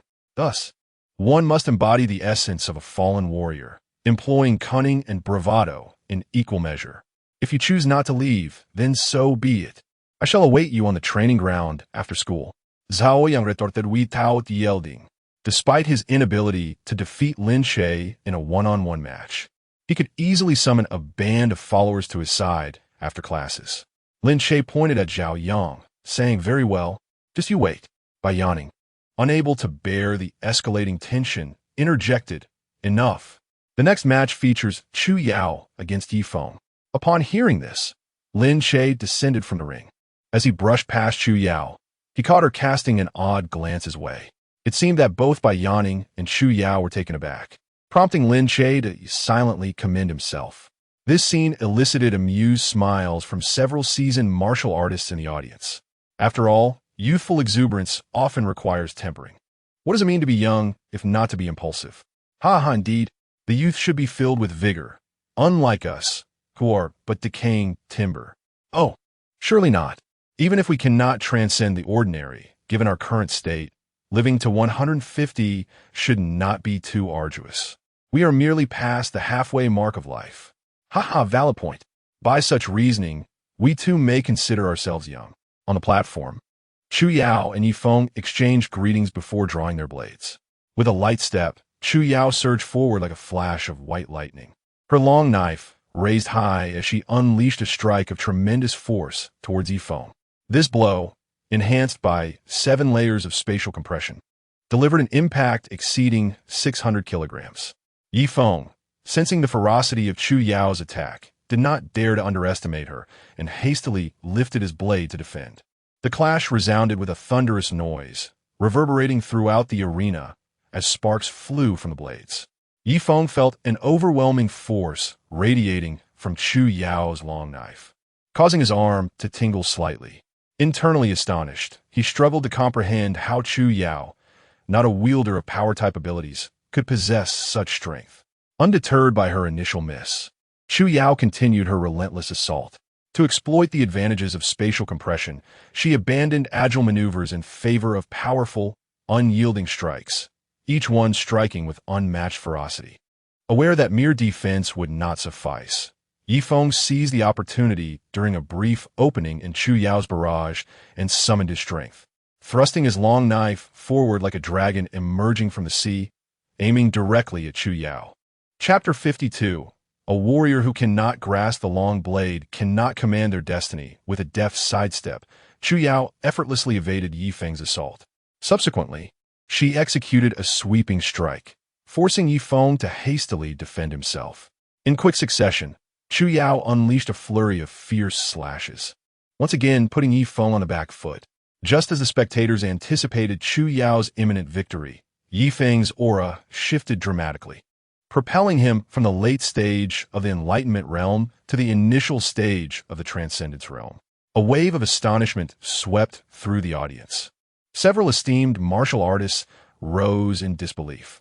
How could he have awakened to the Transcendence realm?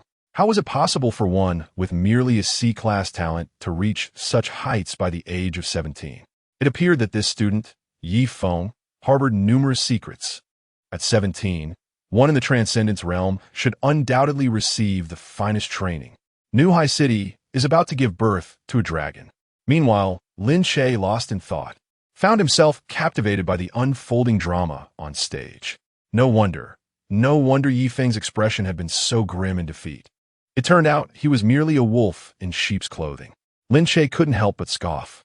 Reflecting on the scene of Yifeng descending from the arena with a darkened face, Lin Che felt a pang of sympathy.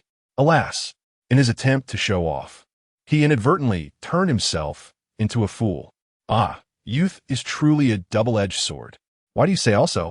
Fang Haochen interjected, unable to contain his curiosity. Did I? Lin Che feigned ignorance.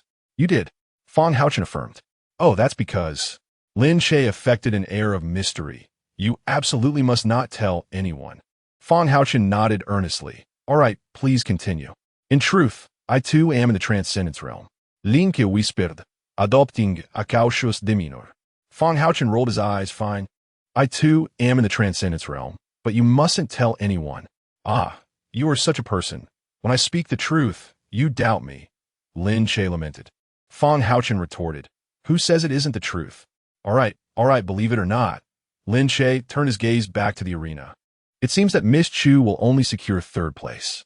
On the stage, Chu Yao appeared momentarily taken aback, but quickly regained her composure, her expression somewhat perplexed. So it was you. She uttered a cryptic remark. What do you mean by me? Yifeng asked, bewildered. Even if you refuse to acknowledge it, I shall not concede easily, even if you have shown me kindness. With that, Chu Yao launched another strike, her momentum intensifying. Before Yifeng could comprehend Chu Yao's words, he was met with a fierce blow. Ultimately, the disparity in their realms was insurmountable.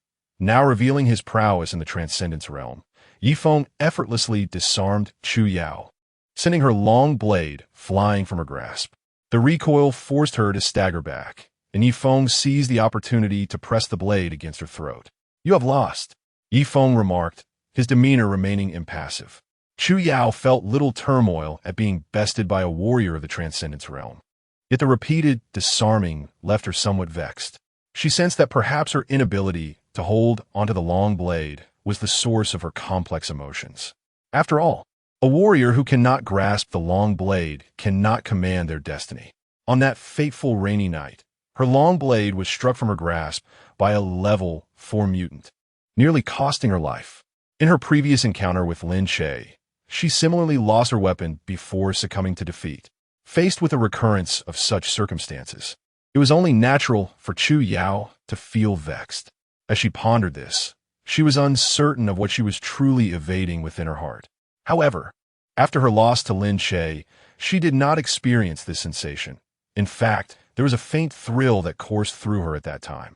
The reason for this was a mystery to her, but it was undeniably distinct from her present feelings. For the past few months, she had been searching for the whereabouts of that savior, known as Lei Feng. The feeling of being rescued in a moment of peril lingered in her mind, fueling her longing to express her emotions when she finally found that young man in black. Yet, when she beheld Yi Feng revealing his extraordinary prowess, her heart intertwined his image with that of Lei Feng, and instead of elation, she felt a profound disquiet. She struggled to articulate her intricate emotions, especially after her long blade was once again sent flying, amplifying her turmoil to its zenith. The crowd erupted in cheers as Chu Yao slowly regained her composure and descended from the arena, appearing somewhat dazed. Shortly thereafter, Bai Yining took the stage to declare Yi Feng the victor. Yi Feng accumulated 2 points, bringing his current total to 16. The top 3 in the first-year group were Lin Che with 18 points, Yi Feng with 16, and Chu Yao with 14. After a brief intermission, the competition would continue until the top 3 in the other grades were determined, at which point the principal would present the awards. The audience continued to cheer and applaud. Yet Chu Yao remained preoccupied as the senior round of the competition persisted.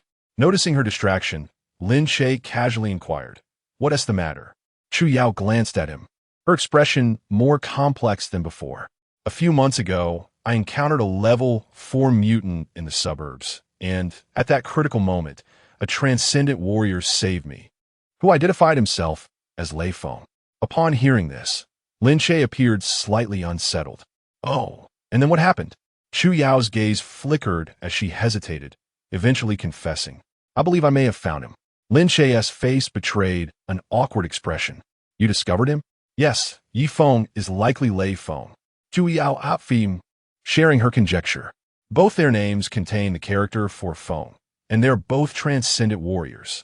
If I fail to connect the dots, I would be quite foolish. "Really?" Lin Che was first taken aback. Then his expression grew more complicated. Is that so?" "Indeed, it's quite astonishing. Isn't it? I never imagined that the one who saved me would be right here beside me." Chu Yao reflected, feeling a mix of emotions. "We attend the same school, and despite the passage of months, I could not uncover his identity. He is quite adept at concealing himself. Might there be some misunderstanding here?" Lin Che ventured cautiously.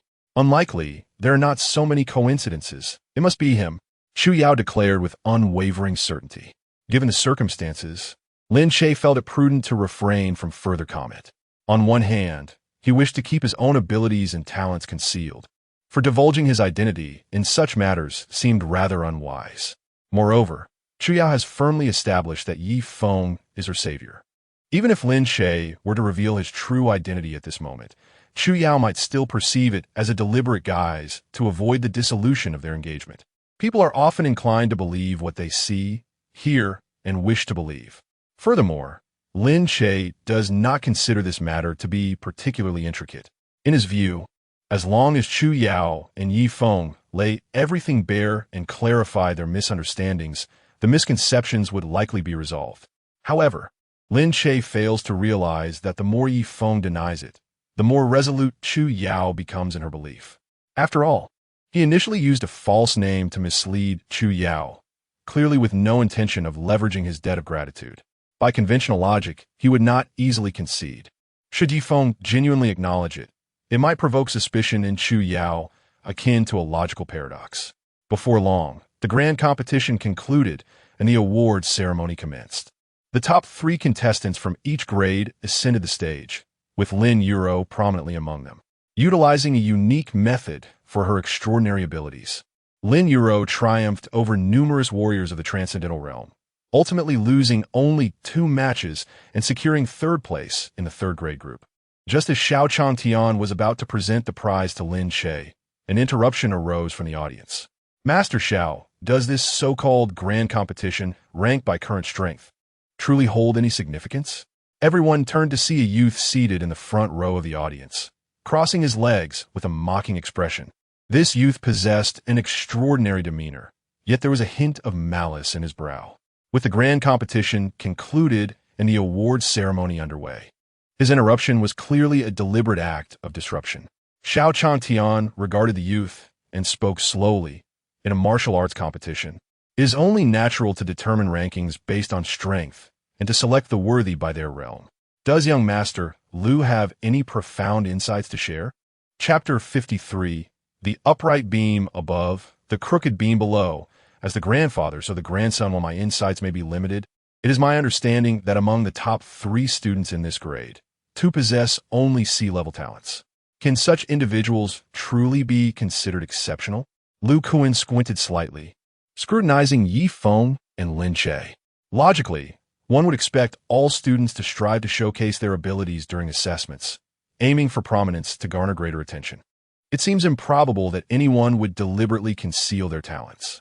Lu Kuan certainly did not suspect that these 2 individuals might possess any hidden deficiencies in their abilities.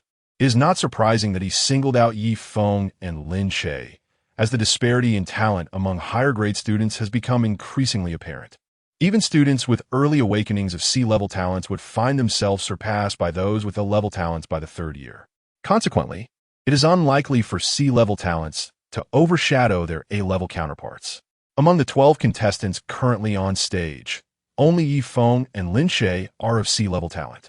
The remaining participants boast talents of A-level or higher. Xiao Changtian hesitated slightly. While C-level talent is indeed modest, the 2 have rightfully earned their rewards through their own merits, and thus the prizes should rightfully belong to them. This perspective is rather myopic. Master Xiao's assertion is overly simplistic. If the intention is to select truly exceptional talents, the prizes should be awarded to those who genuinely embody such excellence. Lu Kuan boldly declared, "Take my cousin Lu Yu, for instance, who possesses B-level endurance talent. He is destined to become a master in his own right. The precious resources represented by the Wheel of Fate should be expended on individuals of true worth, to reflect their inherent value, should they not?" The atmosphere became tense, quickly followed by an uproar. It appeared that Lu Kuan, under the guise of lofty rhetoric, sought to secure advantages for his own family. The Lu family holds considerable power in the realm of Xinhai. Who could possibly rival them? Xiao Changtian, being a master in his own right, surely would not cower before the Lu family, would he? Yet, with the Lu family currently under the protection of an extraordinary individual, the masters might find it challenging to withstand such pressure. At that moment, an elder from the observation platform rose and spoke. "Lu Kuan, you must not act disrespectfully. The grand competition of the school adheres to its own rules, and it is not for you to challenge." "Uncle, your words do not hold water," Lu Kuan retorted, his tone devoid of any reverence. "Rules are merely constructs of man. If they are unreasonable, others are certainly entitled to raise objections." Such audacity! Warriors have always been judged by their strength. This has been the case throughout history. Where lies the unreasonableness in that? The elder's expression bore signs of anger. Lu Kuan shrugged nonchalantly. Just because it has always been this way does not imply that it ought to remain so. What significance is there in bestowing such vital resources upon 2 ineffectual individuals? The elder pointed an accusatory finger at Lu Kuan, his arm trembling slightly. You are utterly unreasonable. Others have earned their rewards through their own merits. What concern is that of yours?" As the grandfather and grandson continued their heated exchange, Yi Feng could no longer contain himself. "May I inquire, esteemed Lu, have you ascended to the realm of masters yet?" Yi Feng called out with a resonant voice. Lin Che silently mused, what a clever trick, once again falling into his scheme. Indeed, as soon as Yi Feng spoke, Lu Kuan was immediately rendered speechless. Though Lu Kuan possessed a B-grade talent and had the potential to become a master, his lack of ambition left him stagnant, remaining in the late stages of the transcendence realm after many years since graduation. His earlier claim that Yi Feng was a waste was evidently forgotten, as he himself was of the same realm. After a long pause, Lu Kuan coldly scoffed. "Humph, although I have yet to become a master, my B-grade talent guarantees that I will ascend to mastery sooner or later." Yi Feng, unfazed by Lu Kuan's excuses, retorted with a single word. "Waste. You." Lu Kuan abruptly rose from his seat, his gaze fierce. "Do you wish to die?" "Humph. If I, a Transcendence Realm warrior, am a waste, then does Lu Xiao, also in Transcendence Realm, not qualify as a waste?" In the face of Lu Kuan's threats, Yi Feng not only remained unfazed but grew even bolder. I am merely 17, yet I have already reached the transcendence realm, while Lu Xiao appears to be around 27. Does that not make you the greater waste? You dare insult me. You insolent wretch. You truly have a death wish. Lu Kun, seething with rage, immediately intended to confront Yi Feng. Observing this, Xiao Changtian suddenly unleashed his masterful aura, causing Lu Kun to involuntarily retreat several steps, collapsing back into his seat. Thereafter, Xiao Changtian spoke with an air of indifference. Lu Xiao, this is the Xinhai Martial Arts Academy, not your Lu family estate. There are matters here that cannot be meddled with at your whim. Lu, do not think that your mastery grants you any significance. Others may fear you, but I do not. Lu Kun continued to shout defiantly. In all of Xinhai, there is nothing my Lu family cannot control. Instantly, the entire square erupted in an uproar. How arrogant this Lu is, with such descendants. The Lu family's future seems bleak. Mind your words. Even if the Lu family does not endure, that extraordinary figure can still live for at least 200 years. Hiss. With that said, Xinhai City may remain shrouded in darkness for 200 years. What nonsense! That extraordinary figure is not akin to Lu Kun. How could the future be so grim? As the saying goes, the apple does not fall far from the tree. What kind of grandfather, what kind of grandson? Feeling the penetrating gazes from others, the group promptly fell silent. Lin Che remained reticent, secretly contemplating whether he should send this young Master Lu to meet Lu Quan. Power in the hands of the wicked truly brings endless calamities. When Lin Che had previously visited the Lu family estate to sell crystal cores, Lu Quan had attempted to deceive this young man. Lin Che, in an act of mercy, had sent Lu Quan to an early paradise. Little did he expect to encounter the so-called young master today, who indeed lived up to the infamous reputation. Such masters breed equally despicable sycophants. Both are cut from the same cloth.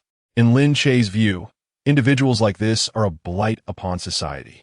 It would be better to seize an opportunity one day to embody the spirit of Lei Feng, serving the people by eradicating the societal tumor.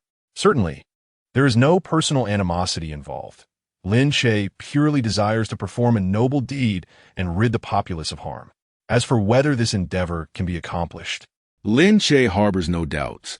He truly does not regard a young master of the late transformation realm with any concern. Foolish child, what nonsense are you spouting? the elder on the viewing platform reprimanded again, subsequently offering his apologies to Xiao Changtian. My family child is unworthy, and I beg from Master Zhao's understanding. Such words are unwarranted, my esteemed elder. The youth merely speaks without restraint. He shall be properly disciplined at home. Xiao Changtian replied with a smile that did not reach his eyes. I am grateful for your magnanimity, Master Xiao. The Lu family's second uncle bowed respectfully to Xiao Changtian and then shifted the conversation. However, despite this child's insolence, he does present a valid point. Allocating the Wheel of Fate to 2 students of C-grade talent is indeed a misallocation of resources. The elder turned to Lin Che and Yi Feng. If you two are willing to part with it, the Lu family can offer 10 million as compensation. Such a precious resource is better utilized on individuals with greater potential. At this juncture, the onlookers began to comprehend the situation. The duo from a Lu family was merely performing a play, one taking the role of the villain while the other played the good guy.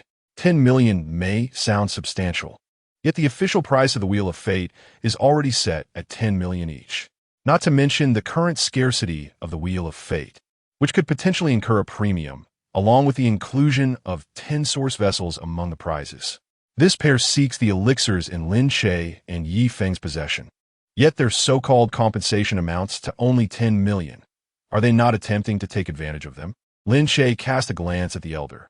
The Lin family is not in want of money, although he felt no sense of belonging to the Lin family. It did not deter him from invoking its name, given that Xiao Changtian referred to this elder as a senior. It was likely that this old fellow was indeed a master. Lin Che, for the time being, had no means to contend with a master, so he could only deflect the matter for now. Chapter 54. The Terrifying Physique of the Dominant King. Unstoppable, Yi Feng cast a sidelong glance at Lin Che, his brow furrowing deeper. While Lin Che could invoke the name of the Lin family for support, Yifeng had no such backing from the Yi family, and thus bore the weight of this pressure alone. Esteemed elder, I must humbly express that I aspire to challenge the realm of the Grandmaster in the future, and I require these resources to enhance my cultivation. Therefore, I can only appreciate your kindness and spirit. Upon hearing this, the elderly gentleman furrowed his brow, his gaze inadvertently drifting towards Lu Kun. As a venerable elder of considerable renown, it was unseemly for him to coerce a junior in plain sight. However, it was an unavoidable circumstance when one's own offspring proved disobedient. Observing this, Lu Kun immediately grasped the implication. Yifeng, I advise you not to be ungrateful. Accept the money if it is offered, or else humph. Lin Che found the situation increasingly discordant. Setting aside the Lu family's military background, securing the Wheel of Destiny should be more feasible for them than for others. Even if the military channels yielded no results, Lu Kun's involvement seemed tenuous at best. If Yifeng relinquished the potion, the Wheel of Destiny would naturally find its way to Lu Yu. What motive did Lu Kun have to exert such effort? Surely it could not be attributed to their fraternal bond. Such reasoning was untenable for Lin Che. Based on Lu Kun's words and his brazen demeanor, he hardly appeared to be a person who would consider his brother's interests. If you desire the potion in my possession, it is not impossible. Defeat me, and it is yours. Yifeng resumed his showboating. Preposterous. What qualifications do you possess to challenge me? Liu Kun retorted disdainfully. It seems you are not particularly invested in the Wheel of Destiny. If you're indifferent, then so be it. Yifeng maintained an indifferent demeanor, deftly employing a strategy of feigned relinquishment. Lu Kun, predictably falling for the ploy, immediately proclaimed, Very well, I accept your wager. But let me make one thing clear. Should I win, the compensation of 10 million will be forfeit. Agreed. If you can best me, the Wheel of Destiny shall be yours. But if you lose, what will you stake as your wager? Yifeng coaxed persuasively. Impossible. How could I possibly lose? Lu Kun declared with arrogance, confident in his superior cultivation, believing himself to be 2 minor realms above Yifeng. It would be prudent to clarify the terms. As I am wagering the Wheel of Destiny, valued at 10 million. Surely the Lu family possesses enough integrity for this? At this juncture, Yifeng's intentions were laid bare. Lu Kun sought to usurp Yifeng's Wheel of Destiny, while Yifeng aimed for the Lu family's 10 million without cost. Wait, Lin Che interjected, unable to contain himself. If you win, you claim your portion of the Wheel of Destiny, but I believe your share rightfully belongs to me. Lin Che sensed an underlying discord. If he allowed Yifeng to continue provoking Lu Kun, retaliation from the Lu family was imminent. The situation would escalate, and Yifeng might very well utter the phrase, Do not underestimate the young and impoverished. Lin Che believed this was a spectacle that should belong to him, such as when Chu Yao publicly annulled their engagement, prompting him to exude an aura of dominance and establish a 3-year pact with her. Currently, his process of withdrawing from the engagement remains incomplete, yet his lines are being preemptively seized by others. What shall he say then? Constantly interrupted by Lin Che. Yifeng could not help but frown. Is deceit in the arena truly a sign of skill? Such sentiments should not be echoed. Victory is victory, and defeat is defeat. Strategy is indeed a facet of strength. Lin Che smoothly shifted the conversation. The Wheel of Life is a resource sponsored by Chu Pharmaceutical for the school, and the authority to manage it lies with the institution. You have no right to wager the school's resources. Moreover, this potion is exceedingly rare. Should you fail to value it, the school reserves the right to reclaim the resource. At this juncture, Lin Che turned to shout Chan Tian. Am I not correct, Principal? These words possess a semblance of reason, albeit scant. While the resources belong to the school, they were acquired by Yifeng through his prowess. As a prize for Yifeng, the authority has, in truth, shifted from the school to him. However, since the prize has yet to be awarded, Lin Che's assertion cannot be entirely dismissed.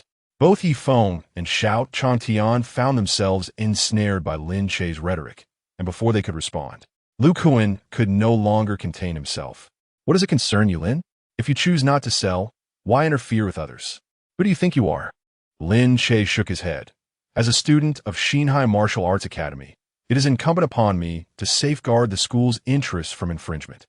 What nonsense! Do you believe yourself a shareholder of the school? Liu Kun retorted, exasperated. Strangely enough, before my admission, my family donated a building to the school. Even if I am not a shareholder, I possess the right to know the whereabouts of the school's assets. With his eloquent tongue, Lin Che effectively transformed meddling into oversight of the school's property. From this perspective, he indeed held some validity. At this moment, Xiao Changtian finally spoke again. School resources are public assets, which cannot be utilized as wagers or traded privately. As he spoke, Xiao Changtian looked at Yifeng. Feigning solemnity, Yifeng, if you do not intend to use this potion, the school is entitled to reclaim the resource. Yifeng's mind was in disarray. He could not comprehend why he would not utilize the potion. He had merely intended to outmaneuver the Lu family, never contemplating his own defeat. A wager destined to win. Can it truly be considered a gamble? Furthermore, if school resources cannot be traded, why then did the Lin family donate a building?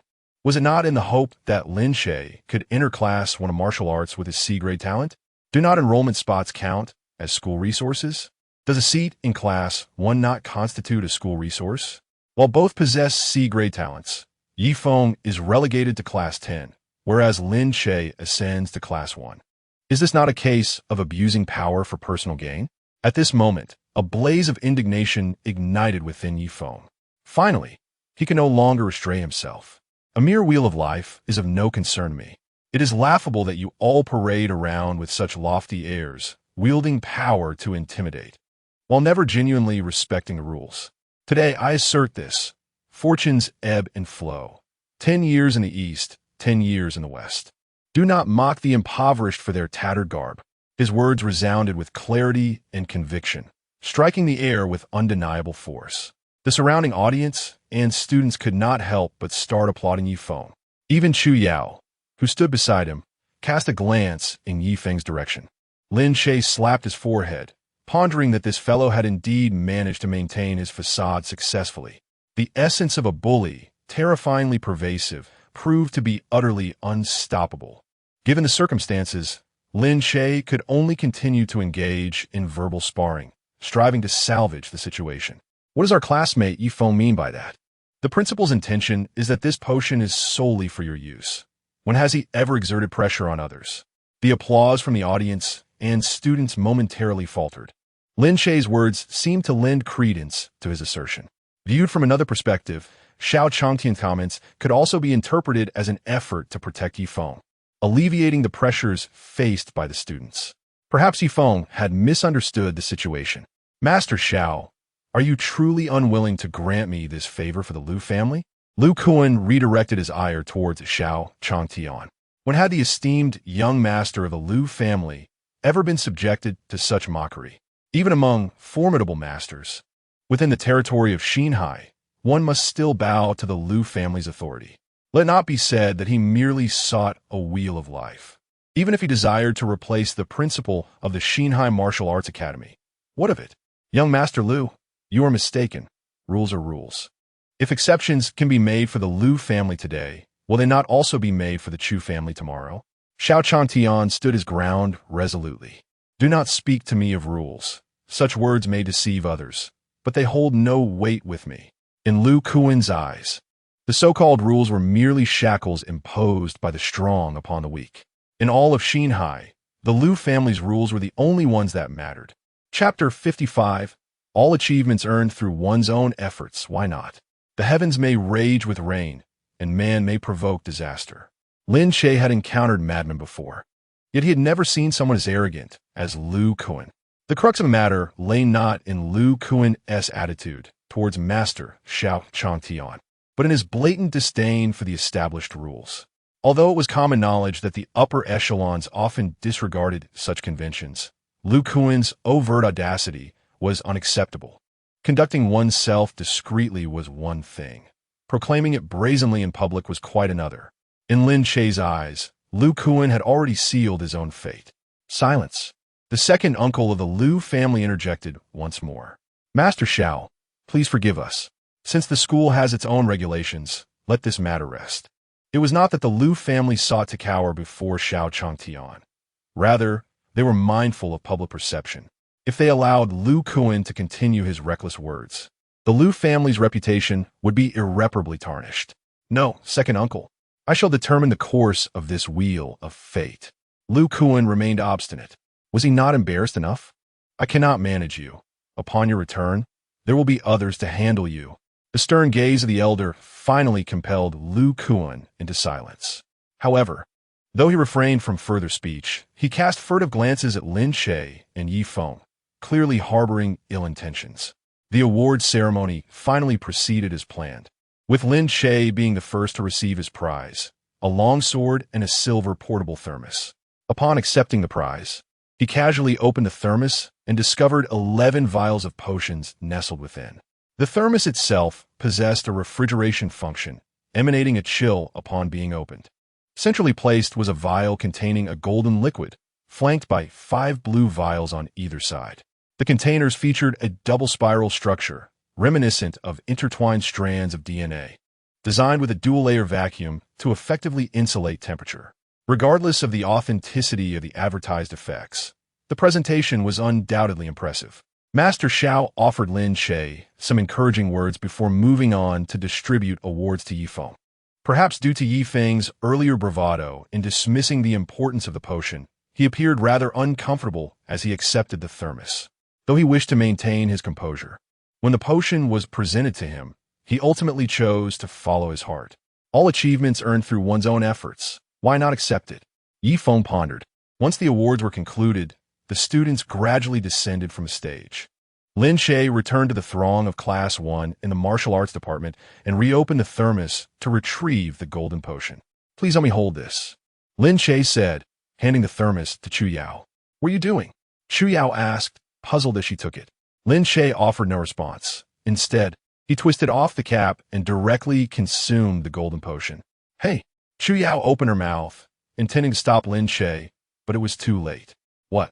Lin Che inquired, bewildered. In nothing. Chu Yao's expression was complicated. Moments later, Lin Che was engulfed in excruciating pain, nearly crying out. Noticing the cold sweat covering him, Chu Yao could not help but ask, "Are you all right?" Lin Che waved his hand and replied with difficulty, "It's nothing. You should take this potion at home. It's a bit painful. It hurts. It truly hurts too much." At that moment, Lin Che felt almost dizzy. Out of concern for his own pride, he could only endure in silence. Noticing Lin Che swaying, Chu Yao reached out to support him. "You might need to endure for 3 hours. Only then will the pain gradually subside, and you should awaken your second ability." Upon hearing this, Lin Che's face contorted in disbelief. This situation wasn't mentioned online. Was it? Compared to the second ability, a little pain should be insignificant, right? Chu Yao remained unfazed. "So you knew all along?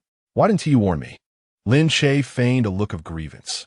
Chu Yao, displaying an expression of helplessness, replied, "I intended to warn you, but it happened so quickly that I couldn't say anything." Lin Che. Xiao Changtian then delivered a concluding speech, marking the successful end of the comprehensive competition. As the crowd dispersed, upon reaching the school gate, Chu Yao handed the potion to Lin Che. "Take this. Remember to bring the crystal core tomorrow." "Aren't you going to use it?" Lin Che asked, puzzled. "I already have a set prepared at home." "This is an unexpected gain," Chu Yao replied, gathering her hair. "Since we're going to trade, I'll give you this set for now." "All right, then I'll thank you on behalf of Golden Treasure." Lin Che accepted the suitcase. With both hands carrying 2 boxes of potions, he attracted curious glances from the onlookers. Chu Yao waved her hand dismissively. "It's just a transaction. There's no need for formality." At that moment, Lin Che's personal driver, upon seeing him exit the school, quickly drove up to them. "Young master." The driver opened the car door, inviting Lin Che to enter. Lin Che hesitated for a moment, but ultimately said, "You'd better clarify matters regarding Yi Feng. Don't create any misunderstandings." "Oh, all right." Chu Yao furrowed her brows at the mention of Yi Feng. "See you." With that, Lin Che entered the car and departed. He felt an inexplicable sense that he had forgotten something, but for the time being, he could only push it to the back of his mind. At the Lin family villa, the family was admiring Lin Yuro's prize. Upon seeing Lin Che return home with 2 boxes of potions, Lin Zishuan immediately felt a surge of curiosity. Bro, how you have 2 sets of potions? The Lin family parents and sisters turned to look at him in unison. What does it matter to you? Lin Che replied bluntly. Each person can only consume 1 potion from the Wheel of Fate. Before Lin Zishuan could finish, Lin Che interrupted. Yes, I know. So what does it matter to you? Bro, I know you're still upset about the last incident. I've realized my mistake. Can you forgive me? With his spell interrupted, Lin Zishuan had to gather his strength anew. I've already stated that the person who lost the underwear wasn't me. So there is no need for you to apologize. Lin Che's expression turned cold. However, if there is a next time, I may not be so reasonable. Upon hearing this, Lin Zishuan's eyes flickered, and he immediately assured, Brother, rest assured, I will never engage in such actions again. Heh, it matters not. However, should there be another occurrence, I will take action. With that, Lin Che took 2 boxes of potions and headed towards the staircase. Lin Zishuan gritted his teeth and spoke again, Brother, since you have an extra set of potions, could you perhaps give one to eldest sister? He himself desired it greatly, but he knew Lin Che would never part with it, so he deliberately steered the conversation towards Lin wanting. Using Lin Che's possessions to curry favor while subtly sowing discord between Lin Che and Lin wanting was a familiar tactic of Lin Zishuan. Of course not.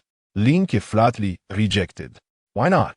Each person can only utilize 1 Wheel of Destiny. Any surplus is of no use. What would you keep it for? Lin Zishuan feigned confusion. Indeed, Xiao Che, if you require money, you could ask your father for it. Su Qianqian chimed in. Lin Che shook his head. I have my own purposes, thus, eldest sister should await the next batch of potion from Chu's pharmaceutical. I am fine, after all. It will eventually be produced. Lin wanting thought desperately of wanting it, yet ultimately lacked the courage to voice her desire. Knowing his children well, Lin Hai discerned that both his eldest son and daughter wished to use the Wheel of Destiny sooner to unlock their second abilities. However, out of pride, they hesitated to speak up. Therefore, he had no choice but to muster his courage and speak on behalf of his daughter. Ahem, Xiao Ge. If you're willing to give that extra Wheel of Destiny to your eldest sister, I can offer you 20 million. What do you say? Ever since being put in his place a few times before Lin Che, Lin Hai had become hesitant to assert himself and now spoke in a gentle and amiable manner. Chapter 56. Lend me the eye of insight to help you seek fortune and avoid calamity. Apologies. Though 20 million is quite tempting, I have other uses for this potion, so there is no need for further inquiries. With that, Lin Che continued his ascent up the stairs. Oh, child. Lin Hai was about to say something more, but saw Lin Che pause once again. The onlookers initially thought Lin Che had changed his mind, only to witness him turn his gaze towards Lin Yuro. After consuming the Wheel of Destiny, there may be some discomfort, so sister, please be cautious while using it. Upon returning to his room, Lin Che promptly administered a Wheel of Destiny to Huang Jinbao. The sooner it is used, the less chance there is of others coveting it. Lin Che had anticipated that after consuming the Wheel of Destiny, Huang Jinbao would experience excruciating pain similar to that of a human. He was already contemplating how to soothe the creature afterward. However, to his surprise, the giant squirrel fell into a deep slumber immediately after ingesting the potion, causing no commotion at all. It seems that humans and mutated creatures are indeed different. Lin Che shook his head in resignation.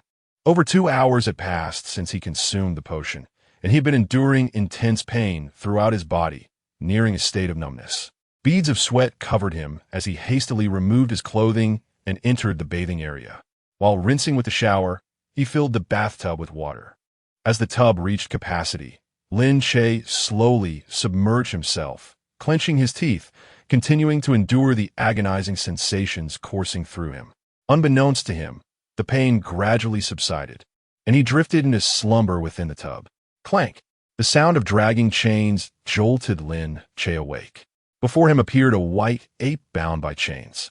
Then, he met the gaze of its furious golden eyes. Deceiver. They're all deceivers. The white ape lunged towards Lin Che, but was thwarted by the restraints of its chains. Who is the deceiver? Lin Che casually inquired. The deceiver. Gun is a deceiver. You is also a deceiver. They are all deceivers. The white ape raged in futility. Upon hearing the names Gun and Yu, Lin Che was certain that this white ape was indeed Wu Zhiqi. Where shall I begin? Lin Che continued to extract information. They invited me to control the waters, promised me a divine position. Yet once the flood subsided, they trapped me here. Deceivers. All deceivers. Wu Zhiqi became increasingly hysterical. Though brief, the information conveyed was substantial. Gun was the father of the Yu, tasked by Emperor Yao to tame the waters for 9 years, but failed to succeed. Emperor Yao abdicated in favor of Emperor Shun, resulting in Gun's execution. Following his father's demise, the Yu took on the monumental task, managing the waters for 13 years and bringing an end to the calamities. The Yu's reputation soared to its zenith, prompting Emperor Shun to abdicate to him. Subsequently, the accepted Yu became the sovereign of the realm, delineating the 9 provinces and establishing the Xia dynasty. Logically, since Emperor Shun was the Yu's father's nemesis, the act of abdication becomes rather intriguing. If Wu Zhiqi is not the source of chaos, but rather an ally to Gun and Yu, the underlying narrative grows even more captivating. Furthermore, the previous figure, Xing Tian, was beheaded by the Heavenly Emperor. The so-called Heavenly Emperor is none other than Xianyuan Huangdi, who is the grandfather of Gun and the great-grandfather of the Yu. According to this reasoning, Xing Tian and Wu Zhiqi could indeed be considered natural allies. The 2 individuals have approached me. Does this imply that my ancestors harbored animosity towards the Xinhai clan? Earlier, after Lin Che had completed his research, he worried that the dream might affect reality and that Wu Zhiqi could pose a threat to Blue Star. However, upon hearing Wu Zhiqi's words, it seems this individual is not as malevolent as the legend suggests. Of course, this is merely Wu Zhiqi's perspective, and the truth remains to be verified. If they deceive you, it is of no concern to me. What purpose do you have in seeking me? Lin Che couldn't help but scoff. Sever this bond and grant me freedom. I shall bestow upon you an opportunity.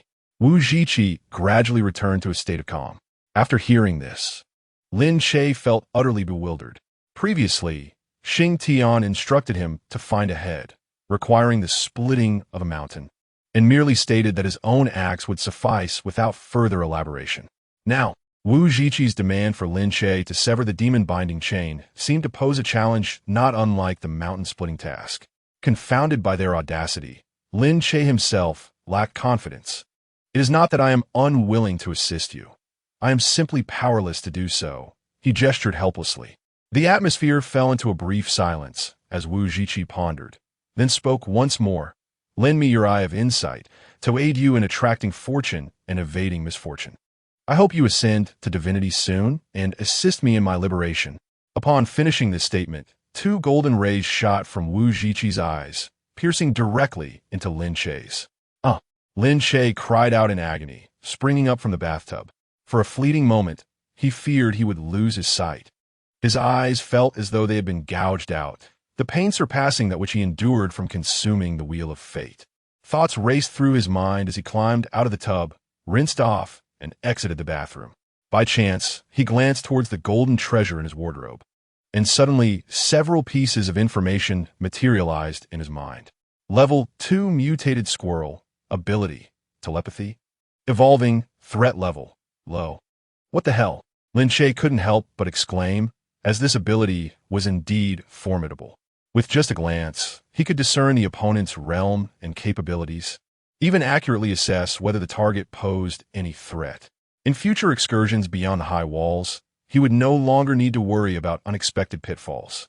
Coincidentally, he planned to assist Xing Tian in locating a head after the Spring Festival. This newfound ability was exceedingly beneficial. In his exhilaration, Lin Che realized that he must have successfully awakened a second, or perhaps a third, supernatural power. He focused on his condition, discovering that everything was normal except for the change in his eyes. Reflecting on the events of the dream, Lin Che couldn't help but ponder. Was this third ability acquired through the potion, or was it indeed a gift from Wu Zhiqi? Before his painful awakening, Wu Zhiqi had explicitly informed him that he would lend him the Eye of Insight. Upon awakening, his third supernatural power was fully realized, perfectly aligning with the Eye of Insight. Considering the circumstances, having expended one wheel of fate and incurring a debt to Wu Zhiqi for this ability, it was only fitting that it would be potent. Knock, knock, knock. A sound came from the door. What is it? Lin Che inquired. From outside, Aunt Zhang's voice responded. Young master, dinner is ready. Lin Che picked up the wristband and glanced at it. It was already 6 in the afternoon. Very well, I shall attend to it shortly. He casually selected an outfit and began to dress. Upon returning from school, it had barely been 4 o'clock, yet he had unknowingly slumbered for 2 hours. It seemed that in another hour, Huang Jinbao would also awaken. Descending the stairs, Lin Che surveyed the members of the Lin family. Ordinary human, no threat. Ordinary human, no threat. Late-stage body refinement practitioner, ability, mental telekinesis, low threat level, exhibiting strong malice. Late-stage Qi transformation practitioner, ability, ice element control, low threat level. Mid-stage transcendence practitioner, ability, fire element control, moderate threat level. Lin Che raised an eyebrow, surprised to discover that this eye of insight could not only perceive the realm and abilities of others, but also discern their malicious intent. Xiao Che, have you successfully awakened? Lin Yuro inquired eagerly.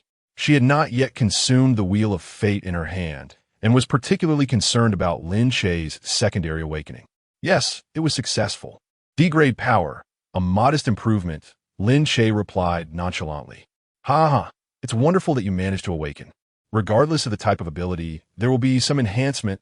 Lin Hai, though still not a practitioner himself, spoke with considerable knowledge about martial affairs. Indeed, success is what matters, Su Qianqian added, her face adorned with a reassuring smile. Before you head upstairs, you mentioned that this potion might cause some pain. Just how painful is it? Lin Yuro asked curiously. It feels akin to scraping a knife across the bone. You should prepare yourself mentally, Lin Che responded truthfully. Chapter 57, Run fast. And do not let them catch up. Is it truly this painful? Lin Yuro's complexion turned pale. After Lin Che's vivid description, she began to feel the ache even before consuming the wheel of fate. Is that so, brother? When you returned just now, although your expression was not particularly good, it didn't seem as painful as you described. Lin Zishuan questioned, are you not trying to frighten second sister? Well, you'll find out when you try yourself. It's bound to be available sooner or later. Lin Che shrugged, commencing his meal. An hour later, Huang Jinbao awoke from slumber and immediately showcased a remarkable ability. Its nearly 1 meter tall form shrank instantaneously to that of an ant. It then scurried up Lin Che's foot, climbing swiftly until it nestled amidst his hair. Are you planning to evolve into a listening device? Lin Che couldn't help but comment. This creature had awakened a bizarre ability that allowed it to reduce its size, with the sole function of shrinking its form. Yet, despite the lack of combat enhancement, this shrinking ability was undeniably unique. First, it awakened the power to eavesdrop on human thoughts, and now it had gained the ability to diminish its size, transforming from an undercover agent into a master of espionage. Revert back to your original form, and then try another potion. Lin Che, unable to extract an ant from his hair, instructed Huang Jinbao to descend on its own. Is there more? Can I acquire additional abilities? Huang Jinbao promptly returned to its original size, hopping down from Lin Che's head to the ground. I warn you, no more jumping on my head. Lin Che grumbled, slightly irked by a sudden kick from Huang Jinbao. What could Huang Jinbao do? It could only obediently respond, understood? I shall comply. Oomph. Lin Che feigned displeasure as he turned to the bedside. He opened one of the suitcases and retrieved a source vessel, twisting off the cap. He looked at Huang Jinbao and commanded, open your mouth. Huang Jinbao complied, and Lin Che poured the potion into its mouth. Do you feel anything? Lin Che casually inquired. Not really. Huang Jinbao shook its head. Just as Lin Che pondered this, Huang Jinbao's aura began to rise steadily, swiftly advancing from a level 2 mutant to a level 3 mutant. When Lin Che observed Huang Jinbao again, the information in his mind had changed. Level 3 mutant squirrel. Abilities, telepathy, size reduction, low threat level. Lin Che raised an eyebrow. Another one, please. He then administered another source vessel into Huang Jinbao. This time, Huang Jinbao's aura only slightly increased before falling silent. It seemed that the first potion had the most significant effect. Noticing Huang Jinbao remained unchanged, Lin Che consumed a source vessel himself. Moments later, his cultivation rose to the late stage of the transformation realm. However, he detected no alterations in his abilities. He subsequently ingested yet another source vessel, taking a moment to assess. It was evident that this time, the effect was far less impressive, likely only matching the enhancement gained from slaying a level 3 mutant. The third, fourth, and fifth vials were consumed in quick succession by Lin Che, the effects being akin to vanquishing a first-level mutant. Here, take 3 more. The rest can be kept for later. With that, Lin Che administered another 3 vials to Huang Jinbao. There remained 10 vials of the source vessel, which Lin Che casually placed in the wardrobe. Let us venture out for a stroll. Lin Che feigned to lift Huang Jinbao, who unexpectedly shrank down to a few inches and swiftly climbed onto Lin Che's shoulder. Please refrain from grabbing my neck. It's becoming quite bare. Huang Jinbao could not help but complain. Very well, from now on, you shall keep pace on your own. Do not wait for me to act, Lin Che replied nonchalantly. As they reached the corner of the second floor, a sudden wail echoed nearby. It hurts so much. Sobi sobi. Em in agony, sabsobota. Fortunately, Lin Che recognized it was Lin Yuro who had consumed the Wheel of Destiny. Otherwise, he might have thought a spirit was haunting the home. Lin Che stealthily slipped out of the Lin residence, navigating through winding paths until he arrived near the Lu Manor. You go in and assess the situation. If the opportunity arises, let us send him off today. Lin Che narrowed his eyes slightly. He had always believed in avenging grievances without delay.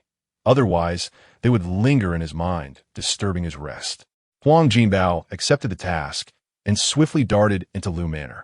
At that moment, in the manor's backyard, Lu Kuan reclined on a lounge chair, observing 2 mutant wolves pursuing a middle-aged couple. Run faster. Do not let them catch you. Otherwise, you're as good as dead. Ha ha ha. Lu Kuan's gaze was cold, and his laughter boisterous. Blame your son. I generously offered him 10 million, yet he refused, leading to your perilous chase by the mutant wolves. How pitiful. Young master, please, spare us. We will return, and surely persuade a phone to bring you the medicine. The middle-aged man, breathless and terrified, pleaded while dragging his wife along in frantic flight. Too late. I have never failed to obtain what I desire, Lu Kuan said, cleaning his ear with his pinky. He has embarrassed me so greatly. How could I allow him to escape unscathed? As the couple's strength waned, the mutant wolves were nearly upon them. In a moment of desperation, 2 masked youths leapt into the enclosure, swiftly dispatching the 2 mutant wolves. They exchanged a glance, saying nothing, yet both turned their attention to Lu Kuan. Which of you is Yi-Feng? Lu Kuan rose slightly, leaning forward to scrutinize them. What Yi-Feng? We do not know him. The 2 replied in unison. What pretense? I have just captured Yi-Feng's parents, and now you arrive. Denying your identities at this juncture is futile. Lu Kuan was not entirely devoid of intelligence, though scant. Their refusal to acknowledge their identities clearly indicated they had come for his life. He perhaps believed that his status as the eldest son of the Lu family rendered him untouchable. However, he has already crossed the boundaries set by others. What is it that others cannot do? Yet he remains blissfully unaware of the peril he has entered, truly lacking in cleverness. You are quite the character. I witnessed someone being pursued by 2 mutated wolves and deemed it perfectly reasonable to intervene and save them. Is it not? Lin Che spoke with righteous indignation. Save them? I fear you may not only fail to rescue them, but also endanger yourself in the process. As he spoke, Lu Kuan pressed a button on the remote, causing the surrounding barriers to rise slowly. Simultaneously, the floor door at the center of the barriers began to open, revealing a metallic container that ascended from within. Once the container fully emerged from the ground, its doors suddenly swung open, and a level 4 mutated tiger stepped forth. A level 4 mutated tiger can leap over 10 meters with all its might. These barriers stand 20 meters tall, ensuring that the creature cannot escape. Lu Kuan's expression grew increasingly wild. The question remains whether the two of you can escape. As he spoke, the level 4 mutated tiger charged towards Lin Che and his companions. Yifeng was about to advance, but was preempted by Lin Che. You take care of this couple. I will handle the mutated tiger. Lin Che glanced at the level 4 mutated tiger, receiving several pieces of information. Level 4 mutated tiger, ability, mental dread, threat level, moderate, exhibits strong malice. Mental dread, it seems, cannot be countered. Lin Che could only take the initiative.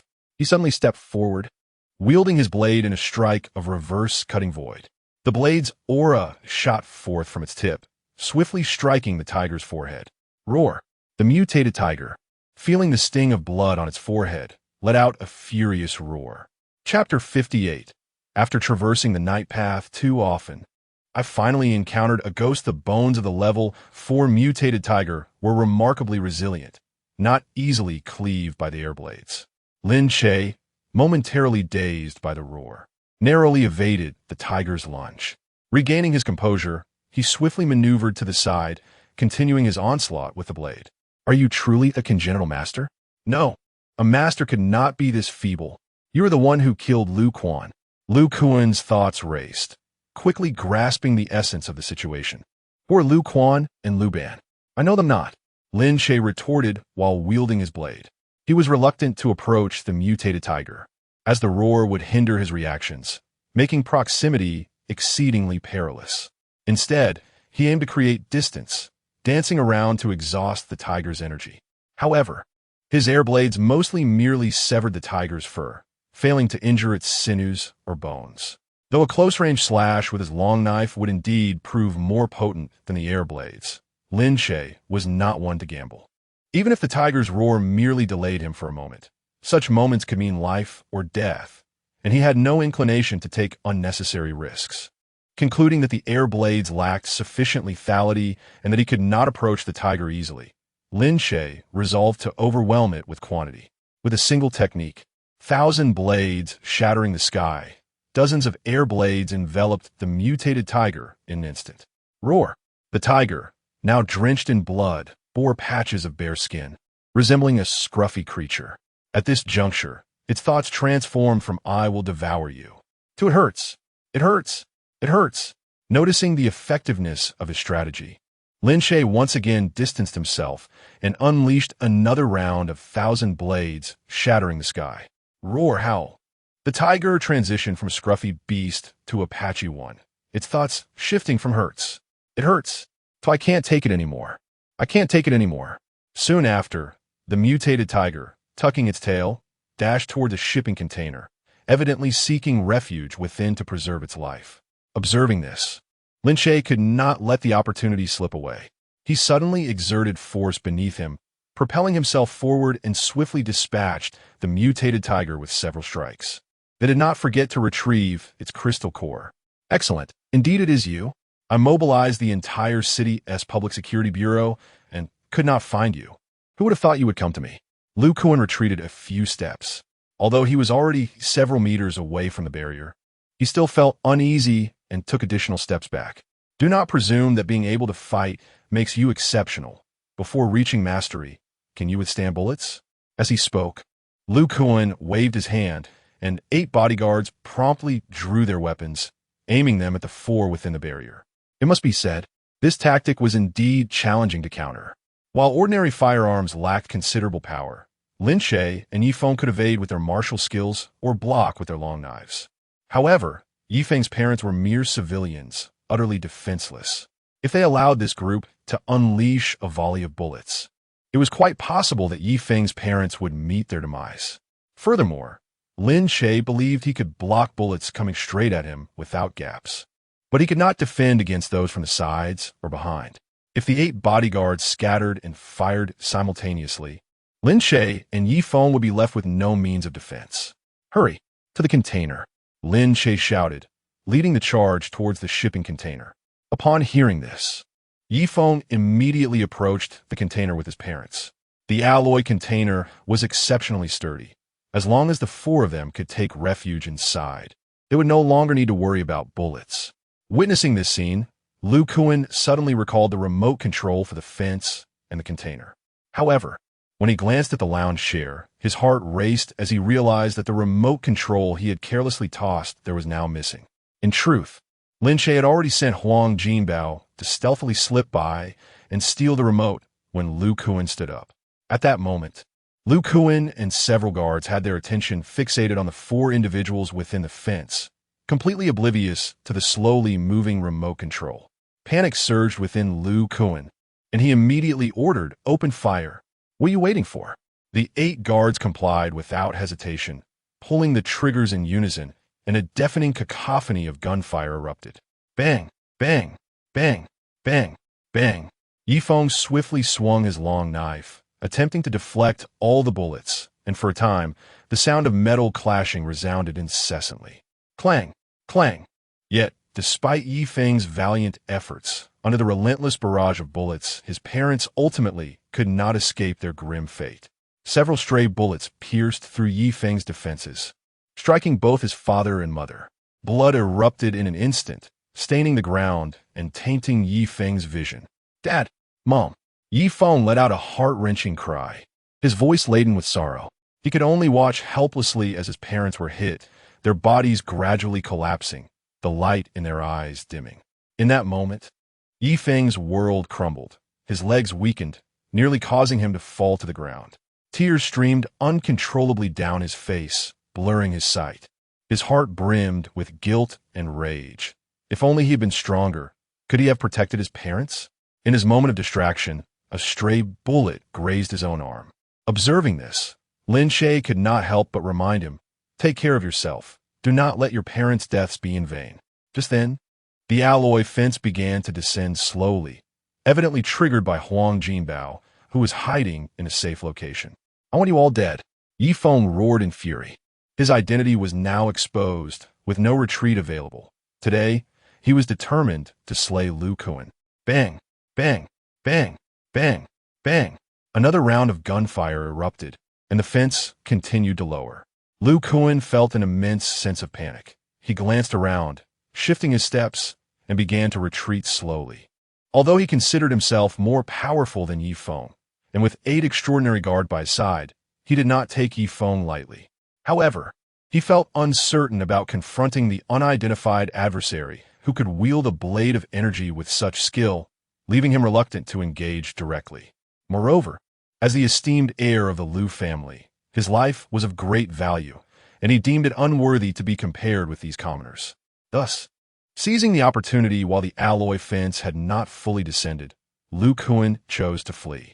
This estate was the ancestral home of the Lu family, typically inhabited only by a few servants and guards, and he rarely visited. Occasionally, he would utilize these arrangements in the backyard when competing with other young masters from his social circle. Today, having been provoked by Yifeng and Lin Che, he was eager for revenge. As a prominent local family, the Lin clan was entangled in various interests, making it imprudent for him to act recklessly. Consequently, he set his sights on Yifeng. Under the cover of night, he arranged for Yifeng's parents to be abducted and deliberately left Yifeng an address, intending to toy with him before extinguishing his life. Little did he anticipate that, after traversing the darkened paths, he would encounter a specter from his past. The enigmatic figure who had previously eliminated Lu Kuan had appeared alongside Yifeng at the Lu family estate, causing Lu Kuan to inwardly lament his misfortune. Unbeknownst to him, even had he chosen to remain absent that day, Lin Che would have eventually targeted him. It was merely a matter of time. As the barrier descended to 3 meters, Yifeng and Lin Che leaped simultaneously. Several guards hesitated, contemplating their escape, while Yifeng had already commenced his deadly assault. Though they were all at the same transcendent level, the 8 adversaries stood no chance against Yifeng's wrath. Having lost his parents, Yifeng was consumed by a frenzied state, unstoppable by anyone. Lin Che shook his head and declared, "I will pursue Lu Kuan."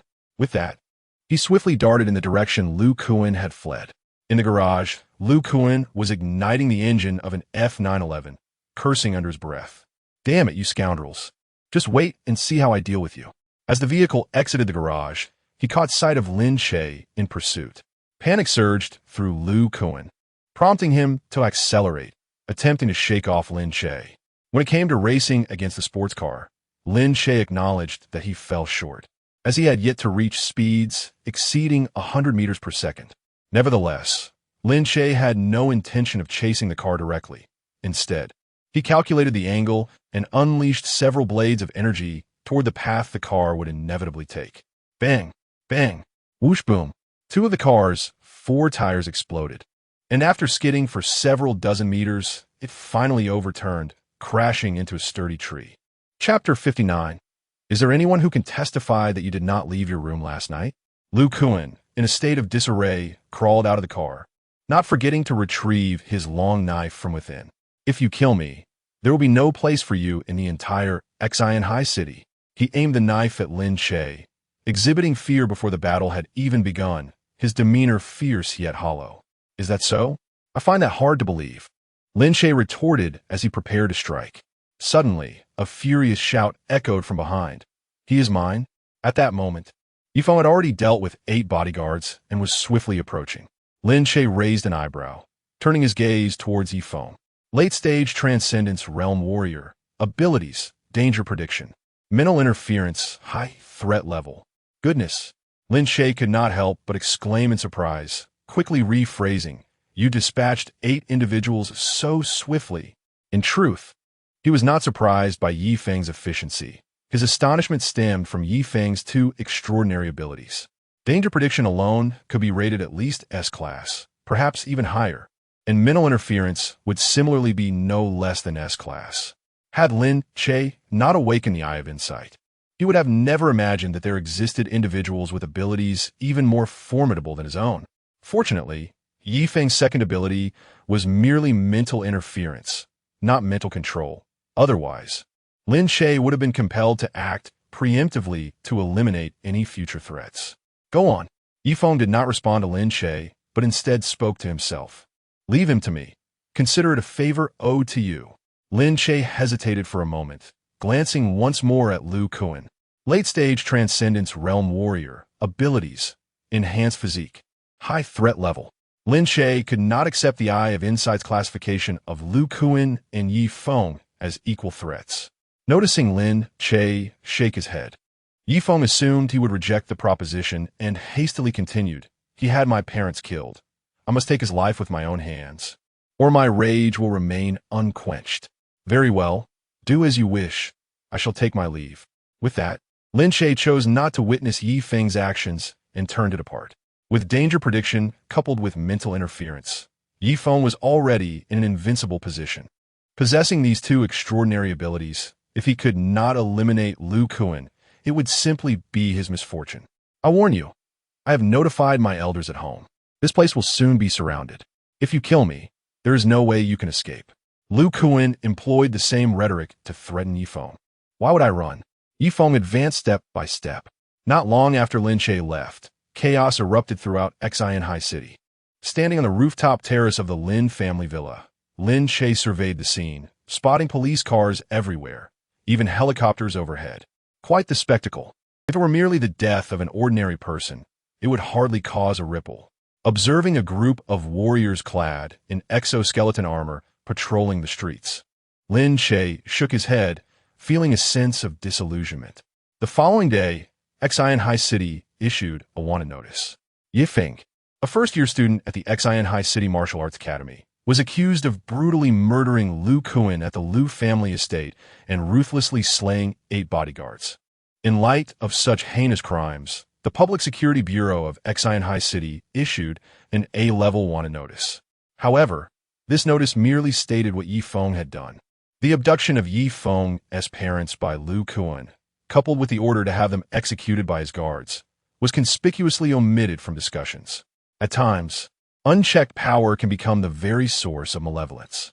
Although Lin Che could not entirely empathize with Yifeng, he believed that if he were in Yifeng's position, the enforcers of law in New Sea City would truly deserve condemnation.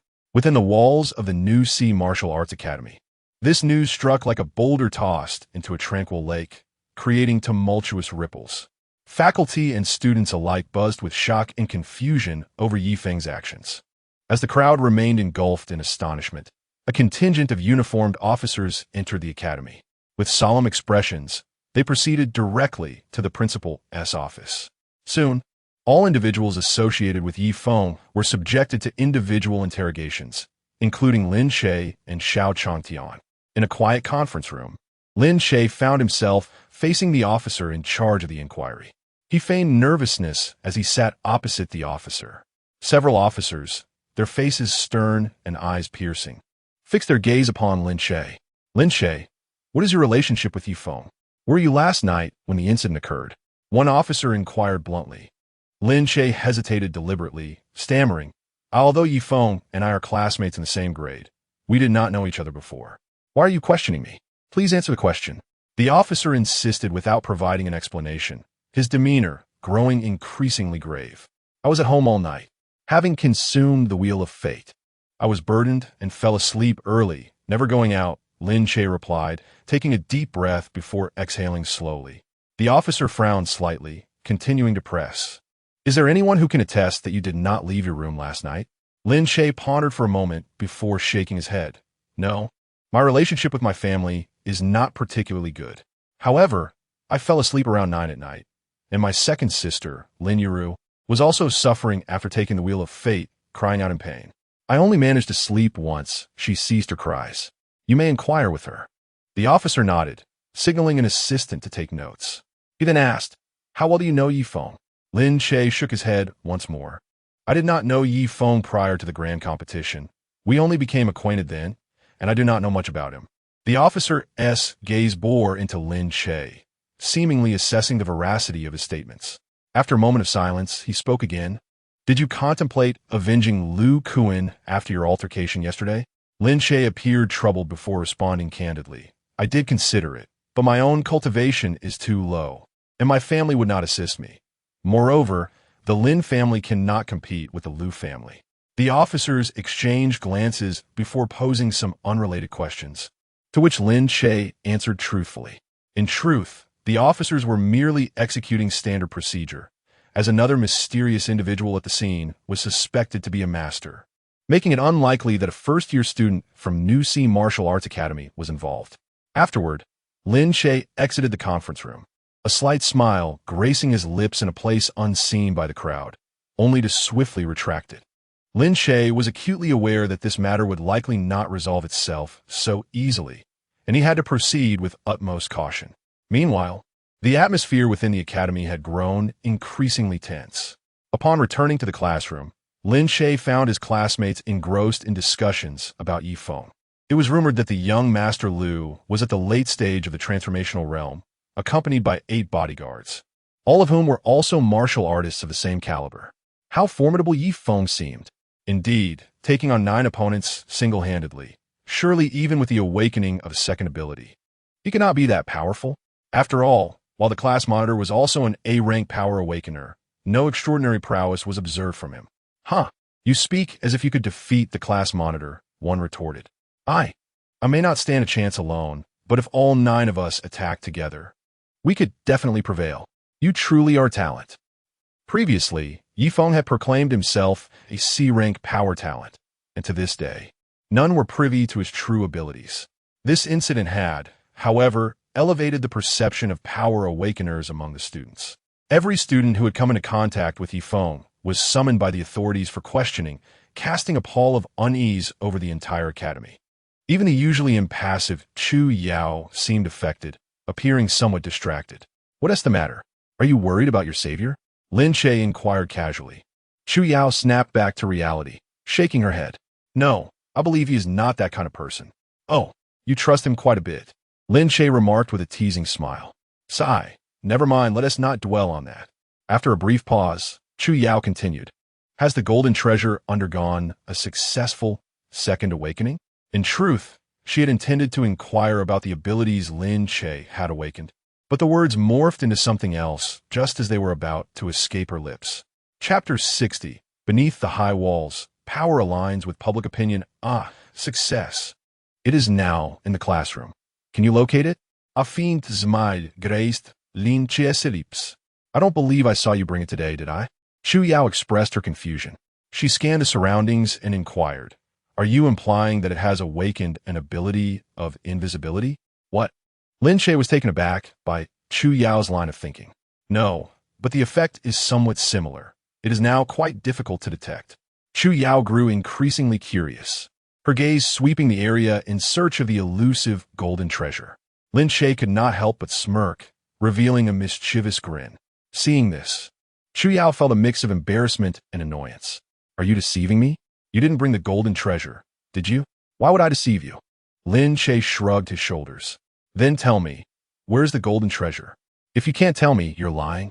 Chu Yao, how that? Her previously aloof demeanor replaced by an endearing charm. All right, I'll show you. Lin Che decided to cease his teasing. He summoned the golden treasure from his pocket, encouraging it to grow slightly larger, and extended his hand towards Chu Yao. Wow, how adorable! Is this the golden treasure? How did it become so small? Has it awakened a transformation ability? Chu Yao gazed in disbelief at the diminutive squirrel, which was no more than a few inches in size. Shu, keep your voice down. Lin Che glanced around, feigning mystery. It's not a transformation ability. It's simply a shrinking ability. Chu Yao nodded in understanding. Oh, I see. So, do you think my judgment in choosing a pet is impressive now? Lin Che pretended to be proud. If anyone is impressive, it's the golden treasure. What does that have to do with you? Isn't it also a testament to my discerning eye? Remarkable. Chu Yao scoffed with a playful pout. What about you? What ability have you awakened? A secret. Lin Che raised an eyebrow. If you won't share, then I don't care to hear it. Chu Yao turned her head away. Come closer, and I'll tell you quietly. Lin Che returned the golden treasure to his pocket and beckoned Chu Yao with a finger. Skeptically, she leaned in closer to Lin Che.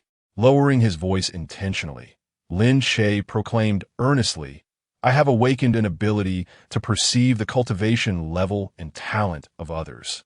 Chu Yao leaned back slightly, her eyes scanning Lin Che's face. After a moment, she asked again, Are you certain you're not deceiving me? What benefit would I gain from deceiving you? Lin Che shrugged. So, this must mean I truly am impressive, right? You haven't spoken a single truth. Chu Yao shot Lin Che a glare. You are currently at the late stage of the Qi condensation realm, and your abilities are spatial compression and spatial movement. Lin Che casually stated Chu Yao's current cultivation level, including her recently awakened second ability. Wow, a genius indeed. The second ability is also rated S-class. How did you know? Chu Yao's expression reflected her astonishment. Lin Che merely shrugged, saying nothing, for the implications were all too clear. At this moment, Chu Yao could not help but believe that Lin Che had indeed awakened a unique ability to discern the talents and cultivation levels of others. How could this be possible? Chu Yao found it hard to accept. Lin Che raised an eyebrow and said, Remember to keep this a secret. I publicly claim to possess a D-level power talent. Huh? Oh, all right. Chu Yao nodded, still somewhat bewildered. How could Lin Che, with only a C-level speed talent, awaken such a peculiar ability? Was it that Lin Che had concealed his true talents, or was this special ability not particularly formidable? Or perhaps Chu Pharmaceuticals had erred in their experimental results regarding the potions. Chu Yao's thoughts were a tangled mess, making Lin Che increasingly enigmatic to her. Just then, Lin Zishuan suddenly shouted, Brother, you cannot continue down this misguided path. Observing Lin Che and Chu Yao whispering intimately, he could no longer restrain himself from disrupting the atmosphere. You are clearly engaged. How can you deceive Chu Yao's feelings? What are you talking about? How am I deceiving Chu Yao's feelings? Lin Che retorted with righteous indignation. Please do not project your sordid thoughts onto our pure friendship. Brother, I am only looking out for your best interests. Lin Zishuan continued his performance. Your fiancé, he is not an easy person to deal with. If any rumors circulate at school, it will undoubtedly lead to trouble in the future. He then turned to Chu Yao with a seemingly benevolent expression. Chu Yao, you may not know, but my brother has been betrothed to someone since childhood. If you pursue a relationship with him, it will lead nowhere. Chu Yao frowned. I am willing. What does it have to do with you?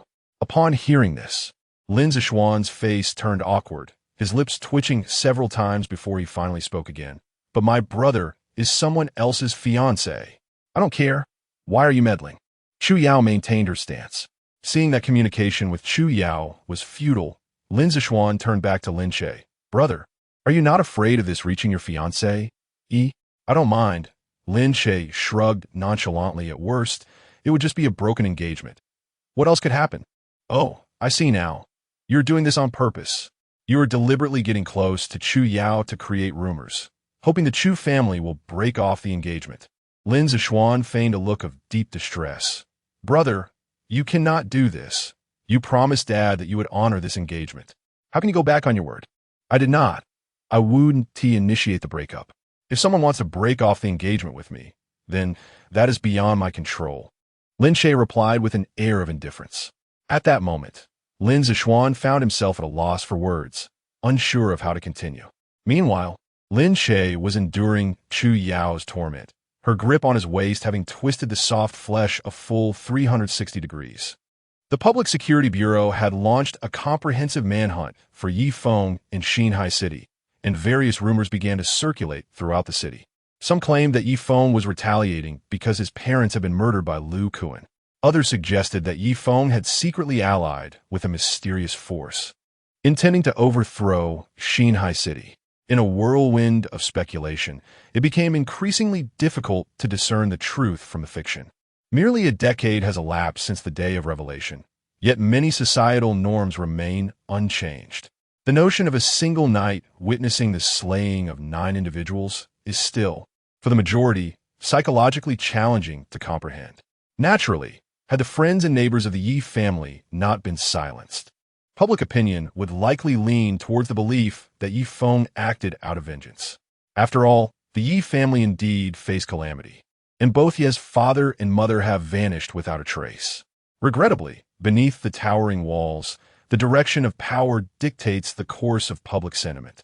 During the lunch break, Lin Che was once again summoned to the principal's office. As he entered, he deliberately cast a glance at Xiao Changtian. Peak innate realm warrior. Ability, hyper-frequency resonance. Extremely high threat level. Hyper-frequency resonance. No wonder a mere tap on the table could inflict harm. Such a peculiar ability aligns perfectly with Xiao Changtian's temperament. Did you do it? Xiao Changtian inquired directly. What does the principal refer to? Lin Che feigned confusion. Xiao Changtian let out a cold laugh. I hope you can maintain this state with everyone. I truly do not comprehend what the principal is alluding to. Lin Che maintained his performance throughout. A 4th-level mutated tiger, having endured countless attacks from energy blades, suffered no significant injury to its bones, only to ultimately meet its demise at the hands of a long blade severing its neck. Xiao Changtian narrowed his eyes slightly. This kind of injury, Lin Che, you should be quite familiar with, no? Normally, those below the master level cannot wield energy blades, and a master would not resort to such convoluted methods. Clearly, in Xiao Changtian's eyes, only Lin Che's martial saint's sky-breaking technique could produce such an effect. Lin Che shook his head. Perhaps it was a certain master who deliberately controlled their strength to mislead others. Chapter 61. Is there courtesy? Is there quality? Is there intelligence? Ah, what a young lad, attempting to shift the blame onto me. Xiao Changtian could only manage a wry smile. No. There are indeed more than one master in Xinhai City, Lin Che solemnly remarked. Lu Kuan has already made numerous enemies. Who can assert which master he has offended? This matter shall not be easily resolved. You must tread carefully. Ultimately, Xiao Changtian found himself at a loss against Lin Che, and could only divert the conversation. Have you utilized the Wheel of Fate? What new abilities have you awakened? Yes, I have. I awakened a D-class power ability, which is rather practical, Lin Che responded, employing a Fade to placate Xiao Changtian. The C-class speed ability, along with the secondary awakening of the D-class power ability, complement each other. I consider myself fortunate. Xiao Changtian nodded in acknowledgement and continued. To what extent has your cultivation improved? After consuming 5 doses of the source vessel, my cultivation has reached the late stage of the aperture realm. Continuing to consume more has yielded diminishing returns, Lin Che answered candidly, deliberately misrepresenting the late stage of the transcendence realm as the late stage of the aperture realm. Do you not read the instructions before taking medication? Xiao Changtian's expression darkened once more. Although the source vessel does not impose a limit on dosage, it is advisable to take one every 10 days to prevent overdose and to maximize its efficacy. Is that so? Lin Che responded, somewhat embarrassed. In interactions with others, he was exceedingly cautious, yet he displayed a remarkable carelessness regarding mundane matters. Thankfully, neither he nor Huang Jinbao experienced any adverse effects from overdosing, which could be deemed fortunate. Xiao Changtian shook his head again. Never mind, return to class. Be more cautious in your future endeavors. Understood, Principal.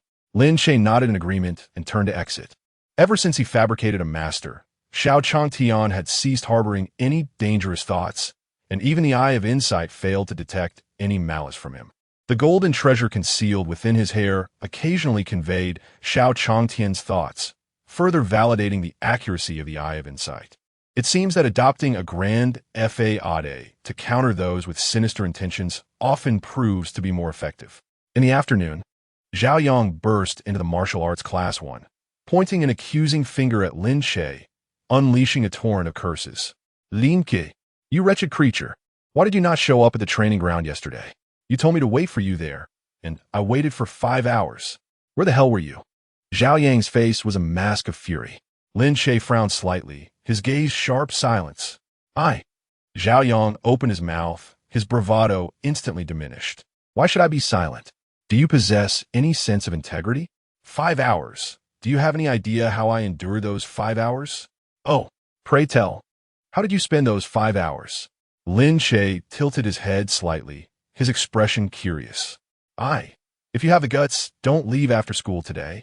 Zhao Yang certainly would not reveal that he had summoned over 20 individuals to wait for Lin Che at the training ground, only for Lin Che to never arrive. A group of over 20 individuals lingered at the training ground for 5 hours, without even a means to contact Lin Che, rendering Zhao Yang a mere jester.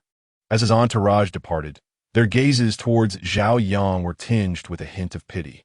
All right, I shall await you at the training ground after school, Lin Che declared earnestly. Zhao Yang sensed something amiss, yet a sudden inspiration struck him, leading him to agree once more. Very well, you shall wait for me. With that, he turned and strode away. Huang Jinbao remarked, he intends to deceive you into coming, leaving you waiting in vain. Lin Che replied, I am aware, hence I have no intention of going. Huang Jinbao mused, humans are truly complex. That night, Zhao Yang accompanied a group of followers to a nightclub, wearing a broad smile that suggested he was in high spirits. A perceptive follower inquired, Brother Yang, is there some joyous occasion? That Lin Che made us wait aimlessly at the training ground for 5 hours yesterday. I cannot let this go unchallenged. Zhao Yang, with a hint of arrogance, continued thus. Today, I told him to wait for me again after school, ensuring he too waits in vain for several hours. Upon hearing this, the expressions of his followers turned complex. An oblivious follower broke the silence. Brother Yang, is there a possibility he still won't show up today? Zhao Yang momentarily faltered, his face flushing with anger. Damn it, he has played me again.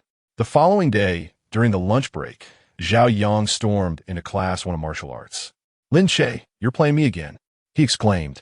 Is there no courtesy? No decency? No brains? Lin Che feigned confusion. Oh, did you go to the training ground yesterday? I certainly did not. Zhao Yang immediately denied. Then how do you know I didn't go? Lin Che shrugged innocently. Moreover, you said to wait for me at the training ground. Yet you yourself did not go. How can you claim I played you? It is evidently you who is playing me. You.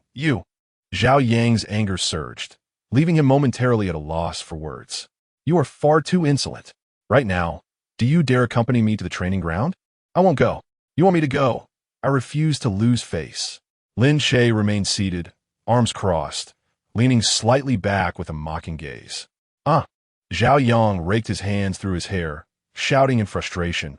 What must I do to convince you to accompany me to the training ground? Are you so eager to be beaten? Lin Che replied with a patronizing look. How about we place a wager, so I won't waste my time in vain? All right, what shall we wager? Zhao Yang quickly agreed. Lin Che raised an eyebrow. Let me think. How about we wager a wheel of fortune? Where would I find a wheel of fortune? Are you trying to trick me? Zhao Yang thought he had discerned Lin Che's intentions and immediately called him out. See, there is no need to rush. Lin Che shook his head. You may not have one now, but you will eventually.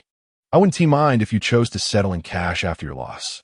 Leaning forward slightly, Lin Che added, "Young Master Zhao, you surely can't be so destitute as to not be able to produce 10 million Huaxia coins, can you?" According to Lin Che, Zhao Yang's remarkable entry into the top 10 during the previous virtual exercise can be attributed to his financial prowess. This individual spent 4 million to hire 4 subordinates solely to cater to his needs. Naturally, those who had no hope of contending for a ranking were more than willing to serve. Should he manage to persuade this fellow to agree to a wager, Lin Che could prepare a wheel of fortune for his second pet. Although the second pet had not yet been prioritized, Lin Che believed that it would eventually come into play, and it is always prudent to be prepared. I can certainly provide it.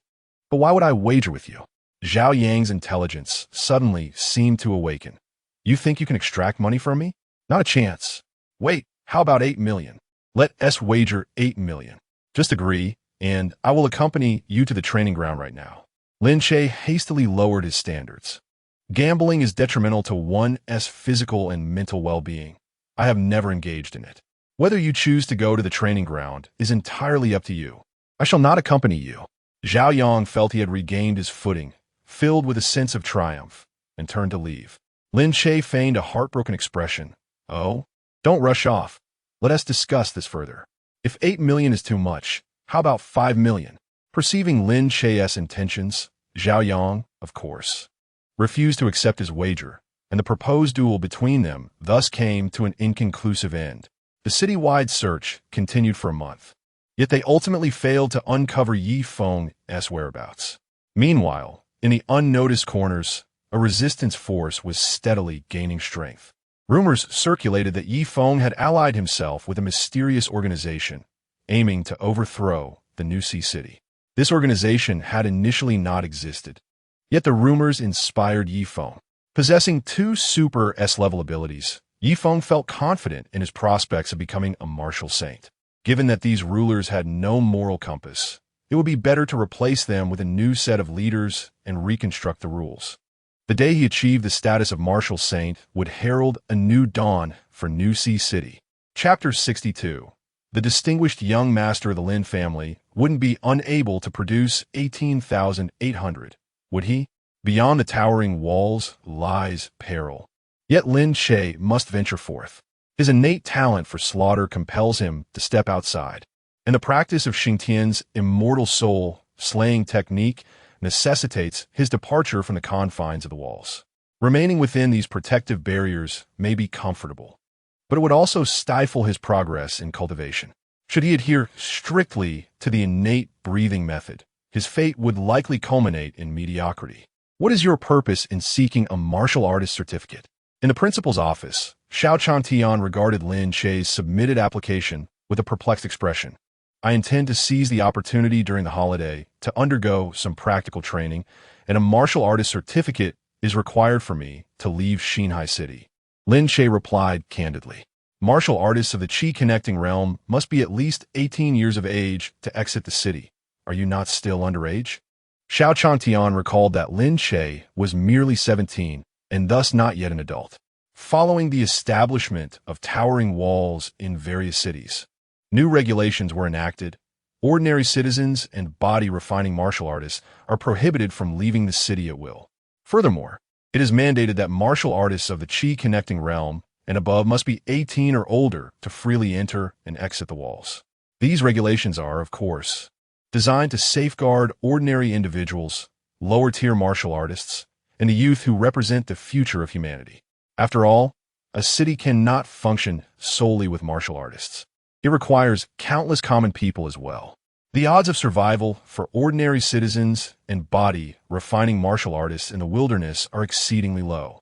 Venturing beyond the walls typically results in death. As students, regardless of their cultivation level, their records merely indicate their status as students of a certain martial arts academy and grade. In such circumstances, unless accompanied by a faculty member, the city defense forces would categorically deny their exit. This implies that, under school regulations, students are fundamentally barred from leaving the city. Even if a student were to pass the assessments of the Martial Artist Association, it would be futile. The association can only provide certification for individuals outside of the academic realm and lacks the authority to amend student records. After all, the lives of martial arts academy students are deemed precious and warrant special consideration. Thus, while Lin Che may wish to leave Xinhai City without needing parental consent, he must still secure approval from Principal Xiao Changtian. After the Spring Festival, I will have just turned 18, Lin Che stated with a composed demeanor. Xiao Changtian shook his head. It is premature for you to venture out for training. Do not be misled into believing that the mutated creatures surrounding the city are easily dealt with, lest you lose your sense of caution. Were it not for the city defense forces conducting regular sweeps, those mutated beings in the mountains and forests are not merely of the third or fourth rank. At this juncture, Xiao Changtian cast his gaze out the window. Even I, possessing a peak innate realm cultivation, cannot claim to traverse the wilderness with impunity. Rest assured, Principal, I am fully aware of the dangers outside. Life is singular, and I shall not recklessly court peril. Lin Che mused privately, considering that if circumstances permitted, who would not prefer a life of ease? Are you resolute in your desire to go? Xiao Changtian furrowed his brow. I have no choice. With my limited talent, I must exert greater effort. I aspire to break through to the Master Realm soon and reunite with my mentor, Lin Che stated earnestly, once again invoking the existence of his fictitious mentor to underscore his determination. Upon hearing this, Xiao Changtian pondered for a moment before responding. Since you are so determined, I shall not dissuade you further. I will assist in getting your application approved, and barring any unforeseen circumstances, your personal information will be updated this afternoon to reflect your status as a Qi Realm warrior. He then shifted the topic. However, once you leave the confines of these walls, you must be vigilant about your safety and ensure your return before the semester commences. Thank you, Principal. I will return as soon as possible. Lin Che nodded in agreement. In truth, Lin Che himself was uncertain about the date of his return. His quest to locate the Chanyang mountain mentioned by Xing Tian required him to visit 3 different locations. From Xinhai to Huitong, and then to Longnan. He would also have to take a detour through Shinnong town, covering nearly 3,000 kilometers in total. Although some areas were accessible by high-speed trains, the specific places Lin Che intended to visit did not have direct routes. After the day of revelation, mutated avian creatures had begun to appear in various regions, leading to the complete suspension of civil aviation. Only certain major transportation routes, regularly patrolled by warriors, remained open. As for the locations Lin Che aimed to reach, he would have to devise alternative methods once he arrived in the nearby cities. Bidding farewell to Xiao Changtian, Lin Che returned to the classroom, where he encountered Fang Haochen, who was hurrying toward the exit. Noticing his urgency, Lin Che could not help but inquire, "What's the rush?" "Oh, just in time. The Qin Family Martial Arts Hall is offering a special training camp this holiday. Would you like to sign up?" Fang Haochen handed Lin Che a form. "The Martial Arts Hall? Special training camp?" Lin Che's expression reflected his confusion. "Yes, the Qin Martial Arts Hall belongs to our classmate Qin Ming's family. The training camp will teach some advanced martial techniques. If you're interested, you can fill out the registration form." Fang Haochen explained as he stepped towards the adjacent martial arts class 2, adding, "I need to promote this in other classes. I'll talk to you later." Glancing at the form in his hand, and then at Fang Haochen, who had already entered the other classroom, Lin Che shook his head helplessly. He had more pressing matters to attend to. Compared to the special martial techniques, the indestructible soul art held far greater allure for him. Returning to his seat, he noticed Chu Yao filling out the registration form. He casually asked, "Are you joining this special training camp?" Chu Yao nodded. "Yes, I have nothing else to do anyway." "True," Lin Che replied, surveying the room to find many classmates filling out the forms. Spotting the bored Qin Ming, Lin Che suddenly realized something. Why is our class leader the one promoting the training camp hosted by the Qin family's martial hall? Perhaps it's to help with the tuition for the training camp. I believe the class leader's family isn't very well off, Chu Yao speculated. Hearing this, Lin Che glanced at the price on the registration form. 18,008? 18,008 for just 10 days? Lin Che exclaimed, drawing the attention of his classmates.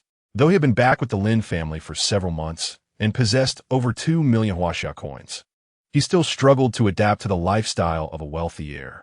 In the past, Lin Che had to rely on hunting for his sustenance, earning less than 18,008 in an entire year. Yet, this was merely the tuition for the special training camp spanning 10 days. In truth, it is not excessively expensive. If one can master an advanced martial technique within 10 days for a price of 188,000, it is undoubtedly a remarkable value. As the esteemed young lady of the Chu family, Chu Yao indeed possesses a limited understanding of monetary matters, yet her assertion holds merit. When Lin Wanting and Lin Yuru sought to learn the Ganshi breaking the firmament technique, Lin Che had initially quoted a price of 1 million. To that, Lin Hai did not even bat an eyelash and promptly offered 2 million. Although this transaction was influenced by their familial ties, it subtly underscores the considerable cost associated with advanced martial arts techniques. Realizing this, Lin Che nodded in acknowledgement. Indeed, he casually set the registration form aside without completing it. Observing this, Chu Yao inquired with curiosity, "What is the matter? Are you not going to participate? I have other matters to attend to. I shall not partake this time." Lin Che replied nonchalantly, "Is it because of the registration fee? If you're short on funds, I can lend you some," Chu Yao remarked. Finally recognizing that Lin Che's situation differed from her own. "I mentioned earlier that I would give you that wheel of fate, yet you insisted on being stubborn. Had I known, I would not have requested your crystals," Chu Yao expressed with a hint of exasperation. "No, you are overthinking it." Before Lin Che could elaborate, he was abruptly interrupted by Qin Ming. "Surely not, surely not. The illustrious young master of the Lin family cannot be unable to produce 188,000. Qin Ming had been observing their exchange, and, upon hearing Chu Yao imply that Lin Che lacked funds, could no longer contain his derision. "Would you like me to offer you a complimentary spot? If you simply ask, as a classmate, I would be more than willing to assist you." Chapter 63. Do not mistake a first-place finish for greatness, Qin Ming. Have you forgotten the lessons of the past, believing yourself to be formidable once more? Lin Che's smile did not reach his eyes. Do not think that your fortuitous victory over Yi Feng makes you exceptional. Once I break through to the Qi realm, I shall not necessarily be defeated by you.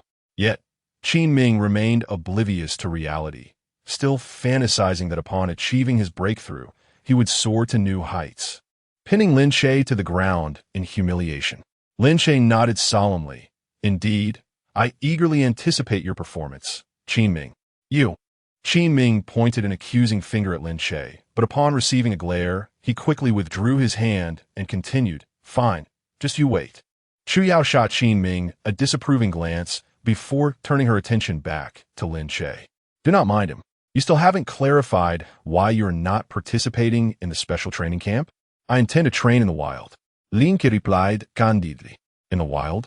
Chu Yao hesitated slightly. "We have not yet graduated. We cannot leave the city without permission, can we?" Lin Che's decision to train in the wilderness, without the accompaniment of a teacher, raised concerns. As a student, how could he venture beyond the high walls of the school? "As long as the school provides a warrior certificate and updates my identity records, those who are above the Qi realm can freely enter and exit the city," Lin Che explained, shrugging his shoulders. "Why would you want to go out there when it's so dangerous?" Chu Yao felt an unexpected wave of melancholy wash over her. She could not pinpoint the source of her discontent, nor could she fathom how to alleviate it. Lin Che feigned bravado.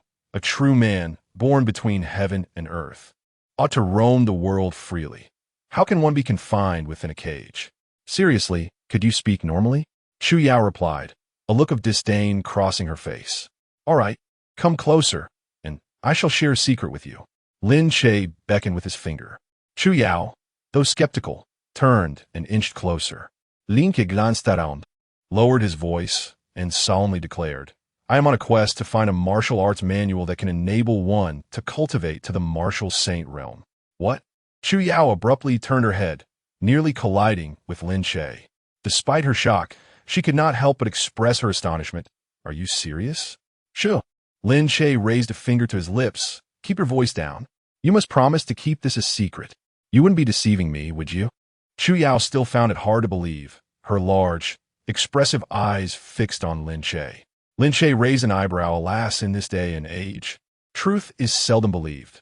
The hearts of men are no longer pure. I trust you not at all. You are truly. I do not wish to engage with you." Chu Yao huffed and turned away. Huang Jinbao chimed in, She is scolding you in her heart again. Lin Che retorted. Be quiet. Huang Jinbao replied, I did not speak. Later that evening, at the Lin family villa, Lin Che had just taken his seat at the dining table, preparing to eat. Brother, why aren't you participating in the special training camp? Lin Zishuan casually inquired, feigning nonchalance. Why does it concern you? Lin Che set down his chopsticks, leaning back slightly with a hint of impatience evident on his face. No, I simply feel that 80% of our class is participating. It would be quite a pity if you did not join, so I wanted to inquire about your reasons for abstaining, without any ulterior motives. Lin Zishuan, while claiming to have no hidden agenda, was subtly insinuating that Lin Che was lacking in ambition. After all, with 80% of the class participating, the remaining 20% could only be deemed unmotivated if not for extenuating circumstances. Are you implying that learning an additional martial skill is not beneficial? Lin Che crossed his arms, wearing a half-smile. Indeed, I recognize your prowess, but acquiring another martial skill can only be advantageous. Lin Zishuan's words were calculated, seemingly genuinely concerned for Lin Che's well-being. At that moment, Lin Hai chimed in. I have heard about that training camp as well. It is the first time the Qin family has publicly offered martial arts instruction. Previously, one had to be an enrolled disciple to learn their techniques. Lin Hai glanced at Lin Che, earnestly advising, Little Che, how could you let such a wonderful opportunity slip away? I have matters to attend to and cannot participate. Lin Che replied succinctly. What matters could possibly be so pressing? Your foremost priority should be your studies. Lin Hai's paternal instincts were resurfacing, assuming a parental demeanor. Indeed, Little Che, second sister, will also be participating. Why not join us? Lin Yuro urged. Before Lin Che could respond, Lin Zishuan interjected, You're not short on money, are you? I recall father gave you a $2 million bank card. You haven't exhausted it so soon, have you? Upon hearing this, Su Qianqian quickly interjected, Little Che, are you in need of funds? If so, confide in mother. Do not let a lack of money squander such a great opportunity. Yes, Little Che, I can help as well. If you require financial assistance, do not hesitate to tell me, Lin Wanting added, casting a glance at Lin Che. Lin Zishuan frowned slightly, clearly surprised that the situation was diverging from his expectations. He had anticipated that his remarks would lead the Lin family to chastise Lin Che for his apparent lack of thriftiness. Instead, he found that his attempts to provoke had backfired, as the family was not only refraining from approaching Lin Che, but also offering him financial support. Enough. Lin Che interlocked his fingers. I am not in need of money. I simply have other commitments and cannot attend the training camp. So there is no need for further inquiries. Having lived independently for 3 years, he was unaccustomed to such concern. Moreover, he had no intention of accepting the Lin family's generosity without reciprocation. Should a disagreement arise in the future, it would be challenging to repay any debts incurred. His current living arrangement and the $3 million he had previously acquired from the Lin family were predicated upon mutual terms, which brought him a sense of peace. If he accepted the goodwill of Su Qianqian and Lin Wanting now, it would weaken his position should conflicts arise later. Then to enlighten us. What matters could possibly occupy your time? Lin Hai persisted with his questioning. I intend to undergo field training, Lin Che confessed. What? The Lin family exclaimed in unison. Nonsense. Absolutely not. Lin Hai Daisi Siven in Dezet. Do not assume that achieving first place in school makes you exceptional. The wilderness is fraught with dangers beyond your imagination. Su Qianqian quickly concurred. Indeed, Xiao Che, the outside world is far too perilous. It is premature for you to venture into the wild. You may consider such endeavors after graduation. The Lin sisters were about to interject with their counsel when Lin Che interrupted them decisively. There is no need for persuasion. My participation in this training is imperative. Even without the unyielding soul technique, Lin Che understood that to elevate his prowess through his innate ability to kill, he must transcend the confines of the high walls.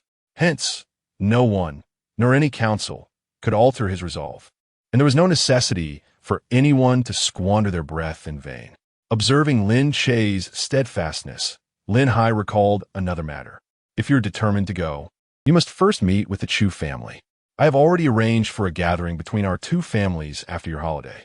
Oh, Lin Che raised an eyebrow. That is acceptable, but it should not be too late.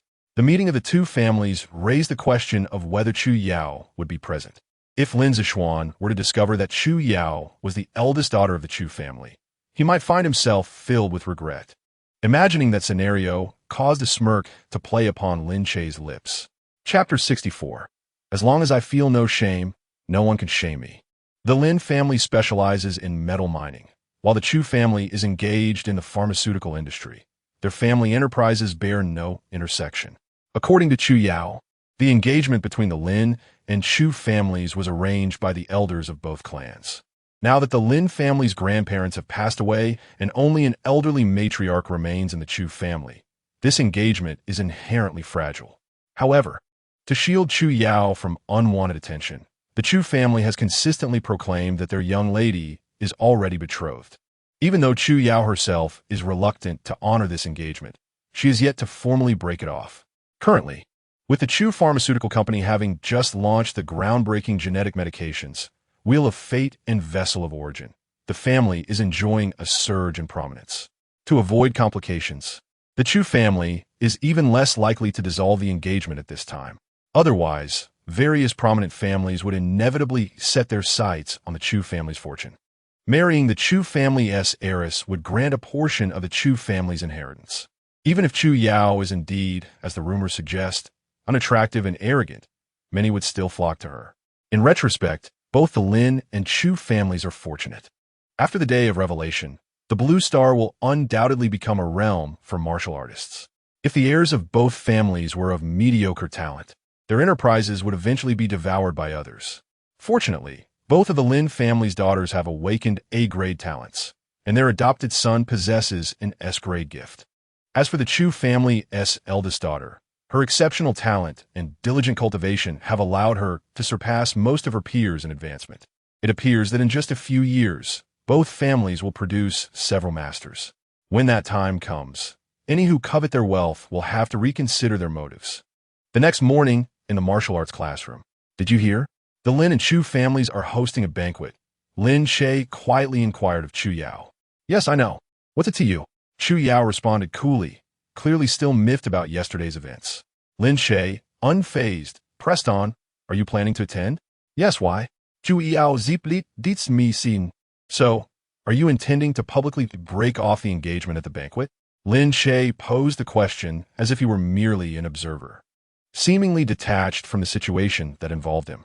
Chu Yao felt her mood darkening further, her tone tinged with irritation. Are you so eager for me to do that? Do you wish to be humiliated in public?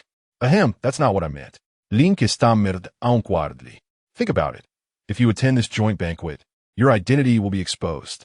Lin Zishuan will know you are the Chu family's eldest daughter, and he will likely reconsider his intentions. Whether you break off the engagement or not hardly concerns me. Chu Yao looked perplexed. What do you mean? I mean it literally. If Lin Zishuan realizes you are the Chu family's heiress, he will certainly abandon any thoughts of having me replace you in this engagement. Lin Che shrugged, exuding a sense of helplessness. You're overthinking it. Chu Yao immediately refuted. If the Lin family had not reclaimed their biological son, and his status as an adopted child remained concealed, the engagement would naturally fall to him. However, you have been reclaimed by the Lin family, and thus my betrothed can only be you, for you are indeed the beloved grandson of Grandfather Lin. Even though both grandfathers have departed from this world, the marriage contract they personally established cannot be altered at the whim of others. Chu Yao seems to be particularly concerned about the identity of the betrothed, and unusually expounded at length on the matter. Upon hearing this, Lin Che felt an even greater sense of helplessness. Are you implying that this unfortunate soul, who has been jilted, must be me? The previously tense expression on Chu Yao's face suddenly broke, as she struggled to suppress her laughter. If you wish to avoid public humiliation, you might consider pleading with me. Perhaps in a moment of good humor, I may spare you the embarrassment. That is out of the question. How could a dignified man such as I, a proud 7-foot-tall gentleman, bow before a mere woman? Lin Che raised his chin defiantly. Let them come at me. As long as I do not feel ashamed, no one can bring me disgrace. Chu Yao. In the afternoon, at the practical training ground, Yang Xian announced that the year-end assessment would take place the following day. Everyone should adjust their state and perform well to ensure all pass. In Martial Arts Class 1, there are no other specialized students. Hence, the year-end assessment will only evaluate martial arts realm and ability control. Each assessment will count towards their regular scores, contributing to their credits. However, for the students of Martial Arts Class 1, this evaluation poses little challenge. Quite the contrary, Lin Che felt a twinge of anxiety. He needs to precisely control his various metrics within the late stage of the Qi gathering realm. Deceiving the testing apparatus will not be an easy feat. After the year-end assessment, there will be a month-long holiday. I hope all students, while enjoying their break, do not neglect their cultivation. Next year, I expect every student in the class to not fall below the Qi gathering realm. Yang Xian surveyed the crowd. Do you have confidence? Yes. The chorus echoed in unison. Excellent. Very spirited. Yang Xian nodded. Now, as is customary, we shall commence with 50 kilograms of weighted training. Move swiftly, everyone. The next day, several strength testing devices were delivered to the practical training ground. Starting with Martial Arts Class 1, each student approached the apparatus in turn for testing. Bang!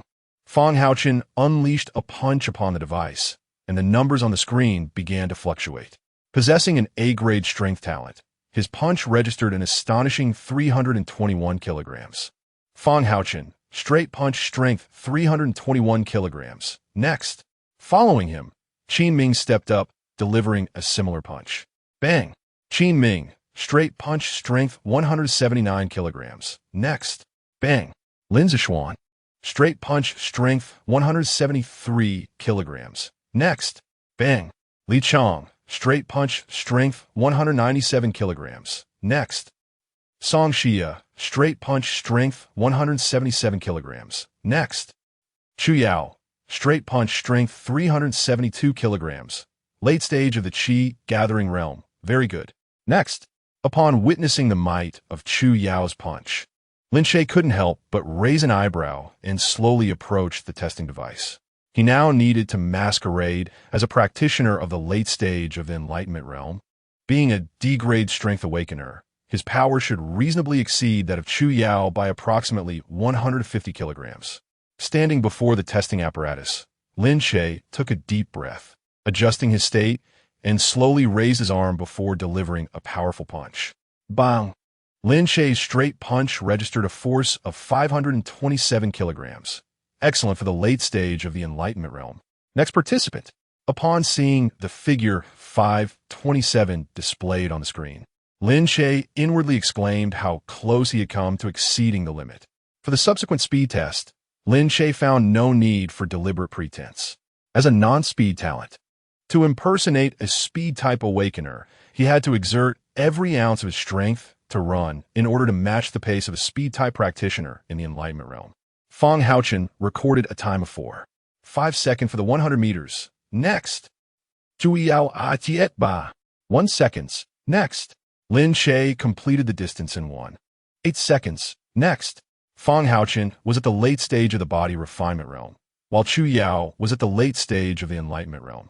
Lin Che's performance, however, was that of a speed-type talent, a standard expected at the late stage of the Enlightenment realm. The final endurance test was not as precise as the previous two. With a 50 kilograms load, maintaining a steady pace, the task was to complete laps of a 400-meter track, counting each lap until exhaustion. After the endurance test concluded, additional assessments would be conducted for students outside the physical enhancement category, primarily to evaluate each individual's mastery over their supernatural abilities. This aspect bore little relevance to Lin Che. His speed talent, classified under physical enhancement, had already been demonstrated in the first 3 tests, thus no further assessments were necessary. Just as he planned to exit, Lin Che was called back by Chu Yao. Wait for me. Chapter 65. A master who does not aspire to be a boss is not a good tailor. Is there something on your mind? Lin Che queried, his expression betraying confusion. You. Chu Yao hesitated. I'll tell you once the test is over. Huang Jinbao interjected. She wants you to play the role of her fiancé. Lin Che replied, in principle, as long as the Chu family has not called off the engagement, I am indeed her fiancé. Huang Jinbao remarked, humans are truly complicated. Half an hour later, Chu Yao successfully completed her test, and the two exited the training ground side by side. These two ultimately ended up together. How blind fate can be. How did you know? Anyone with eyes can see it. They're clearly going on a date. I feel as though I've suffered a heartbreak. So do I. As the murmurs of the crowd faded, Lin Che and Chu Yao turned the corner. They arrived at a tea restaurant adjacent to the school, ordered 2 beverages, and sat facing each other. The news of our families hosting a banquet has spread. There will likely be many attendees. Chu Yao finally broke the silence after a prolonged pause. It seems the family dinner will transform into a social gathering. Lin Che, already informed by Huang Jinbao, responded with little surprise. Could you help me put on a performance? Chu Yao gazed at Lin Che earnestly. Then you've come to the right person. Lin Che dramatically tossed his hair, though its short length rendered the action ineffective. Revered as the Academy Award winner of Nusi District 13, that is I. However, Lin Che shifted the conversation. What type of script are we dealing with? You must elaborate. Chu Yao shot him a glance, the awkward atmosphere lightening somewhat. I need you to portray a competent fiancé to shield me from those relentless suitors. Can you assist?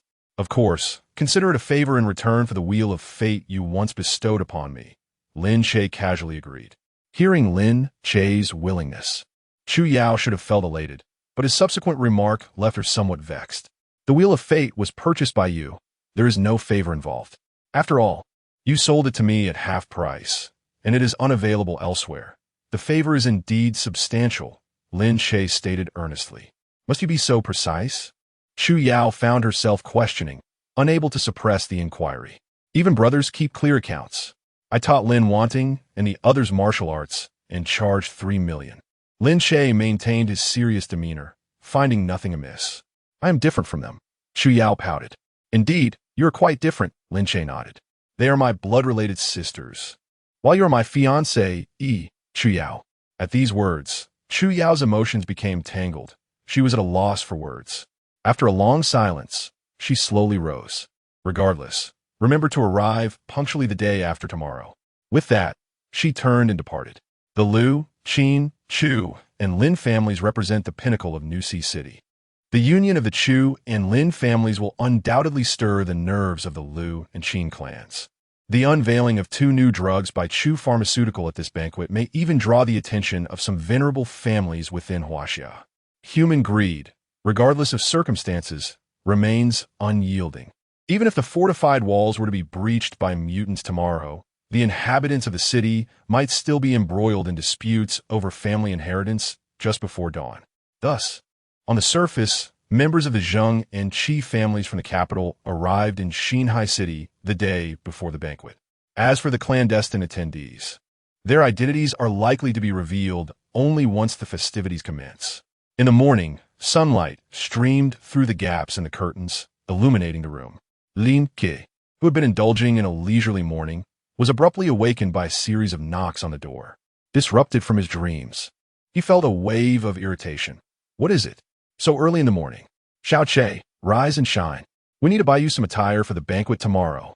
Su Qianqian suddenly remembered that Lin Che lacked formal wear, and with time running short for custom orders, they had no choice but to visit a ready-to-wear store. All right, I'm coming, Lin Che replied, rubbing his sleepy eyes and reluctantly getting out of bed. After a hurried breakfast, Su Qianqian took Lin Che to a bustling shopping street, heading directly to a tailor shop. Boss Ma, do you have any suitable ready-made garments for my son? She inquired. Madam Lin, what a pleasure to see you here in person. Ma Jintao, upon hearing her voice, promptly rose to greet them. He then turned to Lin Che. Is this the young master who went missing from your esteemed household? Lin Che felt a flicker of confusion. It seemed that this Master Ma was well acquainted with the Lin family. Their eyes met briefly, and a tidal wave of realization surged within him. Late stage, innate martial artist. Ability, perfect stitching, threat level, exceedingly high. It was indeed surprising to discover such a master concealed within a tailor shop. Yet, upon reflection, possessing the ability of perfect stitching made his occupation as a tailor rather fitting. Had it not been for his keen insight, who would have suspected that an ordinary tailor was, in fact, a master? Indeed, my son is attending an important banquet tomorrow, and time is of the essence. Please see if there are any ready-made garments in his size, Su Qianqian said, surveying the shop. Let us select 2 outfits for now. And you can assist me in ordering 2 custom-made suits to be delivered once they are ready. Certainly, Madam Lin, please have a seat over here, Ma Jintao acknowledged. Then gestured for Lin Che, young Master Lin, please follow me. Pondering to himself, Lin Che followed Ma Jintao to the ready-made section. Perhaps you could try on this gray suit, Ma Jintao suggested, holding out a tailored suit. Oh, very well, I will give it a try, Lin Che replied, taking the garment and stepping into the fitting room. Once Lin Che emerged, Su Qianqian hurried forward to assess him. Quite fitting indeed, she nodded enthusiastically. My little Che is simply too handsome. He is sure to captivate Miss Chu. Lin Che's lips twitched slightly. All right then, I suppose I'll take this one.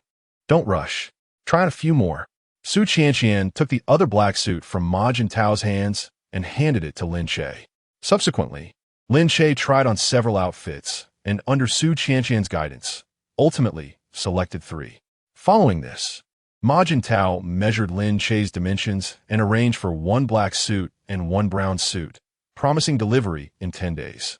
Su Qianqian settled the bill with her card, and Ma Jintao, beaming with a smile, escorted them to the door. Throughout the entire process, Ma Jintao's demeanor was indistinguishable from that of an ordinary tailor, concealing his true identity as a master craftsman. As the pair stepped out of the shop and prepared to leave, a dagger, imbued with a chilling intent, sudelilange towards Lin Che. Instinctively, Lin Che sidestepped, the blade narrowly grazing the hem of his garment. The assailant, undeterred by the missed strike, advanced swiftly, wielding the dagger like a venomous serpent, launching a series of vicious thrusts aimed directly at Lin Che's vital points. Someone help, please, Su Qianqian cried out in terror. Her composure shattered. The bustling commercial street erupted into chaos at her desperate pleas. Some passers-by, overcome with panic, hastily retreated. Others, caught off guard, remained frozen in place. Being a sheltered lady of affluence, Su Qianqian was utterly flustered by the sudden attack, completely at a loss for how to respond. Do not harm my son. In a moment of desperation, witnessing the assassin's ruthless tactics, Su Qianqian recklessly rushed forward, attempting to impede the attacker. As an ordinary individual, she was of no assistance. Rather, her actions inadvertently placed Lin Che in an even more precarious position. Chapter 66. It is better to trust the mutant than the assassin, faced with the fierce onslaught of the assassin while simultaneously distracted by the need to protect Su Qianqian. Lin Che found himself at a loss. The assassin, at the pinnacle of the Transcendence realm, was no trivial foe. After a brief skirmish, Lin Che began to waver, contemplating whether to reveal his true strength. Just as Lin Che was ensnared in this dilemma, Ma Jintao, having heard the commotion from within the shop, swiftly stepped outside. Upon witnessing Lin Che under attack, he bellowed, "Despicable villain, cease your actions." With that, he lunged forward. In an instant, Ma Jintao unleashed a palm strike, sending the assassin hurtling several meters away, crashing to the ground and unable to rise again. Observing this, Lin Che hurriedly expressed his gratitude, saying, "Thank you, Boss Ma, for your assistance. There's no need for formality, young Master Lin. Even without my intervention, I trust you would have managed," Ma Jintao replied with a humble smile, his demeanor calm, as if he had merely performed an insignificant act. However, his words rekindled Lin Che's suspicions. Did the old tailor truly discern his actual prowess, or was he merely being polite? "Xiao Che, are you all right?" Su Qianqian rushed forward, her face etched with concern as she checked for any injuries on Lin Che. Lin Che shook his head, responding nonchalantly, "I am fine. What about you? Are you hurt?" Su Qianqian quickly reassured him, "I'm unharmed, thanks to Boss Ma." As she spoke, she retrieved a bank card and handed it to Ma Jintao. "Thank you for saving us, Boss Ma. Here is 1 million as a token of appreciation." "No need for such formality, Madam Lin. It is my duty to ensure the safety of my patrons. How could I stand idly by if something happened at my establishment?" Ma Jintao waved his hand dismissively, then turned his gaze to Lin Che. "I am quite curious as to why someone would attempt to assassinate young Master Lin." "Indeed. Xiao Che, what is the matter? Do you know?" Su Qianqian's attention was immediately redirected. Lin Che glanced at the severely injured and unconscious assassin, his mind a whirl of confusion. At that moment, he could not fathom the reasons behind the attack. "I am uncertain for the time being," Lin Che replied, shaking his head in resignation. Although the golden treasure could eavesdrop on others' thoughts, it required that the thoughts pertain to relevant matters. The incident had occurred so abruptly that he had not had the chance to extract any information from the assassin before Ma Jintao rendered him unconscious with a single blow. Perhaps only by awakening the assailant and interrogating him personally could he uncover some clues. At that moment, officers from the Public Security Bureau hurriedly arrived. Several officers, their expressions grave, inquired in detail about the incident before summoning a medical vehicle to transport the grievously injured assassin away. As they departed, the officer assured Lin Che that they would do their utmost to uncover the true instigator behind the attack and provide an explanation. After this tumultuous episode, both Su Qianqian and Lin Che lost their desire to continue their outing and decided to take their leave. They once again expressed their gratitude to Ma Jintao, who, however, insisted on not accepting the bank card from Su Qianqian. "Ensuring the safety of my customers is our shop's obligation. If something were to occur here, how would I conduct my business in the future?" Ma Jintao said with a respectful demeanor. "Madam Lin, please keep the bank card. Otherwise, it would be tantamount to belittling an old tailor like myself." Upon hearing this, Su Qianqian altered her approach. "Henceforth, all garments for the Lin family shall be entrusted solely to Master Ma, and this 1 million shall serve as a deposit. You mustn't refuse." "Madam Lin, this is truly—" Ma Jintao shook his head helplessly as he accepted the bank card. "In the future, should Madam Lin, Mr. Lin, or any of the young masters and misses require clothing, do not hesitate to ask. As for the old tailor, though he may not boast of many things, his skill in garment making is undoubtedly unmatched. In comparison to being a martial arts master, Ma Jintao seemingly placed greater value on his identity as a tailor. Such is the nature of humanity. Lin Che had been part of the Lin family for nearly half a year, yet still felt like the orphan wandering on the fringes of the city. Similarly, though nearly 18 years had passed since the day of revelation, Ma Jintao, now a martial arts master, still regarded himself as the old tailor of yore. "Very well, it is settled then." Su Qianqian's smile was sincere. "However, let us be clear. Although Master Ma has saved my son, the quality of the garments must not be compromised. Otherwise, I shall not recognize the account." "Unable tu sorpresa chacol," Ma Jintao responded. Madam Lin, such words are unnecessary. The old tailor does possess a modicum of credibility. He. "Very well, Xiao Che and I shall take our leave for now. By the way, Master Ma, please ensure that Xiao Che's 2 suits are completed promptly." Su Qianqian reiterated her request. "Rest assured, Madam Lin, they will be delivered to your residence within 10 days. Ma Jintao affirmed with a nod. After a round of pleasantries, Ma Jintao watched as Su Qianqian and Lin Che departed. As he regained his composure, a subtle complexity flickered in the old tailor's eyes. In the afternoon, Lin Hai learned of Lin Che's assassination attempt and was filled with rage. Even though Lin Che did not hold his favor, such matters were internal to the Lin family. The audacity of others to openly attempt to murder Lin Che was a blatant disregard for the Lin family and for him, Lin Hai. In such circumstances, if he remained inactive, the outside world might perceive him as easy to bully. Consequently, he made several calls to leaders within the Public Security Bureau of Xinhai City, demanding a swift resolution to the case. Xinhai City was already embroiled in turmoil. Not long ago, the eldest son of the Liu family had been gruesomely murdered, and now, a young master of the Lin family had fallen victim to an assassination attempt. Although Lin Che had not suffered any harm, the series of malevolent incidents targeting the scions of prominent families was enough to give the Public Security Bureau a headache. Seizing the opportunity, Lin Che expressed his desire to personally interrogate the assassin. In principle, such matters did not adhere to standard procedures. However, through Lin Hai's intervention, Lin Che ultimately secured the necessary authorization. The assassin was transferred to the First People's Hospital of Xinhai City, guarded by 4 transcendent martial artists. With the authorization in hand, Lin Che smoothly entered the assassin's hospital room. Upon closer inspection, he found the assassin undergoing treatment, yet his hands and feet were bound to the bed, with electronic shackles affixed to his ankles. Witnessing this scene, Lin Che couldn't help but smirk. This fellow is enjoying quite the treatment, isn't he? Oof. Consider yourself fortunate this time, but who knows if luck will be on your side next time. The assassin, despite his physical incapacitation, lay on a hospital bed with a look of disdain directed at Lin Che. Well, I have always been fortunate, Lin Che stated earnestly, nodding his head. Just wait. No matter how lucky you think you are, you will eventually meet your end. The assassin maintained his contemptuous expression. Is that so? I refuse to believe it. Lin Che shrugged. You refuse to believe. You. The assassin momentarily experienced a lapse in thought, unsure of how to respond, before finally retorting. Believe what you wish. Why do you want to kill me? Or rather, who sent you?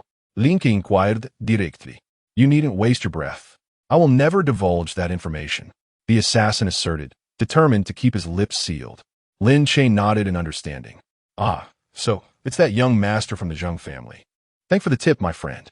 Although the assassin did not utter a word regarding this, Lin Che, through the whispers of his own heart, had acquired the answer he sought. Nonsense. What Zheng family? I have no idea what you're talking about. A flicker of panic flashed in the assassin's eyes as he vehemently denied the accusation. To this, Lin Che chose not to argue, instead pondering aloud. The young master of the Zheng family is rather careless in his dealings. How could he allow an assassin to know his true identity? If I were to hire an assassin, I would certainly not expose my own identity. Lin Che shook his head rather than trust an assassin. It would be wiser to trust a mutant, for only the dead would keep secrets unbroken. It is not the Zheng family. Do not speak recklessly. I do not know any young master from the Zheng family. The assassin continued to deny the claims. Chapter 67. The mere New Highland family dares to challenge the Zheng family? Very well. I comprehend your apprehension.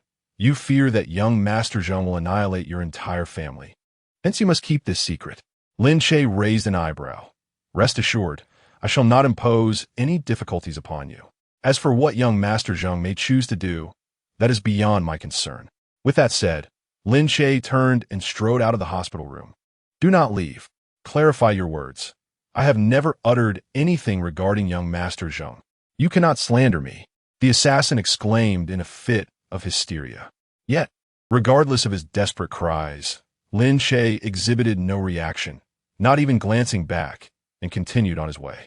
Previously, Lin Che had harbored suspicions about the Liu family and Lin Zishuan, but he never anticipated the involvement of the Zheng family from the capital. It seems the allure of the Wheel of Fate and the Vessel of Origin indeed holds considerable sway over these prominent clans. The matter between him and Chu Yao remains unresolved, yet these individuals have already begun to resort to underhanded tactics. If at tomorrow's banquet, Chu Yao publicly declares Lin Che as her fiancé, it is likely that he will find it difficult to maintain a semblance of tranquility thereafter. If the Zheng family can act today, the Qi family may follow suit tomorrow, and even the local Liu and Qin families may entertain ulterior motives. Nevertheless, Lin Che is set to depart from New Highland City in a few days to assist Xingtian in tracking down leads. Other matters can be deliberated upon once he returns from Changyang Mountain. The following day, the Guanchuan Hall of the New Highland Hotel was adorned in opulence. Attended by elites from various sectors, the banquet hall, spanning over 1,000 square meters, felt somewhat congested. Laughter and lively conversation filled the air. However, beneath this seemingly harmonious atmosphere, an undercurrent of tension simmered. Dear guests, I express my heartfelt gratitude for gracing us with your presence at the engagement banquet of my daughter, Chu Yao and Lin Che from the Lin family. Chu Jingchuan, clad in a sleek black suit, stood on the stage. His expression composed with an amiable smile as he began to speak. His voice resonated through the sound system, prompting applause from the gathered crowd. Lin Che stood amidst the audience, utterly bewildered. It was agreed that this was merely a family meeting, yet once the news spread, it had transformed into a grand social soiree. He had assumed there would be no further surprises, only to find that this social gathering had morphed into an engagement banquet. It appeared that he was perhaps the last to learn of his own engagement. To whom could he voice his grievances? As the applause gradually diminished, Chu Jingchuan continued. You may have heard that my family and the Lin family had arranged a marriage pact in earlier years. Now that both children have reached adulthood, it is only natural to formalize this agreement. As he spoke, Chu Jingchuan glanced at Lin Che, striving to adopt a congenial tone. Come now. Lin Che stepped forward. Just as Lin Che hesitated, the Grand Hall's doors were suddenly pushed open. Ah, quite the lively gathering, isn't it? A tall, austere-looking young man entered the hall, followed by a group of imposing figures clad in black suits, their expressions grave. Chu Jingchuan's expression shifted slightly, but he quickly regained his composure and regarded the young man with a serious tone. Young Master Zheng, may I inquire as to the purpose of your visit today? What is this? Is Mr. Chu not welcoming me? Zheng Jingren addressed him formally, yet his eyes betrayed no hint of respect. Upon hearing this, Chu Jingchuan narrowed his eyes and replied with a chuckle. Aha! Zheng Xiao, your words are too humble. It is indeed a great honor for me to have you attend my daughter's engagement banquet. Engagement banquet? Who is Miss Chu to be engaged to? Zheng Jingren deftly shifted the conversation. Whoever it may be, he certainly does not deserve Miss Chu. What do you think of me, Mr. Chu? Zheng Xiao, Yuyist. My daughter has been betrothed to the Lin family since childhood. This is merely a formal announcement.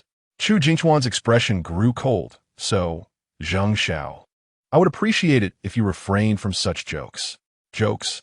No, Zheng Jingren never jest. Zheng Jingren asserted with utmost seriousness. I have come today to propose a union between our families on behalf of the Zheng family. What? Do you look down upon us? As the saying goes, the intentions of Sima Zhao are known to all. Zheng Jingren was clearly targeting Chu Pharmaceuticals. He had not even met Chu Yao and was boldly demanding a union, showing an utter lack of decorum. This Zheng Xiao had no shame at all. Was he openly attempting to seize the Chu family's legacy? One of the 4 prominent families in the capital has produced such a character, and today I have witnessed it firsthand. Haha, after all, strength is the ultimate truth. The Zheng family is currently backed by a formidable warrior. Who would dare to disregard them? Even a transcendent warrior cannot allow their descendants to bully others and seize their assets. Can they? Alas, apart from that martial saint, who can possibly restrain the Zheng family? In that moment, the surrounding crowd began to murmur, and Chu Jingchuan found himself in a dilemma. With the Wheel of Fortune and the Source Vessel just launched, the Chu family was on the brink of soaring to great heights. Offending the Zheng family, one of the 4 prominent families, was hardly a wise course of action. Yet, Chu Jingchuan understood that acquiescing to Zheng Jingren's proposal would lead to ruin. If that were to happen, the entirety of Chu Pharmaceuticals might become Zhengshi Pharmaceuticals. Initially, he had opposed the idea of Chu Yao breaking off her engagement with Lin Che, considering the current predicament. He believed that as long as the 2 families were still betrothed, others would not dare to lay hands on Chu Yao. However, he never anticipated that this young master of the Zheng family would have no sense of propriety, shamelessly pressuring the Chu family for a union in public, a truly disgraceful act. Just as Chu Jingchuan was at a loss for words, Lin Che stepped onto the stage with determination and calmly stated, Uncle, leave this to me. Lin Che had not intended to step forward, but Zheng Jingren showed him no respect. If he remained in the shadows now, he would likely never hold his head high again. Moreover, this Zheng Xiao had even attempted to undermine him yesterday. This was the perfect opportunity to settle the score. Zheng Xiao, is it? Yesterday, I encountered a fellow on Commercial Street who claimed to be quite familiar with you. I wonder if you could do him a favor? Upon hearing this, Zheng Jingren's expression shifted slightly. What fellow? What Commercial Street? I do not know what you are talking about. My Zheng family is not a place for just anyone to meddle. Oh, it seems my acquaintance was merely boasting. If that is the case, I shall make sure to take him along to apologize to Zheng Xiao next time we meet. Lin Che smiled, though there was no warmth in his eyes. Do not speak to me of trivial matters. I am here to propose to the Chu family. Those unrelated, please vacate the premises promptly. Zheng Jingren was acutely aware that, despite Lin Che exposing the assassination incident, which might bring him some complications, such troubles were insignificant compared to the marriage alliance with the Chu family. Once he secured the title of son-in-law to the Chu family, he could seize the opportunity to annex their resources. Subsequently, with the aid of 2 gene serums, he was certain to establish a firm foothold within the Zheng family, thereby vying for the position of family head. Thus, retreat was not an option for him. How ridiculous! Today marks the engagement banquet between myself and Chu Yao. If anyone is out of place, it should indeed be young Master Zheng. Having reached this juncture, Lin Che was unperturbed by the prospect of a confrontation. Zheng Jingren scoffed. "Humph, a mere Lin family from Xinhai dares to challenge the Zheng family? Allow me to clarify. It is not the Lin family opposing the Zheng family, but rather I who stand against you." Lin Che retorted with disdain. "I do not represent the Lin family. As for whether young Master Zheng can embody the Zheng family, that depends on your standing within it. How dare you mock me, you wretched creature?" Zheng Jingren seethed with rage. As the youngest son of the Zheng family, the inheritance rights lay with his elder brother, rendering him distinctly unqualified to represent the family. Ironically, Lin Che's words struck a nerve, igniting his fury instantaneously. "You lot, ensure he understand the consequences of opposing the Zheng family." Zheng Jingren commanded the several robust men in black at his side. "Yes, young master," they replied in unison, immediately preparing to ascend the stage and deal with Lin Che. Chapter 68. How can a warrior with a C-level talent be worthy of a prodigy with an S-level talent? Who dares to take action? Zhu Xingjun Tunde. His gaze fixed on Zheng Jingren. "If young Master Zheng intends to cause a disturbance at the banquet, it would be best for you to take your leave. You are not welcome here." Under the pressure of the situation, Chu Jingchuan finally made a resolute decision. He could not allow his daughter to plunge into a perilous situation, nor could he grant the Zheng family the opportunity to swallow the Chu family whole. Therefore, he had to withstand the pressure and respond directly. Zheng Jingren stared at Chu Jingchuan, a flicker of malice flashing in his eyes. "Chu Jingchuan, do not mistake my kindness for weakness. If you agree to betroth your daughter to me today, the Zheng family and the Chu family will become one. Otherwise, your Chu pharmaceutical may find it impossible to leave Xinhai City." Arrogance. Since Chu Jingchuan had made his decision, he would not yield an inch. "Bring them in." At his command, dozens of suited thugs emerged from the crowd, swiftly surrounding Zheng Jingren and his few bodyguards. Whether Chu Pharmaceutical could thrive outside of Xinhai City was not for young Master Zheng to worry about. Rather, if Zheng continued to entangle himself, he might find it impossible to exit Xinhai City himself. At this moment, Chu Jingchuan was utterly determined, for soon, Chu Pharmaceutical would inevitably confront the Zheng family. "You." "Very well. Remember your words today, Chu." Zheng Jingren cast a glance at Lin Che on the stage before turning to leave. He had lost face today. Yet being in Xinhai City with no allies, he had no means to retaliate against the Chu family and could only retreat for the moment. "Young Master Zheng, please do not be in such haste to depart. If you refrain from causing a ruckus, we would not mind accommodating you with an additional seat later." Lin Che feigned an invitation to Zheng Jingren, implying that he was like a beggar, causing trouble if not given sustenance. As a young master of the Zheng family, Zheng Jingren was unaccustomed to such affronts and immediately signaled his bodyguards to take action again. "You scoundrel, I'll make sure you pay for this today. Attack!" At that very moment, laughter echoed from a corner. "Young Master Zheng, why such anger? Who is meddling in my affairs?" Zheng Jingren gritted his teeth, clearly losing patience. He abruptly turned, his gaze fixing upon a young man clad in a white suit, exuding a languid demeanor as he emerged from the crowd. "Chi Hao, you have indeed come. What is it? Do you wish to stand up for this brat?" "Not all, young Master Zheng. I am merely assisting you." Chi Hao's lips curled into a smirk, his expression tinged with a hint of defiance. "Mr. Chu has made it clear that if young Master Zheng continues to persist, he may find it impossible to leave Xinhai. Have you forgotten so soon?" Zheng Jingren's expression faltered, cursing his bad luck internally. "Very well. Since young Master Qi is also here, I might as well join the fray." Young Master Zheng displays great magnanimity. Chi Hao gave Zheng Jingren a thumbs up before turning his attention to the stage. "Mr. Chu, everyone has been waiting for quite some time. When shall your daughter make her appearance?"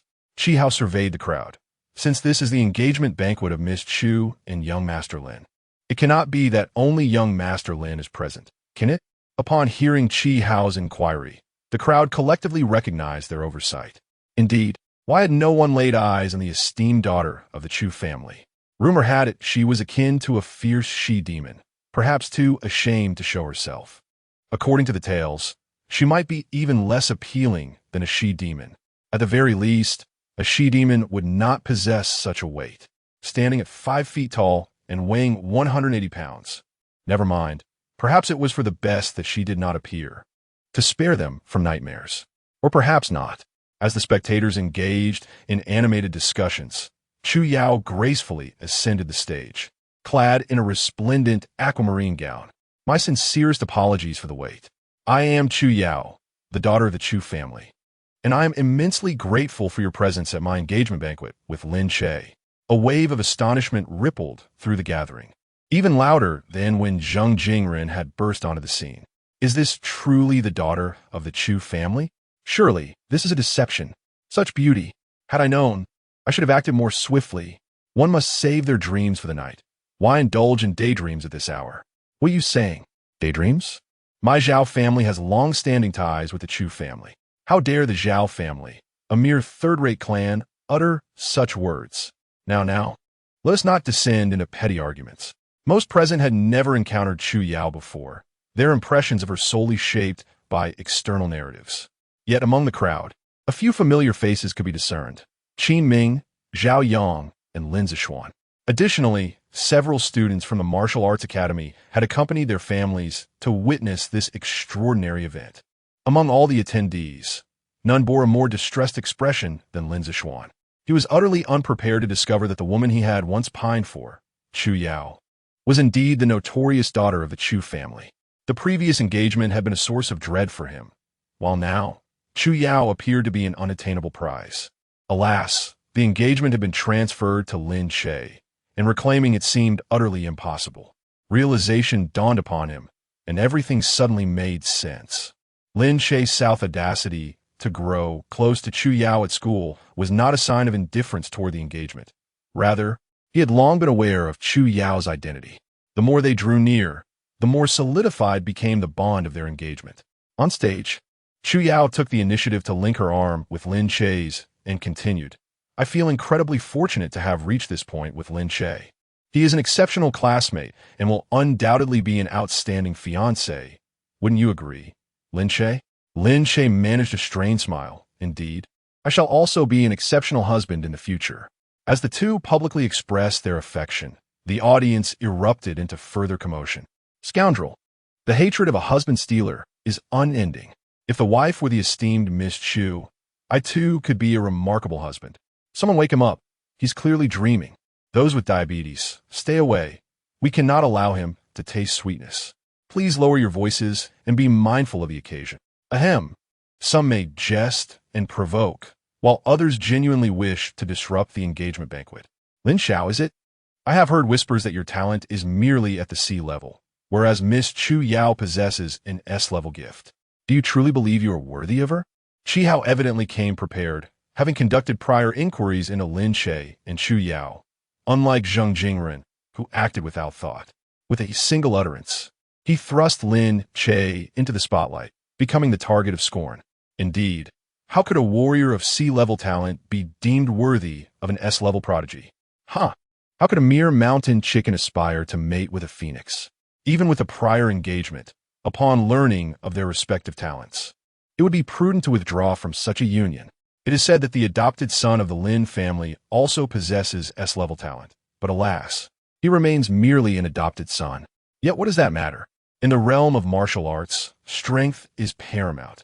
Even one born a beggar, if endowed with S-level talent, could ascend to the realm of divinity. In the vast expanse of Huaxia, there are but a few warriors who have reached such heights. An S-level talent is destined to become a formidable figure. Thus, it would be wise for the Lin family to have that adopted son fulfill the engagement instead. The murmurs of the crowd ignited a flicker of hope in Lin Zishuan.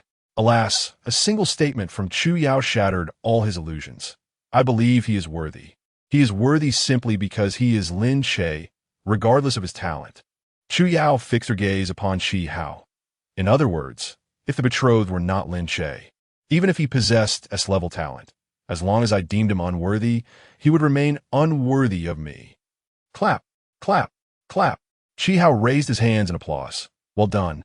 Miss Chu's devotion to Lin Xiao is indeed profound. However, after a brief pause, Xinhai shifted his attention to Lin Che and continued. If this betrothed were a wanted criminal, would Miss Chu still stand by her choice? Chapter 69. The mantis stalks the cicada. While the yellow bird awaits, Lin Che's gaze momentarily sharpened, only to be swiftly concealed beneath a mask of nonchalance. Heh, young Master Qi must be jesting. When did I ever become a fugitive? Xinhai shrugged his shoulders in response. Chu Yao's expression turned frosty, her tone laced with animosity. If Lin Che were to become a wanted man, it would undoubtedly be the fault of the Public Security Bureau. For an instant, Xinhai found it nearly impossible to maintain his languid demeanor. Given Miss Chu's unwavering conviction, it was clear that outsiders had no authority to intervene. Thus, he wished the two lovers a fruitful union. Concealing the flicker of coldness in his eyes, he turned and melted into the crowd. What a magnificent display of protective fervor. With such a spouse, what more could one desire? Did no benevolent soul awaken you moments ago? How crude. I disdain to engage in further discourse with you. Chu Yao linked arms with Lin Che as they ceremoniously met each other's families, along with relatives from both the Lin and Chu households. Faced with various uncles, aunts, and distant relatives, the pair embodied the role of actors, flawlessly presenting the expected performance. Those unaware of the underlying truths would surely fail to perceive that they were merely playing a part. Naturally, this betrothal was not universally welcomed. Beneath the seemingly harmonious atmosphere lay subtle tensions. Lu Jingwen, Chu Yao's mother, adorned in elegant attire, exuded sophistication with every gesture. Yet, her gaze toward Lin Che betrayed a hint of coolness that was difficult to mask. Seated in the main position was the Chu family matriarch, Qin Ruyue, whose countenance radiated warmth, though her smile remained superficial. Nevertheless, in the interest of ensuring the smooth progression of this engagement banquet, both women accompanied Lin Che and Chu Yao in their charade. After all, the stability of the Chu family hinged on this union, as did its future prospects. What appeared to be an ordinary marriage held far deeper significance. Lu Jingwen hailed from the Lu family, while Qin Ruyue originated from the Qin lineage. Chu Yao's fiancé, Lin Che, belonged to the Lin clan. If Lin Che and Chu Yao were ultimately to wed, it would signify a union between the Chu family and 3 other prominent families in Xinhai City over 3 generations. Consequently, the influence of the Chu family would once again expand within Xinhai City, seemingly poised to consolidate power over the entire region.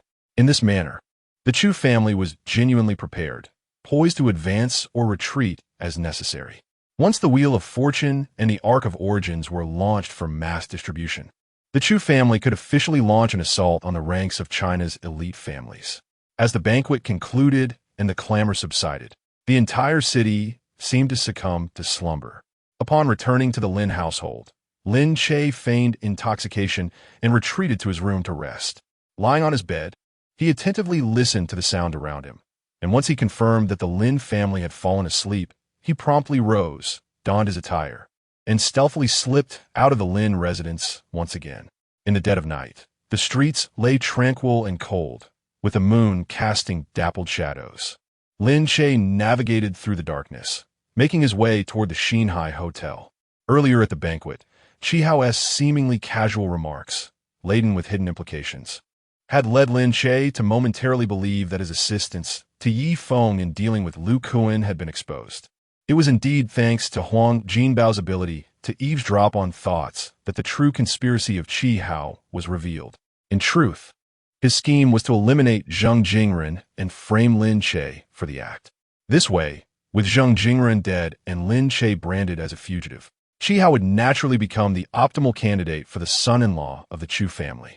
A clever plan, indeed. However, what he believed to be flawless had already been entirely uncovered by Lin Che. At that moment, Lin Che, suppressing his fury, chose not to act out, intending instead to set a surprise for Qihao. When one treats me with a foot, I shall reciprocate with a yard. If Lin Che remained passive, Qihao would undoubtedly push him into an abyss from which he could never return. Thus, He was more than willing to play the role of the mantis stalking the cicada, ensuring that both Chi Hao and Zheng Jingren would meet their demise together. Before returning from the hotel, Huang Jinbao had already been released and was currently monitoring Chi Hao's movements. Is the first target moving? Lin Che inquired through his thoughts as he approached the hotel vicinity. In the initial phase of their telepathic connection, they had to be within 5 meters for it to be effective. However, having entered the second phase, Lin Che and Huang Jinbao could now communicate over distances of up to 100 meters. The first target has yet to take action. He plans to strike around 2 o'clock. Huang Jinbao promptly replied. Understood. Continue surveillance. I will check on the second target. Lin Che responded gravely. Received. Huang Jinbao acknowledged. Falling silent once more. As a mutated squirrel, Huang Jinbao could not comprehend the so-called sense of ritual that Lin Che espoused. Yet, as a pet, it had no choice but to comply with Lin Che's requests. The reason why Huang Jinbao was designated as 01 while Lin Che was 07 was simply because 007 sounded more charming. Lin Che stealthily approached the door of Zheng Jingren's suite, faintly hearing the voice of a woman from within. Ah, young Master Zheng, I can't take it anymore. Please spare me. Ha ha. Just hold on a little longer. I will be done shortly. Although the hotel's soundproofing was commendable, it could not withstand Lin Che's keen hearing. As a practitioner at the late stage of the transcendent realm, he could discern even the slightest of disturbances around him, especially since the two inside had not made any effort to lower their voices. This sort of person wishes to replace me and become engaged to Chu Yao. They truly have no sense of their own mortality. Lin Che could not help but deride inwardly. A moment later, Huang Jinbao sent another message. The first target has commenced action. Please prepare yourself. Received, Lin Che replied, swiftly blending into the corner of the corridor, awaiting Chi Hao's appearance. Time slipped by quietly in the silence, and within the room, the activities of Zheng Jingren and his companion reached their conclusion. At last, the sound of footsteps approached. Steady and measured. Lin Che's heart tightened. He knew Chi Hao had arrived. Clad in a black stealth suit and wearing a mask that concealed all but his cold, piercing eyes, Chi Hao approached Zheng Jingren's room like a specter, using his metallic manipulation abilities to unlock the door from the inside. Who is it? Zheng Jingren, displaying a modicum of alertness, began to dress upon hearing the door creak open. The woman beside him, upon seeing the situation, hastily curled deeper into the blankets. Hee. Mr. Zheng, we meet again. Chi Hao maintained his languid demeanor. Chi Hao, what on earth are you doing? It's the dead of night. Why are you in my room? Zheng Jingren's vigilance slightly waned upon seeing Chi Hao, his displeasure evident. Chi Hao strolled over to the sofa and sat down. Unfazed. I wish to request a favor from you, Mr. Zheng. A favor? What kind of favor? Can it wait until tomorrow? Zheng Jingren stood and walked to the counter, picking up a bottle of water, casually twisting it open and taking a sip. It cannot wait. Tomorrow will be too late. It must be today. Chi Hao's voice was calm, yet laced with a hint of chill. Hearing this, Zheng Jingren furrowed his brows, but ultimately restrained his irritation. Very well, speak. If it is within my power, I shall assist. This matter can only be resolved with your help, Mr. Zheng. Chi Hao nodded, revealing a smile filled with malice. I wish to borrow your life for a moment. I wonder if you would be willing to assist me? Have you lost your mind? Chi Hao? Do not think that just because you are of a higher caliber than I would be intimidated. Zheng Jingren's tone was fierce but faltering. Do not forget, the Zheng family and the Qi family are both among the 4 great families of the capital. Neither is superior to the other. No. I'm certainly not insane. I am aware that the 4 great families of the capital are equal. However, what does that matter? Chi Hao slowly rose and advanced towards Zheng Jingren. The Zheng family is one thing, but you are another. If your demise were to occur in Xinhai, your elder brother may very well thank me.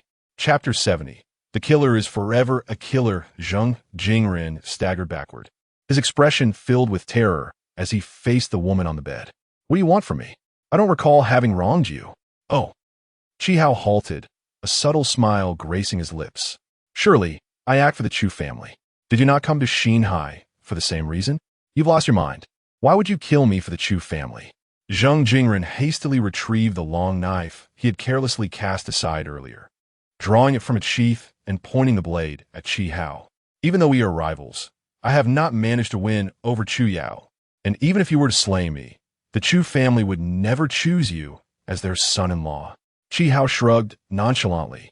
It appears that Zhang is not as clever as he thinks. Consider this. If you were to perish, Lin Che would become a murderer. Would the Chu family have any better options than choosing me? You are truly insidious?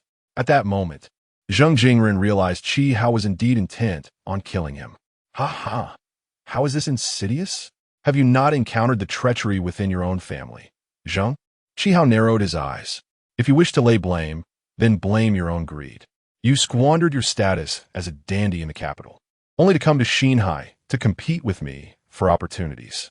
If you die, who can you blame? How ludicrous. Since when did Chu Pharmaceuticals become your opportunity? Did the Chu family even agree to that? Zhang Jingren, emboldened by the knife in his hand, felt a surge of confidence. Qi Hao shook his head dismissively, his expression one of disdain. Enough of this chatter. You are well aware of your impending fate, so do not feign ignorance. As he spoke, Qi Hao casually flicked his wrist, sending several flying knives from his sleeve toward Zhang Jingren. Reacting swiftly, Zhang Jingren deflected the onslaught with his blade. Clangs of metal echoed through the room, yet he barely managed to fend off the barrage of knives. Gasping for breath, he turned to see the woman, who had moments ago been entwined with him on the bed, now pierced through the throat by a flying knife, her life swiftly ebbing away. Blood trickled from her lips as she cast a pleading glance toward Zhang Jingren. Alas, he was unable to save her, consumed by his own peril.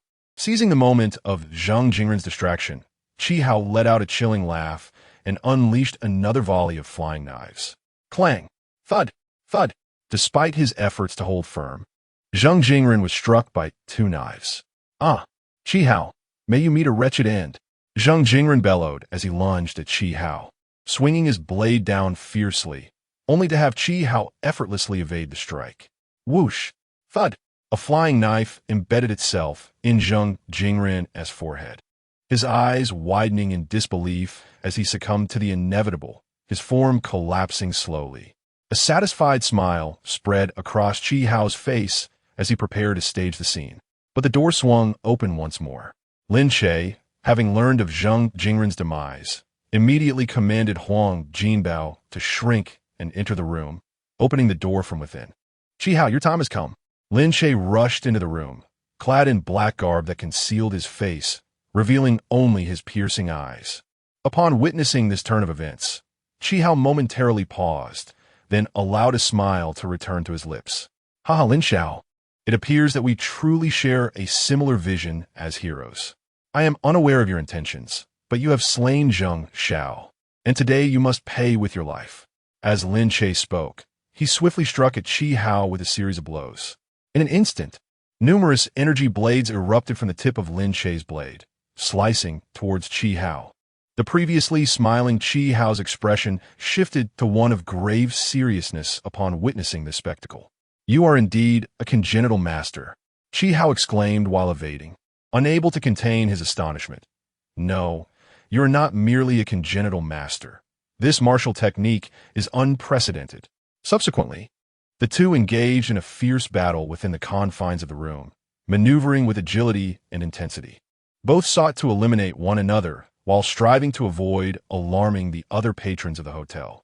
Thus, their strikes were both ruthless and calculated, demanding exceptional combat prowess.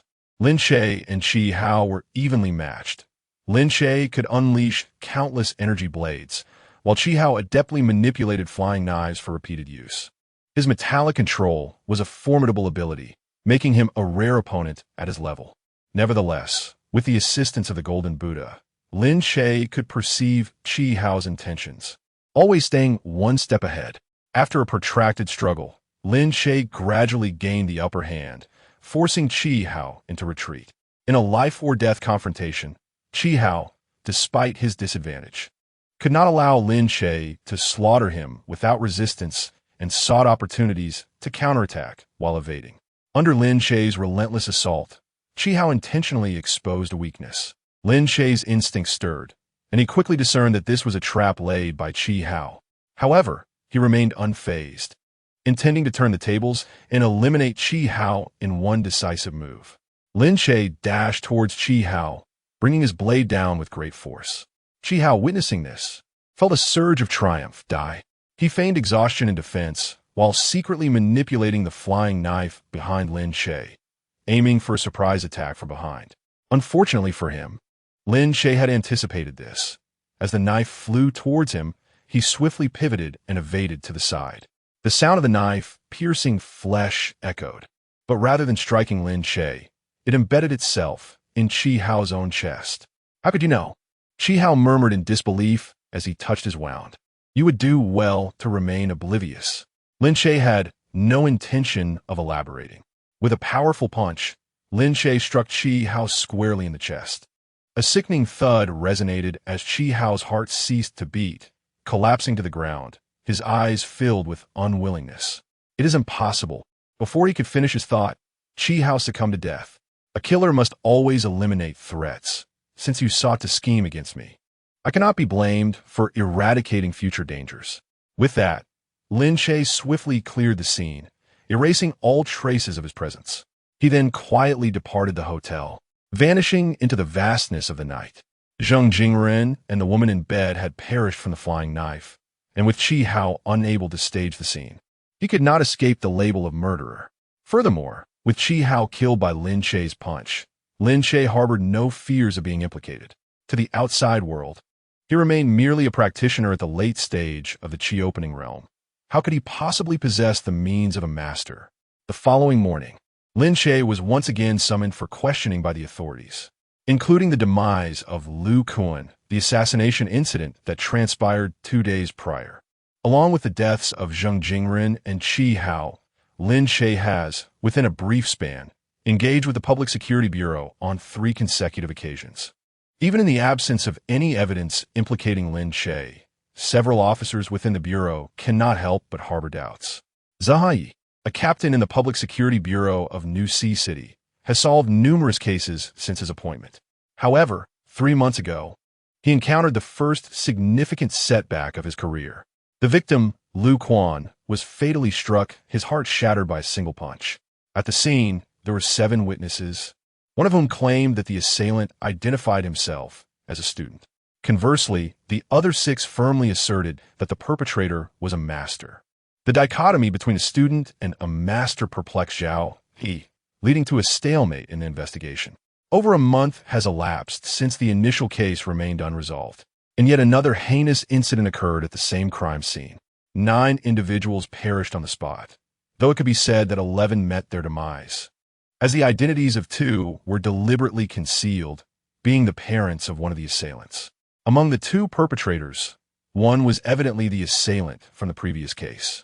The remains of a level 4 mutated tiger were discovered at the scene, its fur stripped away by a blade of air, yet it did not succumb to that force. Rather, it was slain by a long knife, severing its neck. The assailant, suspected to be a master martial artist capable of wielding such a blade of air, curiously chose not to employ it directly against the mutated tiger, but instead deliberately opted for the long knife to deliver the fatal blow. This behavior is exceedingly peculiar and difficult to comprehend. However, should he be aware of a particular martial technique that allows practitioners in the Qi channeling realm to execute a blade of air, his understanding might become significantly clearer. Chapter 71. Should Mr. Lin insist on departing from Xinhai City, it is imperative that he carries a locator device at all times. Furthermore, a certain assassin apprehended the day before yesterday has been adamantly proclaiming that he was not dispatched by young Master Zheng. This, in essence, should be tantamount to a confession. Regrettably, Zheng Jingren, a prominent heir from the capital, is notoriously difficult to convict. Upon bringing the suspect to the Public Security Bureau, Zhao Yi had barely begun his inquiries when pressure was exerted from above. The assassin continued to assert that he was not commissioned by Zheng Jingren and lacking substantial evidence.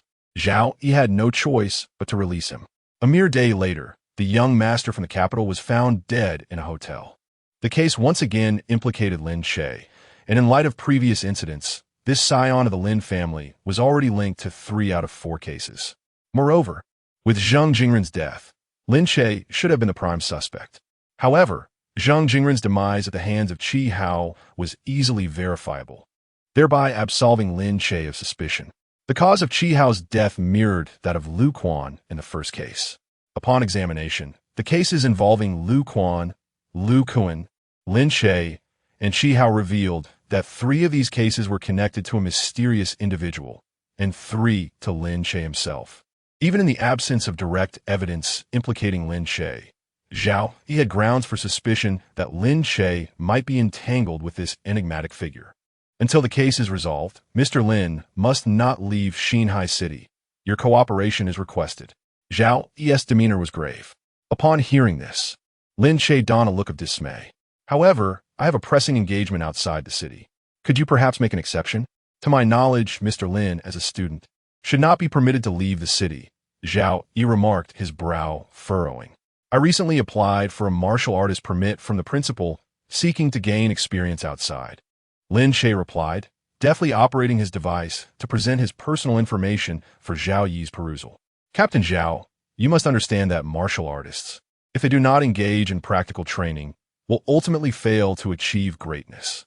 As an ordinary martial artist with only a C-level talent, I must strive for progress. After considerable hesitation, Zhao Yi nodded. If Mr. Lin insists on leaving Xinhai City, you must carry a locator device to ensure that the Public Security Bureau can locate you at any moment. Of course, I shall comply. Lin Che affirmed with a nod. Refusing the Public Security Bureau's surveillance request would be tantamount to admitting guilt. Lin Che was certainly not so foolish. Thank you for your cooperation, Mr. Lin. I shall deliver the locator device this afternoon.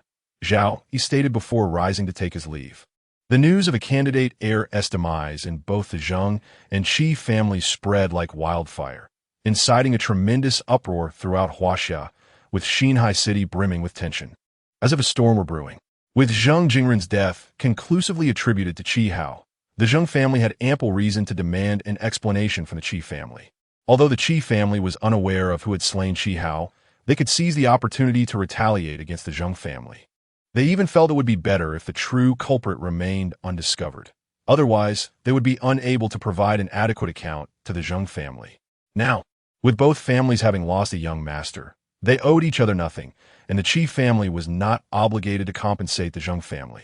Should it be revealed that Qi Hao did not perish at the hands of the Zheng family, the matter of his slaying of Zheng Jingren may not end favorably.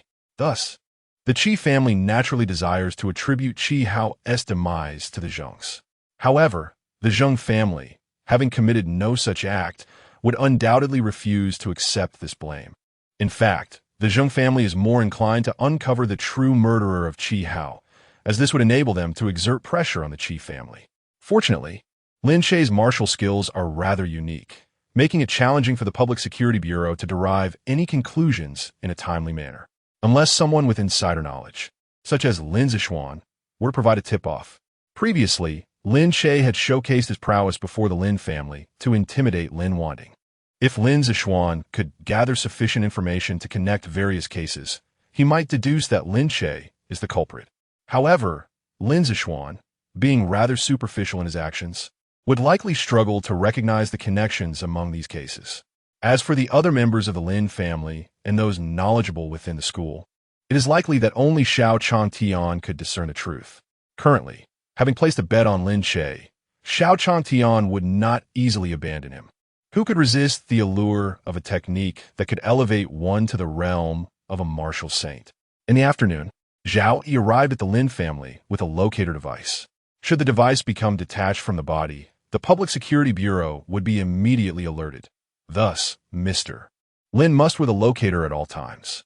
Zhao Yi affixed the locator to Lin Che's right wrist and provided a reminder. The locator resembles a bracelet, but its sole purpose is to communicate with the Public Security Bureau, lacking any additional functionality. At that moment, with a holographic bracelet on his left wrist and the locator on his right, Lin Che appeared somewhat mismatched. This device is waterproof, isn't it? After all, it needs to be worn while bathing.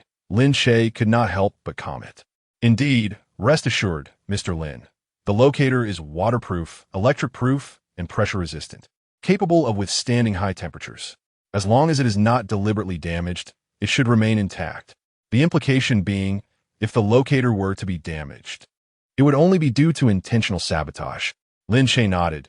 It sounds even more advanced than the holographic bracelet. The development focuses differ. After all, the holographic bracelet is civilian technology, while the locator bracelet is solely for positioning. After confirming the locator's proper functioning, Zhao Yi rose to take his leave. I shall not take up more of your time. I wish you a successful journey, Mr. Lin. Thank you, Captain Zhao. Safe travels, Lin Che replied, standing to see Zhao Yi off. Once he was out the door, Lin Che glanced at the locator on his wrist. From this day forth, his movements would be under constant surveillance. It would become quite inconvenient to serve the people in the future. Fortunately, he had already booked a ticket and would be departing from Xinhai City in a few days. Once in the wilderness, he would no longer have to exercise such caution as he did in the city. In the evening at the dining table, Lin Hai noticed the locator on Lin Che's wrist, his expression turning quite grim. The Public Security Bureau is truly outrageous, without any evidence. They seek to monitor my Lin family. Do they truly believe us to be so easily bullied? Indeed, while it did not personally affect him, the actions of the Public Security Bureau clearly indicated a lack of respect for the Lin family. Lin Che nodded at Zheng, not only refraining from dissuading Lin Hai, but rather fanning the flames of his anger. Father, please calm down. The personnel from the Public Security Bureau are merely performing their duties. After all, Zheng Jingren and Qi Hao caused quite a stir at Brother's engagement banquet this afternoon. And now, someone is dead tonight. Lin Zishuan implied, in this matter, Brother indeed has significant suspicion. Of course, I do not doubt Brother. I am merely stating the facts. What suspicion? Nonsense. Lin Hai's anger intensified. Lin Che had just reached the Enlightenment realm, while Qi Hao was a peak Transcendence realm warrior. What reason would Lin Che have to kill Qi Hao? Moreover, it was Zheng Jingren who caused the trouble at the engagement banquet. If the Lin family were to take a life, it would logically be that of the Zheng, not Qi Hao. That makes sense. Lin Che couldn't help but give a thumbs up. Little Che, do you really have to venture into the wilderness? Mother is very worried about you. It's far too dangerous out there. Su Qianqian couldn't restrain herself from asking. There's no need to persuade me further. I have already booked my ticket and will set off after the spring festival, Lin Che stated resolutely. If circumstances permitted, Lin Che would even wish to leave as soon as tomorrow, but alas, due to his age, he must wait until after the festival. Alas, you've only just returned home for a few months, and now you wish to venture into the wilderness.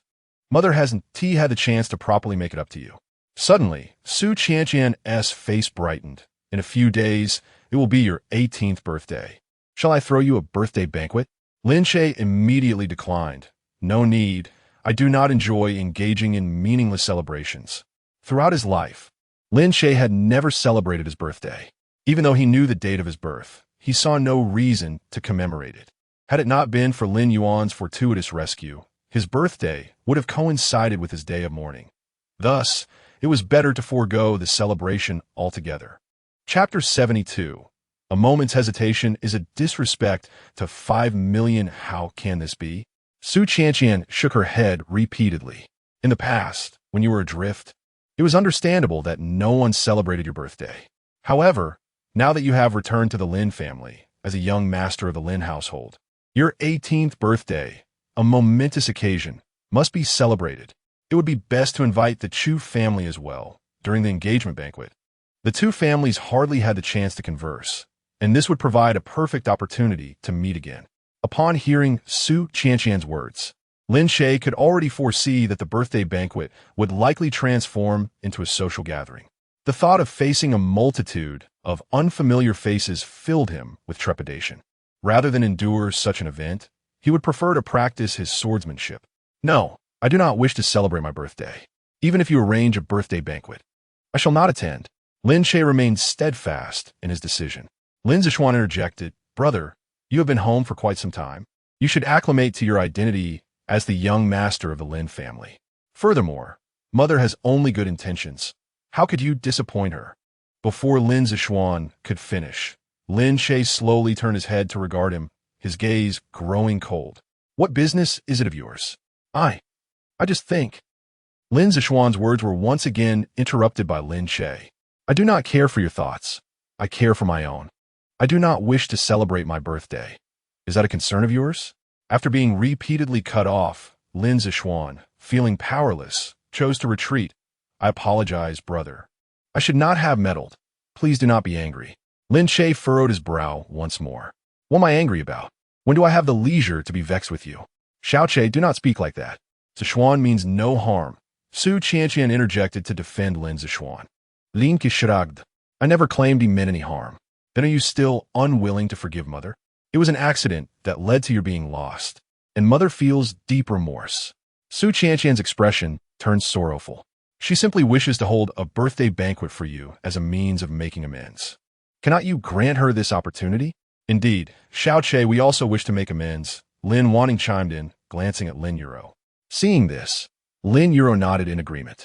Yes, please consent to our request. Following their training in martial arts and the school competition, the two sisters had come to see Lin Che in a new light, and their previous antagonism had eased. However, Lin Che's heart remained guarded. Even if he acknowledged the sisters as his elder sister and his second sister, it did not mean he would heed their suggestions. I will not attend the birthday banquet. If you insist on compensating me, it would be better to simply give me money. Lin Che extended his hand toward Lin Wanting and Lin Euro.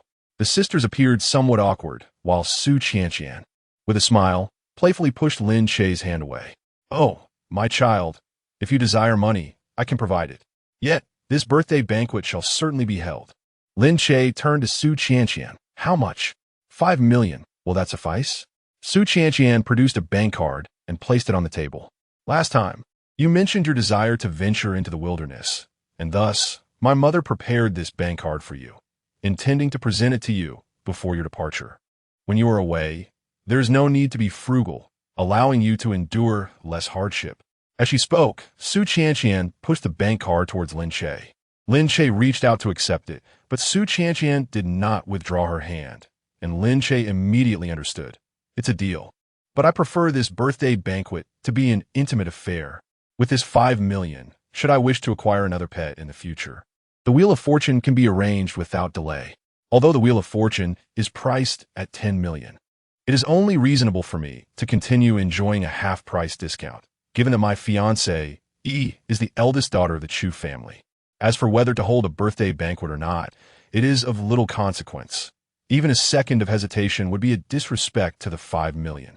Su Qianqian slowly retracted her hand, her smile growing ever more triumphant. No problem. Mother will only invite close acquaintances, ensuring that no troublesome individuals will intrude upon you. 3 days swiftly passed, and Lin Che's first birthday banquet arrived as scheduled. Su Qianqian kept her promise, not inviting too many guests. The relatives and friends of the Lin family presented Lin Che with an array of gifts. When it was Lin Zishuan's turn, this younger brother commenced a new round of performance. Brother, these are all the gifts that my sister and parents have given me over the past 17 years. He carried a box and placed it before Lin Che, opening it to showcase each item. This is the telescope my eldest sister gifted me when I was 7. This is the space model my second sister gave me at 8. This is the watch my father bestowed upon me at 16. This is the set of real estate my mother gifted me last year. As he spoke, Lin Zishuan's face reflected a sense of reluctance. Although I cherish these gifts dearly, they were originally meant for you, and today I present them all to you. Oh, Zishuan, there is no need for such gestures. These gifts are rightfully yours. Su Qianqian promptly intervened. Mother will personally compensate your brother for any gifts owed. It simply would not do to substitute your gifts. Gifts hold little significance. It is the sentiment that truly matters. If you value these gifts so highly, how could I deprive you of what you cherish? Lin Che cast a glance at Lin Zishuan and continued, how about this? A set of real estate, worth at least several million. Why not give me a cash equivalent? A moment of silence enveloped the room before Lin Zishuan responded, but I do not possess that much money. Perhaps brother should just take these gifts. Never mind. They are of no use to me. Lin Che shook his head, ultimately declining the gifts offered by Lin Zishuan. Accepting trivial items and properties that had already been mortgaged merely to irritate others was beneath him, were it not for Huang Jinbao's translation. Lin Che might have believed that his younger brother was genuinely prepared to invest heavily this time.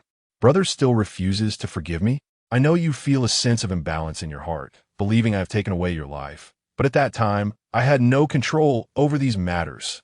Lin Zixuan had already mortgaged properties in Lin Che's name, even manipulating the mortgage dates. As long as Lin Che accepts the property deed, he will have a means to shift the blame onto Lin Che. When the time comes for someone to collect the house, Lin Che's expression will undoubtedly be quite entertaining. However, at the moment, Lin Che is unwilling to accept it, which would render all his meticulous arrangements futile. Are you truly offering this to me? Lin Che feigned curiosity. I am indeed sincere in my desire to gift it to my brother. Please accept it. Lin Zixuan insisted resolutely. In that case, shall we proceed with the transfer of ownership now? Lin Che raised an eyebrow. Upon hearing this, Lin Zixuan hesitated slightly. Transfer the ownership now? Indeed, I have yet to receive such a precious gift and wish to finalize it immediately. Surely, my dear brother would not be reluctant? Lin Che spoke earnestly. But brother, aren't you still hosting the birthday banquet? The transfer is quite troublesome, and the guests are waiting. Lin Zixuan hastily sought excuses to defer. The house had already been mortgaged. How could the transfer be executed now? He would inevitably be exposed. No worries, the guests will not require our presence. We shall return swiftly, Lin Che persisted. Finally, Lin Hai could no longer contain himself. This is absurd. The banquet is already underway. When would be a more opportune time for the transfer? It seems my brother is truly reluctant. Perhaps I shall forego it, Lin Che countered once more. Just as Lin Zixuan contemplated what further to say, the awkward atmosphere was once again disrupted. Upon hearing that young Master Lin was hosting a birthday banquet, a certain Zheng, uninvited, arrived and said, I apologize for the intrusion. I hope that Mr. Lin and Mrs. Lin will be understanding. The crowd turned to see a young man, bearing a resemblance to Zheng Jingrun, leisurely entering the hall. Chapter 73. Speaking to the living and the dead. Zheng Jingyin, the second elder brother of Zheng Jingrun, was specifically dispatched by the Zheng family to Xinhai with the aim of urging the Public Security Bureau to swiftly uncover the truth behind the Qihao case. The situation is somewhat convoluted. Qihao murdered Zheng Jingrun, yet the Zheng family is determined to assist the Qi family in identifying the perpetrator behind Qihao's demise. The underlying reason is rather straightforward. Zheng Jingrun was killed by Qihao, while Qihao was not slain by anyone from the Zheng family. Thus, the Qi family owes the Zheng family an explanation. However, the Qi family firmly asserts that Zheng family bears some responsibility for Qihao's death, seeking to dismiss the matter, which the Zheng family cannot accept. Consequently, while the Qi family shows little interest in uncovering the truth regarding Qihao's death, the Zheng family is particularly invested in the investigation. Hence, Zheng Jingyin was sent to Xinhai to supervise the inquiries of the local Public Security Bureau into the true culprit behind this incident. Guests are welcomed. Please take a seat. Young Master Zheng, Lin Hai said, glancing towards the entrance. Waiter, prepare another table. There's no need for that, General Manager Lin. Please, do not stand on ceremony. Zheng Jingyin quickly gestured to decline. I have come not only to congratulate young Master Lin on his 18th birthday, but also to inquire about a matter privately. Upon hearing this, Lin Che rose. I am curious to know what question young Master Zheng wishes to pose. My inquiries are rather personal. I wonder if it would be convenient for young Master Lin to step aside for a moment. Zheng Jingyin surveyed the crowd, his expression laden with significance. Of course, it is no trouble at all, Lin Che nodded, signaling for Zheng Jingyin to lead the way. He too felt a sense of intrigue regarding Zheng Jingyin's deliberate demeanor and pondered what intentions lay beneath. As the two exited the banquet hall, the relatives and friends of the Lin family began to murmur among themselves. It is said that Zheng Jingrun was killed by Qihao with irrefutable evidence. What business could this young master of the Zheng family have with Lin Che? Could it be he harbors intentions to seize the Chu family's engagement? It is not entirely impossible. In aristocratic families, familial ties often pale in comparison to vested interests. If the Zheng family were to intervene forcefully, complications might ensue. The cause of Zheng Jingrun's death is quite clear. and the Zheng family cannot leverage this for pressure. However, the Qi family, if intent on claiming the Chu family engagement, could indeed attempt to implicate Lin Che in Qi Hao's death, and that would pose a genuine dilemma. Indeed, let's hope the Qi family does not resort to such actions. At a neighboring table, Chu Yao, hearing the discussions, furrowed her brow, lost in contemplation. Zheng Jingyin and Lin Che found an unoccupied corner outside the banquet hall and sat facing each other. Young Master Lin, you're the one who killed Qi Hao. Am I correct? Zheng Jingyin broached the subject directly. You ist, Yank Master Zheng. If I possessed the capability to slay Qi Hao, there would have been no disturbances at my engagement banquet, Lin Che retorted, alluding to the commotion caused by Zheng Jingren. The implication was clear. Had he truly held such power, it would have been Zheng Jingren who faced death, not Qi Hao. After all, during the engagement banquet, Zheng Jingren had provoked far more than Qi Hao. Moreover, since Qi Hao had killed Zheng Jingren, it could be seen as a means of avenging himself, further diminishing any motive Lin Che might have had to eliminate Qi Hao. I never claimed that Qi Hao was slain by your own hand, young Master Lin. Perhaps you hired an assassin? Zheng Jingyin continued to probe Lin Che.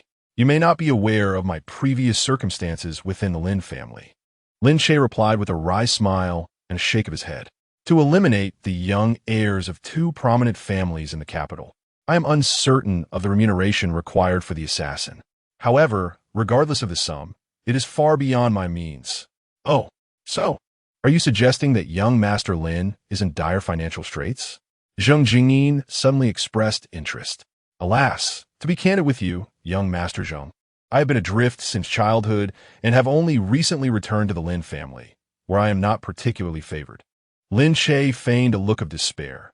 Up to this point, the funds I have received from the Lin family amount to less than 10 million, all acquired through various exchanges. The costs associated with martial cultivation are exorbitant. What can a mere 10 million accomplish? As he spoke, Lin Che shook his head once more. Observing Lin Che's grave demeanor, Zheng Jingyin harbored no doubts. In that case, I have an unusual request, which I wonder if young Master Lin might consider. Please go ahead, young Master Zheng. If it lies within my capabilities, I shall not refuse. Lin Che adeptly engaged in the art of conversation, responding to others with wit and sarcasm, and to the hypocritical with indifference. This matter is solely within young Master Lin's purview. Zheng Jingyin paused momentarily before continuing. I hold a profound admiration for Miss Chu. If young Master Lin were willing to annul his engagement with her, I will be prepared to offer 100 million. Is young Master Zheng attempting to insult me? Lin Che's countenance shifted instantly. Of course, he was merely putting on a show for Zheng Jingyin, harboring little genuine anger, instead finding the second son of the Zheng family rather comical. Not to mention the intrinsic value of Chu Pharmaceutical. The price of 10 million per unit for the Wheel of Fate makes that 100 million seem trivial. Although Lin Che had not yet contemplated the future with Chu Yao, he was well aware that the status of a son-in-law to the Chu family far exceeded the worth of 100 million. If Lin Che were solely focused on financial gain, he could wholeheartedly pursue Chu Yao. Securing this little heiress would effectively grant him access to the entirety of Chu Pharmaceutical, whose value surely surpasses hundreds of billions. His reluctance to do so stemmed primarily from his inherent wariness, making it difficult for him to easily accept others. Moreover, in his view, women would only hinder his swiftness in action. If young Master Lin finds the price unsatisfactory, we can certainly negotiate. Zheng Jingyin seemed unfazed by Lin Che's reaction, continuing his discourse. The perceived insult to young Master Lin merely arose from the inadequacy of my offer. I firmly believe that everything in this world possesses its own value. Should young Master Lin voice his desires, I shall strive to accommodate them. It must be noted that none of the heirs from such distinguished families are to be underestimated. Zheng Jingyin was sent by the Zheng family to oversee the investigation in Xinhai, yet here he sat, engaging in business discussions with Lin Che. Furthermore, his proposal simply entailed Lin Che annulling his engagement with Chu Yao, as if her severance from that bond would guarantee her as his own. Very well. Since young Master Zheng has sincerely inquired, I shall candidly inform you that for me to voluntarily annul my engagement with Chu Yao, it would require at least 1 billion. Lin Che, not taking the matter seriously, boldly inflated his demand. Upon hearing this, Zhang Jingyin narrowed his eyes slightly. Is young Master Lin jesting with me? Lin Che raised his hands in a gesture of surrender. It was Zhang Shaoxian who was jesting with me. With a smirk, he added, very well. I hope you can maintain this bravado. Zhang Jingyin swept away, his demeanor shifting to one of disdain, as if harboring a hint of triumph in a concealed scheme. Huang Jinbao remarked, he intends to send the recording to Chu Yao. Lin Che chuckled. This second young master of the Zhang family bears a striking resemblance to Qi Hao. Both delight in employing unsavory tricks. Huang Jinbao inquired, will you not intervene? Why should I stop him? Lin Che replied, human nature is indeed intricate. Before long, Chu Yao received an anonymous message. Prior to the revelation of her identity, it was not easy for others to access her personal information. However, once her status as a young lady of the Chu family was disclosed, it would not be overly difficult for those with ulterior motives to uncover her contact details. Unfortunately, Chu Yao did not take the time to examine messages of dubious origin. Thus, Zhang Jingyin's tactics were rendered ineffective for the moment. Upon returning to his seat, Lin Che found himself unable to resist Chu Yao's quiet inquiry. What did he want from you? Guess. Lin Che feigned mystery. I neither wish to hear nor play this game. Chu Yao's expression soured. Truly uninterested, Lin Che pretended to be oblivious. Unable to restrain herself, Chu Yao pinched the soft flesh at Lin Che's waist, demanding, will you speak or not? All right, I will tell you. Just let go. Lin Che capitulated, choosing to follow his heart. Chu Yao huffed, gradually releasing her grip. Speak swiftly. Chapter 74. If you are unwilling to offer even 10 billion, I have nothing further to discuss with you. Sigh. Lin Che deliberately displayed a conflicted expression. He wants to give me 100 million to persuade you to call off our engagement. Chu Yao pauset, her expression faltering. You wouldn't actually consider it, would you? Have you underestimated me? Of course I would never agree. Lin Che feigned pride, stating, I told him that if he wishes for me to initiate the annulment, he must offer me at least 100 billion. Oh, so that is how you see me. To you, I'm only worth 100 billion. Chu Yao stretched out her mischievous hand once more. What kind of remark is that? Is 100 billion not a substantial sum? Lin Che grasped Chu Yao's delicate hand and continued, furthermore, I desire 1,000 billion. Contingent upon his ability to produce such an amount. Is he genuinely prepared to offer you 100 billion? Chu Yao's eyes widened in curiosity. Ha! You are indeed quite confident. Lin Che smirked. 100 billion. Do you think it is merely 1 million? Even if the Zhang family could manage to produce it, would they willingly part with such a fortune? What do you mean? Am I not worth 100 billion? Chu Yao's expression shifted to one of indignation. No. The young lady of the Chu family is undoubtedly invaluable, let alone a mere 100 billion. Even 1,000 or 10,000 billion would merely be a matter of time. Lin Che began to obfuscate the concept, diverting the conversation. You know, I am not referring to net worth. Chu Yao suddenly felt a pang of grievance. She fixed her watery eyes upon Lin Che, seemingly seeking an answer from his expression. Lin Che, accustomed to playful banter with Chu Yao and rarely speaking sincerely, found himself slightly uneasy when confronted by her earnest inquiry. All right, no more jesting. You are a living, breathing individual. How could one quantify you in monetary terms? Am I that kind of person? Unable to respond directly, Lin Che opted for a counterattack. How am I to discern what kind of person you are? Chu Yao suddenly realized that Lin Che seemed to harbor many secrets. After months of companionship, she found him increasingly inscrutable. Since you are unaware, allow me to enlighten you. Please listen closely. Lin Che adopted a serious demeanor. I am the harbinger of justice, the embodiment of peace, a valiant dark knight dedicated to vanquishing evil and enduring hardship. Batman. Lin Che raised his head high. Soon after, he felt another blow to his midsection. Ouch. Mercy, fair heroine. Lin Che once again chose to embrace his heart, surrounding friends and family. Witnessing their playful antics, could not help but smile. These two children share a wonderful bond. Indeed, they appear quite compatible. Let's hope they continue to cherish one another in the future. Your words seem rather ominous, do they not? Nonsense. I am extending my heartfelt blessings. Is that so? Yet I can't shake this strange feeling among those who offer genuine blessings, some feign agreement, while others are consumed by jealousy, lurking in the shadows. Lin Che believed all of this should rightfully belong to him. If only Lin Che had not been found, if only Chu Yao had not sullied herself. If only he were not an adopted son, alas. There are no ifs. Lin Che has ultimately returned to the Lin family, becoming the true young master of the Lin household, and has established a betrothal with Chu Yao. Lin Che is unwilling to accept this reality. He desires to reclaim everything, ideally wishing for Lin Che's demise. Perhaps an opportunity will soon present itself. Since Lin Che intends to venture into the wilderness for training, let him remain there forever.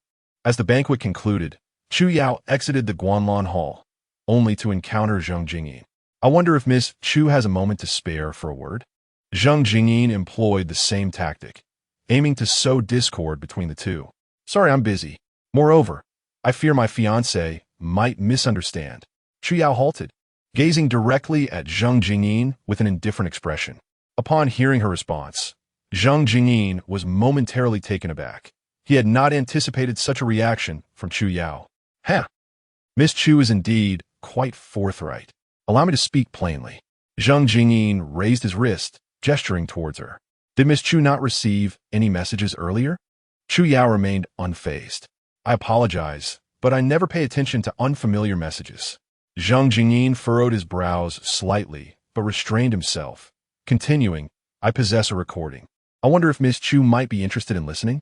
Not interested. If you have no other business, please step aside. I must return home, Chu Yao stated firmly. You. Very well. I hope you do not come to regret this. Zheng Jingyin turned and departed. This time, he was genuinely infuriated by Chu Yao. It was not merely a performance for anyone's sake. Originally, his plan to drive a wedge between Lin Che and Chu Yao had progressed smoothly concerning Lin Che. Yet it proved entirely ineffective with Chu Yao. This woman resembled a solid block of ice, impervious to internal manipulation. After much contemplation, Zheng Jingyin resolved to exert some effort on Lin Che. Although Chu Yao currently appeared deeply enamored with Lin Che, should Lin Che engage in any indiscretions, such as an affair with another woman, it was uncertain whether Chu Yao could maintain her resolve. Upon exiting the hotel, the driver approached as Chu Yao entered the sleek black Maybach. Miss, shall we return now? The driver inquired from the driver's seat. Chu Yao glanced at the hotel entrance, finding Lin Che still absent, and reluctantly nodded. Yes, let us go home. Understood, the driver responded, starting the vehicle and gradually pulling away. Seated in the back, Chu Yao, feeling bored, could no longer contain her curiosity. She raised her arm, activated her wristband, and opened the anonymous message. Moments latte. The recording of Lin Che's conversation with Zheng Jingyin filled her ears. Upon hearing Lin Che demand 1 billion from Zheng Jingyin, a knowing smile crept across Chu Yao's face. I shall forgive you this time. If you dare to make another offer, I will certainly ignore you. Chu Yao murmured to herself. That night, Zheng Jingyin sent Lin Che a call request, which Lin Che casually rejected. Subsequently, Zheng Jingyin sent another message. Young Master Lin, we can discuss further at the Tianqing bar. It's on me. I hope you will grace me with your presence. Lin Che initially intended to disregard it, but Zheng Jingyin persistently sent another call request. At this rate, if Lin Che did not respond, Zheng Jingyin would likely not relent. Lin Che let out a scoff and pressed the connect button. Mr. Zheng, I have already set the price. If you cannot produce 1 billion, there is little point in continuing this conversation. Why must you be so distant, Mr. Lin? Whether this matter succeeds or fails, we must meet to discuss it in person. On the holographic screen, Zheng Jingyin's expression had transformed, his earlier disdain replaced by an air of calm. Very well, since you so graciously invite me, I shall make my way there. Please, do wait for a moment. With that, Lin Che ended the call, a smirk of derision gracing his lips. If you wish to play, then I shall indulge you. He had never ventured into a bar before, primarily due to his previous lack of financial means. Today, however, he possessed several million huaxia coins. Yet his first visit to a bar was not for the purpose of drinking. Amidst the cacophony, men and women swayed wildly. Lin Che navigated through the crowd, heading straight for the private room indicated by Zhang Jingyin. Upon entering, the first individuals he encountered were not Zhang Jingyin, but rather a line of heavily made-up hostesses. Mr. Lin, you have finally arrived. I've been eagerly awaiting your presence. Zhang Jingyin rose from the sofa, beckoning to Lin Che. Lin Che nodded in acknowledgement and approached. In truth, Mr. Zhang, any important matters could have been conveyed during our communication. A face-to-face meeting was unnecessary. Oh, Mr. Lin, that is where you are mistaken. How can my sincerity be demonstrated without a personal discussion? Come, take a seat. Zhang Jingyin gestured for Lin Che to sit down, then pointed to the row of hostesses standing nearby. Choose any of them. I'll cover all expenses for today. Chapter 75.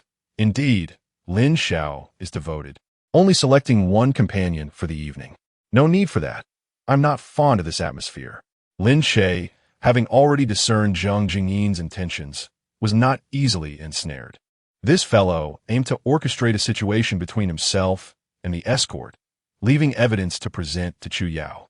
In Zhang Jingyin's view, both Lin Che and Chu Yao were merely 17 or 18, still tender in matters of the heart. Should Lin Che engage in any indiscretions, it would surely sow discord between them. Little did Zhang Jingyin know that Lin Che was fully aware of his machinations and simply wished to observe his performance. Oh, I see. Lin Xiao prefers the less sophisticated. Zhang Jingyin tossed a bundle of cash to the manager and waved his hand, saying go. Bring in a fresh batch of innocent ones. Lin Che was left bewildered, pondering, is that what I meant? A group of escorts reluctantly departed, leaving only Zhang Jingyin and Lin Che in the room. Regardless of Zhang Jingyin's schemes, since Lin Che was present, he would play along. Zhang Xiao, perhaps we could address the matter at hand? You have gone to the trouble of inviting me. Surely you have something to discuss? Ha ha, why the haste? Lin Xiao, let's first indulge ourselves before we converse. While speaking, Zhang Jingyin poured a glass of wine for Lin Che and presented it before him. Lin Che casually accepted it, only to place it back on the table. I am not one for frivolities, and I have matters yet to resolve that weigh on my mind, so I cannot truly enjoy myself. Zhang Jingyin narrowed his eyes, donning a smile once more. Very well. Allow me to share something with you, Lin Xiao. I have conversed with my family today. If Lin Xiao is willing to annul the engagement with Miss Chu, our Zhang family is prepared to offer 10 billion. Of course, these words were but Zhang Jingyin's idle fabrication, primarily intended to stall Lin Che. 10 billion? I counter with 100 billion. If Zhang Xiao is only willing to part with 10 billion, is there any point in further discussion? Lin Che was aware of Zhang Jingyin's deceit, yet Zhang Jingyin remained oblivious to Lin Che's own pretense. The two were ensnaring each other, each seeking to outmaneuver the other. At that moment, the manager entered the private room, accompanied by a group of girls dressed in a more innocent fashion. What do you think, Lin Xiao? Do any of these catch your eye? Zhang Jingyin seized the opportunity to shift the topic. Initially, Lin Che was indifferent, contemplating another casual refusal. However, as his gaze swept across the girls, he unexpectedly recognized a familiar face among them. She will do. Lin Che pointed casually. Zhang Jingyin's heart leapt with joy, and he could hardly suppress the smile that spread across his face as he hastily attempted to mask his excitement. Shall we not select a few more? That's unnecessary. If Zhang Xiao desires, feel free to choose more. I require only her. Lin Che immediately discerned Zhang Jingyin's thoughts, yet remained unfazed. Very well. You. And you four may stay. The rest may leave. Zhang Jingyin tossed another bundle of cash to the manager, instructing her to escort the others away. Indeed, Lin Xiao is devoted, only selecting one escort. Come, I raise a toast to Lin Xiao. As he spoke, Zhang Jingyin lifted his glass, signaling to Lin Che. Due to his unwavering devotion, Zhang Jingyin's statement about only choosing a single companion for the evening left Lin Che completely bewildered. He could only inwardly lament the profound artistry of language. Zhang, is there something amiss with this drink? Lin Che raised his glass with a playful smile.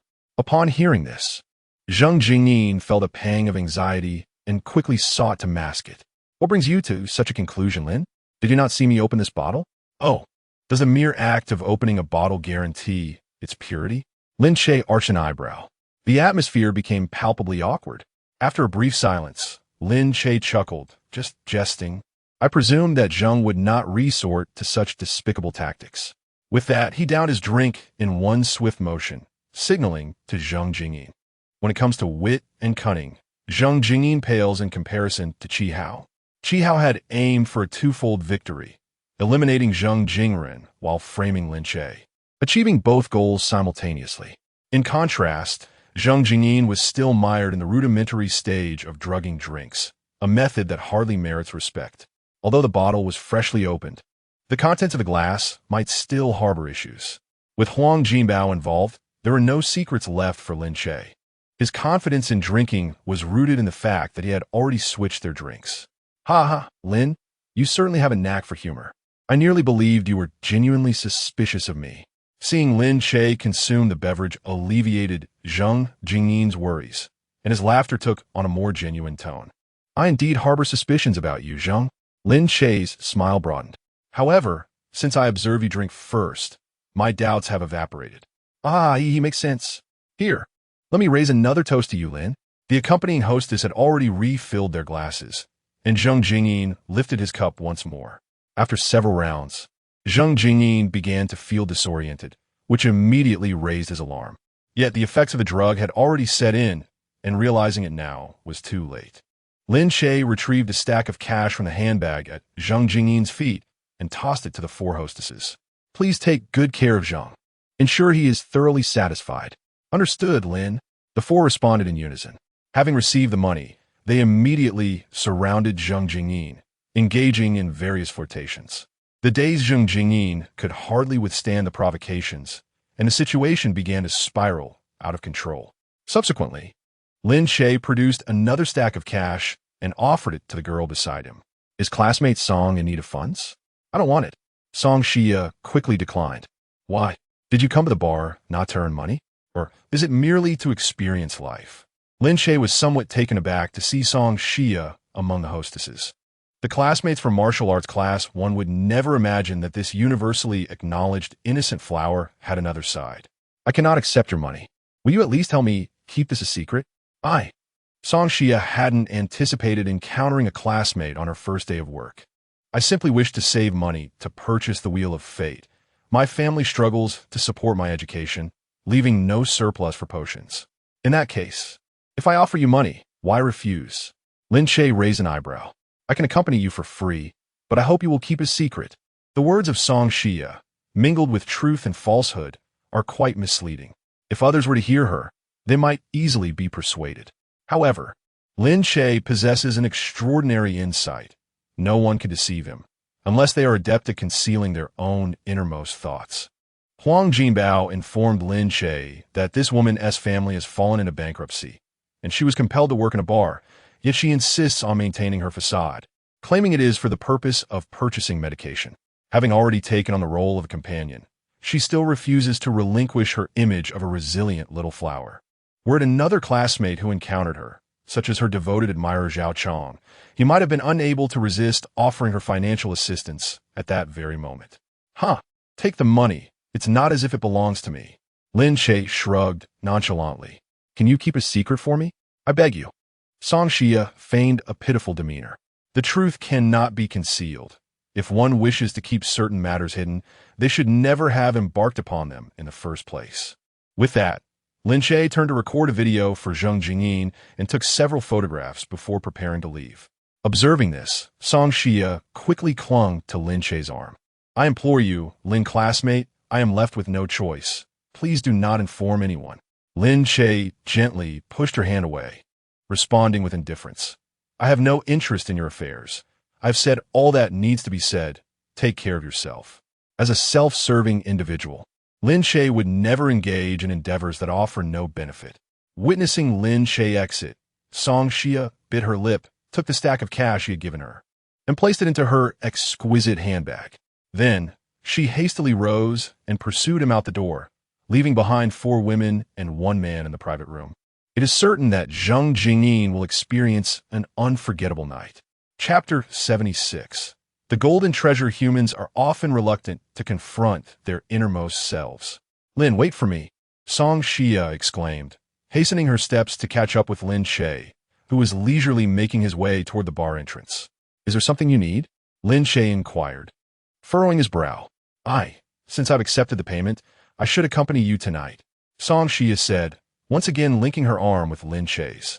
Lin Che scrutinized her for a few seconds, then remarked, though you possess considerable beauty, I would kindly ask you not to harbor delusions. With that, he gently pushed her away. If there is nothing else, you ought to return home. It would be best to avoid places like this in the future, especially as an escort. Ultimately, they were classmates, and Lin Che didn't mind extending a modicum of kindness.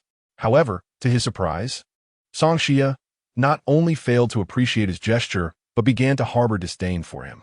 In her mind, she thought, indeed, men are all the same. They drag innocent girls into the abyss while advising others to reform. Ugh, I'm certainly not one of those girls. Lin Che remained silent. Although Song Xia was internally criticizing him, her exterior maintained a facade of feigned innocence. Do you find me distasteful? This is my first day on the job, and I haven't been touched by anyone yet. Rather than surrender my body to a stranger, She bit her lip, her demeanor shy and timid. I would prefer to give my first time to someone I truly care for. It must be said that Song Xia was indeed attractive. Her general appearance was even more endearing than Chu Yao's. Unfortunately, Lin Che had little interest in such naive blossoms. Your acting is commendable, but alas, you have chosen the wrong person, Lin Che remarked with a playful smile. If it were any other classmates standing here, they might feel compelled to extend a helping hand, but I'm not like them. Clearing his throat, he continued, as the one and only extraordinary man in this world, I am destined to be a man you shall never possess. A series of dark lines appeared above Song Xia's head as she offered an awkward yet polite smile. Haha, Lin, you truly have a knack for humor. At this point, Song Xia understood that she had no chance of winning Lin Che's affection. Thus, she decided to abandon her charade and alter her strategy. In that case, could you escort me home, Lin? Absolutely not. Take a taxi, Lin Che replied, turning away with an air of self-satisfied aloofness. Song Xia stood rooted to the spot, stamping her foot in frustration, yet ultimately chose not to pursue him further. To Lin Che, Song Xia was undeniably an easy target, considering she had already taken the initiative to get close. While her words were laced with a touch of theatricality, if Lin Che were willing, the line between pretense and reality could blur with but a thought. Unfortunately, Lin Che was resolute in his decision to remain a steadfastly indifferent man, unencumbered by the charms of women. Moreover, if even Chu Yao couldn't sway Lin Che's resolve, Song Xia stood no chance. One was the future heir to a trillion-dollar enterprise, while the other was a scheming, debt-ridden flower. With such contrasting destinies, was there truly any need for deliberation? Huang Jinbao. Only children make choices. Adults desire everything. Lin Che. You, a mere squirrel, know about humanity.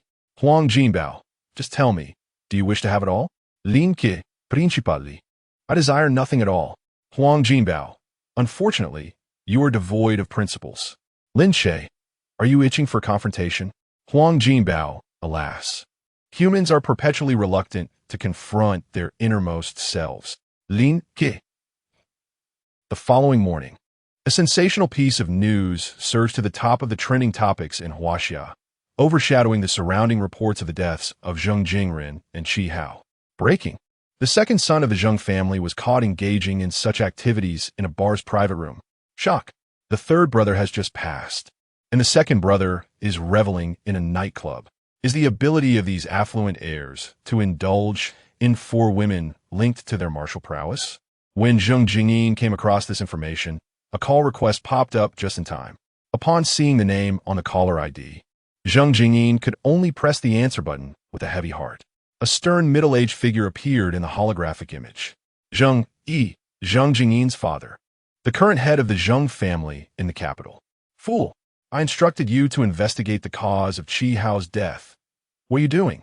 Father, Zheng Jingyin attempted to defend himself, but was immediately interrupted by Zheng. Regardless of your reasons, return to me now. Immediately, Zheng Jingyin's expression soured. Returning now would inevitably lead to repercussions. As for the cause of Chi Hao's death, I will arrange for others to handle that matter. You need not concern yourself with it. Zheng Yi's tone left no room for doubt. As the communication ended, Zheng Jingyin gritted his teeth. Lin Che, very well, just wait. I shall settle the score with you sooner or later. Zheng Jingyin departed in a fluster, while Lin Che enjoyed several days of tranquility thereafter. Aside from the occasional banter, when Lin Zixuan acted up, the Lin family had become harmonious. This serene existence left Lin Che feeling somewhat fatigued. At times, he pondered how mundane life would be without the presence of Lin Zixuan, the schemer, in the household. On the eve of the spring festival, Lin Che visited the suburban cemetery to pay respects to Lin Yuan. Grandfather, I shall be leaving Xinhai City the day after tomorrow, and it remains uncertain when I shall return. If you require anything from below, feel free to send me a dream, and I shall bring it for you upon my return. Alas, it seems you were dealt a poor hand. How could you have departed so suddenly? If only you could have lived a few more years, I could have provided you with a better life. Your grandson resides in a grand villa now, enjoying daily luxury car rides, with money that seems endless. Alas, you cannot witness it. Lin Che suddenly lifted his head, staving off the tears that threatened to spill, laughing heartily as if to mask his embarrassment. Ha ha ha. And I must tell you, you may not believe it, but the two most beautiful girls in my class are both enamored with your grandson. How about that? I haven't brought you shame, have I? Ultimately, tears did escape his eyes, and Lin Che hastily wiped them away, offering himself a justification. The wind is too strong. Sand got into my eyes, not because of you. Very well. I shall refrain from further words and shall return to see you later. After Lin Che departed, two elderly gentlemen slowly approached, coming to a halt before the tombstone of Lin Yuan. That rascal still possesses a modicum of conscience. Sir, should we reveal the truth to the young master? No. He has his own path to tread. Sigh. The young master bears a heavy heart. If he cannot withstand such minor setbacks, how can he achieve greatness in the future? Indeed, your wisdom prevails. You old fool, still the same as in the past, merely flattering. It is an honor for me to curry favor with you, my esteemed lord. Had Lin Che been present, he would have been utterly astonished, for he recognized both of these elders. One was the tailor, Ma Jin Tao, with whom he had recently interacted, and the other was none other than his grandfather, Lin Yuan, who had passed away 3 years prior. Their sudden appearance near a rift in time and space, not far from Xinhai City, was reminiscent of the ancient era, at the dawn of the Xia dynasty, teeming with mythical creatures and fraught with peril. Lin Yuan turned to Ma Jin Tao. Are you certain you wish to accompany me? Since you, my lord, have resolved to go, how could I possibly abstain? Ma Jin Tao replied with unwavering determination. Regrettably, I had intended to craft several more garments for the young master, but it seems I must defer until our return. A master of the craft. Yet you insist on playing the tailor. At times, I find your choices perplexing, Lin Yuan remarked, shaking his head. Is it not true that you, too, have donned the guise of a beggar for over a decade?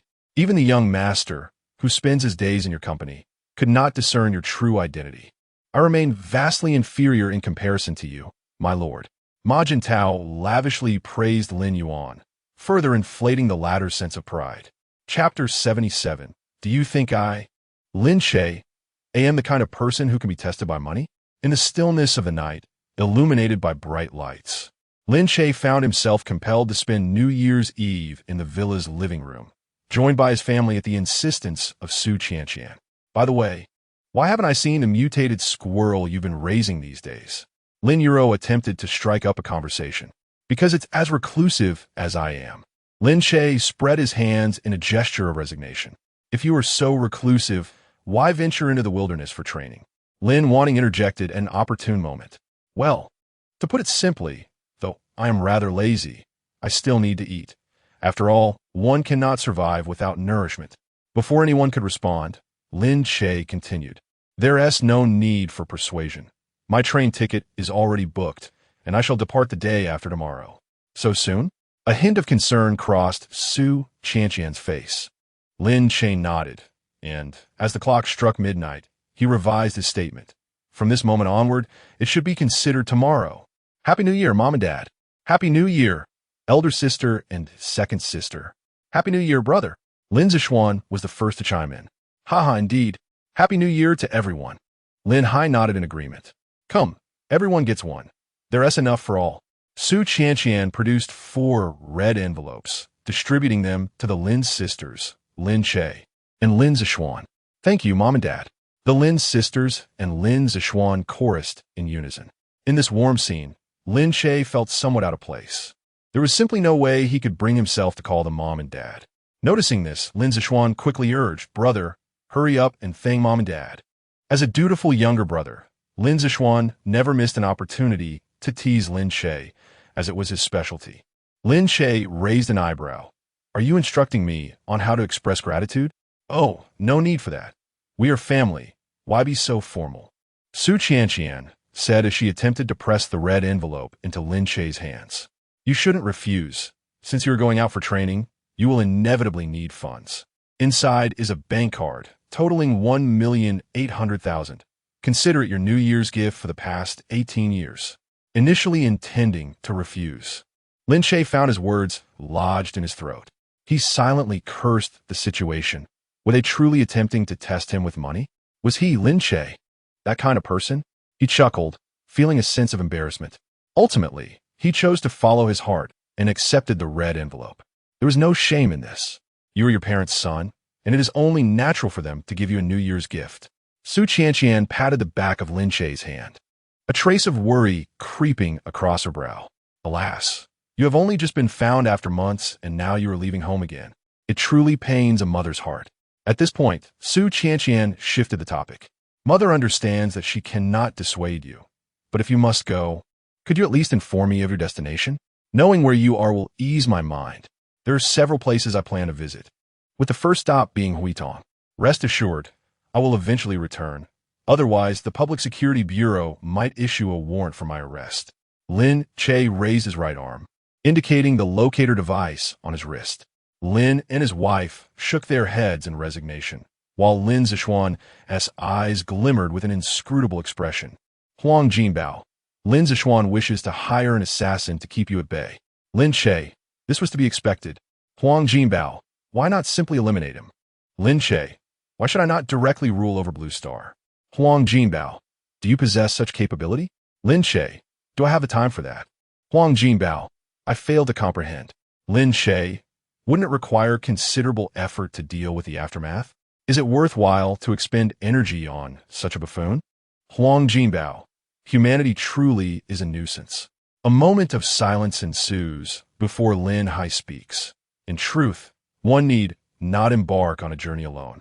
Your eldest sister shall assist me in managing the company, while your second sister and Zishuan will attend a training camp. However, I can arrange for some guards to accompany you. Lin Hai pauses and continues.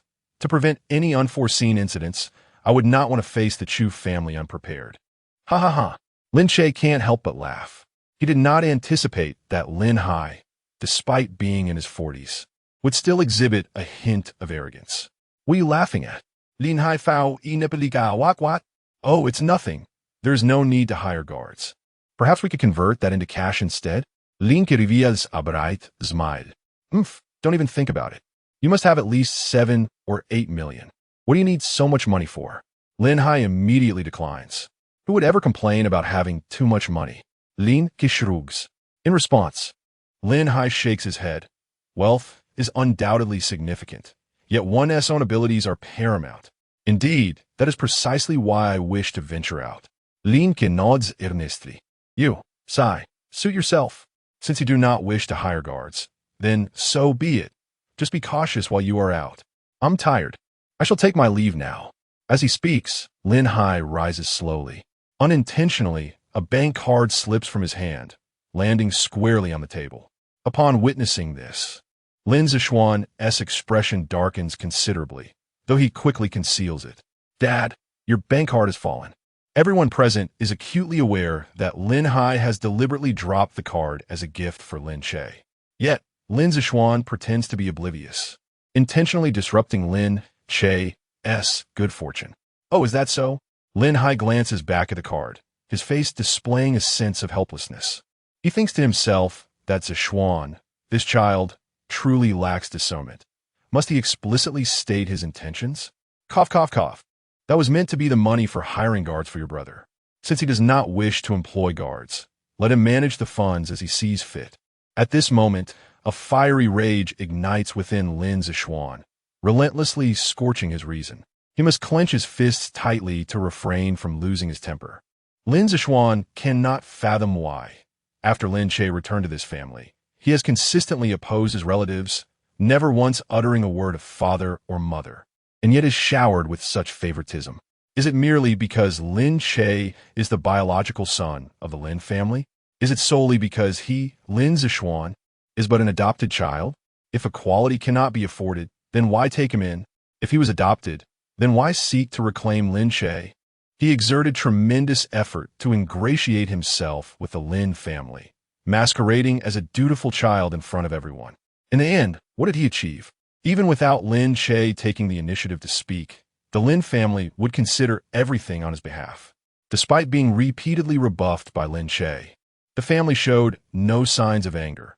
Instead, they continued to seek his favor. Lin Zishuan, unwilling to accept this, harbored a desire for Lin Che's demise. These thoughts incessantly swirled in his mind, more fervent than ever. The absence of bodyguards was simply splendid. Listening to the continuous whispers from Huang Jinbao, Lin Che nearly burst into laughter. Lin Zishuan was resolute in his intention to have Lin Che eliminated outside, yet little did he know the extent of Lin Che's capabilities. If he truly underestimated Lin Che as merely a target to be dealt with, the assassins he had summoned would likely find themselves returning empty-handed.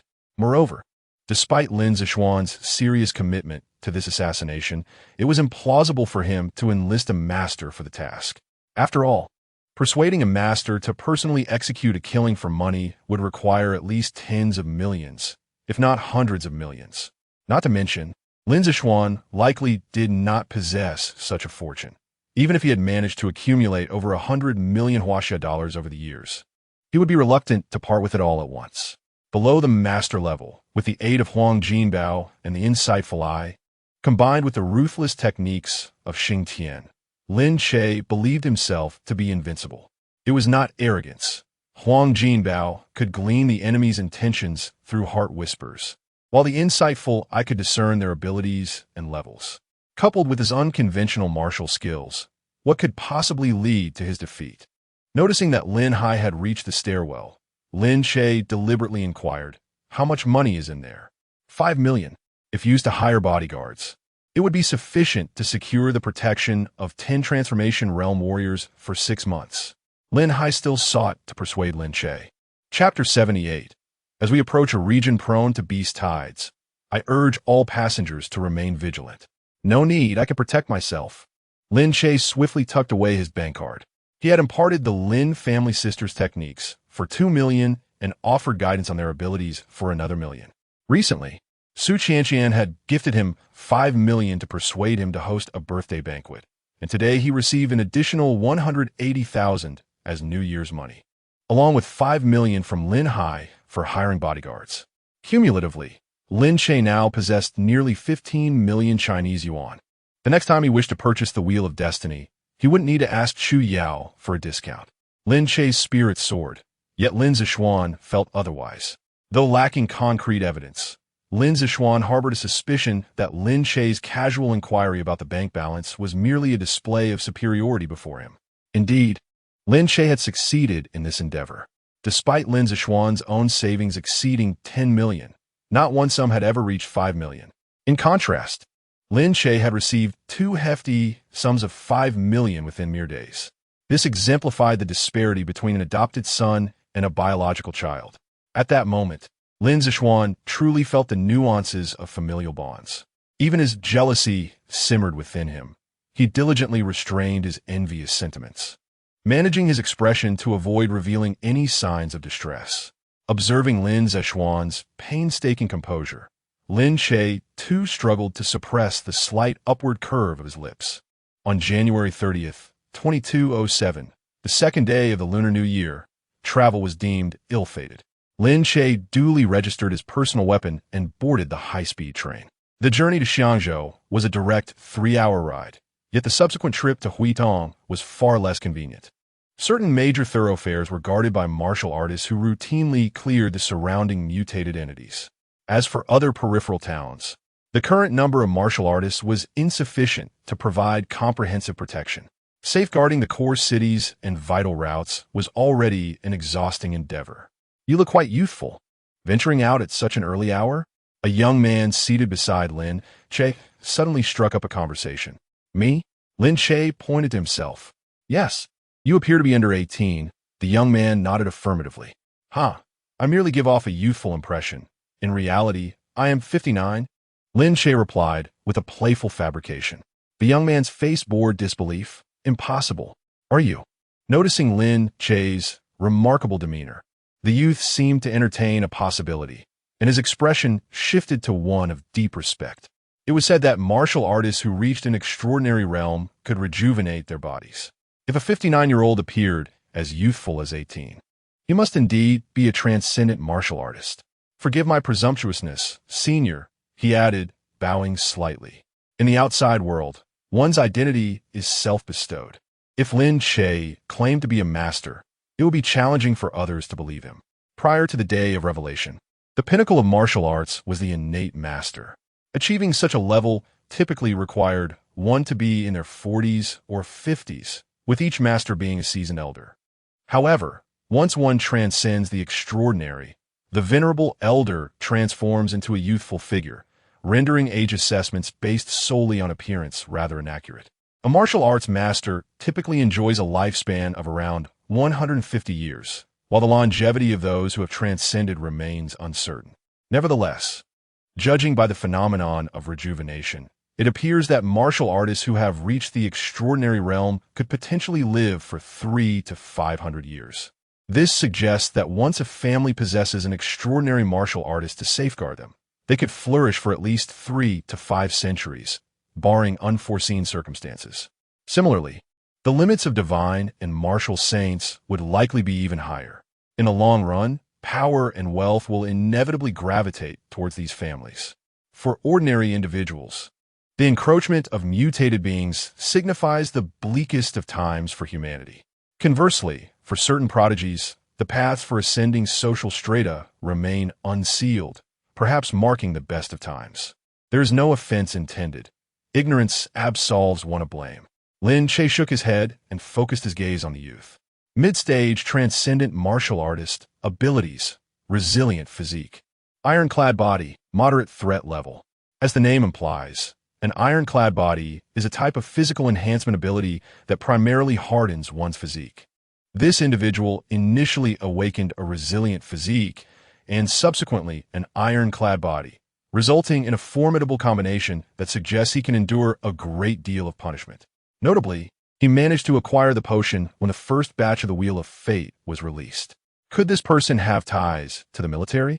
Lin Che feigned profundity. What brings you to Xiangzhou, young man? Returning to the elder, I am Song Yu, the regional manager of Chu Pharmaceutical, currently tasked with expanding the Xiangzhou market. Song Yu felt a tad uncomfortable being referred to as a young man by someone who appeared even younger than himself.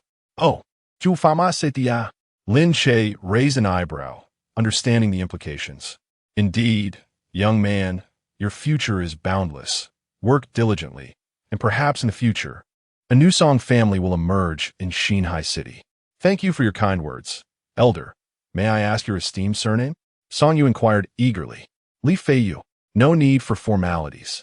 Lin Che replied earnestly. Very well, Elder Li. Song Yu responded without hesitation. May I inquire what brings Elder Li to Xiangzhou? Is there any way in which a junior like myself could assist? It must be said that Song Yu, as a market runner, possessed a keen sense for seizing opportunities. Should he discover Lin Che's true identity, his eagerness would likely intensify. As a mere regional manager, aligning himself with the son-in-law of the Chu family would undoubtedly pave the way for a promising future. Coincidentally, upon arriving in Xiangzhou, Lin Che might indeed find use for Song Yu's assistance, such as leveraging Chu Pharmaceutical to arrange transportation to Huaidong. Otherwise, he would have to devise a solution on his own, which could prove cumbersome. Yes, I intend to visit Huaidong on this trip. Lin Che stated without specifying what assistance he required, knowing that a clever individual would deduce the implications. As anticipated, upon hearing this, Song Yu recognized an opportunity. Ah, what a coincidence! Our Chu Pharmaceutical is also planning to expand into Huaidong. Would it be convenient for elderly to travel together? In truth, this statement was merely a ploy to extend a helping hand to Lin Che. How could a regional manager, who had yet to even reach Xiangzhou, coincidentally be set to develop the Huaidong market? Lin Che waved his hand dismissively, saying, "No rush. We shall discuss it upon arrival." Just as Song Yu was about to elaborate, an announcement echoed through the train. "Attention, passengers! We are approaching a section notorious for beast-tide occurrences. Please remain vigilant and ensure personal safety in the event of an encounter with a beast-tide." Lin Che thought to himself, how thrilling. No wonder ordinary individuals and martial artists at the body refinement stage cannot venture beyond the city limits. With such frequent beast-tide warnings, how could the common folk endure? Moreover, they're expected to safeguard themselves. What can they use for protection? Their lives. It seemed evident that this so-called beast-tide-prone area was situated near some forested mountains. Unable to contain his curiosity, Lin Che gazed out the window, where indeed a range of undulating mountains unfolded before his eyes. Their steepness was formidable, shrouded in clouds and mist. If one were to overlook the beast-tide warnings and focus solely on the scenery, this mountainous region could rival that of a celestial paradise. Suddenly, a thunderous crash resonated from ahead. Warning, we are encountering a beast tide. Passengers, please ensure personal safety. How fortuitous, it arrives just as predicted. Song Yu's expression grew somewhat rigid. Lin Che waved his hand confidently, no worries. Should any unforeseen circumstances arise, simply follow my lead. While I cannot promise to eradicate the beast tide, I can assure you of your safety. With his persona firmly established, he knew he could not falter now. As long as he did not have the misfortune of running into a level 5 mutated creature, he felt assured of his own safety. Crash! A mutated beast suddenly collided against the window, followed by a series of relentless impacts. Crash! Crash! Crash! Fortunately, these trains had been modified post-apocalypse. Otherwise, even if the train structure remained intact, the windows would have surely shattered. Chapter 79, Golden Treasure. Feed me peanuts, feed me peanuts. The train gradually came to a halt, and the announcement echoed once more. The upcoming segment of the track was congested by a tide of beasts, prompting the train to make an unscheduled stop, awaiting the road management department to clear the path before resuming its journey. The sounds of the beastly impacts